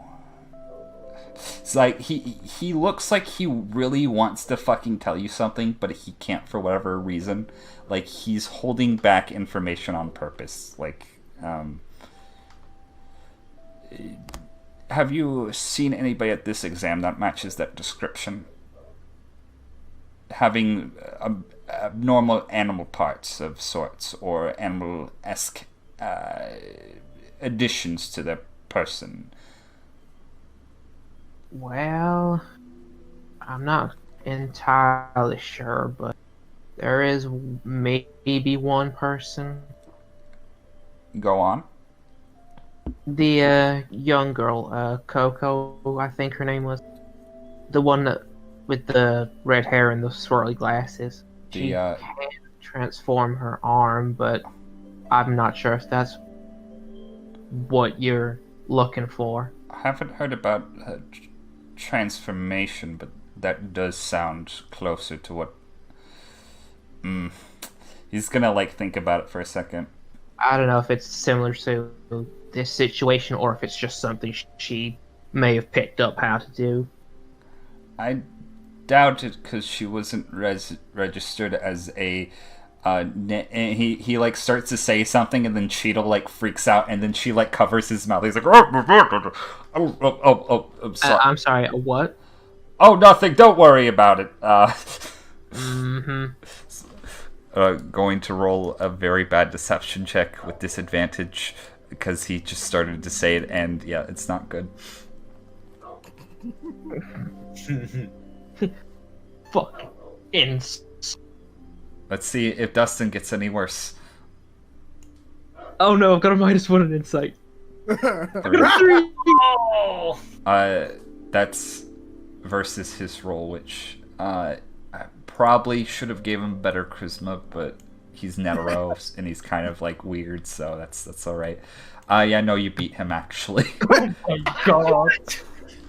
Damn, that was a bad roll. I understand you, Netero. Sympathize. He's purposely withholding information, and you're pretty sure it has everything to do with every supernatural or abnormal thing that you've seen during this exam, potentially your entire life. Sir, please. Tell me. What is it you're trying to hide? Roll a persuasion check with disadvantage against the fucking chairman of the Hunter Association. Which has still a bad charisma. He does. He does, and yeah. Oh, well, he has a. Oh, he may have a good wisdom. Sorry. He has a good wisdom, but that's not the counter. Well, I guess it could be potentially, but I mean, if it is insight, let's see. It wouldn't be insight for this. But persuasion, I'm gonna say that beats. It's alright, Cheadle. You'll find out eventually, anyways. He basically tells you what Nin is. In a similar vagueness to how Bisky told Tonbo. Ideally, you would learn about this after you took and passed the Hunter exam, and it would be sort of like, a whole other test would be discovering what Nin is and how to find Nin, and it's like a super secret thing that we don't tell you, but we're living in very strange times, I'm afraid, Dustin, and there are freaky animal people milling about, and it is concerning me greatly. Cheadle and a couple of other my trusted associates went to investigate early on, and because of this, they suffered the effects. Now, from what we can tell, they're non-harmful for the most part. It's very unusual. We still have absolutely no idea what's going on, and I'm afraid you haven't really helped us much in that department, but your consideration has been noted. And I believe what this is the act of some other Nin user. Some person who has a Nin that is able to manipulate the bodies of others within a specific radius. Now, the Nin user that could do this over hundreds of miles is much larger and much more dangerous than anything anybody's ever seen, and thus why I'm so concerned right now.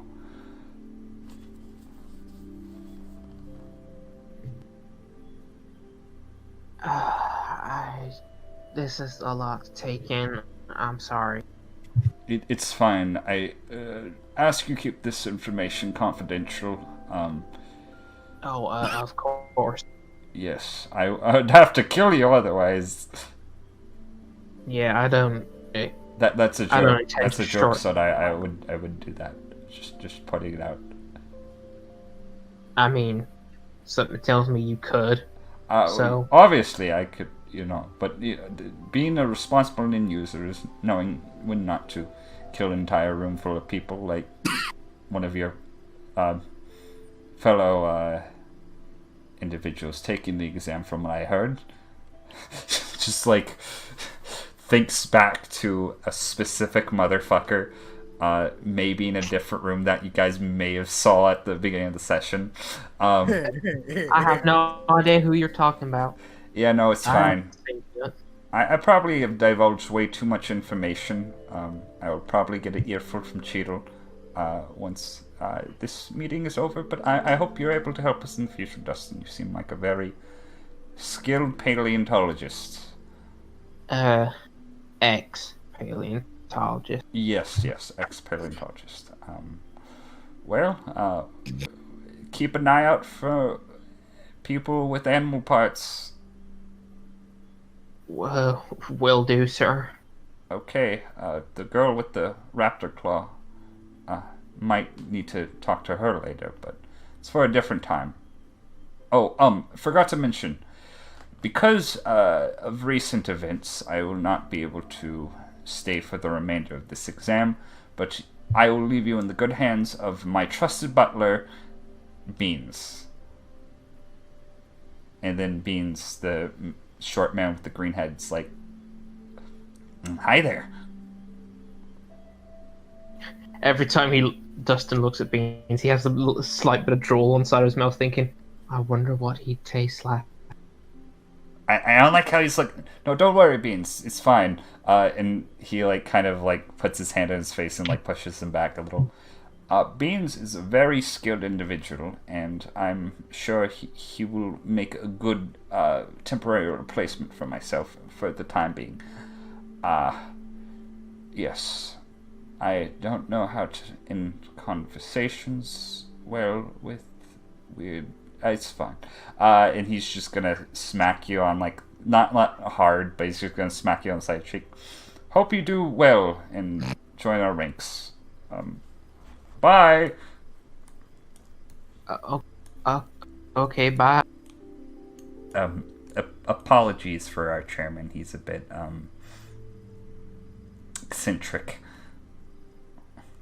I guess that is one word for it. Okay. Well, please tell us any information, and again, this is highly classified information. You can't control what people say, but please, any other thing. It's alright, I do understand. I promise to keep this a secret, and if I do find out anything, I will try to contact you in any way I can. Okay. Well, I'll be seeing you. Hopefully. Okay. And she's going to exit the room. Okay. Last but not least, Saif, what do you want to do before we wrap up the session? Alright, so everyone's kind of gone their separate ways, although Tonbo doesn't seem to have gone that far. Yeah. Kind of just like looking out the window and everything, just looking at the city we're taking off on the blimp and everything. You look down to the city, and kind of what I described earlier, but you kind of have more of an aerial view of it. It is a very sprawling landscape of just ruins and parts that don't look like they fit together, but are still made into buildings.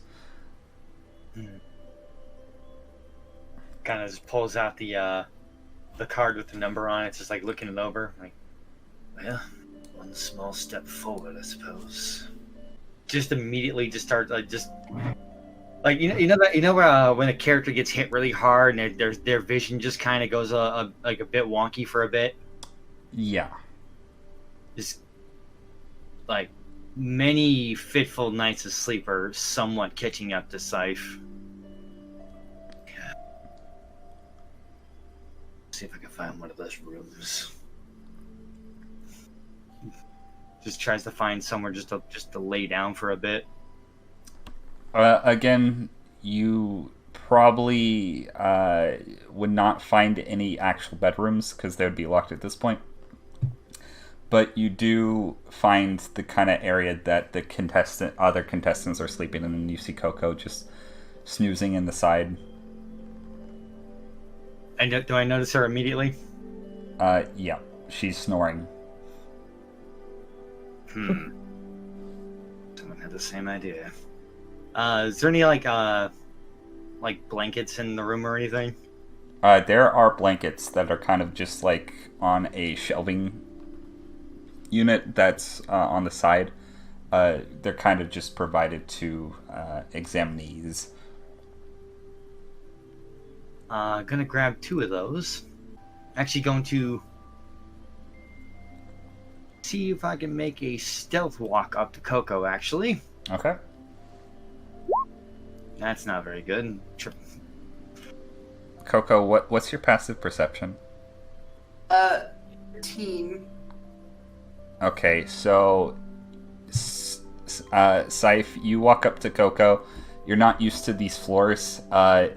You're trying to quietly step, but then you notice there's like a giant echo as you get closer to Koko, and Koko, you wake up and see who you know as Grifter approaching you. Oh, hello, Grifter.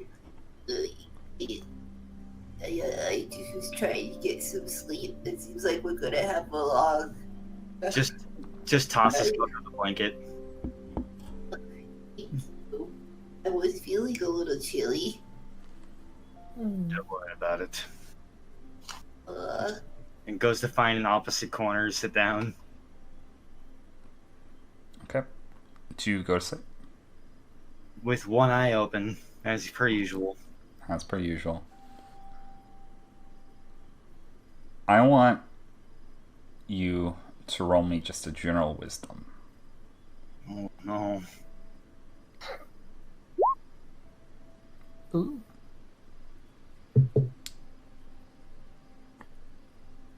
You have a nightmare of sorts in which you're in a room, a dining room, one that you're very familiar with, full of empty chairs, and you sit down where you have sat down so many times before, and you can't help but it feels a little too empty at this point. And then you feel a burning sensation at your side. The sword that has been on your person is glowing red hot. What the hell is wrong with this thing? Just throws it on the table. You do so, and it stops glowing, and you wake up the next day, and on your side you see singe marks. Okay. Oh.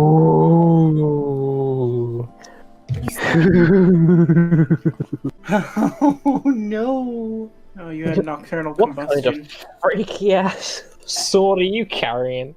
You were picked up by the Hunter Association's blimp, and you slept the night there, and it is currently the next morning, and you are preparing for the third phase of the Hunter exam. Who would wake up first?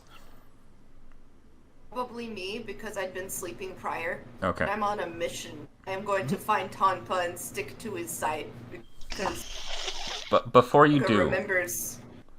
Noodle, I want you to roll a perception check.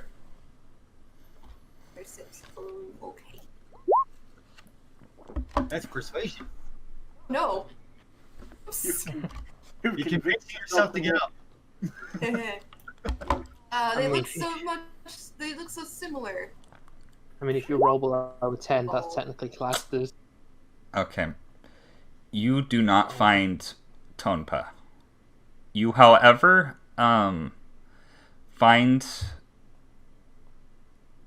one of your friends in the corner, Grifter, and he is still sleeping, but he's kind of like jittering.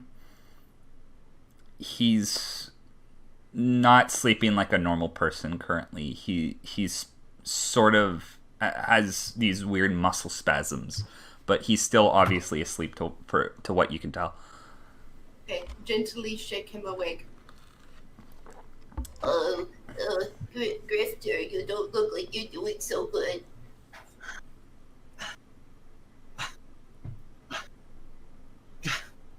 Wake up, Mr. Slyman. What is this?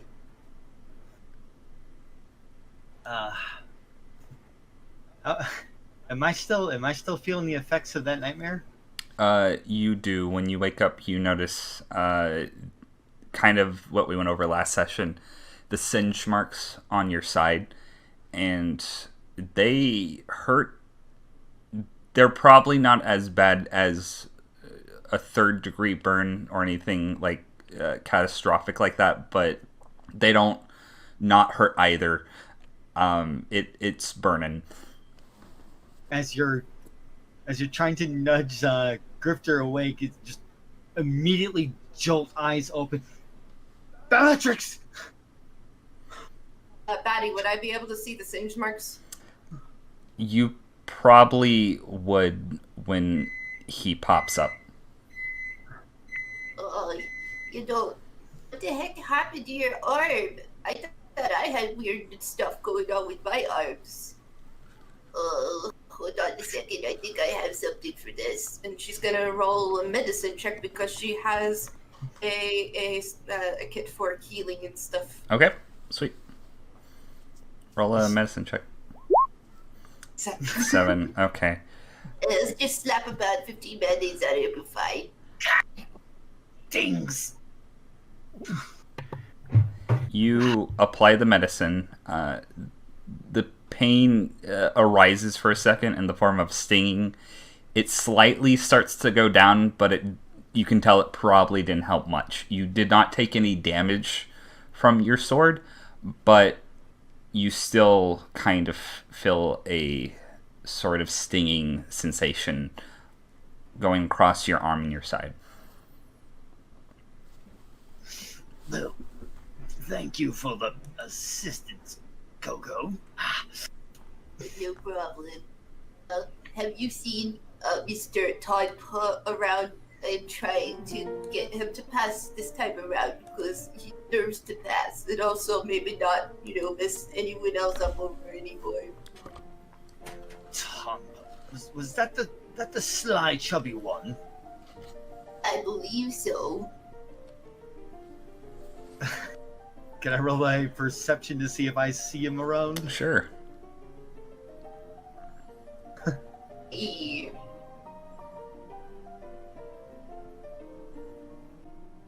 You're 15? Okay, so you start to get up and you actually leave the room and start to look around for Tonbo. I will roll something for him real quick. Oh, you gotta be fucking kidding me. You think you find him for a second, and you grab his shoulder, you turn him around, and it's a lady who looks unusually like Tonbo from the back. Sorry, ma'am. You see this gentleman, he kind of looks like you from behind, but he's a bit more, sly, I guess you could say, is the polite way to put it. Roll a persuasion check. Persuasion. Oh no. She slaps you and walks away. Oh, I kind of hoped that would happen. That was uncalled for. Although I was could... just asking a question.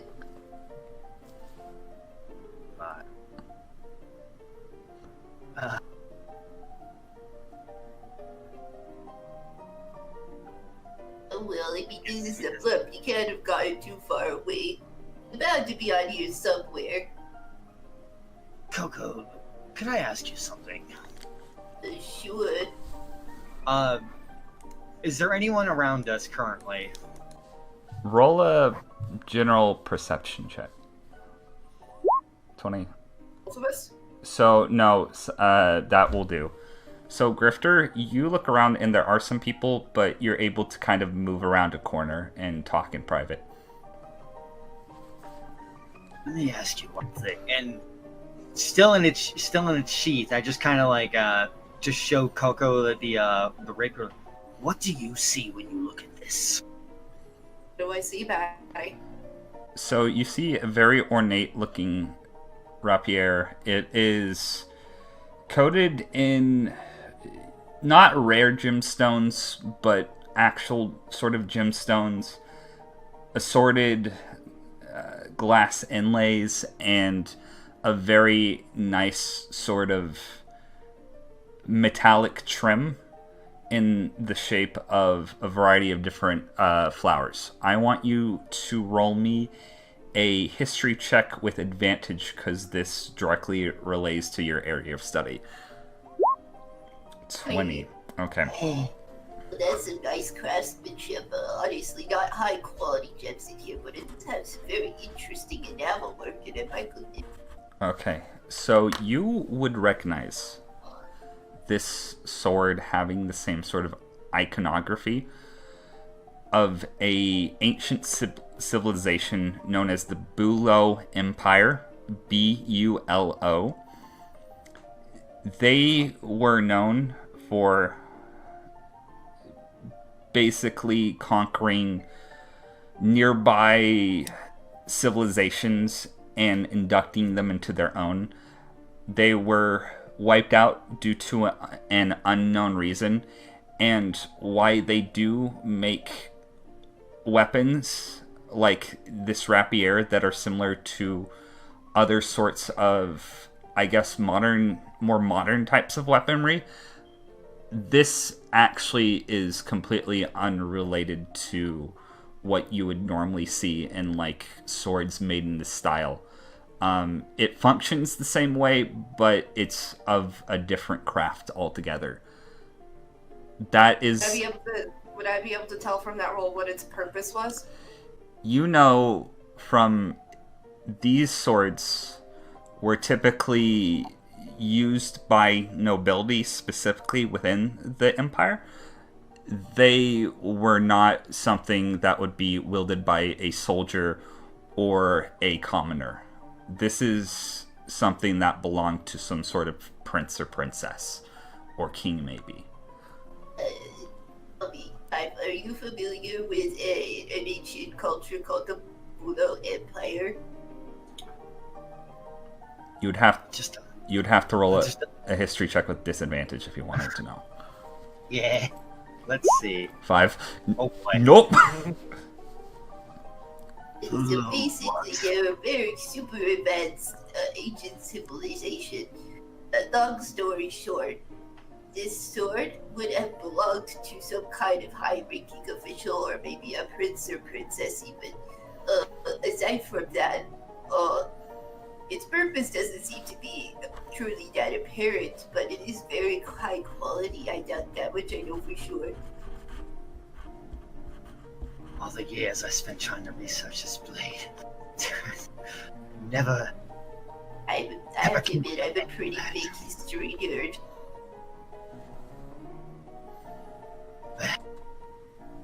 There may have been origins of this. There still may be a lot more than meets the eye. To me, all I see is a damn curse. Oh, I don't know what to say about that. I'm not familiar with any curses associated with this kind of weaponry. Damn thing plaguing me for years now. Oh, why do you keep it then if it's gonna cause you trouble? Because it's better with me than with someone else who would dare get their hands on this. I suppose, if that's how you feel about it. Let's just say, this is all I had to remind myself of somebody. Oh, but they must have been fairly important to you if you're going through this much stress over it. Yeah. Just a bit. Also, I don't know why you need to ask me about this sort of thing. I'm not an actual archaeologist. I'm kind of an apprentice, really. Well, call it a hunch. You seem like you're really passionate about your field. I am. I just can't get enough of it. I suppose this just makes it really fortunate for me then. And also, if we happen to make it through this could be quite a feather in your cap if you could find out where this goes. Where it goes? What do you mean where it goes? I have many reasons to believe that this may be more than just any sort of normal blade or ornate sort of any kind of antique piece. I have reasons to believe this actually might be something that'll point the way, a key of sorts. If I may be so bold, dear Grifter, I believe you also may want to keep that from prying eyes. I believe there's some so-called treasure hunters among us as well. I think they might take a bit of an interest to that you might not find very attractive. Yes, our instructor for one thing from the last round. I overheard her conversation with Tonbo. That's also true. It's okay. I have no intention of ever using this anytime soon. Okay then. Do you still want to help me fight this Mr. Tonpa? I wanna get back with this man. Well, suppose it's thanks for the bandages. Ow. I can help you find him, I suppose. I appreciate that. Like in his 50s, how far could it be gone exactly? Sly old man he may be. With that, we'll move on to the next person as you guys continue the hunt for Tonpa. Who would wake up after Koko?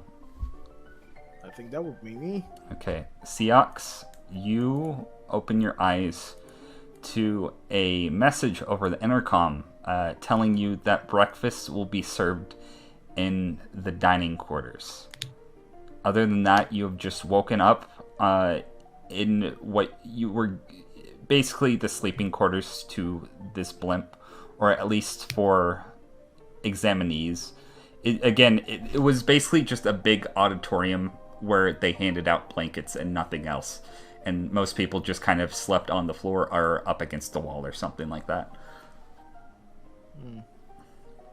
I guess the first thing would be to look around if I see any of the other guys. Like from your group? Yeah. Okay. And Cho. And Cho. You see Cho, he was sleeping in the very most corner, closest towards the back side of the room. You can probably figure because of his nature, he was probably keeping an eye on everybody. Other than that, Tonbo, would you have slept in these corners? I wouldn't. I would have probably fallen asleep near where Anne was since we were talking. Dustin, would you have slept in this room? Yeah, he's just probably found any random spot, sprawled out like fucking dead body chalk outline at this point, arms and legs in any direction. You see Dustin snoozing away, kind of contrary to how everybody else is sleeping. Like, you can tell, like, most people here don't trust one another. Dustin probably doesn't either, but from probably the way he's sleeping, he probably doesn't give as much of a shit.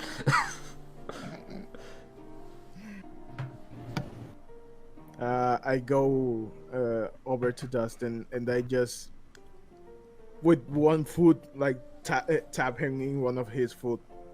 Hey, wake up! Breakfast. It's too early. Yeah, don't blame me if you miss something. But whatever. Fine. Hold up, I'll get ready. Oh, come on. You might find maybe some coffee. I think you need coffee. I think I need something stronger than that right now. Double coffee? Just inject it straight into my vein. Okay. Come on, let's go. And I think we head to the dining room. You head to sort of cafeteria. You notice it's kind of unusual. There are a lot of people outside the room, not actually in it. Like, the doors are closed, and you can see a couple of them leaning their doors to listen in on what's going inside. And they kind of are sweating, some of them.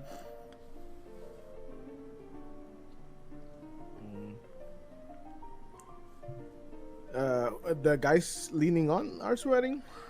There is probably 20 individuals lined up outside this door. Not like in an actual line, but probably they're either waiting for something or they were previously in there like a moment ago and they ran out for some reason and now they're listening. They look like they're listening in to see what's on the other side of that door. But this is what you're told is the cafeteria. I go to the closest one, the closest person, and I actually don't say anything. I point to the door and I go like, I shrug like, what? Didn't you hear? Frick, one of the competitors was jumped by 5 other guys in there, and they were all like, and he does the cutting to the finger motion, and then his head like goes limp. He killed them all. And I will write off some of the current contestants. There are now only 73 remaining contestants. Dustin's just fucking half asleep. He's already walking through the door. You walk in and you see 2 individuals currently eating. Only one of them is eating, I should say. One of them is Kanzai, your instructor from the previous exam. He's angrily flipping through another magazine of some sort. He looks like he hasn't been paying attention to anything that's going on. On the other end, kind of underneath a TV, you see the individual known as Shalnark, still texting away on his phone, and there are 5 limp bodies in the corner, kind of off to the side. Can I tell who they might have been? Yeah, you can recognize them as people you haven't really paid much mind. They're not really that recognizable of individuals in comparison to most of the other freaks that you've seen here. But you can probably tell that they're closest to Shalnark, and he is not an examiner, so maybe he killed them. Scraps is sick. So, I guess since you guys are all calm here, they did something stupid. I think they had beef with them or something, or I don't know exactly, but or they mistook them for something else, but apparently they all just jumped them at the same time and didn't turn out too good. I mean, if he defended himself. And he at this point he knows Dustin heading in there was like, "What are you doing? No!"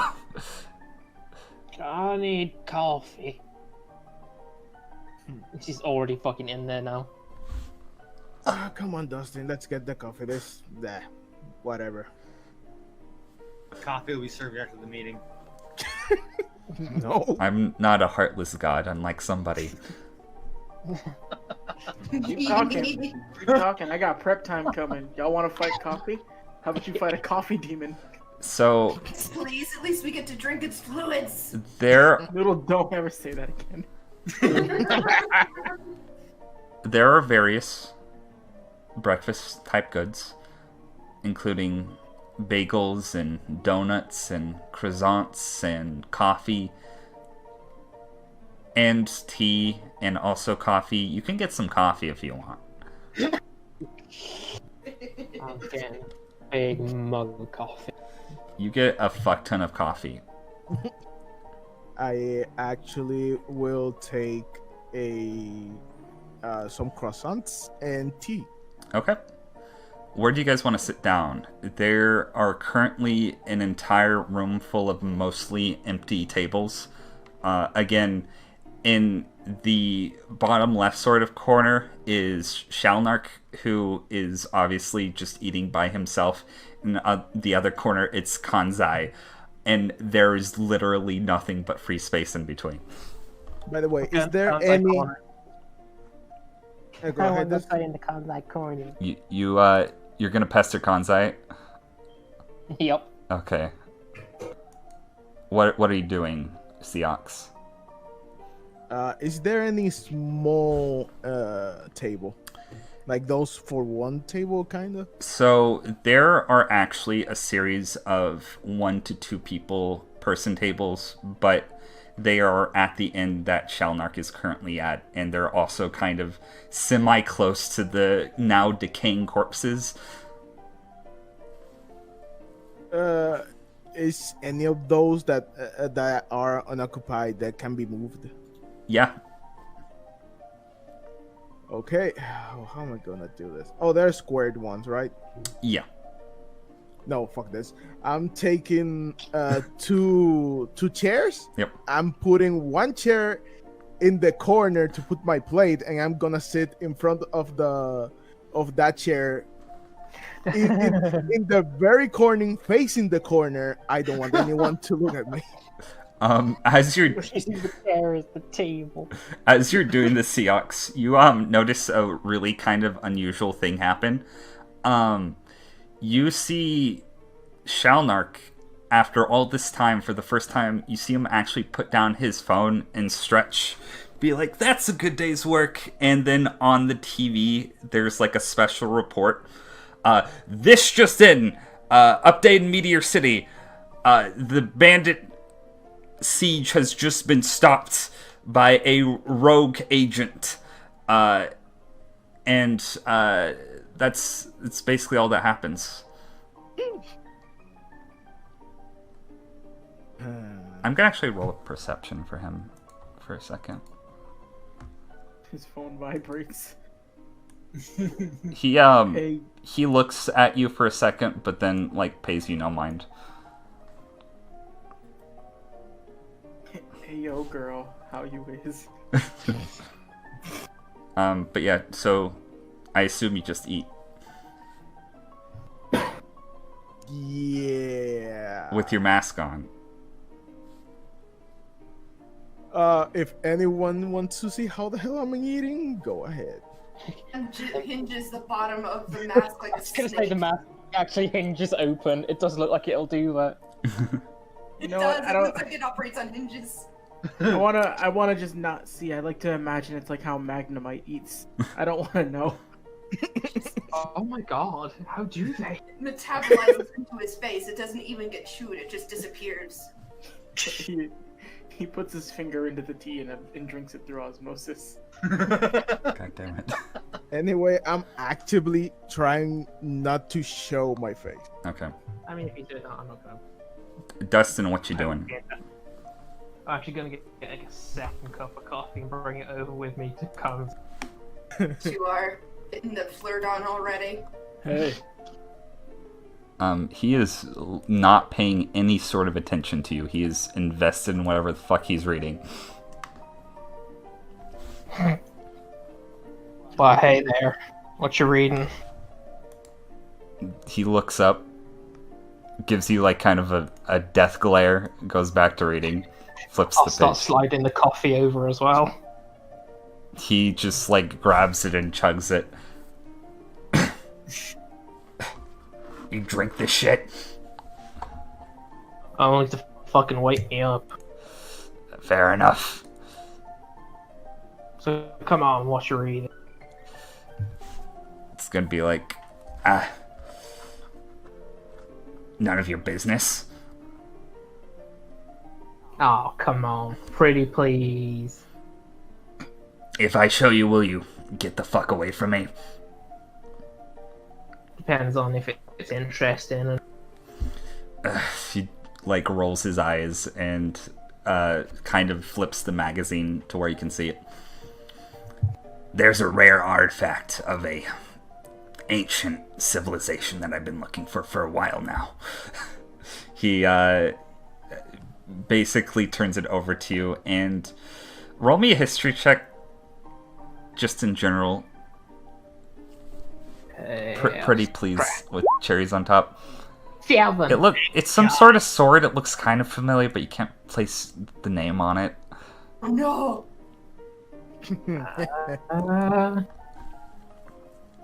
Does that thing have a price? If I was It's hard. having to do the math, he writes down a number with a lot of zeros. Holy shit. Yeah, no, it's some silly lost civilization. I don't remember the name. Anyways, it's worth a lot of money, and apparently it actually went missing a few years ago. Really? Yeah, unknown circumstances. Really strange. I might be getting into the right kind of business if that's the kind of numbers you'll be getting out of this. That's why most people become hunters, to be honest. Not gonna lie, that's why I drew me to it.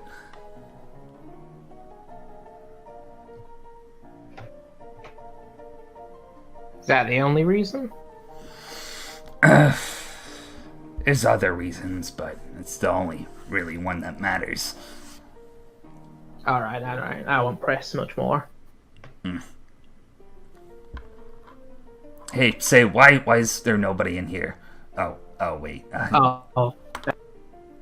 I'm just too fucking tired to care. I feel that.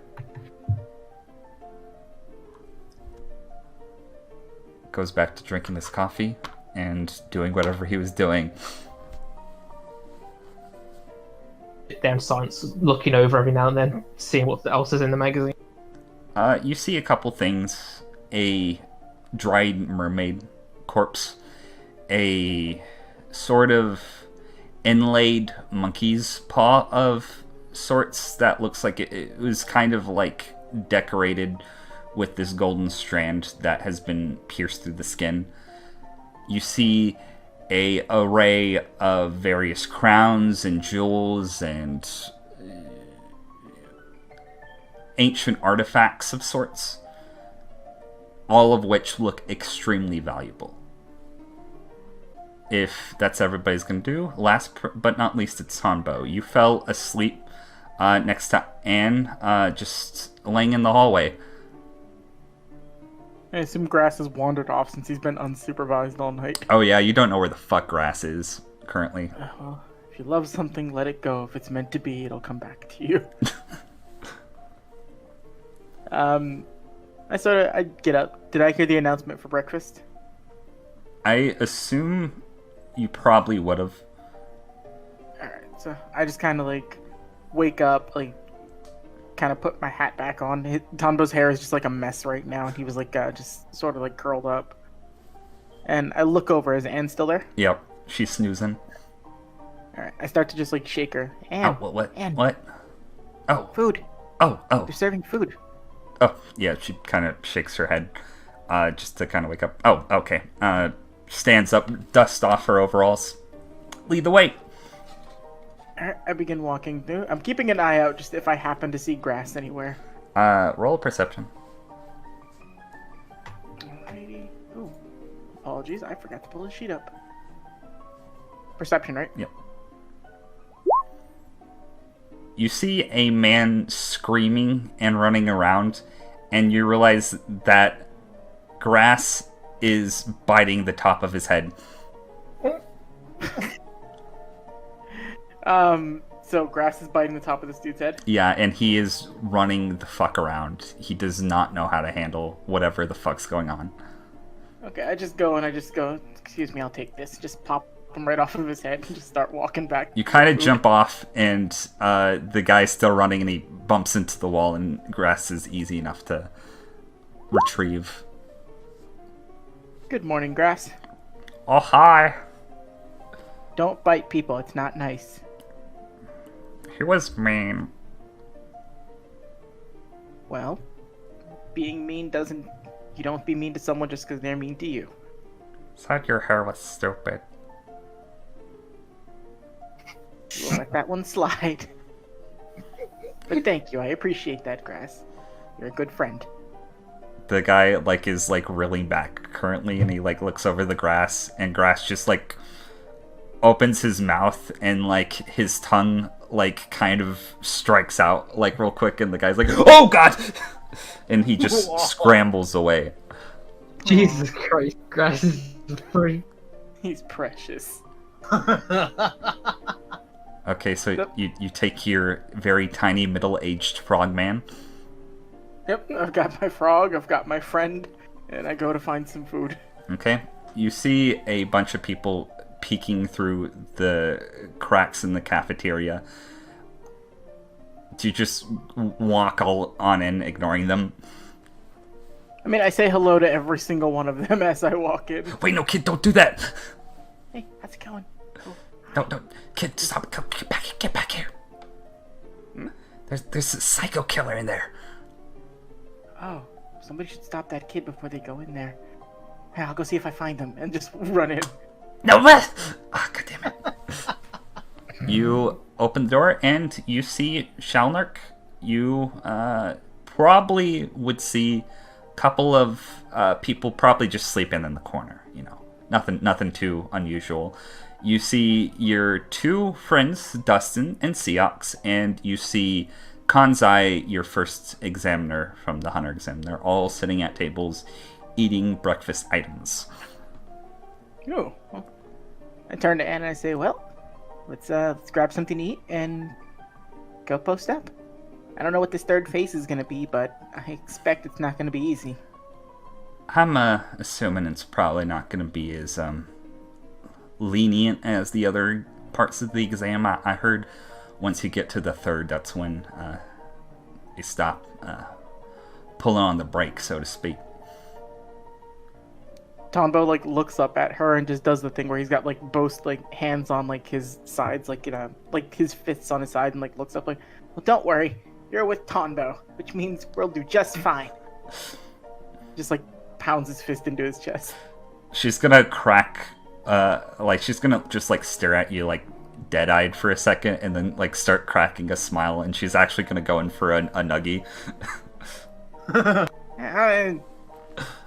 You're so cute. Oh. I'm not cute. Brave little man, Tombo. Tonbo just kind of flusteredly walks over and goes to get food. Okay. What food do you get? What was there again? Bagels, croissants, and what else? There are bagels, croissants, donuts. Basically any sort of breakfast food. You can find it there. Alright, so I grab a bagel, and in an attempt to make people stop looking at him like a child, Tonbo grabs black coffee.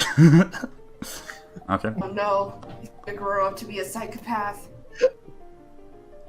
Then he just goes, and he just ushers. He goes and he spots Dustin and sits near him. And then is Seox near Dustin, or is he off somewhere else, not near Dustin? I'm in my corner. No, I don't know how far the corner is from where Dustin chose to sit. I know that's up to Batty. Yeah, Batty. You would be kind of in between Shalnark and Dustin and Kanzai. So is Seox still within talking to distance? This is not a huge room. It's not dreadfully small, but you could easily just shout over to him if you needed to. Dustin's drinking coffee, so I don't want to just pick him up and move him somewhere else. He will bite you. He will try. I'll go. I'll just I have to do one quick thing just to this is gonna determine what I choose to do at this point. 1 sec. Oh, he can't choose to sit next to you. Okay, so with that insight, he doesn't realize that Seox probably was trying to sit there for some reason by himself. So Tonbo goes and just posts up in a chair next to Seox. And just eats a bagel staring at him. Do I see him coming at me? Don't say coming at you like he's in danger. I mean, he is.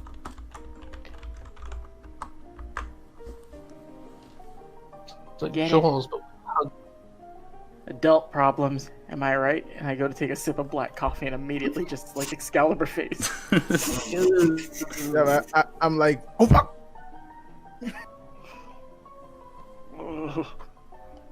Having a hard time there, Tombo? I mean, Fine. Could get you some cream if you want. No, this is good. And just eats the bagel. Yeah. We're here. I said, Seox, what are you doing over here? Just eating. Well, you can eat over there. There's people. You can talk to them. I don't think you can talk to a wall. Or at least they don't talk back. I don't think. No, they don't. I just have, reasons. Anything we can help with? Yeah. No. It's just I have to take the mask off to eat, and I don't want people to see my face. So. Oh, do you have a scar? Exactly. Oh no. Tonbo looks like concerned and sad. I'm not good with healing scars. I can only do like internal surgery. Don't worry. I'm not horrid or anything. I just don't like people watching my face. Well, don't worry. I can go sit with Dustin so I don't see your scar. But come over when you're finished. I'm actually already finished, so yeah, I think we can do that. Alright, perfect. I'll lead the way. Can I lift up Seox's chair and just carry him over there? Roll athletics. Oh, Jesus Christ, here we go. Oh no! Oh, that's right. I have bagel and coffee in hand. You, I can't do this. You try to lift up Seox. You get off like a couple inches off the ground, and then you fall over without... Seox, your chair doesn't fall backwards or anything, but it just kind of lands perfectly, as it were. But Tonbo, you fall over. Can I do something real quick, Batty? Yeah, sure. I hope, because I got a -2, I hope this is a low roll. Yeah. So, as the chair actually falls over, I see the cup of black coffee I left on the floor, and I immediately look around and kick it with my foot. Oh no, the coffee spilled, oh no, and walk away. What the? I was enjoying it so much.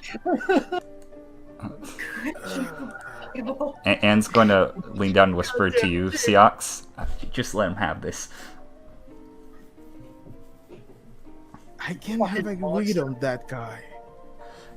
I don't know either, but if I find something out, I'll tell you. Yeah, okay.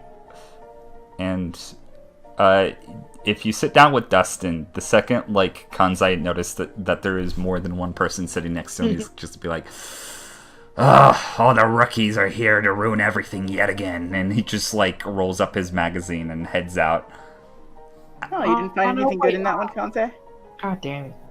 He just thought you were still looking for treasures. He just waves, does the backhanded wave to you guys and opens up the door as 3 other officials from the Hunter Association walk in and drag off what you probably understand to be the sleeping people. Me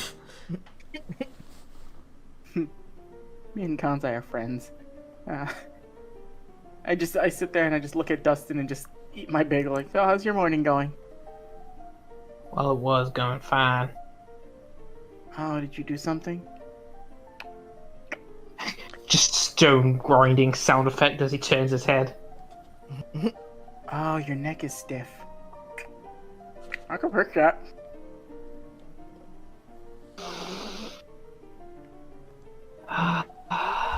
So, what do you guys think? It's gonna be in for us for the rest of the day. You think we can get to the next phase? I do hope so. I know so.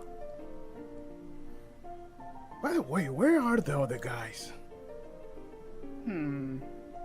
I don't fucking care. Koko went Big to swig eat of last coffee. night. And I think she said she was going to sleep after she ate, so she might still be sleeping somewhere. Oh well. Meanwhile, Koko and Grifter, would you be continuing to search for Tanpa, or would you have... Absolutely. Okay, sweet. This man is not going to escape this innocent child. Roll me perception checks or investigation check of your choice. Damn, we're getting Koko's Bizarre Adventure early. Yeah. Yes!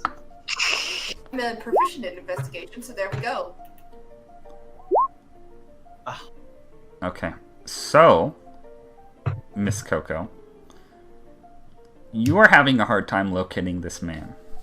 But eventually, you notice that there are a variety of different vases with very pretty flowers, very pretty tall flowers, but they're all of different shapes and sizes, lining the corridor that kind of looks out over the windows that you can look down below and see outside the blimp.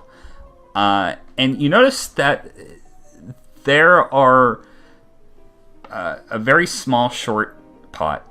There's a very tall, skinny pot. In between, there's a very large, square-ish shaped pot, and it has no flowers in it.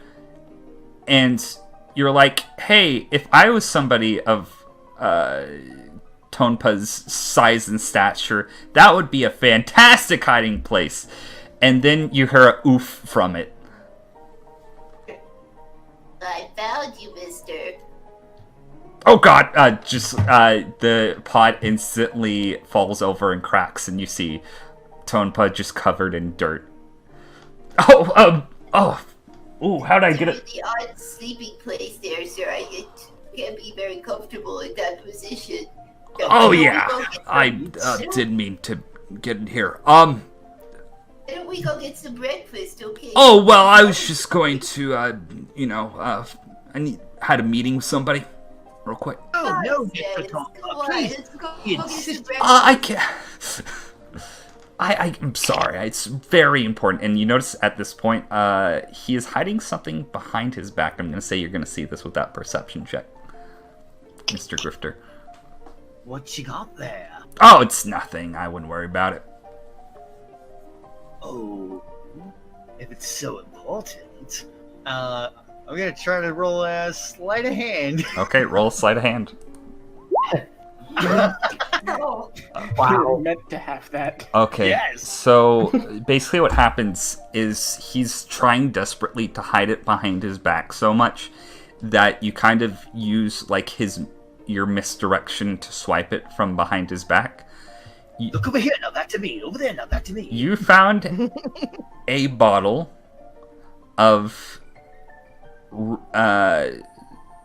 gasoline. Damn. That doesn't make for Oh. a very good breakfast, serious. Mr. Tonbo. I think you want to get something healthy to drink for your breakfast. We're preparing for a hot date with this gasoline. Oh, because it's flammable. Yes, that is the joke. Well, if you must know, I was purchasing some earlier to fuel my motorcycle, which is being dropped off to the next phase of the exam. How do you know where the next phase of the exam is being held at, though? Insider information. Also, purchasing, everything here is provided for us. Not everything. I just had that on hand from earlier. Don't you know? Where were you hiding this the whole time we had you around with us before? Yep. I would like to use a strength check to drag him to the breakfast. Okay, roll strength. Drag him to the breakfast. Yes! I mean, Let's I think go that- on, let's go get some breakfast. You beat him by 1. Okay. Damn. So how are you dragging this man? Basically, just like Wizard of Oz, like we're off to see the wizard. I'm just like grabbing him under the arm and linking it under mine. You do so, he's not prepared, and he kind of falls over, but you don't notice, and you're just continuing to skip anyways, and he's just kind of bouncing up and down to the cafeteria. Off to see the breakfast, the wonderful breakfast hall. If only I had a bagel, if only. Grifter, roll me a general intelligence check. Oh god, I want to see our crews. Oh, that's Fucking wisdom. That one. I want to see our crews. You know, Wow. he might actually have a motorcycle at the next phase. You don't know. I mean, anything's possible. I mean, everyone around here is so bizarre. Damn it, Dan. Grifter's huffing gasoline. He can't think. This is the true reason he had this. Takes me back to the days in the alley. Sometimes I wonder if I'm too purple. Koko, you burst through, ignoring the people who are now shocked and just kind of trying to get away as fast as possible when they see people dragging out limp, sleeping individuals, from what you can tell, I'm going to say. Unless if you want to roll a check on that, but they're... I do. Okay. Do I roll? A perception with a very low DC. Those are some dead people. Oh my god. You're like, oh, they're sleeping, and then you realize, oh, one of them doesn't have an arm anymore. Oh, they're very dead. I suspect Daisuke. Just Tonpa's fucking horror. Like, imagine the horror in Tonpa's face as he's being forcibly dragged into the direction where these bodies are coming from. But don't worry, Tonpa, I'll protect you. I'm actually rather strong for my age. As these bodies are being dragged away, do any of them have like a jacket or anything, or like like any of the dead people? Yeah, like any sort of like loose article of clothing that they won't be needing anymore. They're being carried away by Hunter Association representatives in suits, but you do see a very slick bomber jacket on one of them that is currently draped over his face. He won't be needing this. Oh, anyway, Tonpa, let me go get you a donut or something. You look like a donut type. He's just going like, oof, ah, oh, ah, bah, ah. I'm just gonna tie that jacket to my side over the rapier. Oh, nice. Okay, sweet. Come on, Grandpa Tonpa, we gotta go. You know, Looney cartoons when somebody has been beaten to hell, and they look like their teeth are like falling out, and they're just kind of. It's basically Tonpa right now.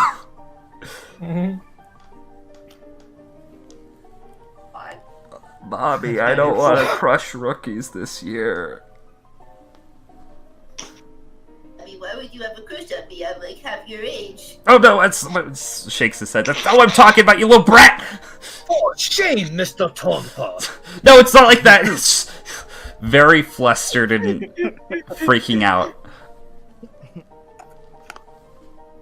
I didn't know you were into that, Grandpa. Just shut up! I'm ashamed of you, mister. You ought to know better than that. He's just gonna push away your face and, like, try to muscle his way to the front of the food stand. Don't worry, as long as you don't do anything, When you shut up! All I'm saying is, as long as you're not rude, I forgive you, okay? I want some sort of list. Let's see the director What adds. are you talking about, Grifter? Anyone who's interested in under 18 types. Oh no. You would notice your friends in the cafeteria right now, and a flustered Tonpa trying to gorge on snacks and ignore the very awkward situation that's happening right now. Hey, Tonbo, guess who I found? As you call, I would want Tonpa to see. Immediately he looks over, you just see like no in-between frames, just head turns immediately, eyes wide open as he looks over at Tonpa. Bagels and coffee. Lots of coffee. All the coffee I could want on like a different campaign. Your face. Oh, just wait till next week. Y'all sound like you want to die. All I'm saying is, apparently Naoki will survive. Come, Naoki's the first to go. Providing us coffee. I come running over as soon as I see Koko. I've also fashioned a small hat for Grass out of a napkin just because I felt like doing that. He is wearing it diligently. Everything about you. And I just go running off like, Koko! Oh, I thought you were sleeping. Tonpa! And I just full strength hug. Oh god, you'll kill him. Please do. Oh god. Just full strength hug, just like, how you been? I haven't seen you. Hug. You guys embrace each other, and it's fucking adorable. Tonpa, are you ready to finish the exam? And Pug dies a little more inside. It's great. Hey, Dustin. What do you think? He passes the exam or he dies first? My money's on he dies, but Yeah. something tells me these kids won't let him. Well, it's a Probably. pretty good bet, Dustin. And I just placed down the gasoline at the table. He had What some the plans for heck? this. How did Oh, he sweet get coffin this? material. Just kidding. Everybody roll an intelligence check other than Koko and Tonbo and Grifter, because he already rolled 2 nat ones. Yeah. He's over here hanging out with Tentomon. Ooh. Just Digimon is Tentomon. We're just selling drugs. 18. Okay. 19. Both of you. Gasoline, although it's probably best known for being flammable and also to some circles getting a very, very nice high once sniffed, you also know that gasoline is very slippery. And during the last phase of the exam, you noticed there was a lot of people that slipped off that skyscraper right as they first walked onto the pole. And you could have sworn you didn't feel a breeze of air. Slimy little. Don't bother. What's done is done. We can't do anything to help the others now. No, I'm not worried about what already happened. Fuck them. But if he tries anything, Oh, don't worry. I'm still gonna be aiming for the kneecap. I'm going for the head. Sweet, let's do it at the same time. Let's see if he spins like a pinwheel.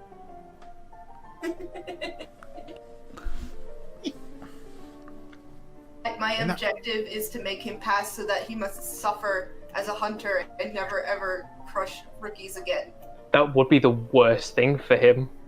Really would. Unless he is an examiner in another exam. Oh no! Oh, Lord.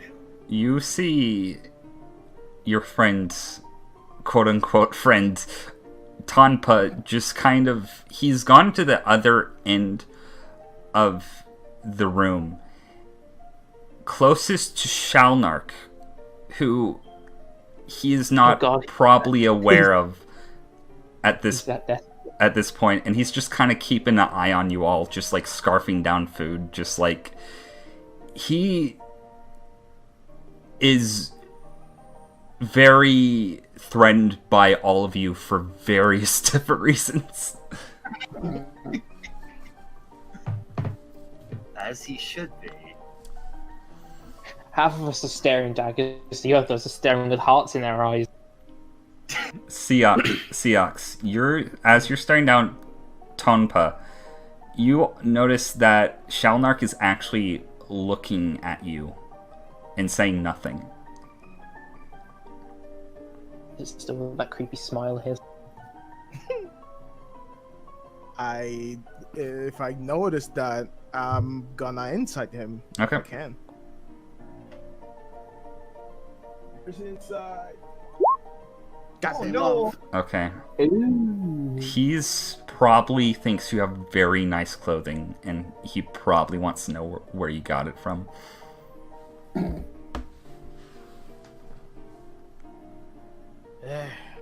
It's from Hot Topic. It's a cold subject in this world. I don't know why, Dustin, but that guy over there, it's just staring daggers at me. Maybe he has a crush on you. You have a thing for blondes? Nah. Not interested in anything right now. Except the sweet taste of coffee. Oh, coffee. I know it's so good, right? It's the best thing in the world. Looks at camera.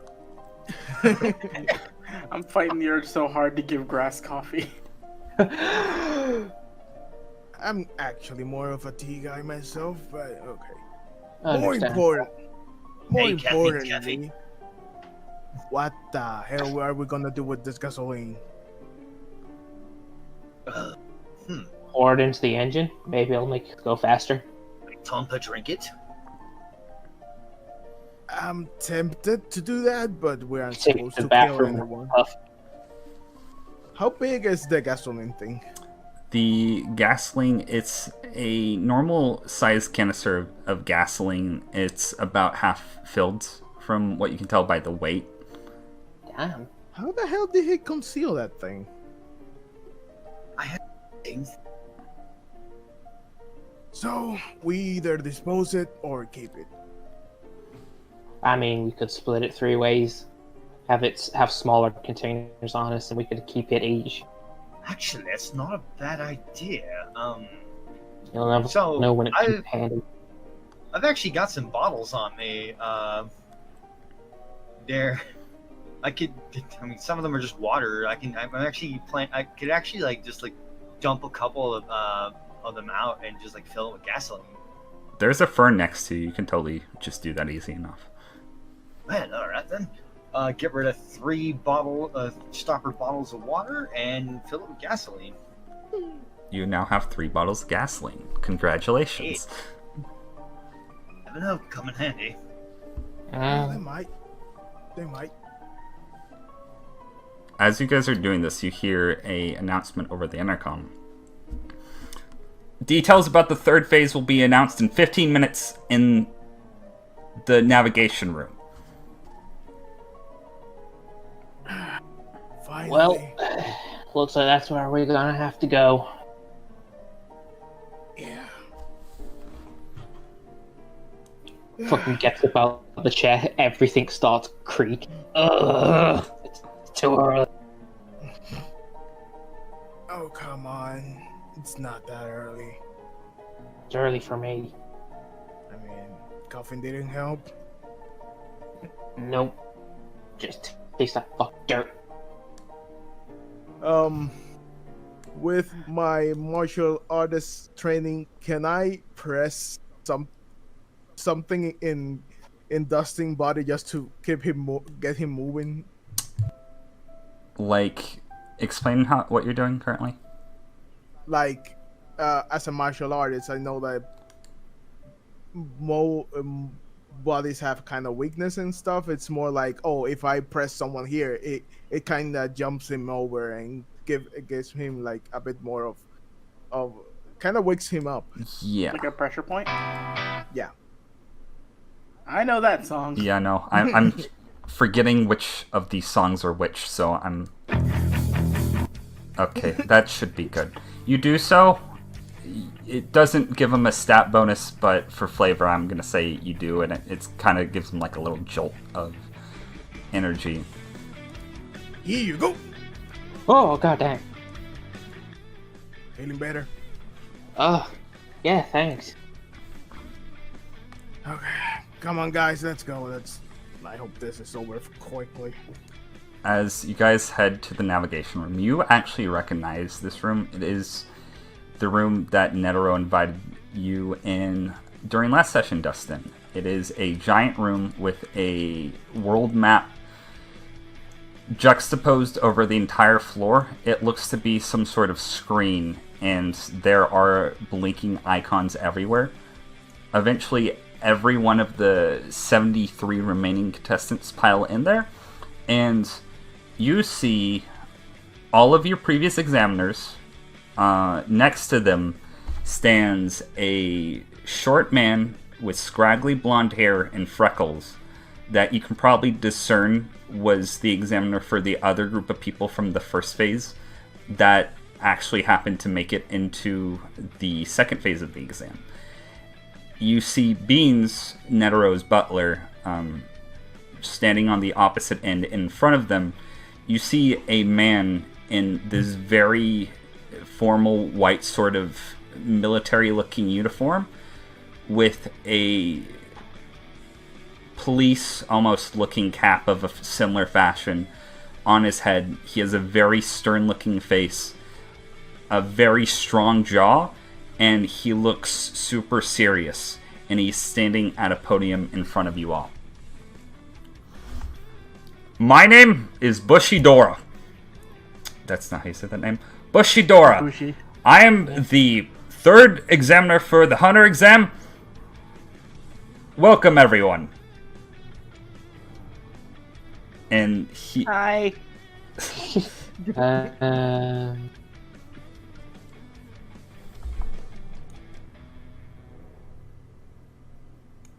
He's just, like, waiting there for anybody to react other than Tonbo.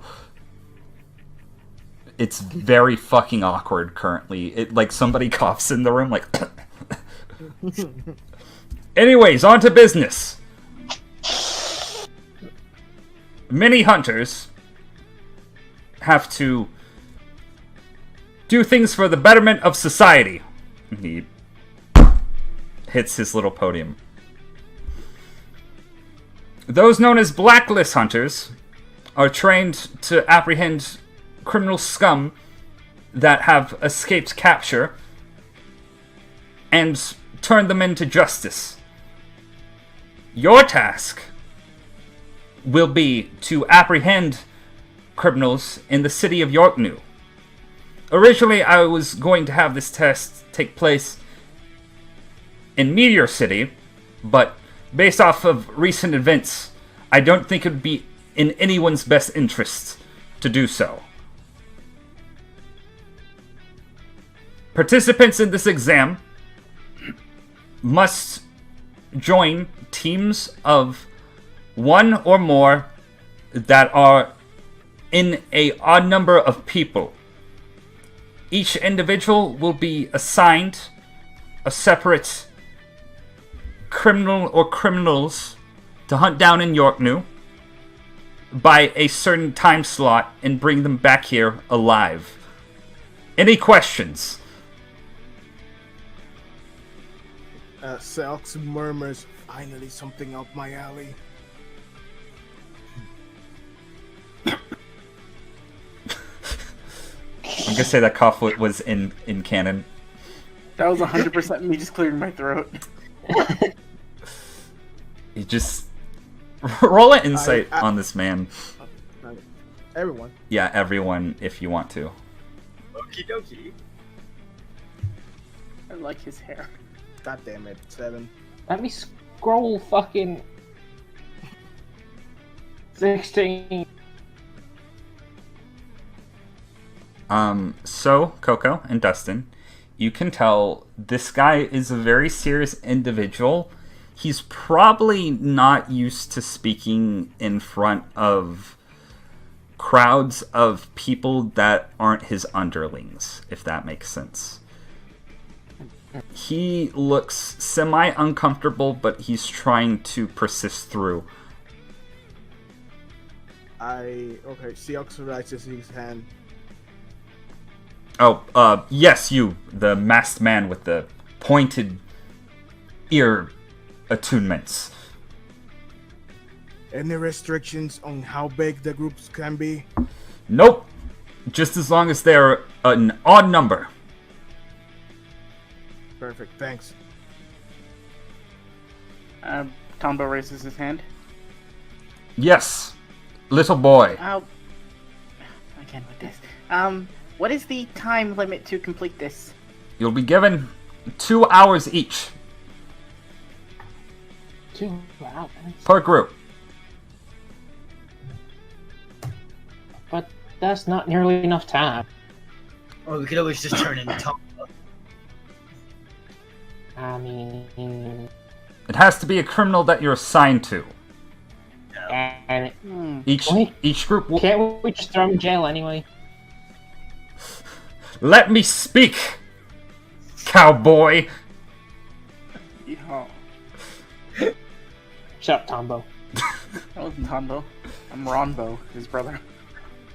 How did you get here?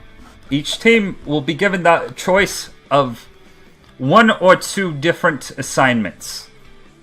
Depending on the group's composition and size, the difficulty of said assignments will either go up or down. So the bigger the group, the more complicated things will be. Makes sense. Yeah. Either that or it will be too freaking easy. Okay, I'm just going to stand here until your groups are chosen. Go! I think we should probably stick to a small group if it's gonna get harder the bigger we are. Yeah. And it's not good to go too small either, because there's bigger possibilities of screwing up. Maybe us 5. Yeah, I can see us 5. Oh, you're assuming I'm just going to go along with you all. I mean, would you prefer going with someone you know or with a total stranger that might just stab you in the back? Looks over at Grass.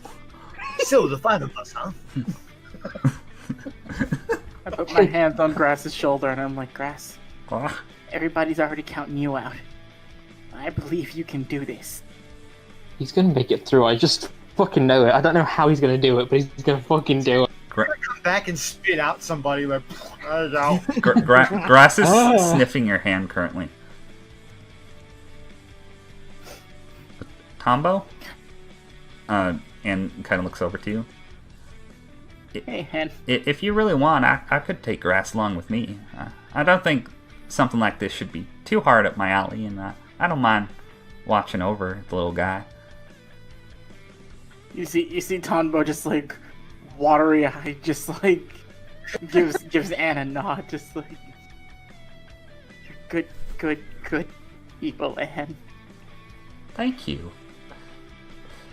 She picks up Grass and kind of puts him like under her arm as if he was some sort of utensil of some sort. Carrying him. Yeah, she's football carrying Grass, and she is literally going to grab one of the Amori brothers by the ear and then form a team. Wow. Tonbo like turns around and then like, and that you know that thing in like a shonen anime where like the scene pans out from a character and like it goes from traditional art to like almost painting. Yeah. And everything gets like those weird effect lines. Yeah. He just holds his fist up as Grass gets carried away. Next time we see her, she's gonna have a purse, Grass. Everybody roll a... What would this be? I guess it would just be a perception or insight. Oh, come on. Perception it is. You're so... Oh, funny. You're so overjoyed that Grass is no longer in your party, Grifter. Finally, my hair is now... Tombo, you're so sad that Grass is no longer in your party. Two sides of the same coin. Hey, nat 169. Nice. Seox. No, not nice. You know exactly what's fucking going on here. You notice that there's actually a lot of people separating from each other, and there's a unusual amount of groups of one.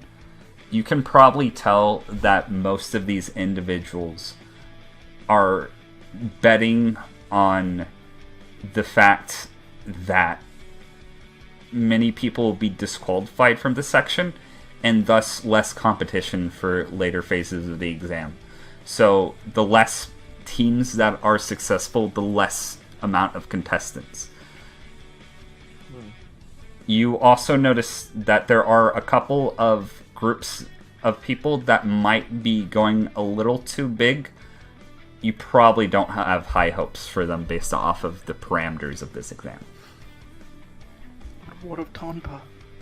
Tonpa is... actually, he is the leader of one of said groups. Oh no, that poor group. I look at Koko and I put like a hand on her shoulder. I think he's gonna be okay, Koko. Oh, one more thing. I forgot to mention. Lean over to Grifter. That team's fucked. Any stragglers that do not make it back with the rest of the group will be disqualified by the time slot expires. So, still, if the group succeeds, if anyone else just stays back, he's fucked. So in other words, we're not allowed to leave each other's sight. Maybe not our side, but just come back together. Okay. Batty, I'm a little confused out of character. Yes. I'll So is this... I'll explain the rules just out of context. So any actual questions, I'll just answer out of character. Mm-hmm. Just curious. So if we 5 go as a group, but 4 of us succeed and the 5th one doesn't, is it only the 5th person who loses if we don't get back, or does the whole group fail? So basically, that's the thing. Anybody can fail individually if they don't return with the entire group without the apprehended target, but the entire group doesn't fail if not everybody returns. So say if somebody were to get lost or injured or fucking murdered, they probably wouldn't it wouldn't count against the team, so to speak. Was the last part you whispered? Don't worry about it.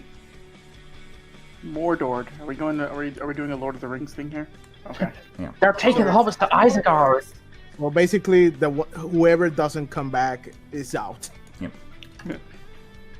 So, you guys have settled on this team of 5? Yes. Okay, so all 5 of you team up.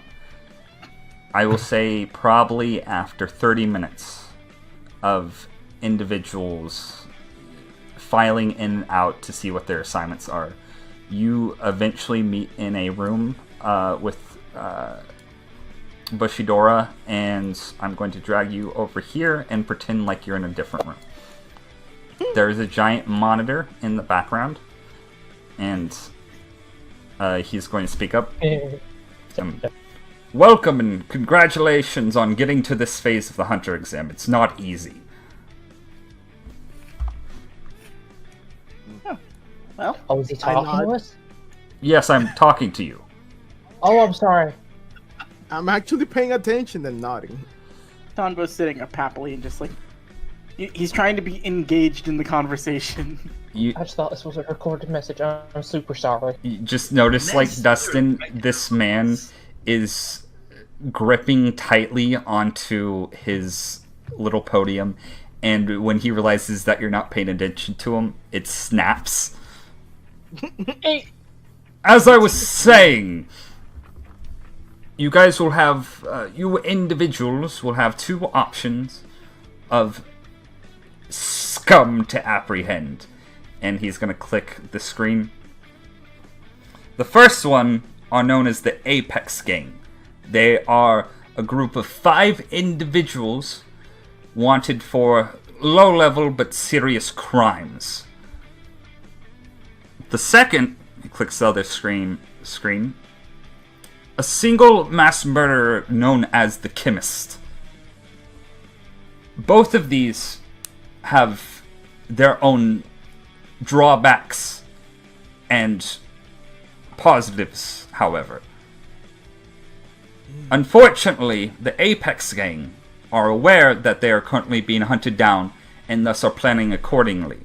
We don't know of their exact whereabouts, but we know they are in fact closer to our location than the Chemist. However, the Chemist is one single individual.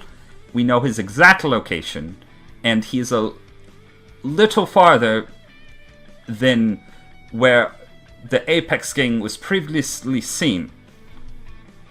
But also, I will say, based off of my previous experience, if you fight the Apex Gang and bring them back alive, you will have less likely of a chance of passing this phase of the exam, but you will have also be less likely to perish. Whereas the Chemists, on the other hand, will indeed be more dangerous, but it's 5-on-1, so at least some of you might pass. Is everything clear? Yes, sir. I'll let you speak it over for a moment, and then I'll set you on your way.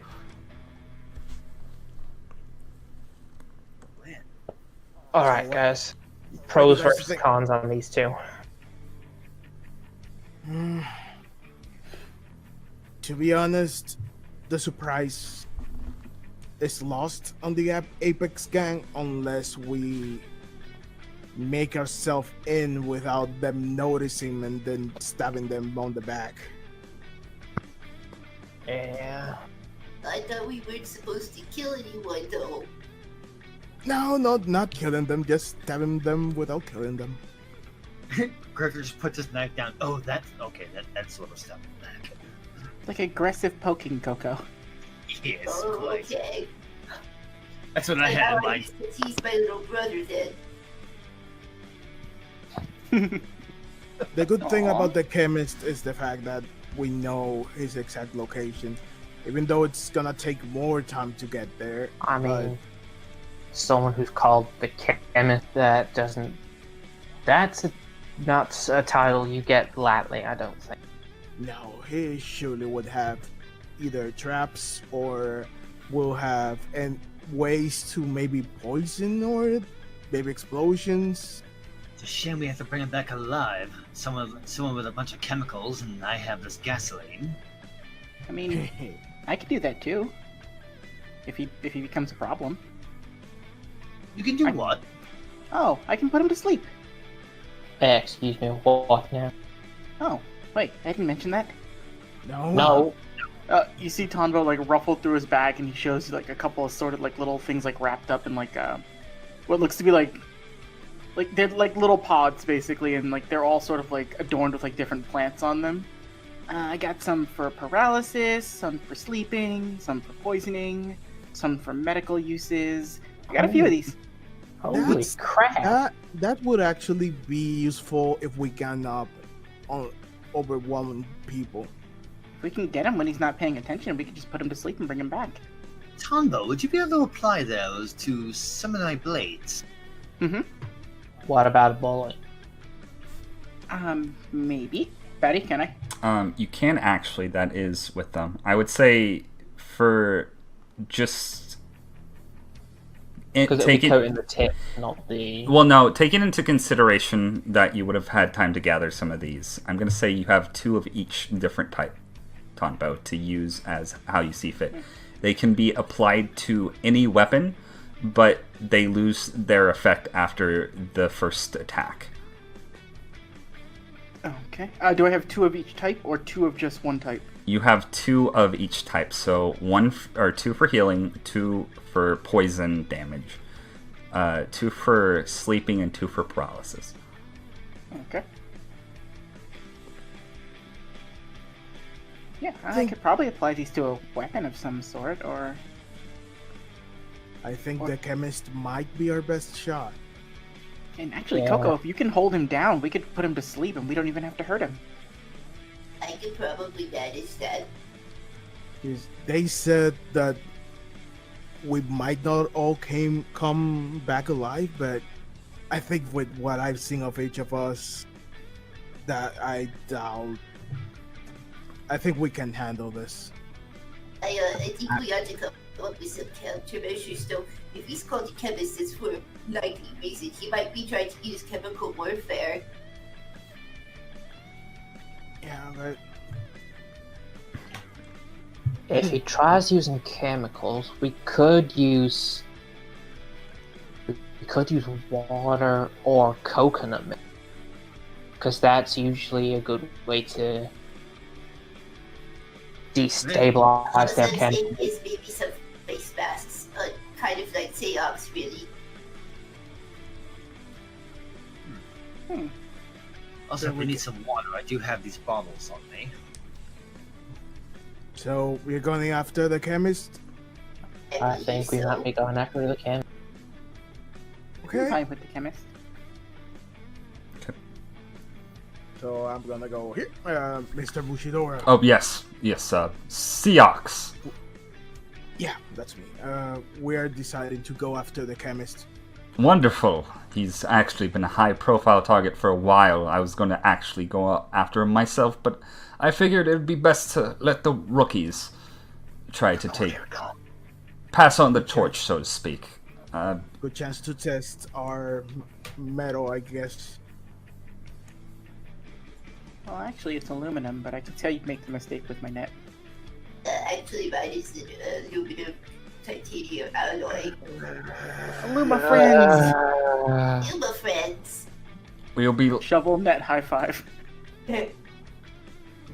We will be landing right outside your starting position in about 15 minutes, and we will give you a GPS tracker to a chip that we believe that he is currently not removed yet. We are unsure of this, but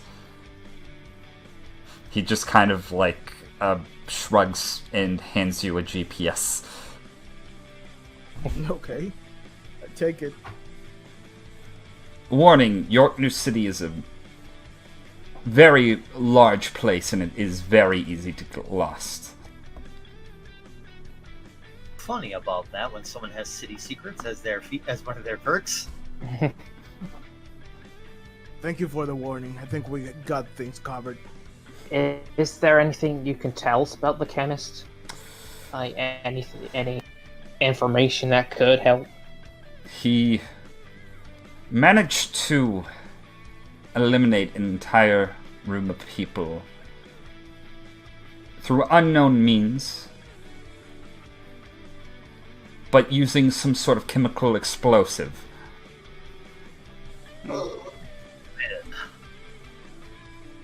Other than that, we don't know what his current kill count is at. We just know he has escaped custody. So he's more of an explodey person. Yes, but he could still relay very vital information, the whereabouts of other dangerous criminals, so thus... Any information of his personality or think if he likes to lay on traps or something like that? I could not tell you. I will say there will be other hunters mapping out your location following you, but they're to not interfere with your apprehension with the individual. They're only there to prevent any civilian casualties that might arise from a scuffle between you two. Yeah, okay, good. Yeah. That was my next question. I wanted to know if there was a way to prevent other people from getting hurt just in case. Again, this is a training exercise for the association. Had you individuals not had your test today, we would have apprehended him already. Well, yeah, but still, you want to make sure people don't get hurt. I think either way, whether we capture this individual or not, he's still going to be put behind bars. No need to worry about that. He's only escaped once. How many more times could he escape? Another one. Before we depart, Batty? Yes. Can I make a medicine check, having heard that he took out a whole group of people with, like, unknown means? Just to see if I might have come across anything like that? Yes. Since I'm I with would the like body. to assist if possible. I would say with disadvantage, because you guys aren't really that into chemistry. Yeah. 7. 21. I'm into that. Oh god. Third. Oddly enough, you heard of a ancient civilization, Koko, that I have a thing for this. This is not just bullshit, but you actually heard of an ancient civilization that consumed some sort of mystery liquid that basically they thought it had religious purposes, but upon consumption near an open flame they would spontaneously combust. Oh my god. You don't know if it's the exact sort of same thing, but it's probably something similar. I've heard about this chemical from this civilization that apparently can be explosive. You're just a wealth of information, aren't you? I love my job. Clearly. God damn, you're gonna give me diabetes with that sweetness noodle. Okay, you guys land. The blimp lands outside of York New City in the York New City desert. You guys are outside the city, kind of strategically placed to where it's a direct shot between you and the chemist. You have 2 hours starting now. I say we dash there as fast as we can, but not like within like stop at least 30 to 40 feet, not feet. I think we ought to find Just his location, right. but then discover what routes he could escape by and block those off. Hey, Tonbo, as we walk and talk, would you be able to apply those paralyzing elements to my knives here? Yeah, I got one, so I got two, so I'll put one on there for you. I'm just gonna say, guys, I think we should hold off on doing that till we know our situation, just in case we need to use that in another context. Because, for example, if we can catch him and Dustin might be able to snipe him off with his gun. That's why we also have the other options, like sleeping. A heavy shovel's the only paralytic I'll need. Jesus. I get the NyQuil. Oh wait, that's a shovel. But yeah, I think we should find him first, analyze the situation, and then decide on how we're gonna use those things. Out of character, you would know that Grifter probably has multiple weapons, and they can apply these one-use items to like some of them, so he can like decide when to use them. I have 17 daggers, and I can throw them at any point. No, I know. I'm just saying, like, we hold off because depending on how we found the situation, if we use it on his knife and we're finding ourselves in a situation we can snipe him, then we can't snipe him. Oh yeah, we're only using the one knife anyway. Yeah, but I prefer to hold off, just in case. Okay. Also, I have city secrets as one of my things, and we can actually move twice as fast in a city. So out of character, this trek would have taken you to where you would have had only 15 minutes to take this guy upon getting there if you wanted to get back in time. It is going to take you roughly 24-ish minutes to get there. Nice. But yeah, we have the GPS too. You basically, Grifter, do you guys start your hunt, so to speak? Yep. Yeah. Grifter. Hunt start. Grifter, you've actually been to York New before, given your background. Why you spent time in York New? You were given a little pointers on various shortcuts throughout the city. You don't actually go in a direct path because you know that there will be many people in oncoming traffic. That would have prevented your, I guess, descent into the city. I should also probably describe the city. It looks very similar to its namesake IRL New York City, except the fact that there is a giant desert surrounding it. But as you're able to make your way through, Grifter, you bob and weave through alleys, and you take this sort of diagonal route and then curve back around, and you stop when you realize you are within about 100 meters of this man. And anyway, that was the grand tour. I hope you enjoyed the cinema and the other latest fashions that have been going around town. Anyway, we're within 100 meters of this guy. What's the game plan? I just for some reason have a camera now. I'm just taking pictures. Okay. Tonbo's got like a nice sweater taking pictures with Dustin. Now to take you guys to the next map. You guys are kind of at this dingy sort of slums of the city, I would say. Are your tokens on the map? Let me check. Nope. Real quick.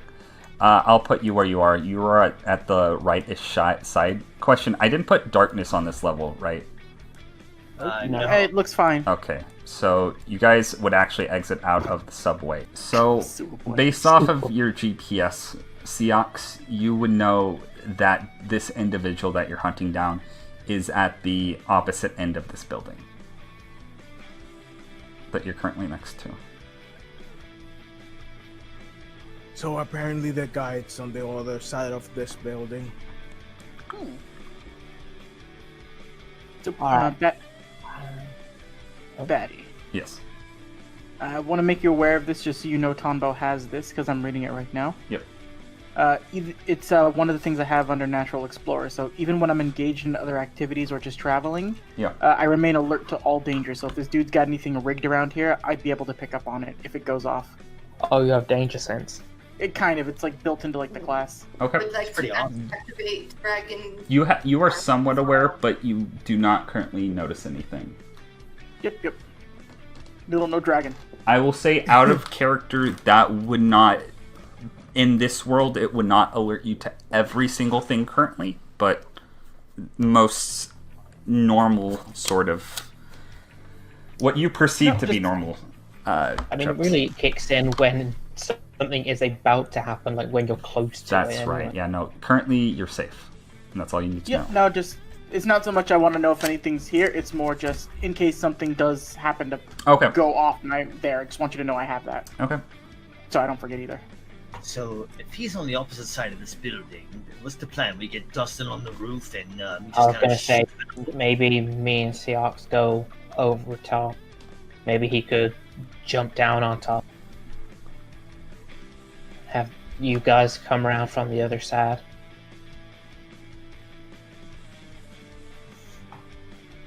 Because I don't think I'd be good in a melee. I can hit pretty hard. I don't want to though. Kind of have to. Is there any entrances on this side, Batty? You see a couple of... you see an alleyway, but when you walk by, you realize it's a dead end, and it only leads up to a fire escape that leads to the top of this building. So... Oh, good. That's exactly what I'm looking for. Right there. Other than that, I want make you roll intelligence checks for this. I made you guys aware of a homebrew mechanic in relation to taking down targets non-lethally, to where there are actually certain types of damage, such as bludgeoning, that if you bring a target down to 0, they will not have to roll a death saving throw. They will be automatically stabilized. Okay. So if you attack a target using slashing or piercing, for example, they will have to roll death saving throws. You can still kill somebody technically with a bludgeoning weapon, but you have to hit them hard. You have to go ham on them after they're down. Okay. So yeah. So we rolled intelligence now? You don't need to roll intelligence to know that. That's kind of just a thing that most people know in general. Okay. If you stab or slash someone, they will bleed. Ooh. So if there's a fire exit, there should be a way in the building to the inside of the building on the roof. So we can either go in any other entrances or just try to go through the roof. What do you guys think? I mean, if I'm to use my gun, I do need to clear a line of sight, so... I mean, it's better to shoot from the top, or not? I think me and Tonbo should go for the entrance and you two should go for the roof. Oh, pincer attack. I like that. That would raise our chances. And where does that leave me? To walk up and say hello? Actually, yes. Oh, I want that job. Actually, I think you should act on your own. I mean, you should keep an eye on him, see if we somehow fail and he decides to make a run for it. You'll have to be... I would kind of want you on the sideline to at least chase after him and maybe immobilize him, just in case. Do you have terror, Agent? And I think it might be easier for you.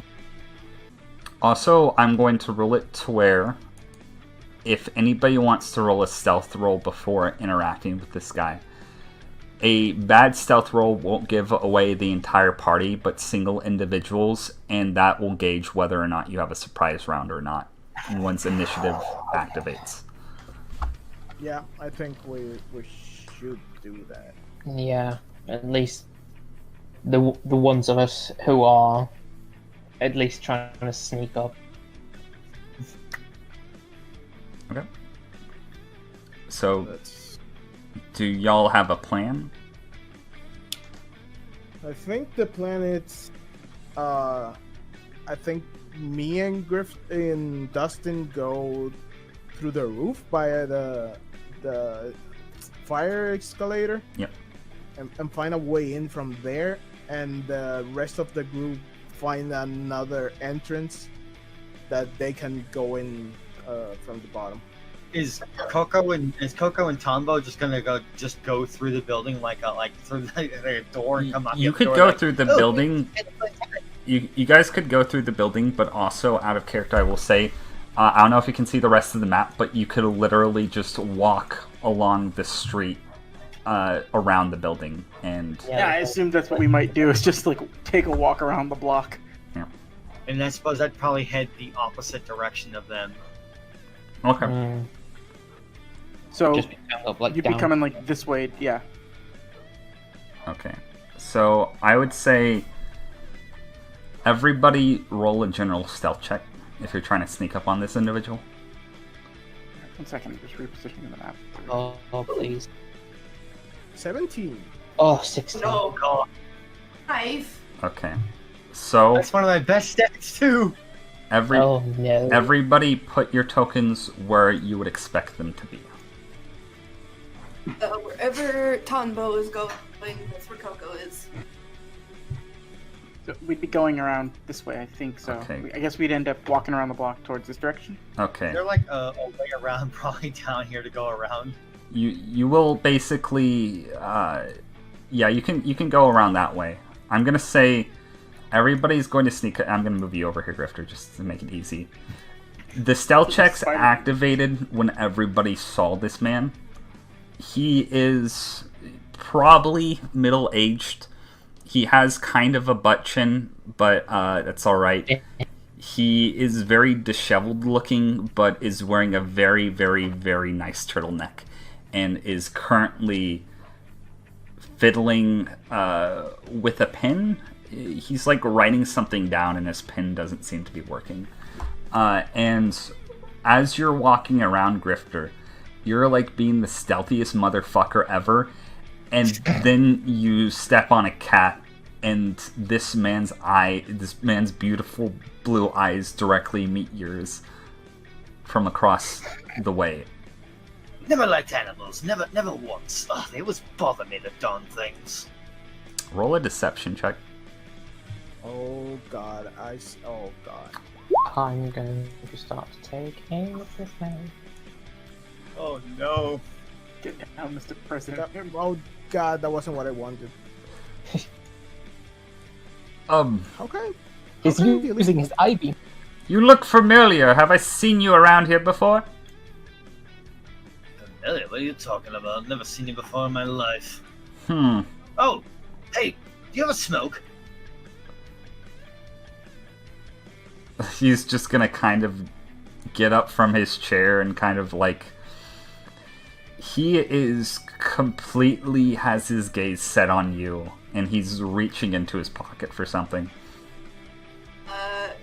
Koko would like to, because see me right now, yeah? He can only see Grifter currently. Would like to smack. Okay. That is going to start initiative, and that's going to count as your action on the surprise round. Everybody roll me initiative. Quick drag on first. I thought the guy was gonna be in the building. Oh, sorry if I didn't clarify that. He was outside of the building. He was on a bench. I will say, because that wasn't... I'm gonna say, because that wasn't clarified, you can replace Seox's position if you so choose. I'm gonna take the 14, Batty. It's still, we are still in the building, so whatever. So do you just want to stay on top of the building then? I mean, I said I was gonna build the building. I don't want just to wreck on the whole thing. That's all right. Okay. You jump down on him, you probably won't see it Yeah, coming. that's How why I high said are we? You are about, I'd say, 1, 2, 3, 4, 5. You're probably up 20 feet. 20 to no, it'd be. I'm not gonna jip you on that. It's probably more like 40 feet. But you do notice that there is a fire escape around here. It's just not marked on the map. Okay. Everybody gets a surprise round except Grifter, who's been exposed. So, oh, I'm not. How embarrassing. Dirty. Seox, you see Koko running through a hole in the fence, getting ready to strike this man, and he has his eyes fully on Grifter. What do you do? How far can I go if I go down the... So, I'm going to say, because it is a ladder, it will not take half of your movement like climbing normally would. Probably... I would actually try... You know how in Nier, they just slide down the... Yeah, the Yes. fireman slide. Okay. I would do that. You can actually do that and not take... You would take 5 feet of movement for that square, but you would have to roll an acrobatics check. A lower DC, though, if you were to jump off the building and try to take no damage. So go ahead and roll that. Just a general acrobatics. Okay. 25. You're able to slide down that thing and stop right before you would take damage. I'm going to place your token where you would be. You're you're not on top of this building, but you're in the alleyway between the two buildings. Okay, so... And you would have from used... to get there, you would have used, 10 feet of... 15 feet of movement. 15, so I have 15 left. Yes. I think I can get myself here. Okay. I think that's... Okay. That's the... well, I'm gonna try to... I'm gonna... Daggers can be thrown, right? Daggers can be thrown. I'm gonna throw a dagger at him. Okay. 15. A 15 doesn't hit. As you throw the dagger at him, he is going to bring up some metallic object from his person, and it's going to deflect the dagger into the bench next to him.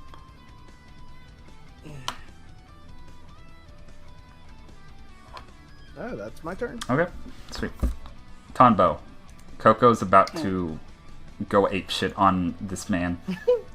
Okay.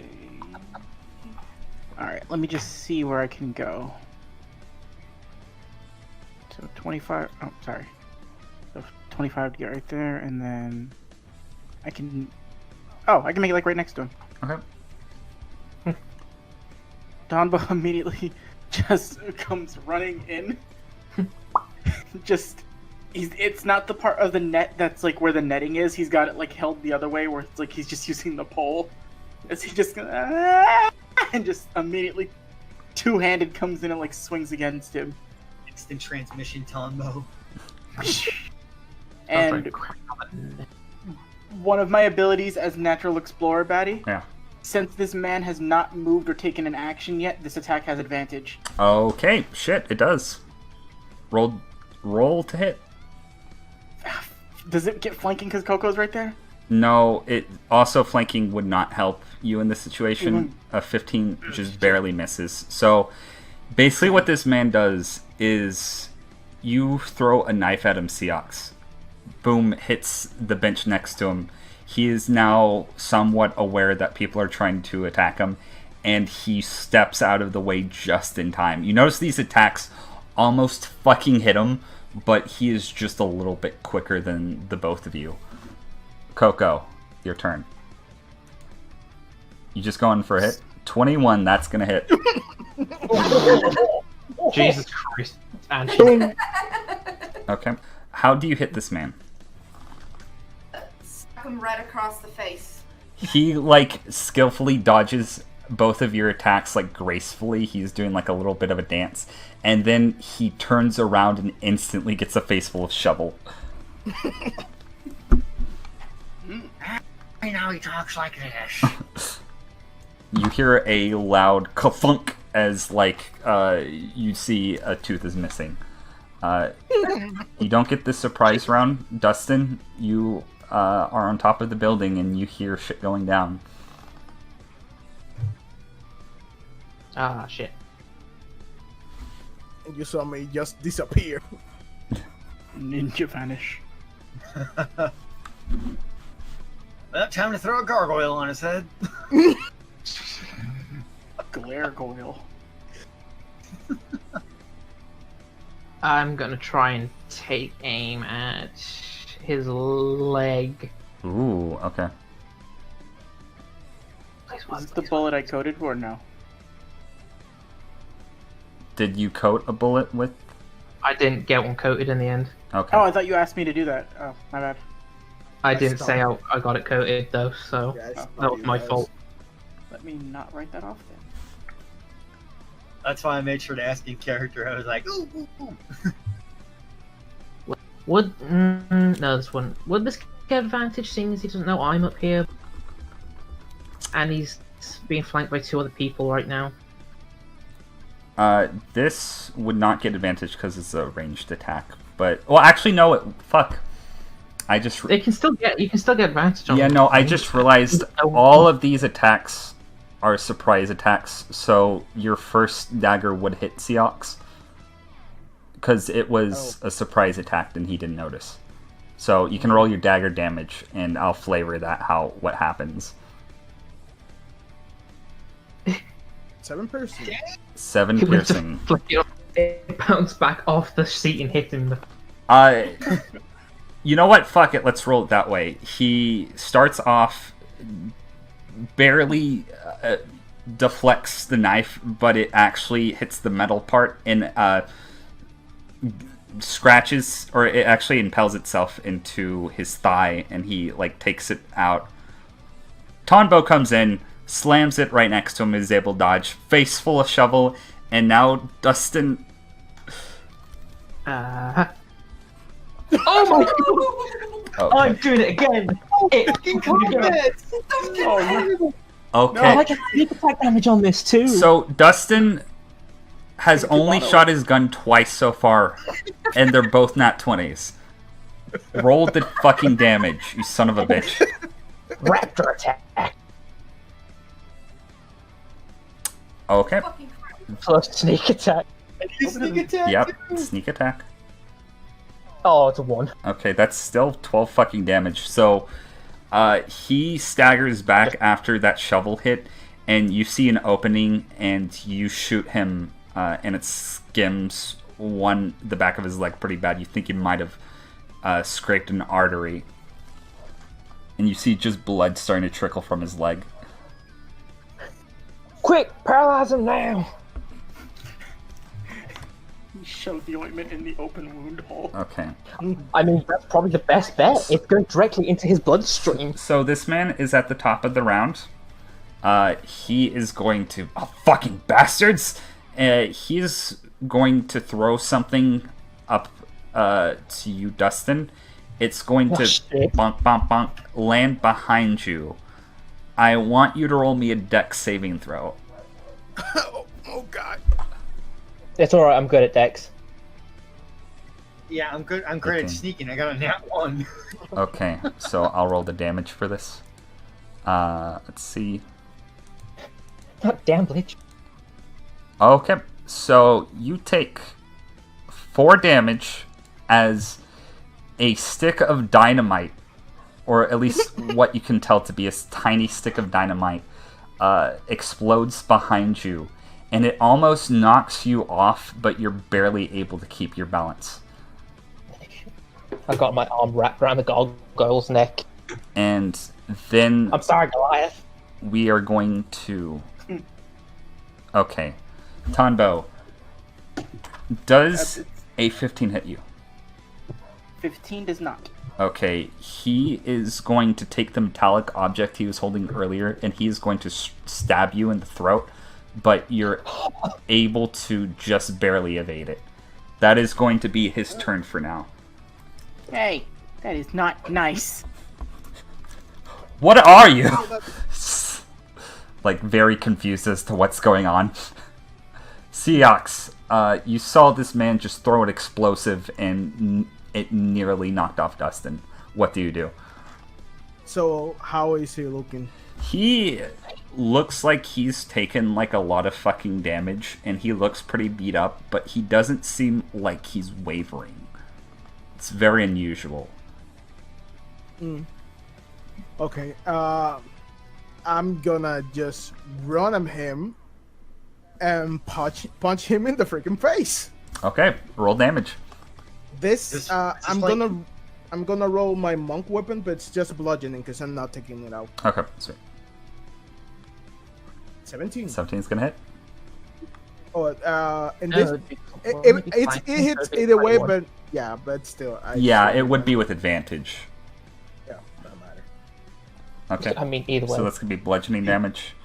You're gonna see Seox running and like, yeah, and give me a good punch. Get him. Get him. And as a bonus action, because I'm a monk, I can make another unarmed attack. Yes, you can. That's with advantage. 12. Yeah, except I missed. So, right as he misses Tonbo, he elbows you in the fist right as he's about to make contact with his face, and there's blood in his eyes. Like, not in the fact that he was injured, but he is super fucking mad right now, and he stares directly at you, Seox. Tonbo, your turn. Okay. I was gonna use my free action to just say, "Don't hit me in the quarters." Let's see what I can do. Is it an action to throw one of these pods at him, or is it a bonus action? It would be a action to use it with your net, and it would be a ranged attack, but you would currently have disadvantage because you're right directly in front of him. Got it. So then he's just gonna get whacked. Whack. Gonna whack him. All right. Let's see if I hit first. I do hit. Okay, you do. Okay. So as he blocks the first time, you see Tonbo sort of like readjust it and just actually start spinning it over his head as he just two-handedly just brings it down on top of this dude's skull. Okay, roll damage. For 9 points of bludgeoning damage. Ouch. Okay. So, okay. This is a very, very good situation. Okay. You bonk him, and he kind of bounces up after you do so. You hit him pretty fucking hard. Okay, Koko. I would like to take the butt end of my shovel and use its extending feature to sort of jab it into his spine. Oh!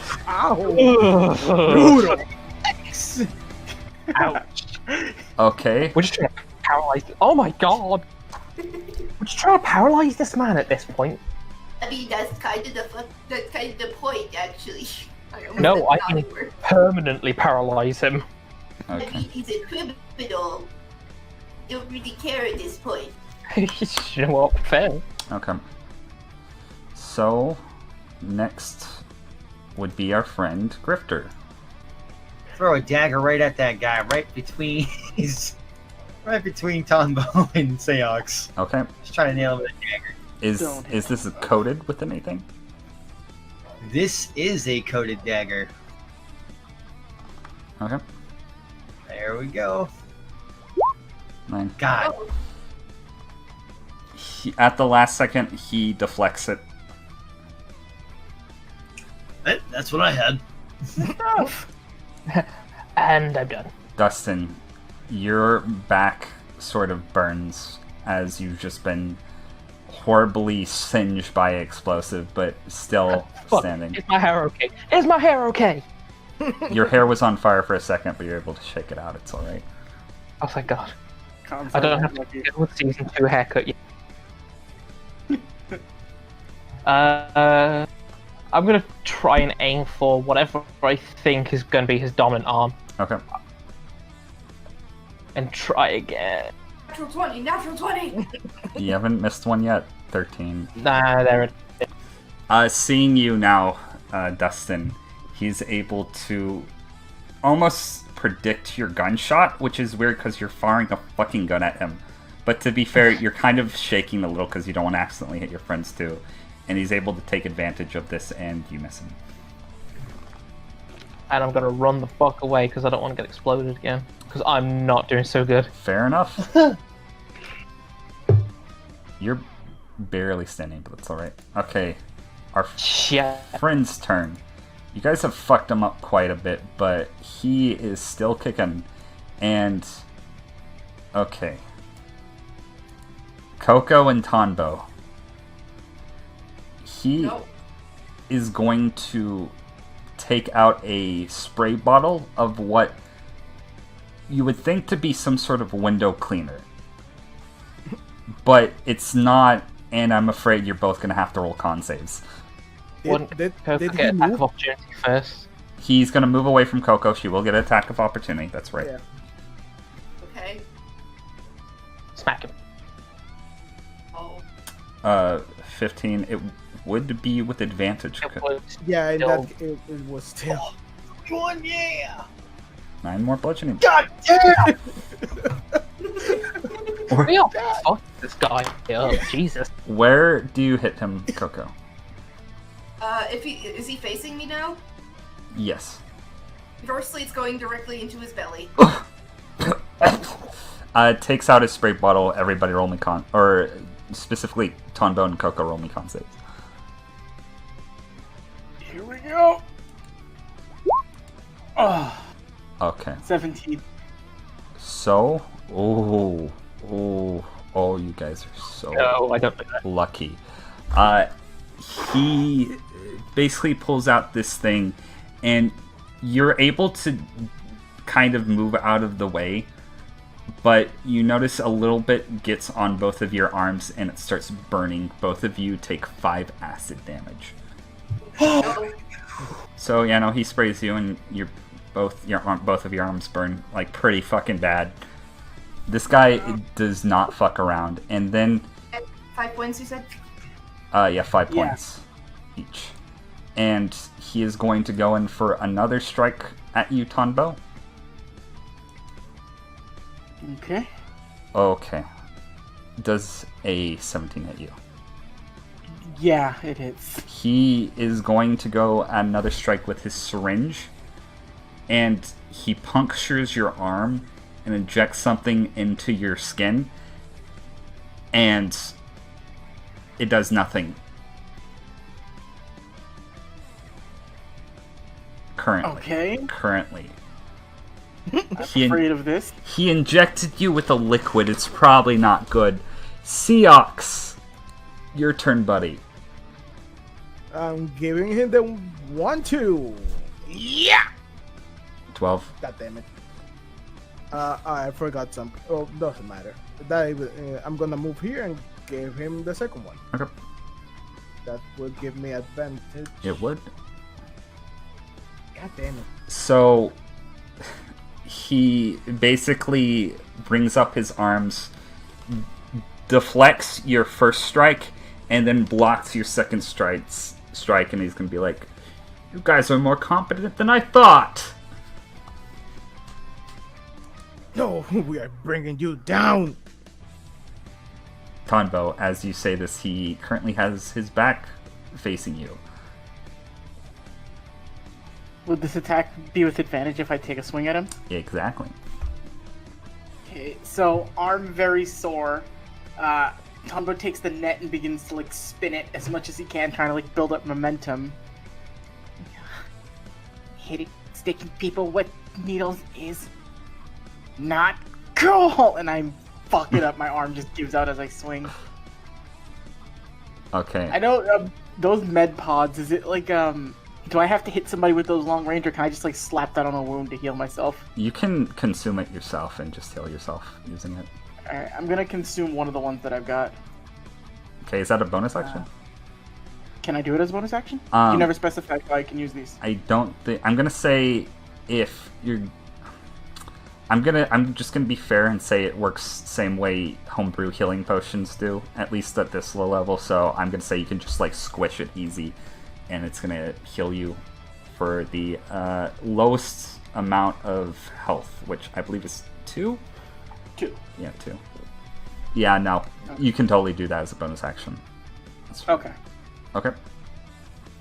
Koko, your arm fucking hurts because it just got acid sprayed on it.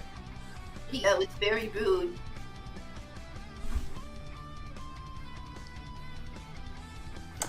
Ooh. Let's do my favorite game and roll severity, shall we? I don't like severity. Severity's bad.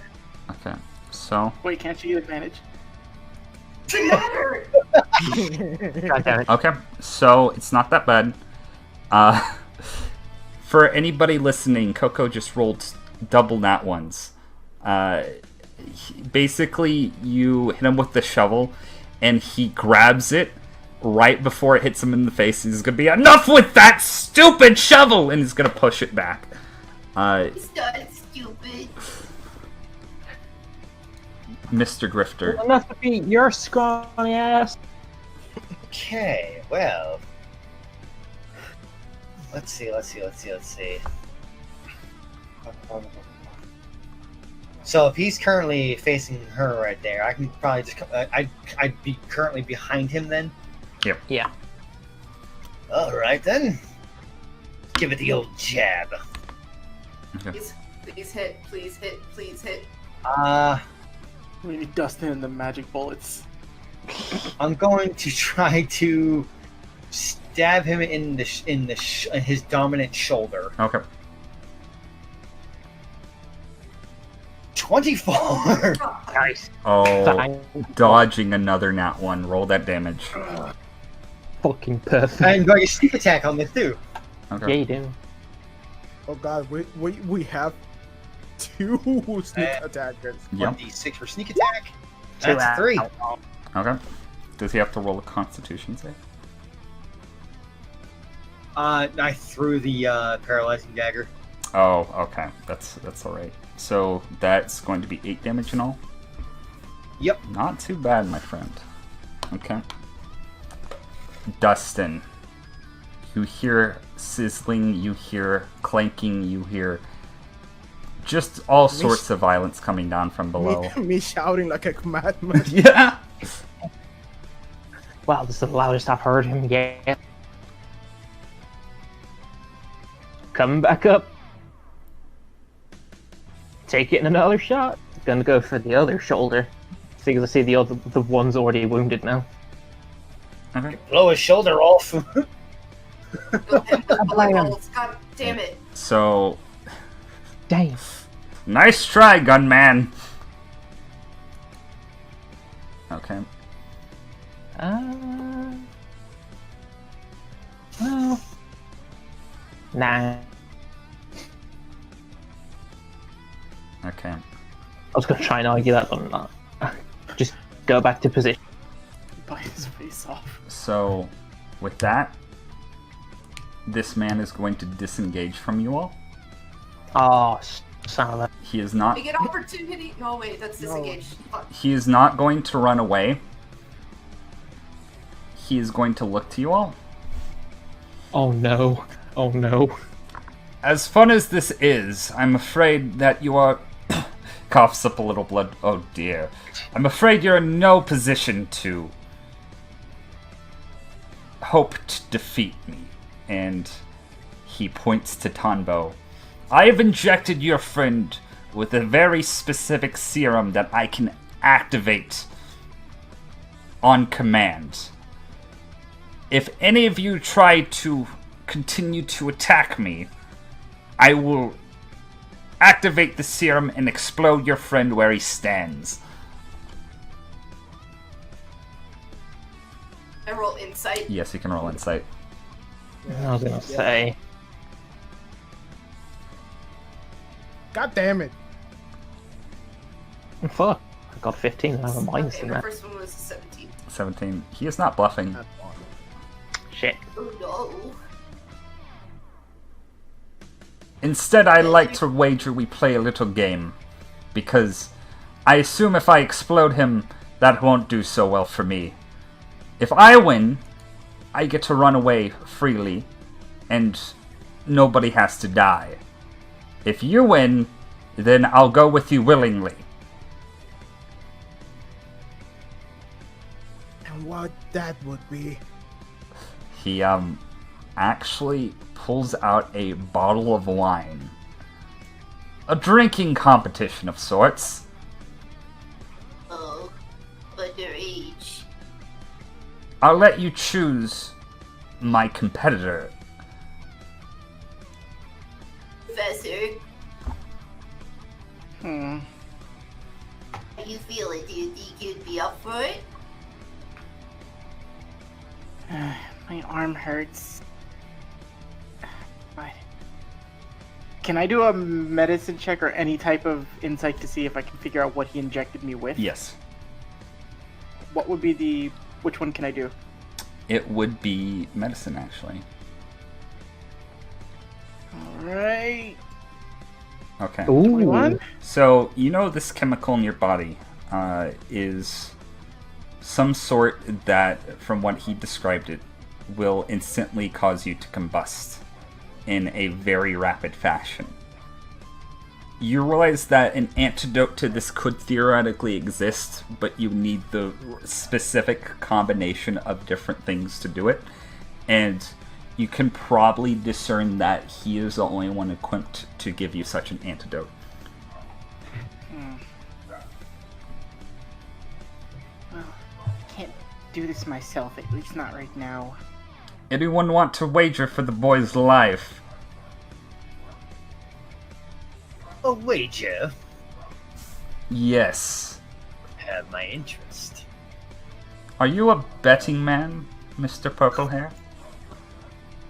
Oh, one could surmise that. He actually pulls out of his pocket this little thing, and it kind of like instantly folds into a folding chair.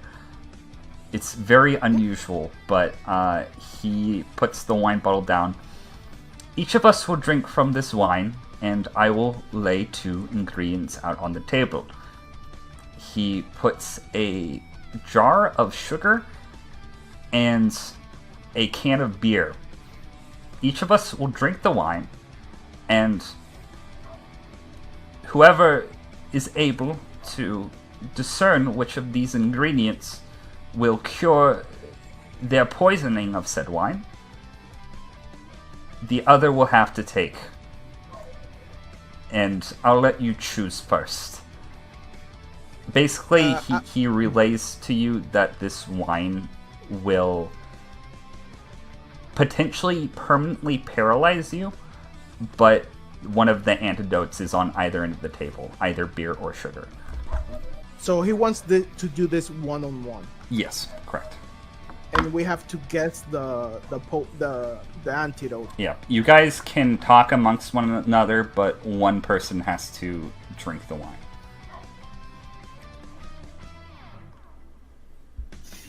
I'll do it. I'm afraid you can't. 2 hostages is better than 1, little man. But I'm- if you I'm- lose the one hostage you have, you won't be able to get away anyway. If I attack you now, you'll kill me. Then they'll just take you. So this is your only option. If I die, I die. Yes, sir. I'm gonna wanna roll stealth to tell something to Grifter. Ooh! You nat 20 stealth him. You're telling me somehow killed this man. Grifter. During my training, I kinda am resistant to poison. So I might be able to resist whatever he's making. I'm not sure if I can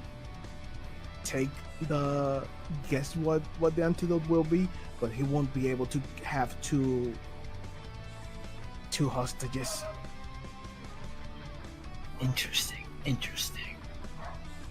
How do you Tom- feel your chances? Tonbo, are you trying to be a hero over here? He looks over at you. Tonbo's actually got a. If you look at him, Grifter, it's like when you saw him taking notes before. Like it's extreme, like serious face. This is like business face.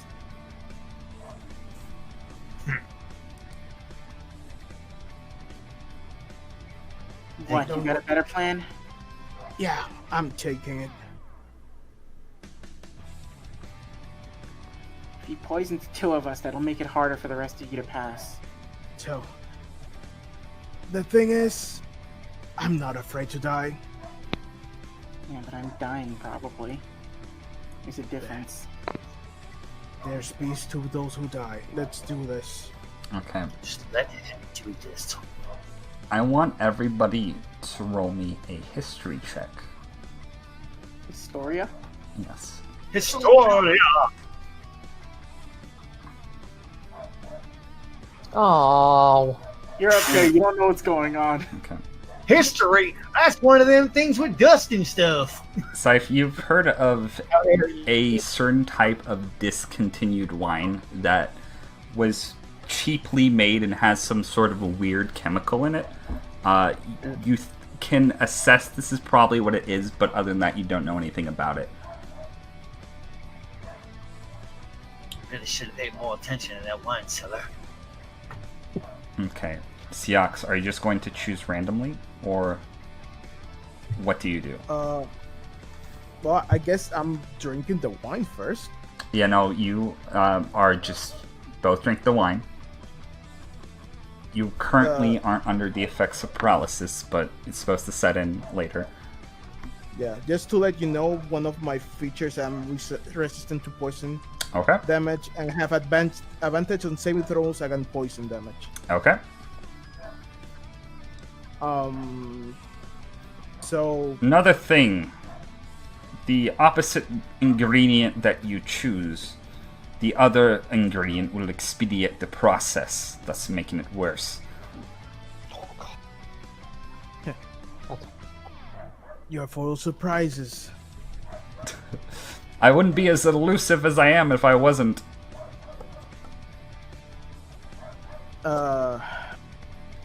By the way, since I had to drink the thing, Yep. you would have seen Seox Oh. just take. He puts his hand on his face and break apart just a bit of his mask. That the only part that the mask is now covering, it's his right eye and his forehead. The rest of the face is free, and you can see that he has his eyes. The eye that's free now. It's in aqua, like a really light blue kind of color, and he has a really white face. I want, if this is even possible, Yeah. I want to check his mannerisms with maybe insight. I think what I'm thinking is specifically insight, to see if he's kind of subconsciously kind of going for one of the 2 ingredients. Okay. That would be an insight check versus his deception. That one. This guy has a motherfucking poker face that you cannot discern from. Actually, you would have advantage on that, but again, like, that's just a 6. He's bluffing with his muffin.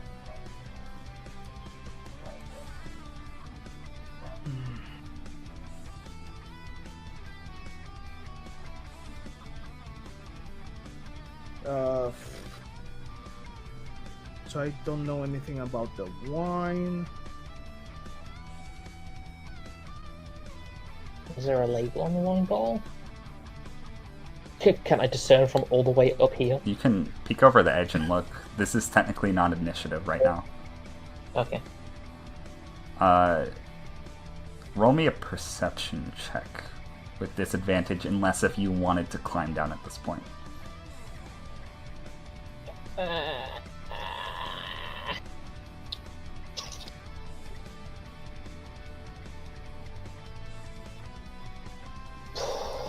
No, I'll stay up here. Oh, fuck. 8. No, not a chance. You can't tell what it is. If anybody else wants to look at the label, they can. Perception? I'll do it. I'll give it a read. Okay. So, ooh, this is good. This is good. Okay. So, you read it in some sort of language that you cannot discern, but it would be this world's equivalent of German. You can kind of make out that it is a brand that can, I don't know, out of all the words on it, you can see that, I'd say with a 23 you would probably be able, you would be able to translate this. It's value brand wine is roughly what you think it translates to, and it has a picture of a sort of silly bird mascot giving a thumbs up.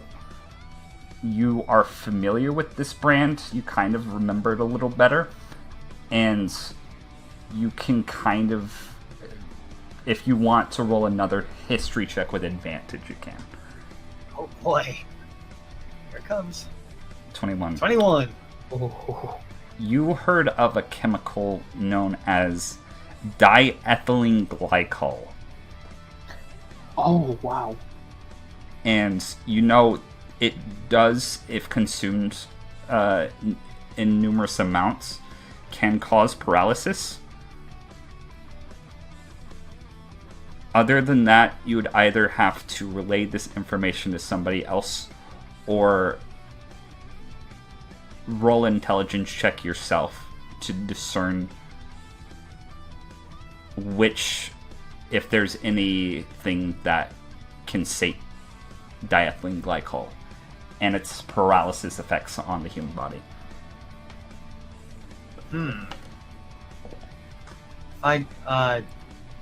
Does Coco's help thing with the does it help with the intelligence check?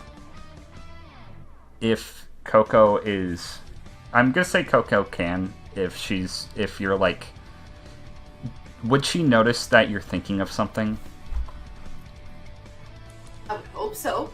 Okay, you can like whisper over to him and talk with him if you want, but there will be a perception check rolled by a certain individual.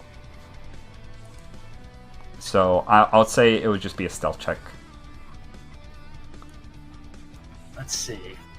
Oh. It would be oh boy. He just, I don't know if he can hear us, but okay, you guys can still talk. He can hear you, but you don't know that, so discuss. So, have you ever heard of diethylene glycol? I believe I have. Okay. And do you happen to know what kind of what would actually deactivate the results of that? Batty.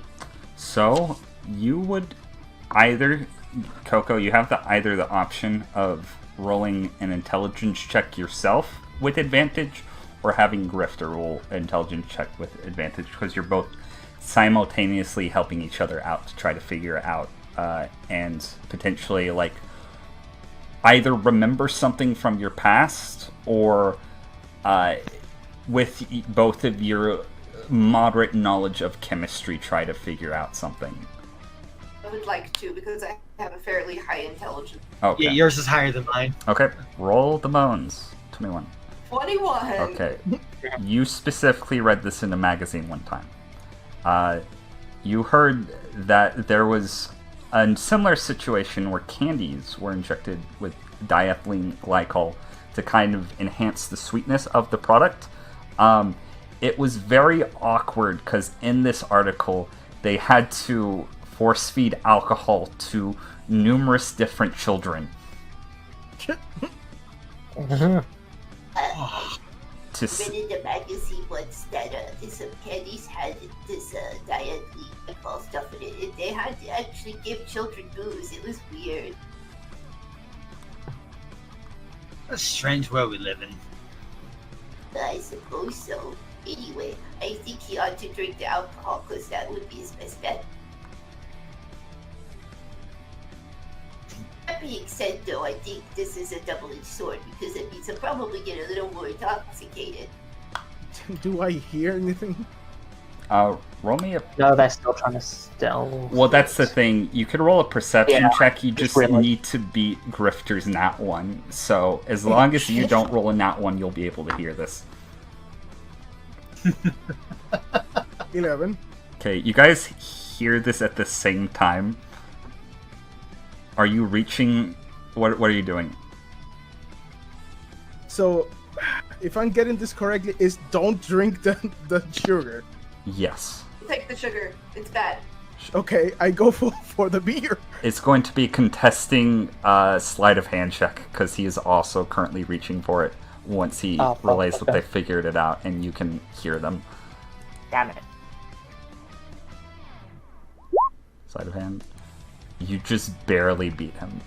Yeah! Oh. It makes sense for Seox. Like, Yeah. Oh,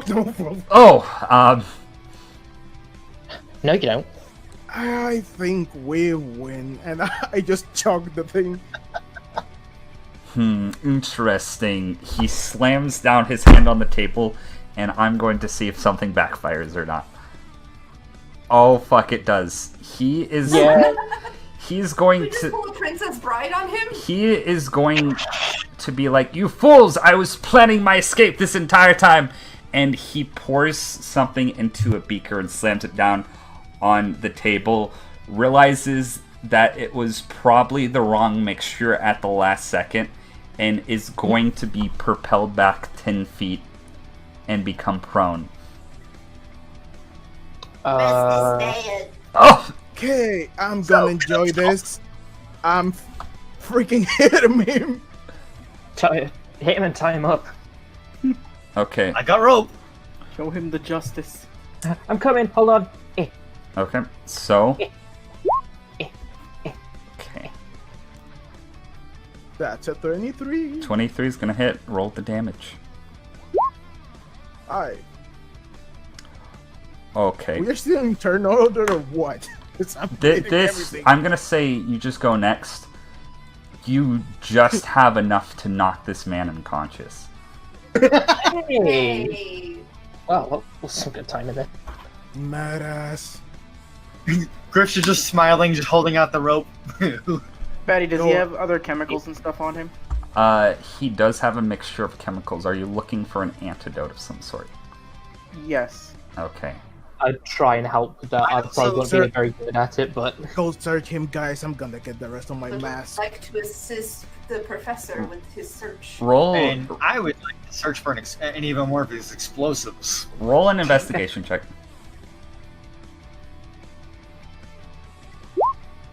Double nat 20. Oh my god. Oh my god. So Tonbo... He got help from two of his friends. Tonbo, you don't find a specific antidote. You find a vast array of chemicals, but you find a note. And you, being a learned student, frantically scroll through the note, and you decipher from his notes, there's a little thing in the corner, diethylene glycol equals cure for the chemical that you can discern to be what was injected into yourself. Diethylene glycol. Which Okay. you know is from the wine.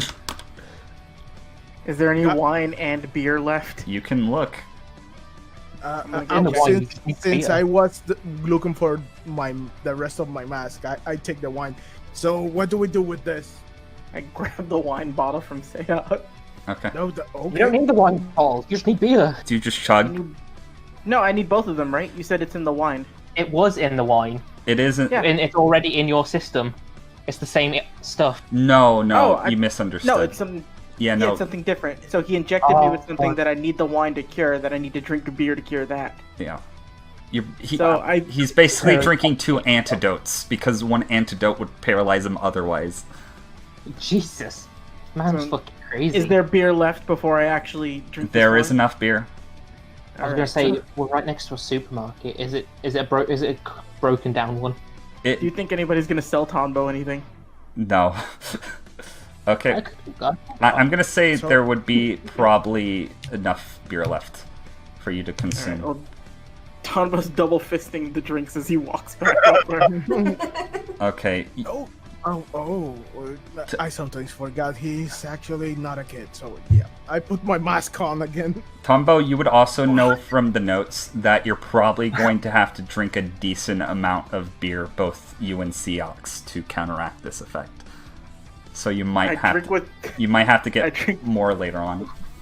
I drink what's left in the can and then I crush it, and then I'm like, because Tonbo's small, so stuff hits him faster. Oh no. Yeah. We're gonna need. I hold up the note.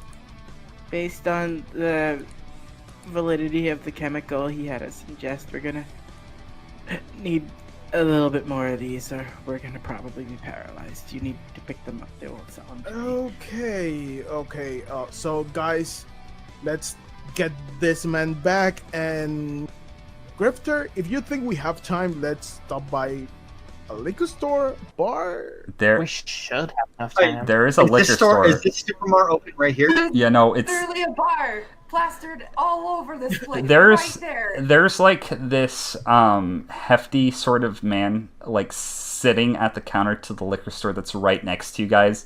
He looks bored and just like fucking hates his job, and he's just been casually watching everything as it's been transpiring. Dustin, be a good man and bring back some alcohol for the professor and Seox. Got it. So I got a 17 to investigate this a-hole. Do I find any weaponry on him? You find his spray bottle of acid, so you can... That's... Nice. I'll give you the stats to that in a second. It's limited use. And you find another stick of dynamite. Oh, yes. Grifter, while I'm getting the beer, grab me his book. What? He had a notebook. Tonbo currently has the notebook. Shit. Tonbo's just standing and he's just like...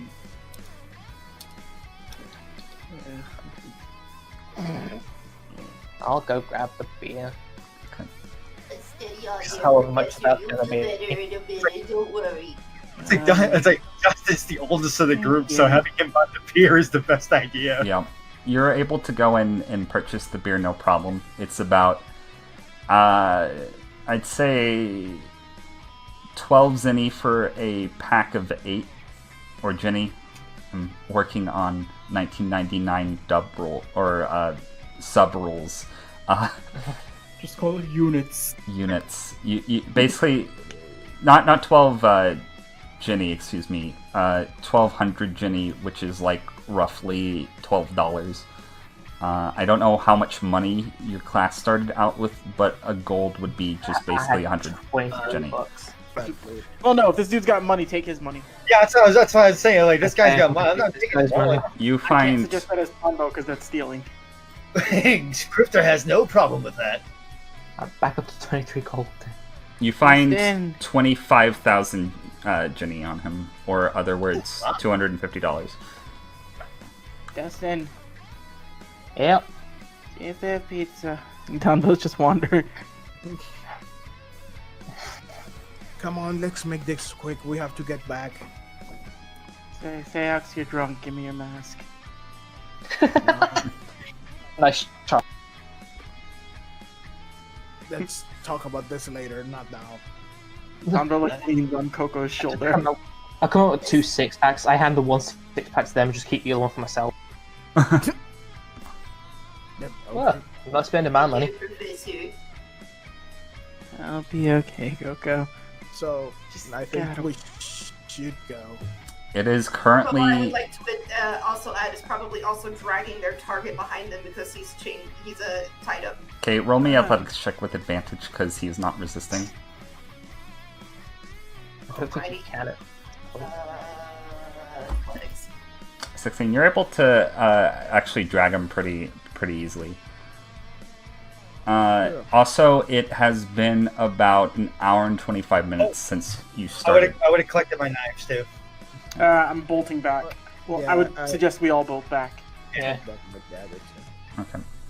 So, And actually, with him being drunk, it would be sort of like, all right, Drifting off to the side. let's try to be real quick. And you immediately see Tombo kick off, and it comes to your attention. Tombo is insanely fast. Oh, no, that's the wrong direction.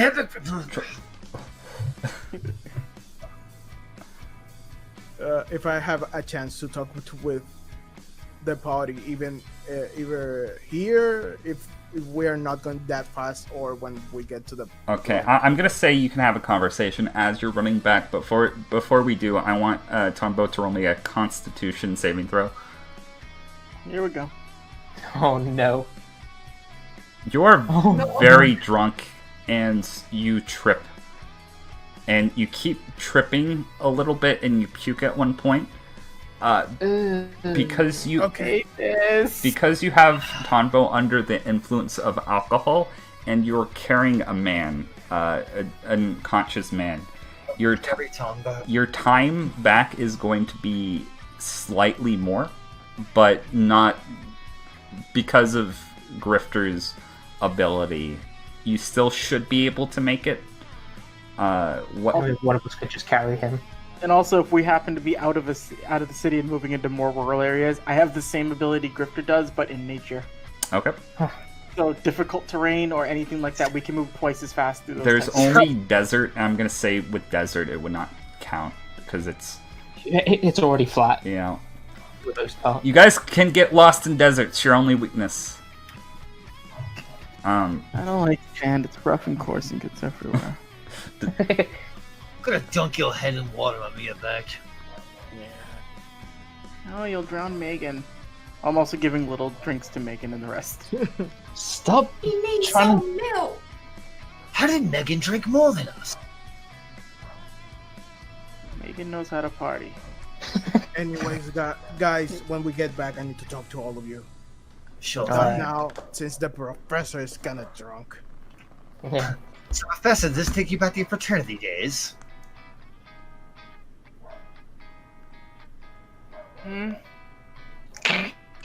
No, nobody drank with me in college. Oh, that's sad. No, we'll have time when we get back. As you say that, there is a parade that cuts off your original route, Grifter. Son of a... Damn it. We need a route B now. Oh no! I fired a gunshot in the air. Everybody hits the ground and starts screaming. Well, that's one way of doing it. Okay, just let's go for it. Dustin, you have everybody's attention now. Sorry, in a rush. Carry on with your parade. It's American. He's just used to it.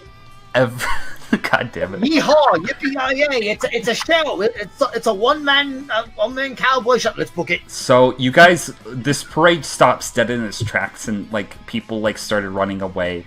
And then you said sorry, and then people are just really confused, and you just run right by them. It's perform. I just keep running. Okay. Sorry, I'm just an American. I don't know what I'm doing. With a whole 8 minutes to spare, you're able to make it back to the blimp at the edge of the desert in front of the city with your person in tow, and Bushidora is there to greet you. So, one chemist, check. Oh. 2 slightly poisoned people. Check. I'm surprised you all made it out relatively unscathed. Just turns around, shows him my back. Just kind of like holding up Tombo like a cat. Like, well, this one's a little wasted. We're kind of precipice. I could use a nap as well, sir. I'm a little bit baked up. Also, this really hurt. She's gonna hold up the claws singed. Oh, that's unusual. Was that there before? The claw or the acid? Oh, the separate things. Okay. Is there any sort of medical treatment for them after all this? What about Anton? Is he alive? Oh, he's a little tied up at the moment, if that's who you're referring to. May I see him? He points over to the chemist. So yeah, he's just tied up. We'll just shove him forward. He is going to check his pulse. Well, you guys pass. Congratulations. I'm very proud of you all. And he is going to pick up Anton and walk the fuck away.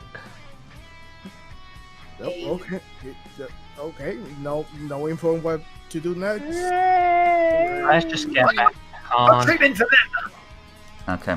So I'm just gonna look around to see two things. Yes. One, if I see any of the other examiners or maybe even beings, and for other competitors if there's any left. Okay, so before you actually see Anne and Grass's team, which you did not expect to beat you guys, which is kind of weird.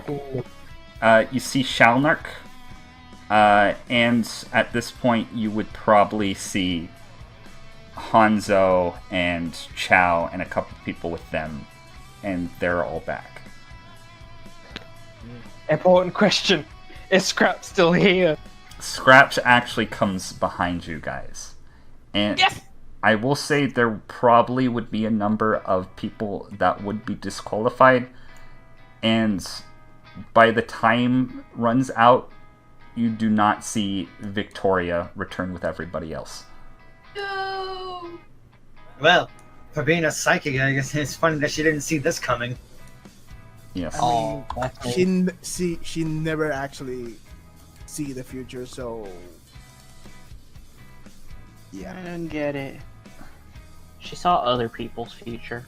Nah, she only saw other people's weaknesses when they saw the future. Oh yeah, that's right.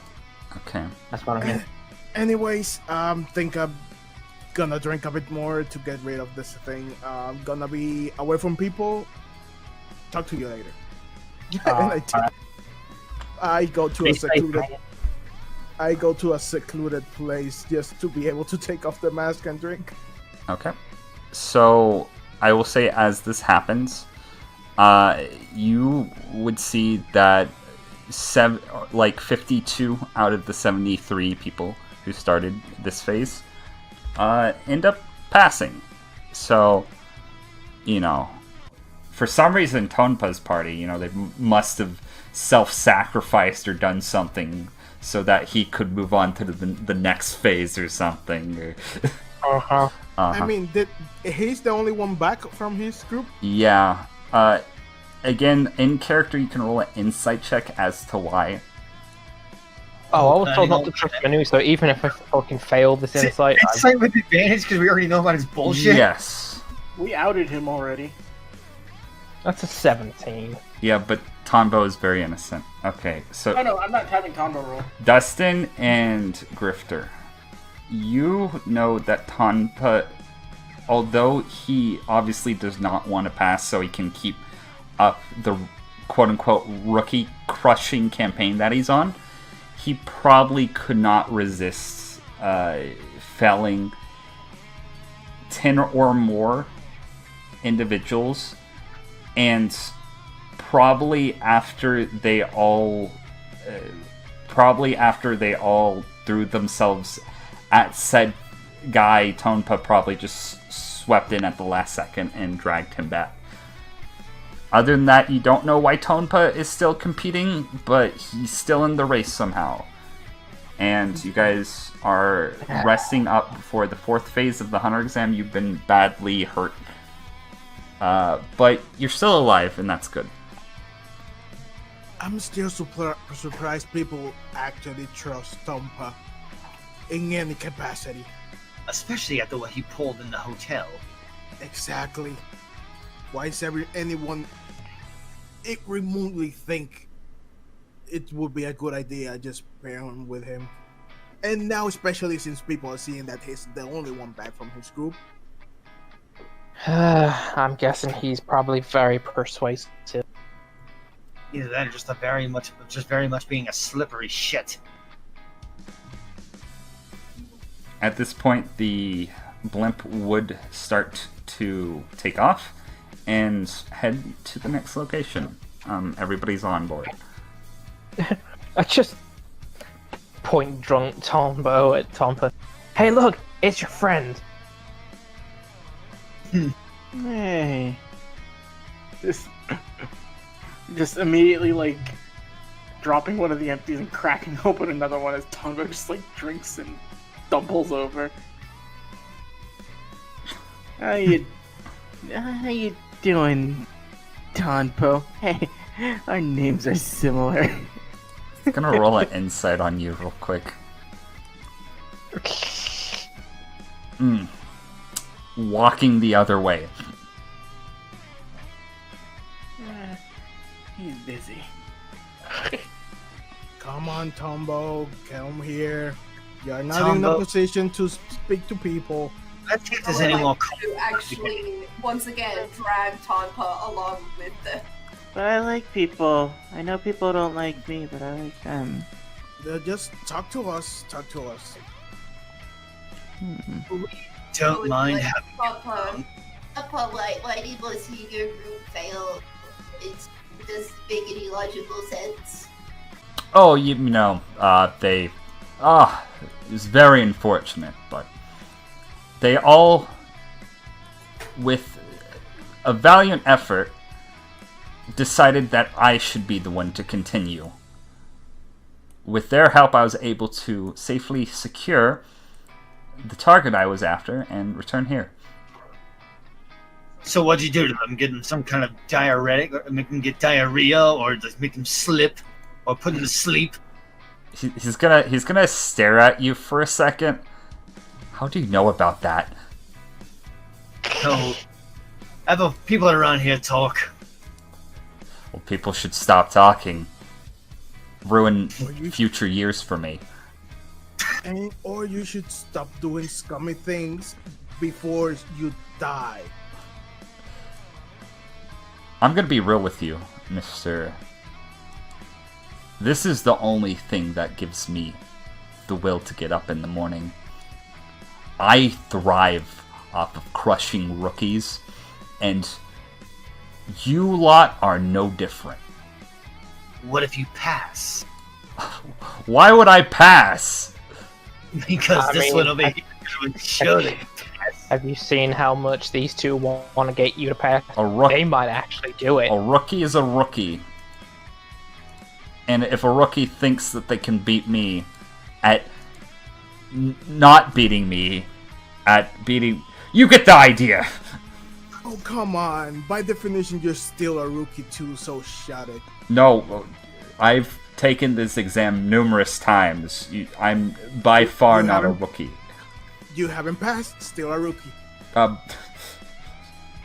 Technically speaking, yeah. Shut up. Just a word of advice.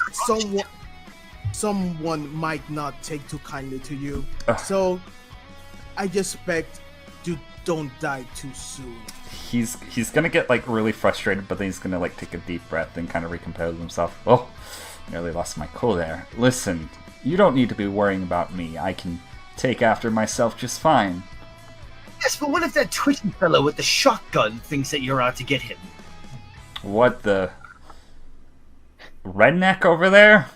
And I'm pretty sure he might be very twitchy. You look to Scabies, and he's currently like staring down the barrel of his own gun, and he's like trying to clean something out of it. No, don't do that. Let him have this. Oh, he's the guy with the bug shoulder. But that's not how you make you clean a gun. Oh. If he blows his own head off, I can just take it. He spits in the barrel and... He's making it so hard not to help him out. He'll be fine, Dustin. I mean, somehow he made it this far. I guess you're right, but... Oh, it hurts.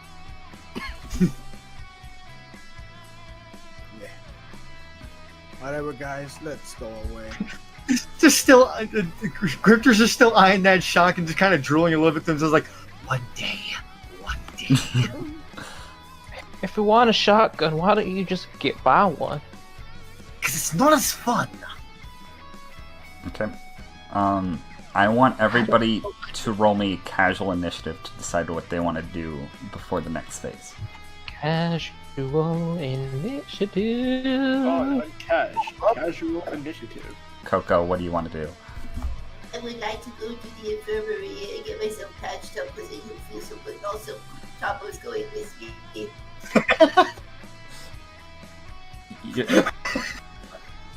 You hear like Tonpa like hears you like talking about going to the infirmary, and you there's no infirmary on this and then like Beans like walks up. Oh yeah, there's an infirmary right this way. And then he's just Grandpa, let's go. Seox is just gonna laugh. Follow me. Beans directs you down the hallway, and you wind up in a room with a person.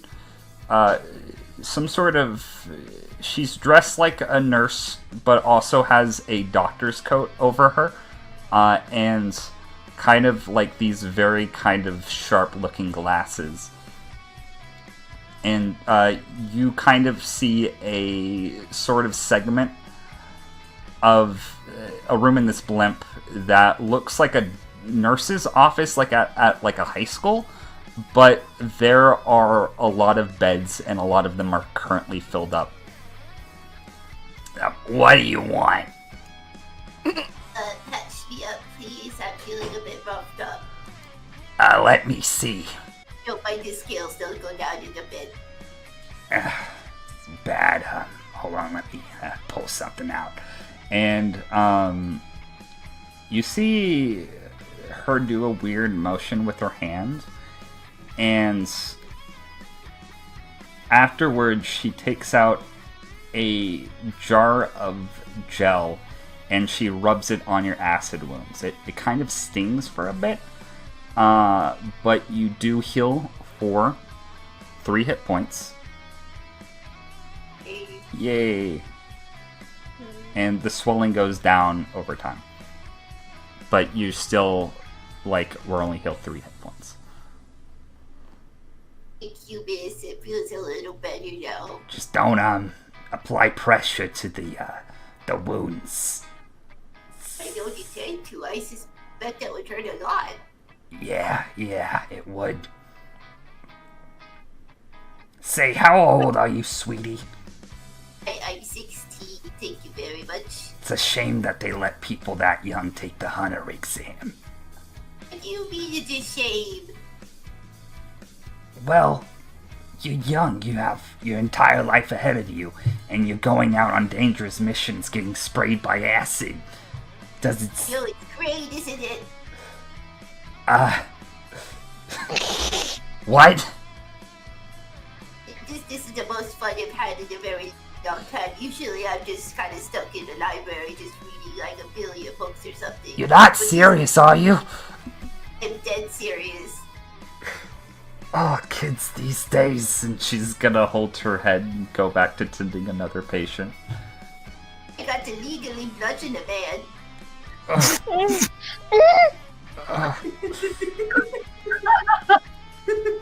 That's nice, sweetie. Oh my god. What? It's not every day that I get to show off how strong I am, and this time I really got to show off how strong I am.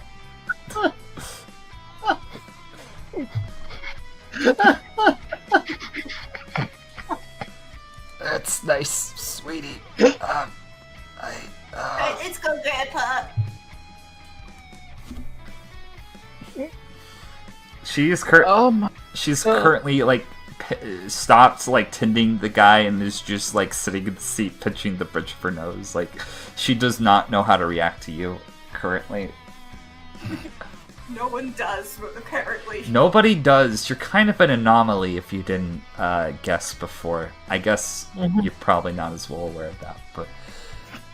You fall out of the blimp. It's a good thing I'm Koko, or that would have hurt me. You stay safe, sweetie. I don't want to see you back here, okay? I think I fell out of that blimp past through 3 separate airplanes and landed on the ground unscathed. And somehow landed on that trampoline that put me back in the blimp. She's gonna stare at you for a second, and she's like, oh. Children and their wild imaginations. So, it's nice. Anyway, Grandpa Tonbo, you chill for a sec. I need you to just, like, pass me.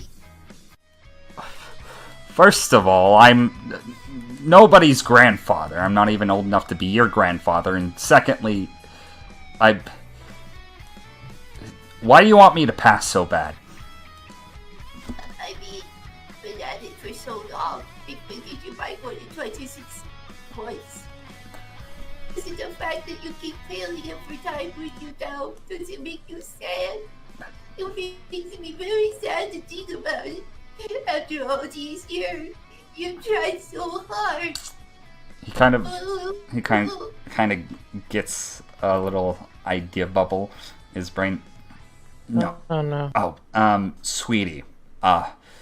Little girl. Okay.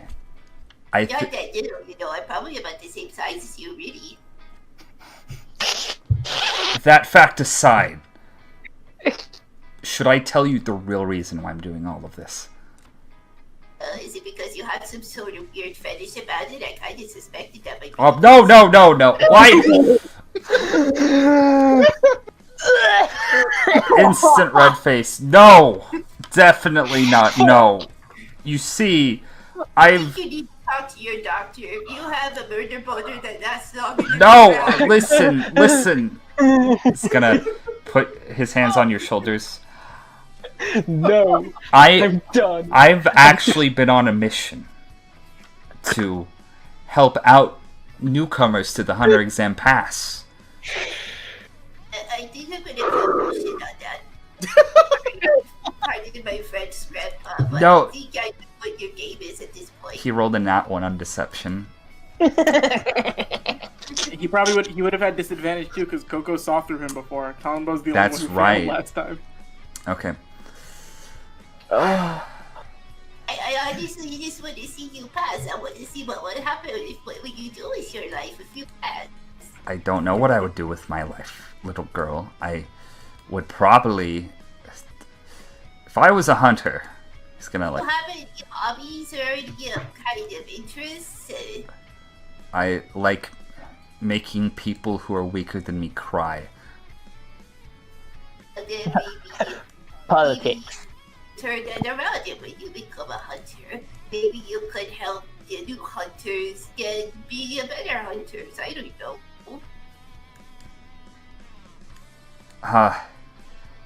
What? He's actually gonna start to think about what you're saying. I want you to roll me a persuasion check. Oh, Look at the please. timeline. Please. No. I'm going I really want to a counter persuasion. He has a good charisma, but that's not good enough. What? Did you do it? You know, now that you mention it, kid, I kind of like the sound of Hunter Tonbo. I mean, I know you're kind of a sick man. Maybe you're like a hunter or something. I don't know. Maybe if I continue on, I could be the examiner one day. And I could make a whole sloth of rookies fail. Maybe I could... You also have to follow the rules so that way none of them die. Like a lot of them have been dying so far. Oh so no, that's- I don't... It's none of my concern, just as long as they fail. Oh, this is delicious. Thank you, little girl. And he's gonna, like, pinch your cheeks. I have a new purpose in life. to pass the hunter exam. Alright, whatever helps you sleep at night, mister. Oh, I feel as giddy as a schoolgirl. I'm gonna start planning. Thank you so much. Take offense to that. And he is going to quickly get out of that room and slam the door in your face. Oh my. I need a fucking... You got to the... Well, I caught what you said too, by the way. He could be a hunter. Yeah. I mean, so you got to the point that I wanted you to get him to where you would be able to convince him. And also, this is around the same time where he had the same thought during the hunter exam in the show. So, congratulations, you potentially just fucked over the entire timeline. You fucking broke him. I don't believe it. All I have to do is make sure he never becomes an examiner. Okay. That's gonna be a fucking thing all of itself, that is. Okay. I mean, we never know. After all this, he could potentially die. Grifter. Fingers crossed. Grifter, what you doing, buddy? Looking at the state of Tonbo, probably gonna try to find that medical room. Okay. You eventually find the medical room. You see Koko just like sitting in the corner. Her arm looks a little bit better, and again, you see a lady with kind of black hair and a very tight bun is both wearing nurse and doctor clothes and has very sharp glasses. Just kind of like just like get Tombo's attention, point at her. You go see her. He just kind of Tombo's got like a can in his hand as he goes to salute you with the hand that the can is in. Like it's just spilling a little bit, and he just walks in the opposite direction you pointed. No, just turn you that way. You. Always pushing me, Grifter. Look, get your acid burns treated. Acid. Yes, it's a funny word. Go get healed.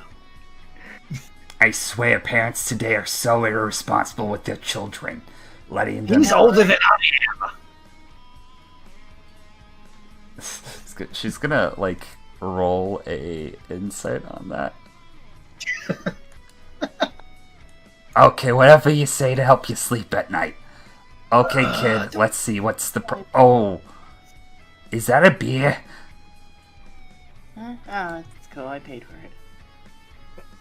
No, you didn't! Well, we made Dustin pay for it, actually. But... She's gonna... Not mine, I'm just drinking it for a friend. She's gonna hold her temples. He was poisoned. Beer was one of the things that is one of the agents. Your son was poisoned! Listen, Grifter, don't interrupt adults when they're talking. And I am an adult. Coco's still here. Yeah, Coco's just watching. Actually, since you're still there.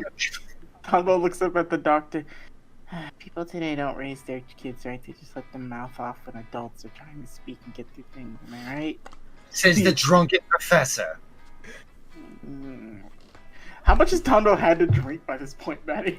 Probably like a couple cans, which for Tonbo, given his tiny body mass, isn't that good. Okay, I'm debating when Sailor Mouth Tonbo shows up. I haven't decided yet. Okay, kid, what seems to be the problem? Oh, this dude sprayed me with acid, a puncture wound. Like, Coco's still in the room, right? I tripped a couple times. She's gonna roll her eyes, do a weird hand motion, and apply the same oil from earlier onto your skin. 3 points? Yep, 3 points. Okay. Yep.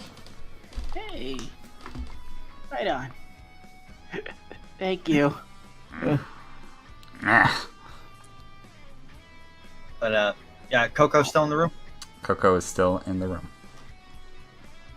I assume you got your acid burn treated as well. It still stings a little. I probably should point the claw away, honestly. Just see, like Grifter's just kind of just like staring intently at where he got burned. He's like, just pulls out the handkerchief from his vest pocket and just goes to wrap it around the burn. Why you have to do that, but nice. Nothing of it. Anywho, the professor here seems to be quite intoxicated. He is pretty turned, as the kids say these days. Also saw you drag Tonbo in here, and he looks like he ran off. He still found a new lease on life. I don't know how to take that later. Oh, what? He finally had to go take a shit? Maybe, I don't know. He also apparently wants to pass the exam now, so my job is done. He what? But yeah, he wants to pass now.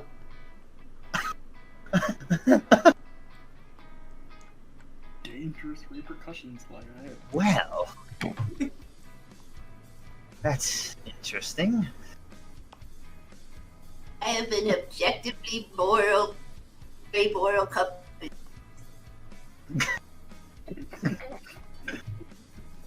Yeah, I just kind of just kind of pats you on the head and goes to walk out of the room. All in the name of science. Oh, science! And just closes the door. Okay. Is that all you want to do? Yeah, that's it for him. Okay. Sweet. Who wouldn't? Do I heal anything from the napkin? What?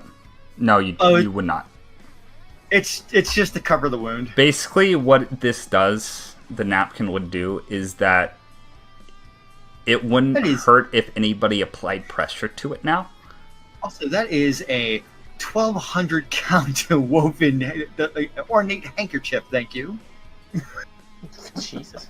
That sounds expensive. I'm sorry if it gets acid and or blood on it. No, well, anyway. I don't know if I bleed a different color for the dino orb. Ignoring that. That's metal as shit. My dino blood bleeds a different color. Ooh. He's brutal. Brutal blood. Okay, so who would be next in turn order? Seox, what you doing, bud? Seeing the guys going to the infirmary, I'm gonna go and find my mask buddy, I guess. You find Chow. He's just chilling, doing Chow things. He's actually drumming on the ground with his little sort of stick weapons. Not really paying attention to anybody at the current moment. What's up, Chow? Oh, you passed! Yep, I see you did too. Oh yeah, I was in a group of one, so it wasn't really that difficult. The guy basically just begged me to bring him in after I found him. Yeah. What was your target? Some sort of homicide assailant. I felt super guilty for what he did. I had to hit him like once, but after that it seemed pretty easy. Yeah, I see you had it better than us. Wait, what do you guys have to do? We had to bring in a guy called the Chemist. Gonna roll a history check for that? Yeah, I haven't heard of him. Was he tough? Oh well, he injected the little guy with a thing that basically on command he would just explode. Oh, did he explode? No, we got him in time. Okay, that's good. We bit him really hard before he was able to inject him, so he thought that by gaining a hostage he would get away. That's kind of stupid. Yeah, but well, we managed. He also liked explosion a lot. If that didn't give it away, I think he could make dynamite by himself. Oh well, I'm glad he's in custody. Yeah, but the good thing is we passed. So guess we have to wait for the next thing. Okay. Did you use any of the moves I taught you? I tried, but I kind of fell short at the last second. What? I just kind of relied on old tricks, and he holds up his weapons. Yeah, I guess. If they work, they work. I wouldn't mind learning more from you, though. You seem pretty experienced in combat, even though you're not as good with teaching it. No offense. To be honest, I've never... You were the first one I ever teach something. Really? Yeah, I'm actually a loner, so... yeah. I know that story. Well, whenever you want to spar again, just let me know. Okay, thanks. Well, you actually want to do that now? Yeah, sure. Okay. My friends are at the infirmary, so I guess that's gonna take a while.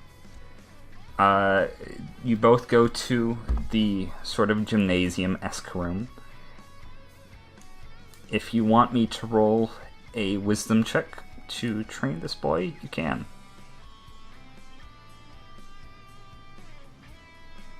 Oh, 19. 19.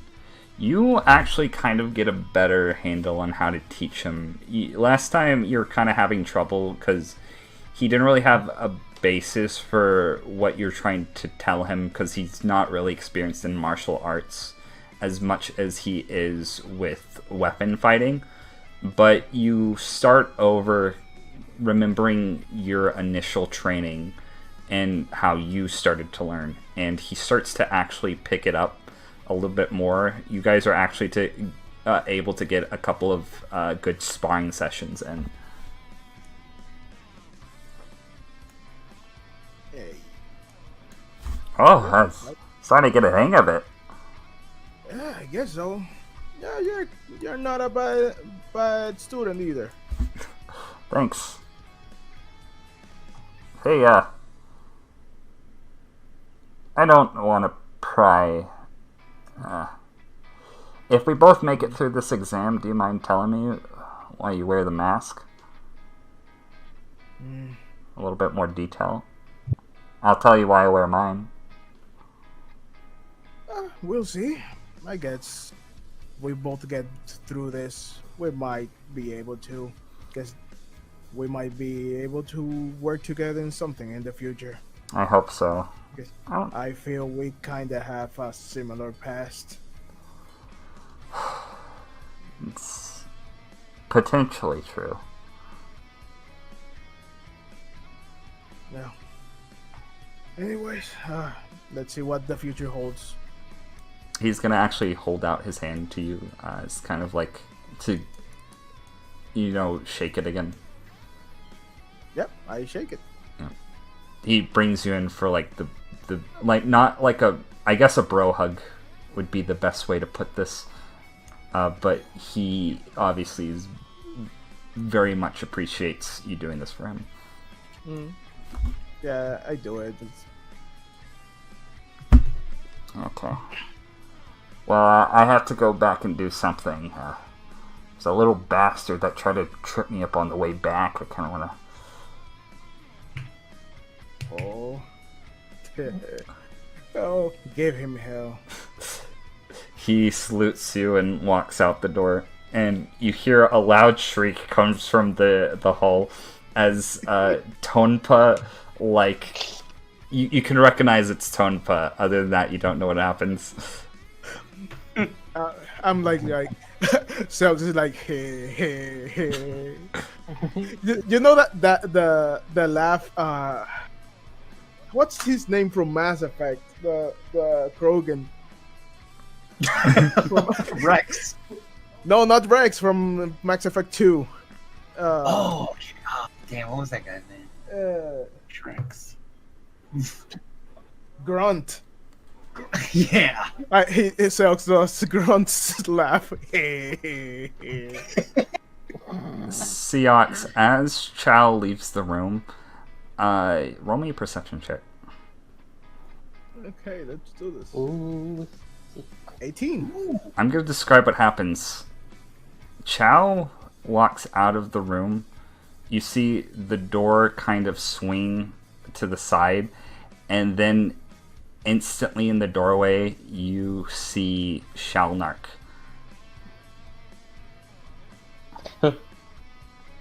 Oh. You were there the whole time? Maybe just a little. You, are you a Karm?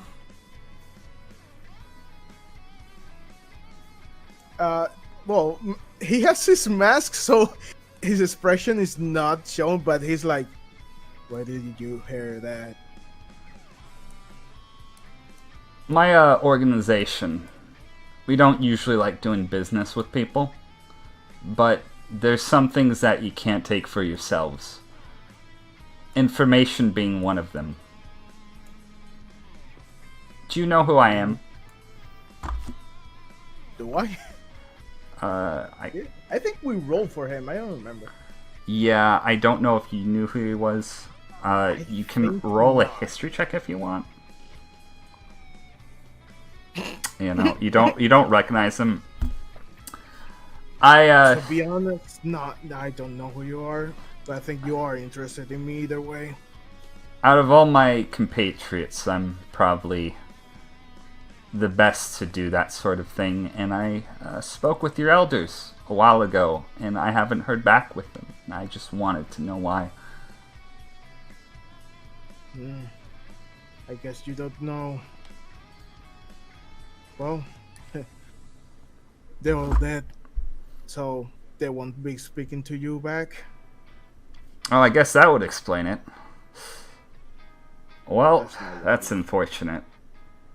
And he is going to actually take out a notepad and scratch something through it. I don't suppose you would know anything about a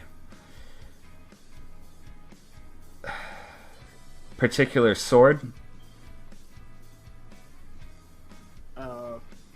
Would I know about a sword from my clan or something? You could roll a history with advantage.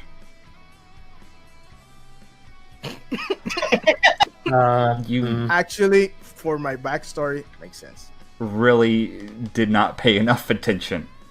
That's fine. I didn't expect you. Well, if you seem kind of competent, I don't know if you could be useful in the future, but keep my eye on you. And he's gonna walk away. I'm just gonna eye him out. He walks out. We're joining the Phantom Troop. Is there anything else you want to do? I mean, I think that's it for me. Okay, sweet. Tonbo, you are currently drunk. Wandering my way out of a medical building. Thank you. Don't leave him alone. You're under the. Did you leave the room? You're under the influence of alcohol. Roll me a perception check before you leave with disadvantage. Yeah, I was gonna actually say I want you to decide who I run into. Okay. Actually, I was gonna say if you left the room, you actually see that Grifter is actually still there. He's just like leaning against the wall outside the door. Oh, I know you. God, does she give you more? No, Megan's carrying. And he just goes in his hat and pulls out the beer. He just begins walking down the hallway. Tonbo, you would have noticed with that 10 perception check, the oil that was applied to your arm was coconut oil, which can be known to relieve some burning sensations, but shouldn't be able to heal somebody's arm from an acid spray. I wonder if that's the Biscuit is talking about. And then with that, you bump into somebody that is probably has a foot on you in height. And you look up and you see Anne. Oh, hey there. I was looking all over for you. I was worried you didn't pass.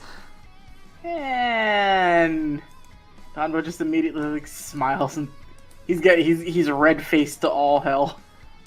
How you doing? Are you drunk? Oh, I'm so happy you. Just a little bit.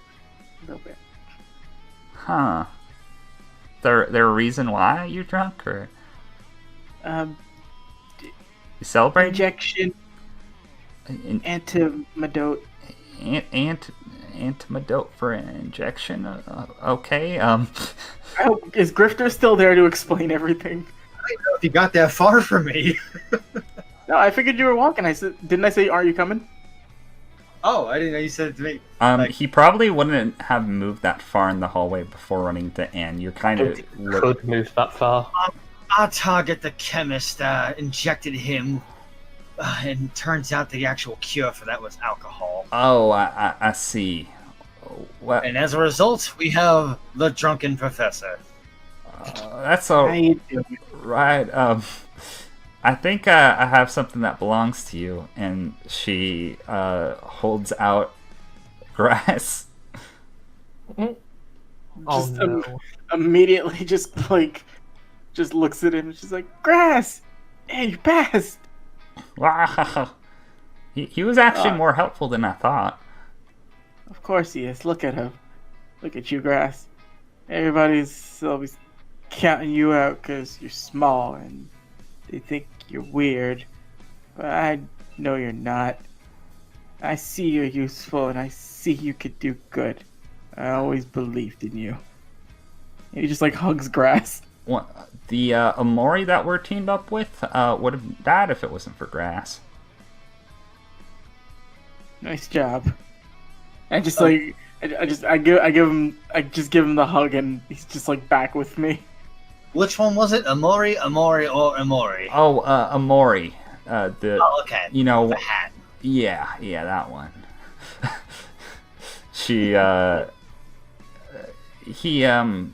There was some situation with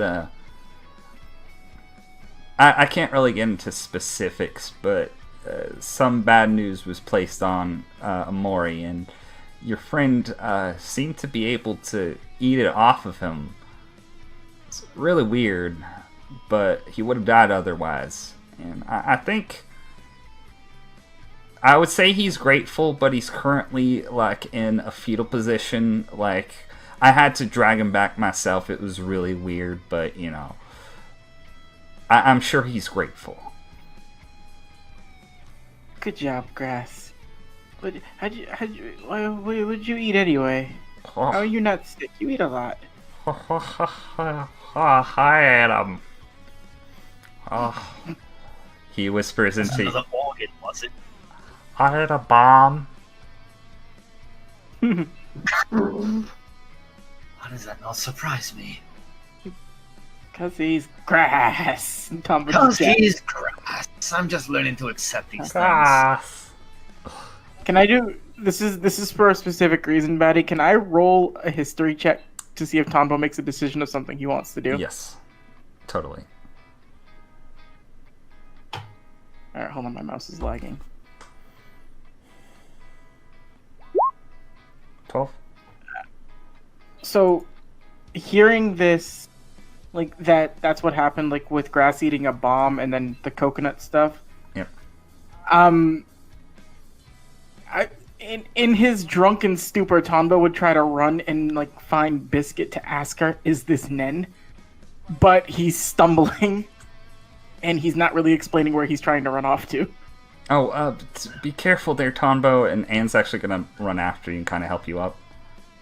Yeah, it's okay. I got it. I gotta find the brisket to ask about the non.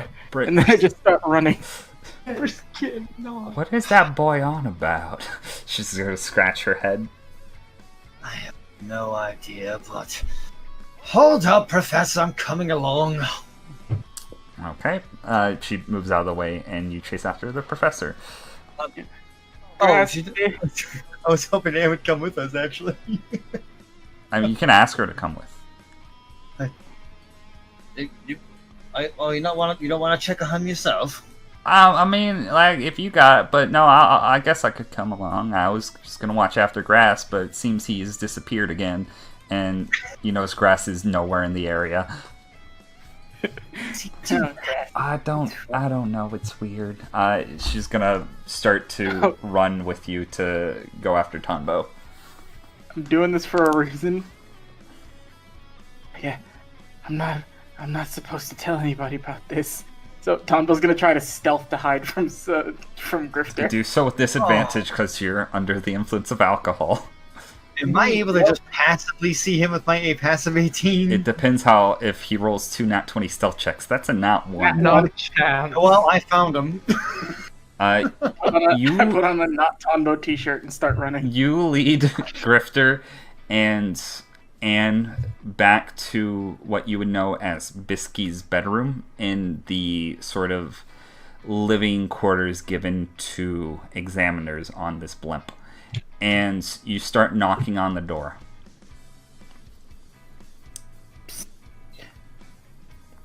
Biscuit. What? Hold on just a second. And you hear a giant swishing noise. And that it's kind of weird. It sounds like a bunch of sand falling into itself is the only way I can describe it. And then after a minute, you see Bisky in super cute pink pajamas open the door. Her normal cheery self. It's like, oh, Tonbo. Hey, I had a question. It's Yes. about I lean in. Are Anne and Grifter with me? I don't know if they would have caught up at this point. They probably would be gaining on you, but Bisky currently does not see them. I show like the coconut oil. Long story short, I got injected with, I think, acid or something. They healed me. Oh dear. This isn't supposed to do that. I was wondering if this is the thing you told me about. Come with me inside, and she is going to close the door. You see Tonbo go inside with Bisky and close the door, and he is right outside the bedroom. Or you guys are right outside the bedroom currently. Do you listen in? Oh, very much so. Okay.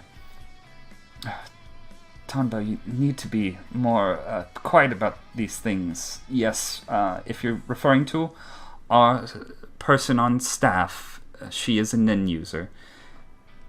This is a placebo to help her Nin ability. She basically can heal people of many different wounds, but they have to, of course, believe that it's through something that is non-Nin based means. So, I believe she uses coconut oil and a bunch of other unusual concoctions, but I'm glad to see that you're making note of these things. Yeah, I didn't want to accidentally say it. I wanted to make sure first, so I didn't accidentally.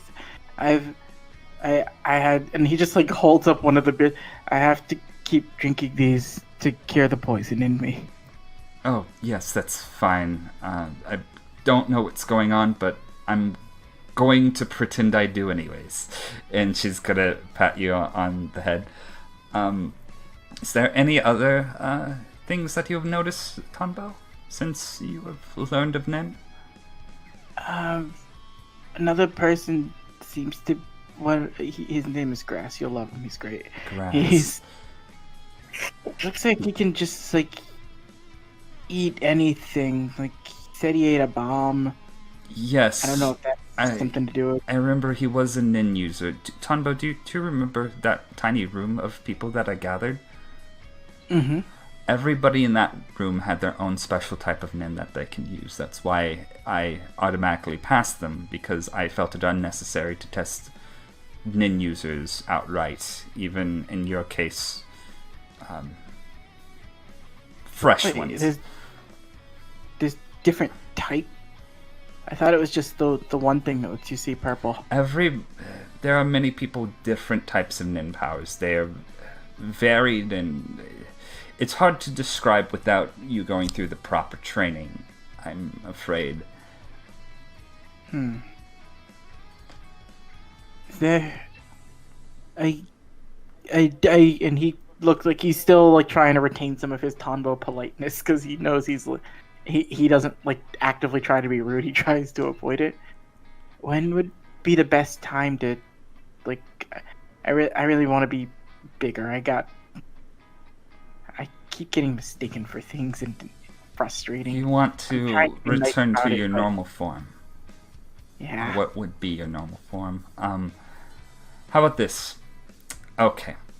I will help you out. It would be very irresponsible of me to train you in Nin, but during the Hunter exam.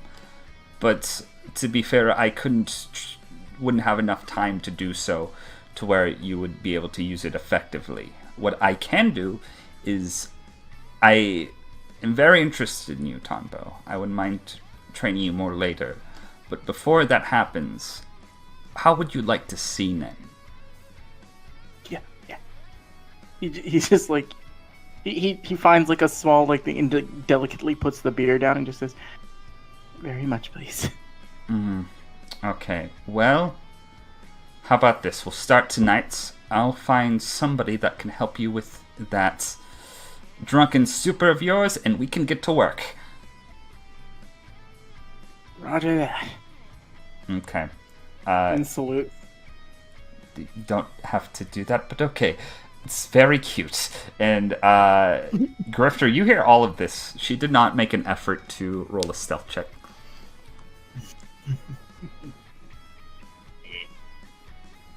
What are they saying? He's just been telling her that he got poisoned and he's been drinking beer to counteract it. And he was asking about, he's trying to tell her about grass.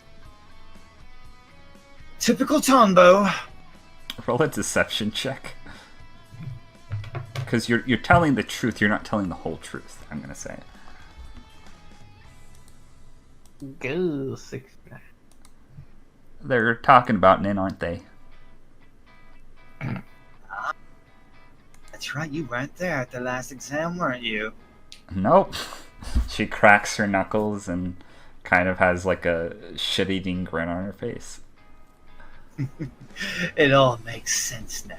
Whatever this Nin is, it's what separated everyone from us. I can tell you.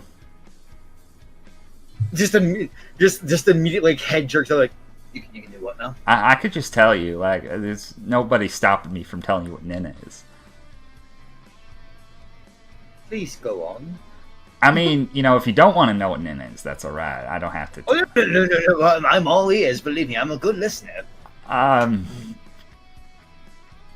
She's just like slyly looking at you like, I think that's it for tonight. I'm gonna go back. See ya. Oh, please, Anne, don't be like that, please. Roll a persuasion check.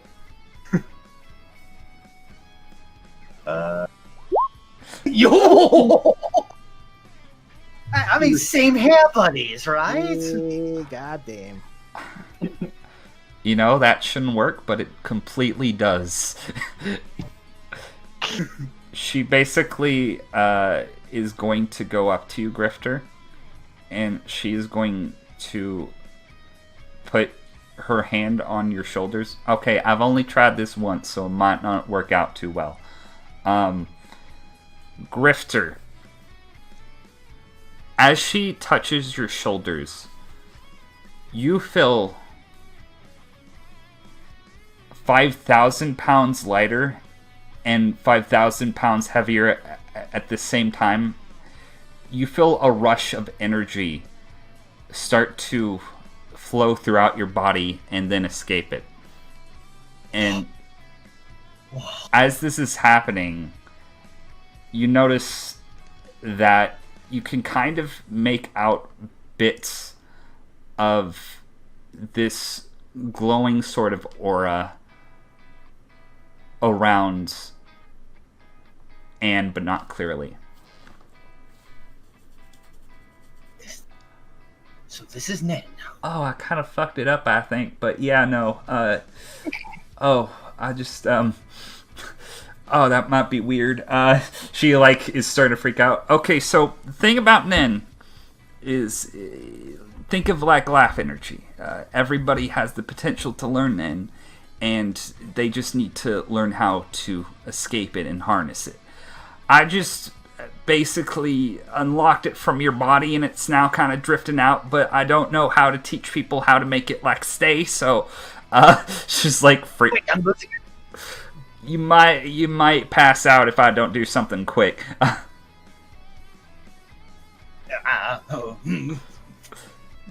What if I concentrate or meditate? Yeah, try to do that. Try to concentrate or meditate or whatever. Come back, energy. Come back. Hold it in, clench. Roll a wisdom saving throw. Oh no! Oh, there's no easy way out.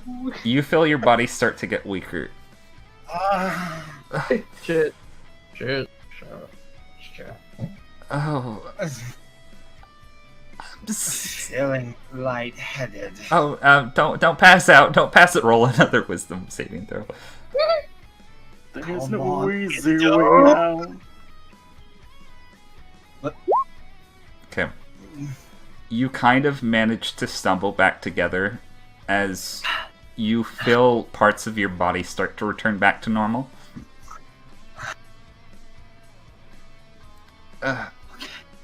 Roll one final wisdom saving throw to see if you're able to get back to normal. Nat 20, come on! Okay. No! There's no easy way out. Take a point of exhaustion as you pass out. Right in front of the bedroom door. Good night. Tonbo, you hear a thud, and Visky's going to open the door, and she's going to be like, "Oh dear, what happened to him?" He had a little too much to drink. Oh, yes. Oh, my friend Tonbo is also having a problem with that. Say, could you bring that gentleman to the medical bay? Oh, yeah, sure. Don't worry about it. She's gonna pick you up, Grifter, and take you to the medical bay. Welcome to your first day on the job here at the Osaka branch of the Spirit Detective Agency. He like gently flashes his hand, like, yay. My name is Hideki Yamamoto. I will be your orator and also semi-instructor for this brief introduction into your job detail.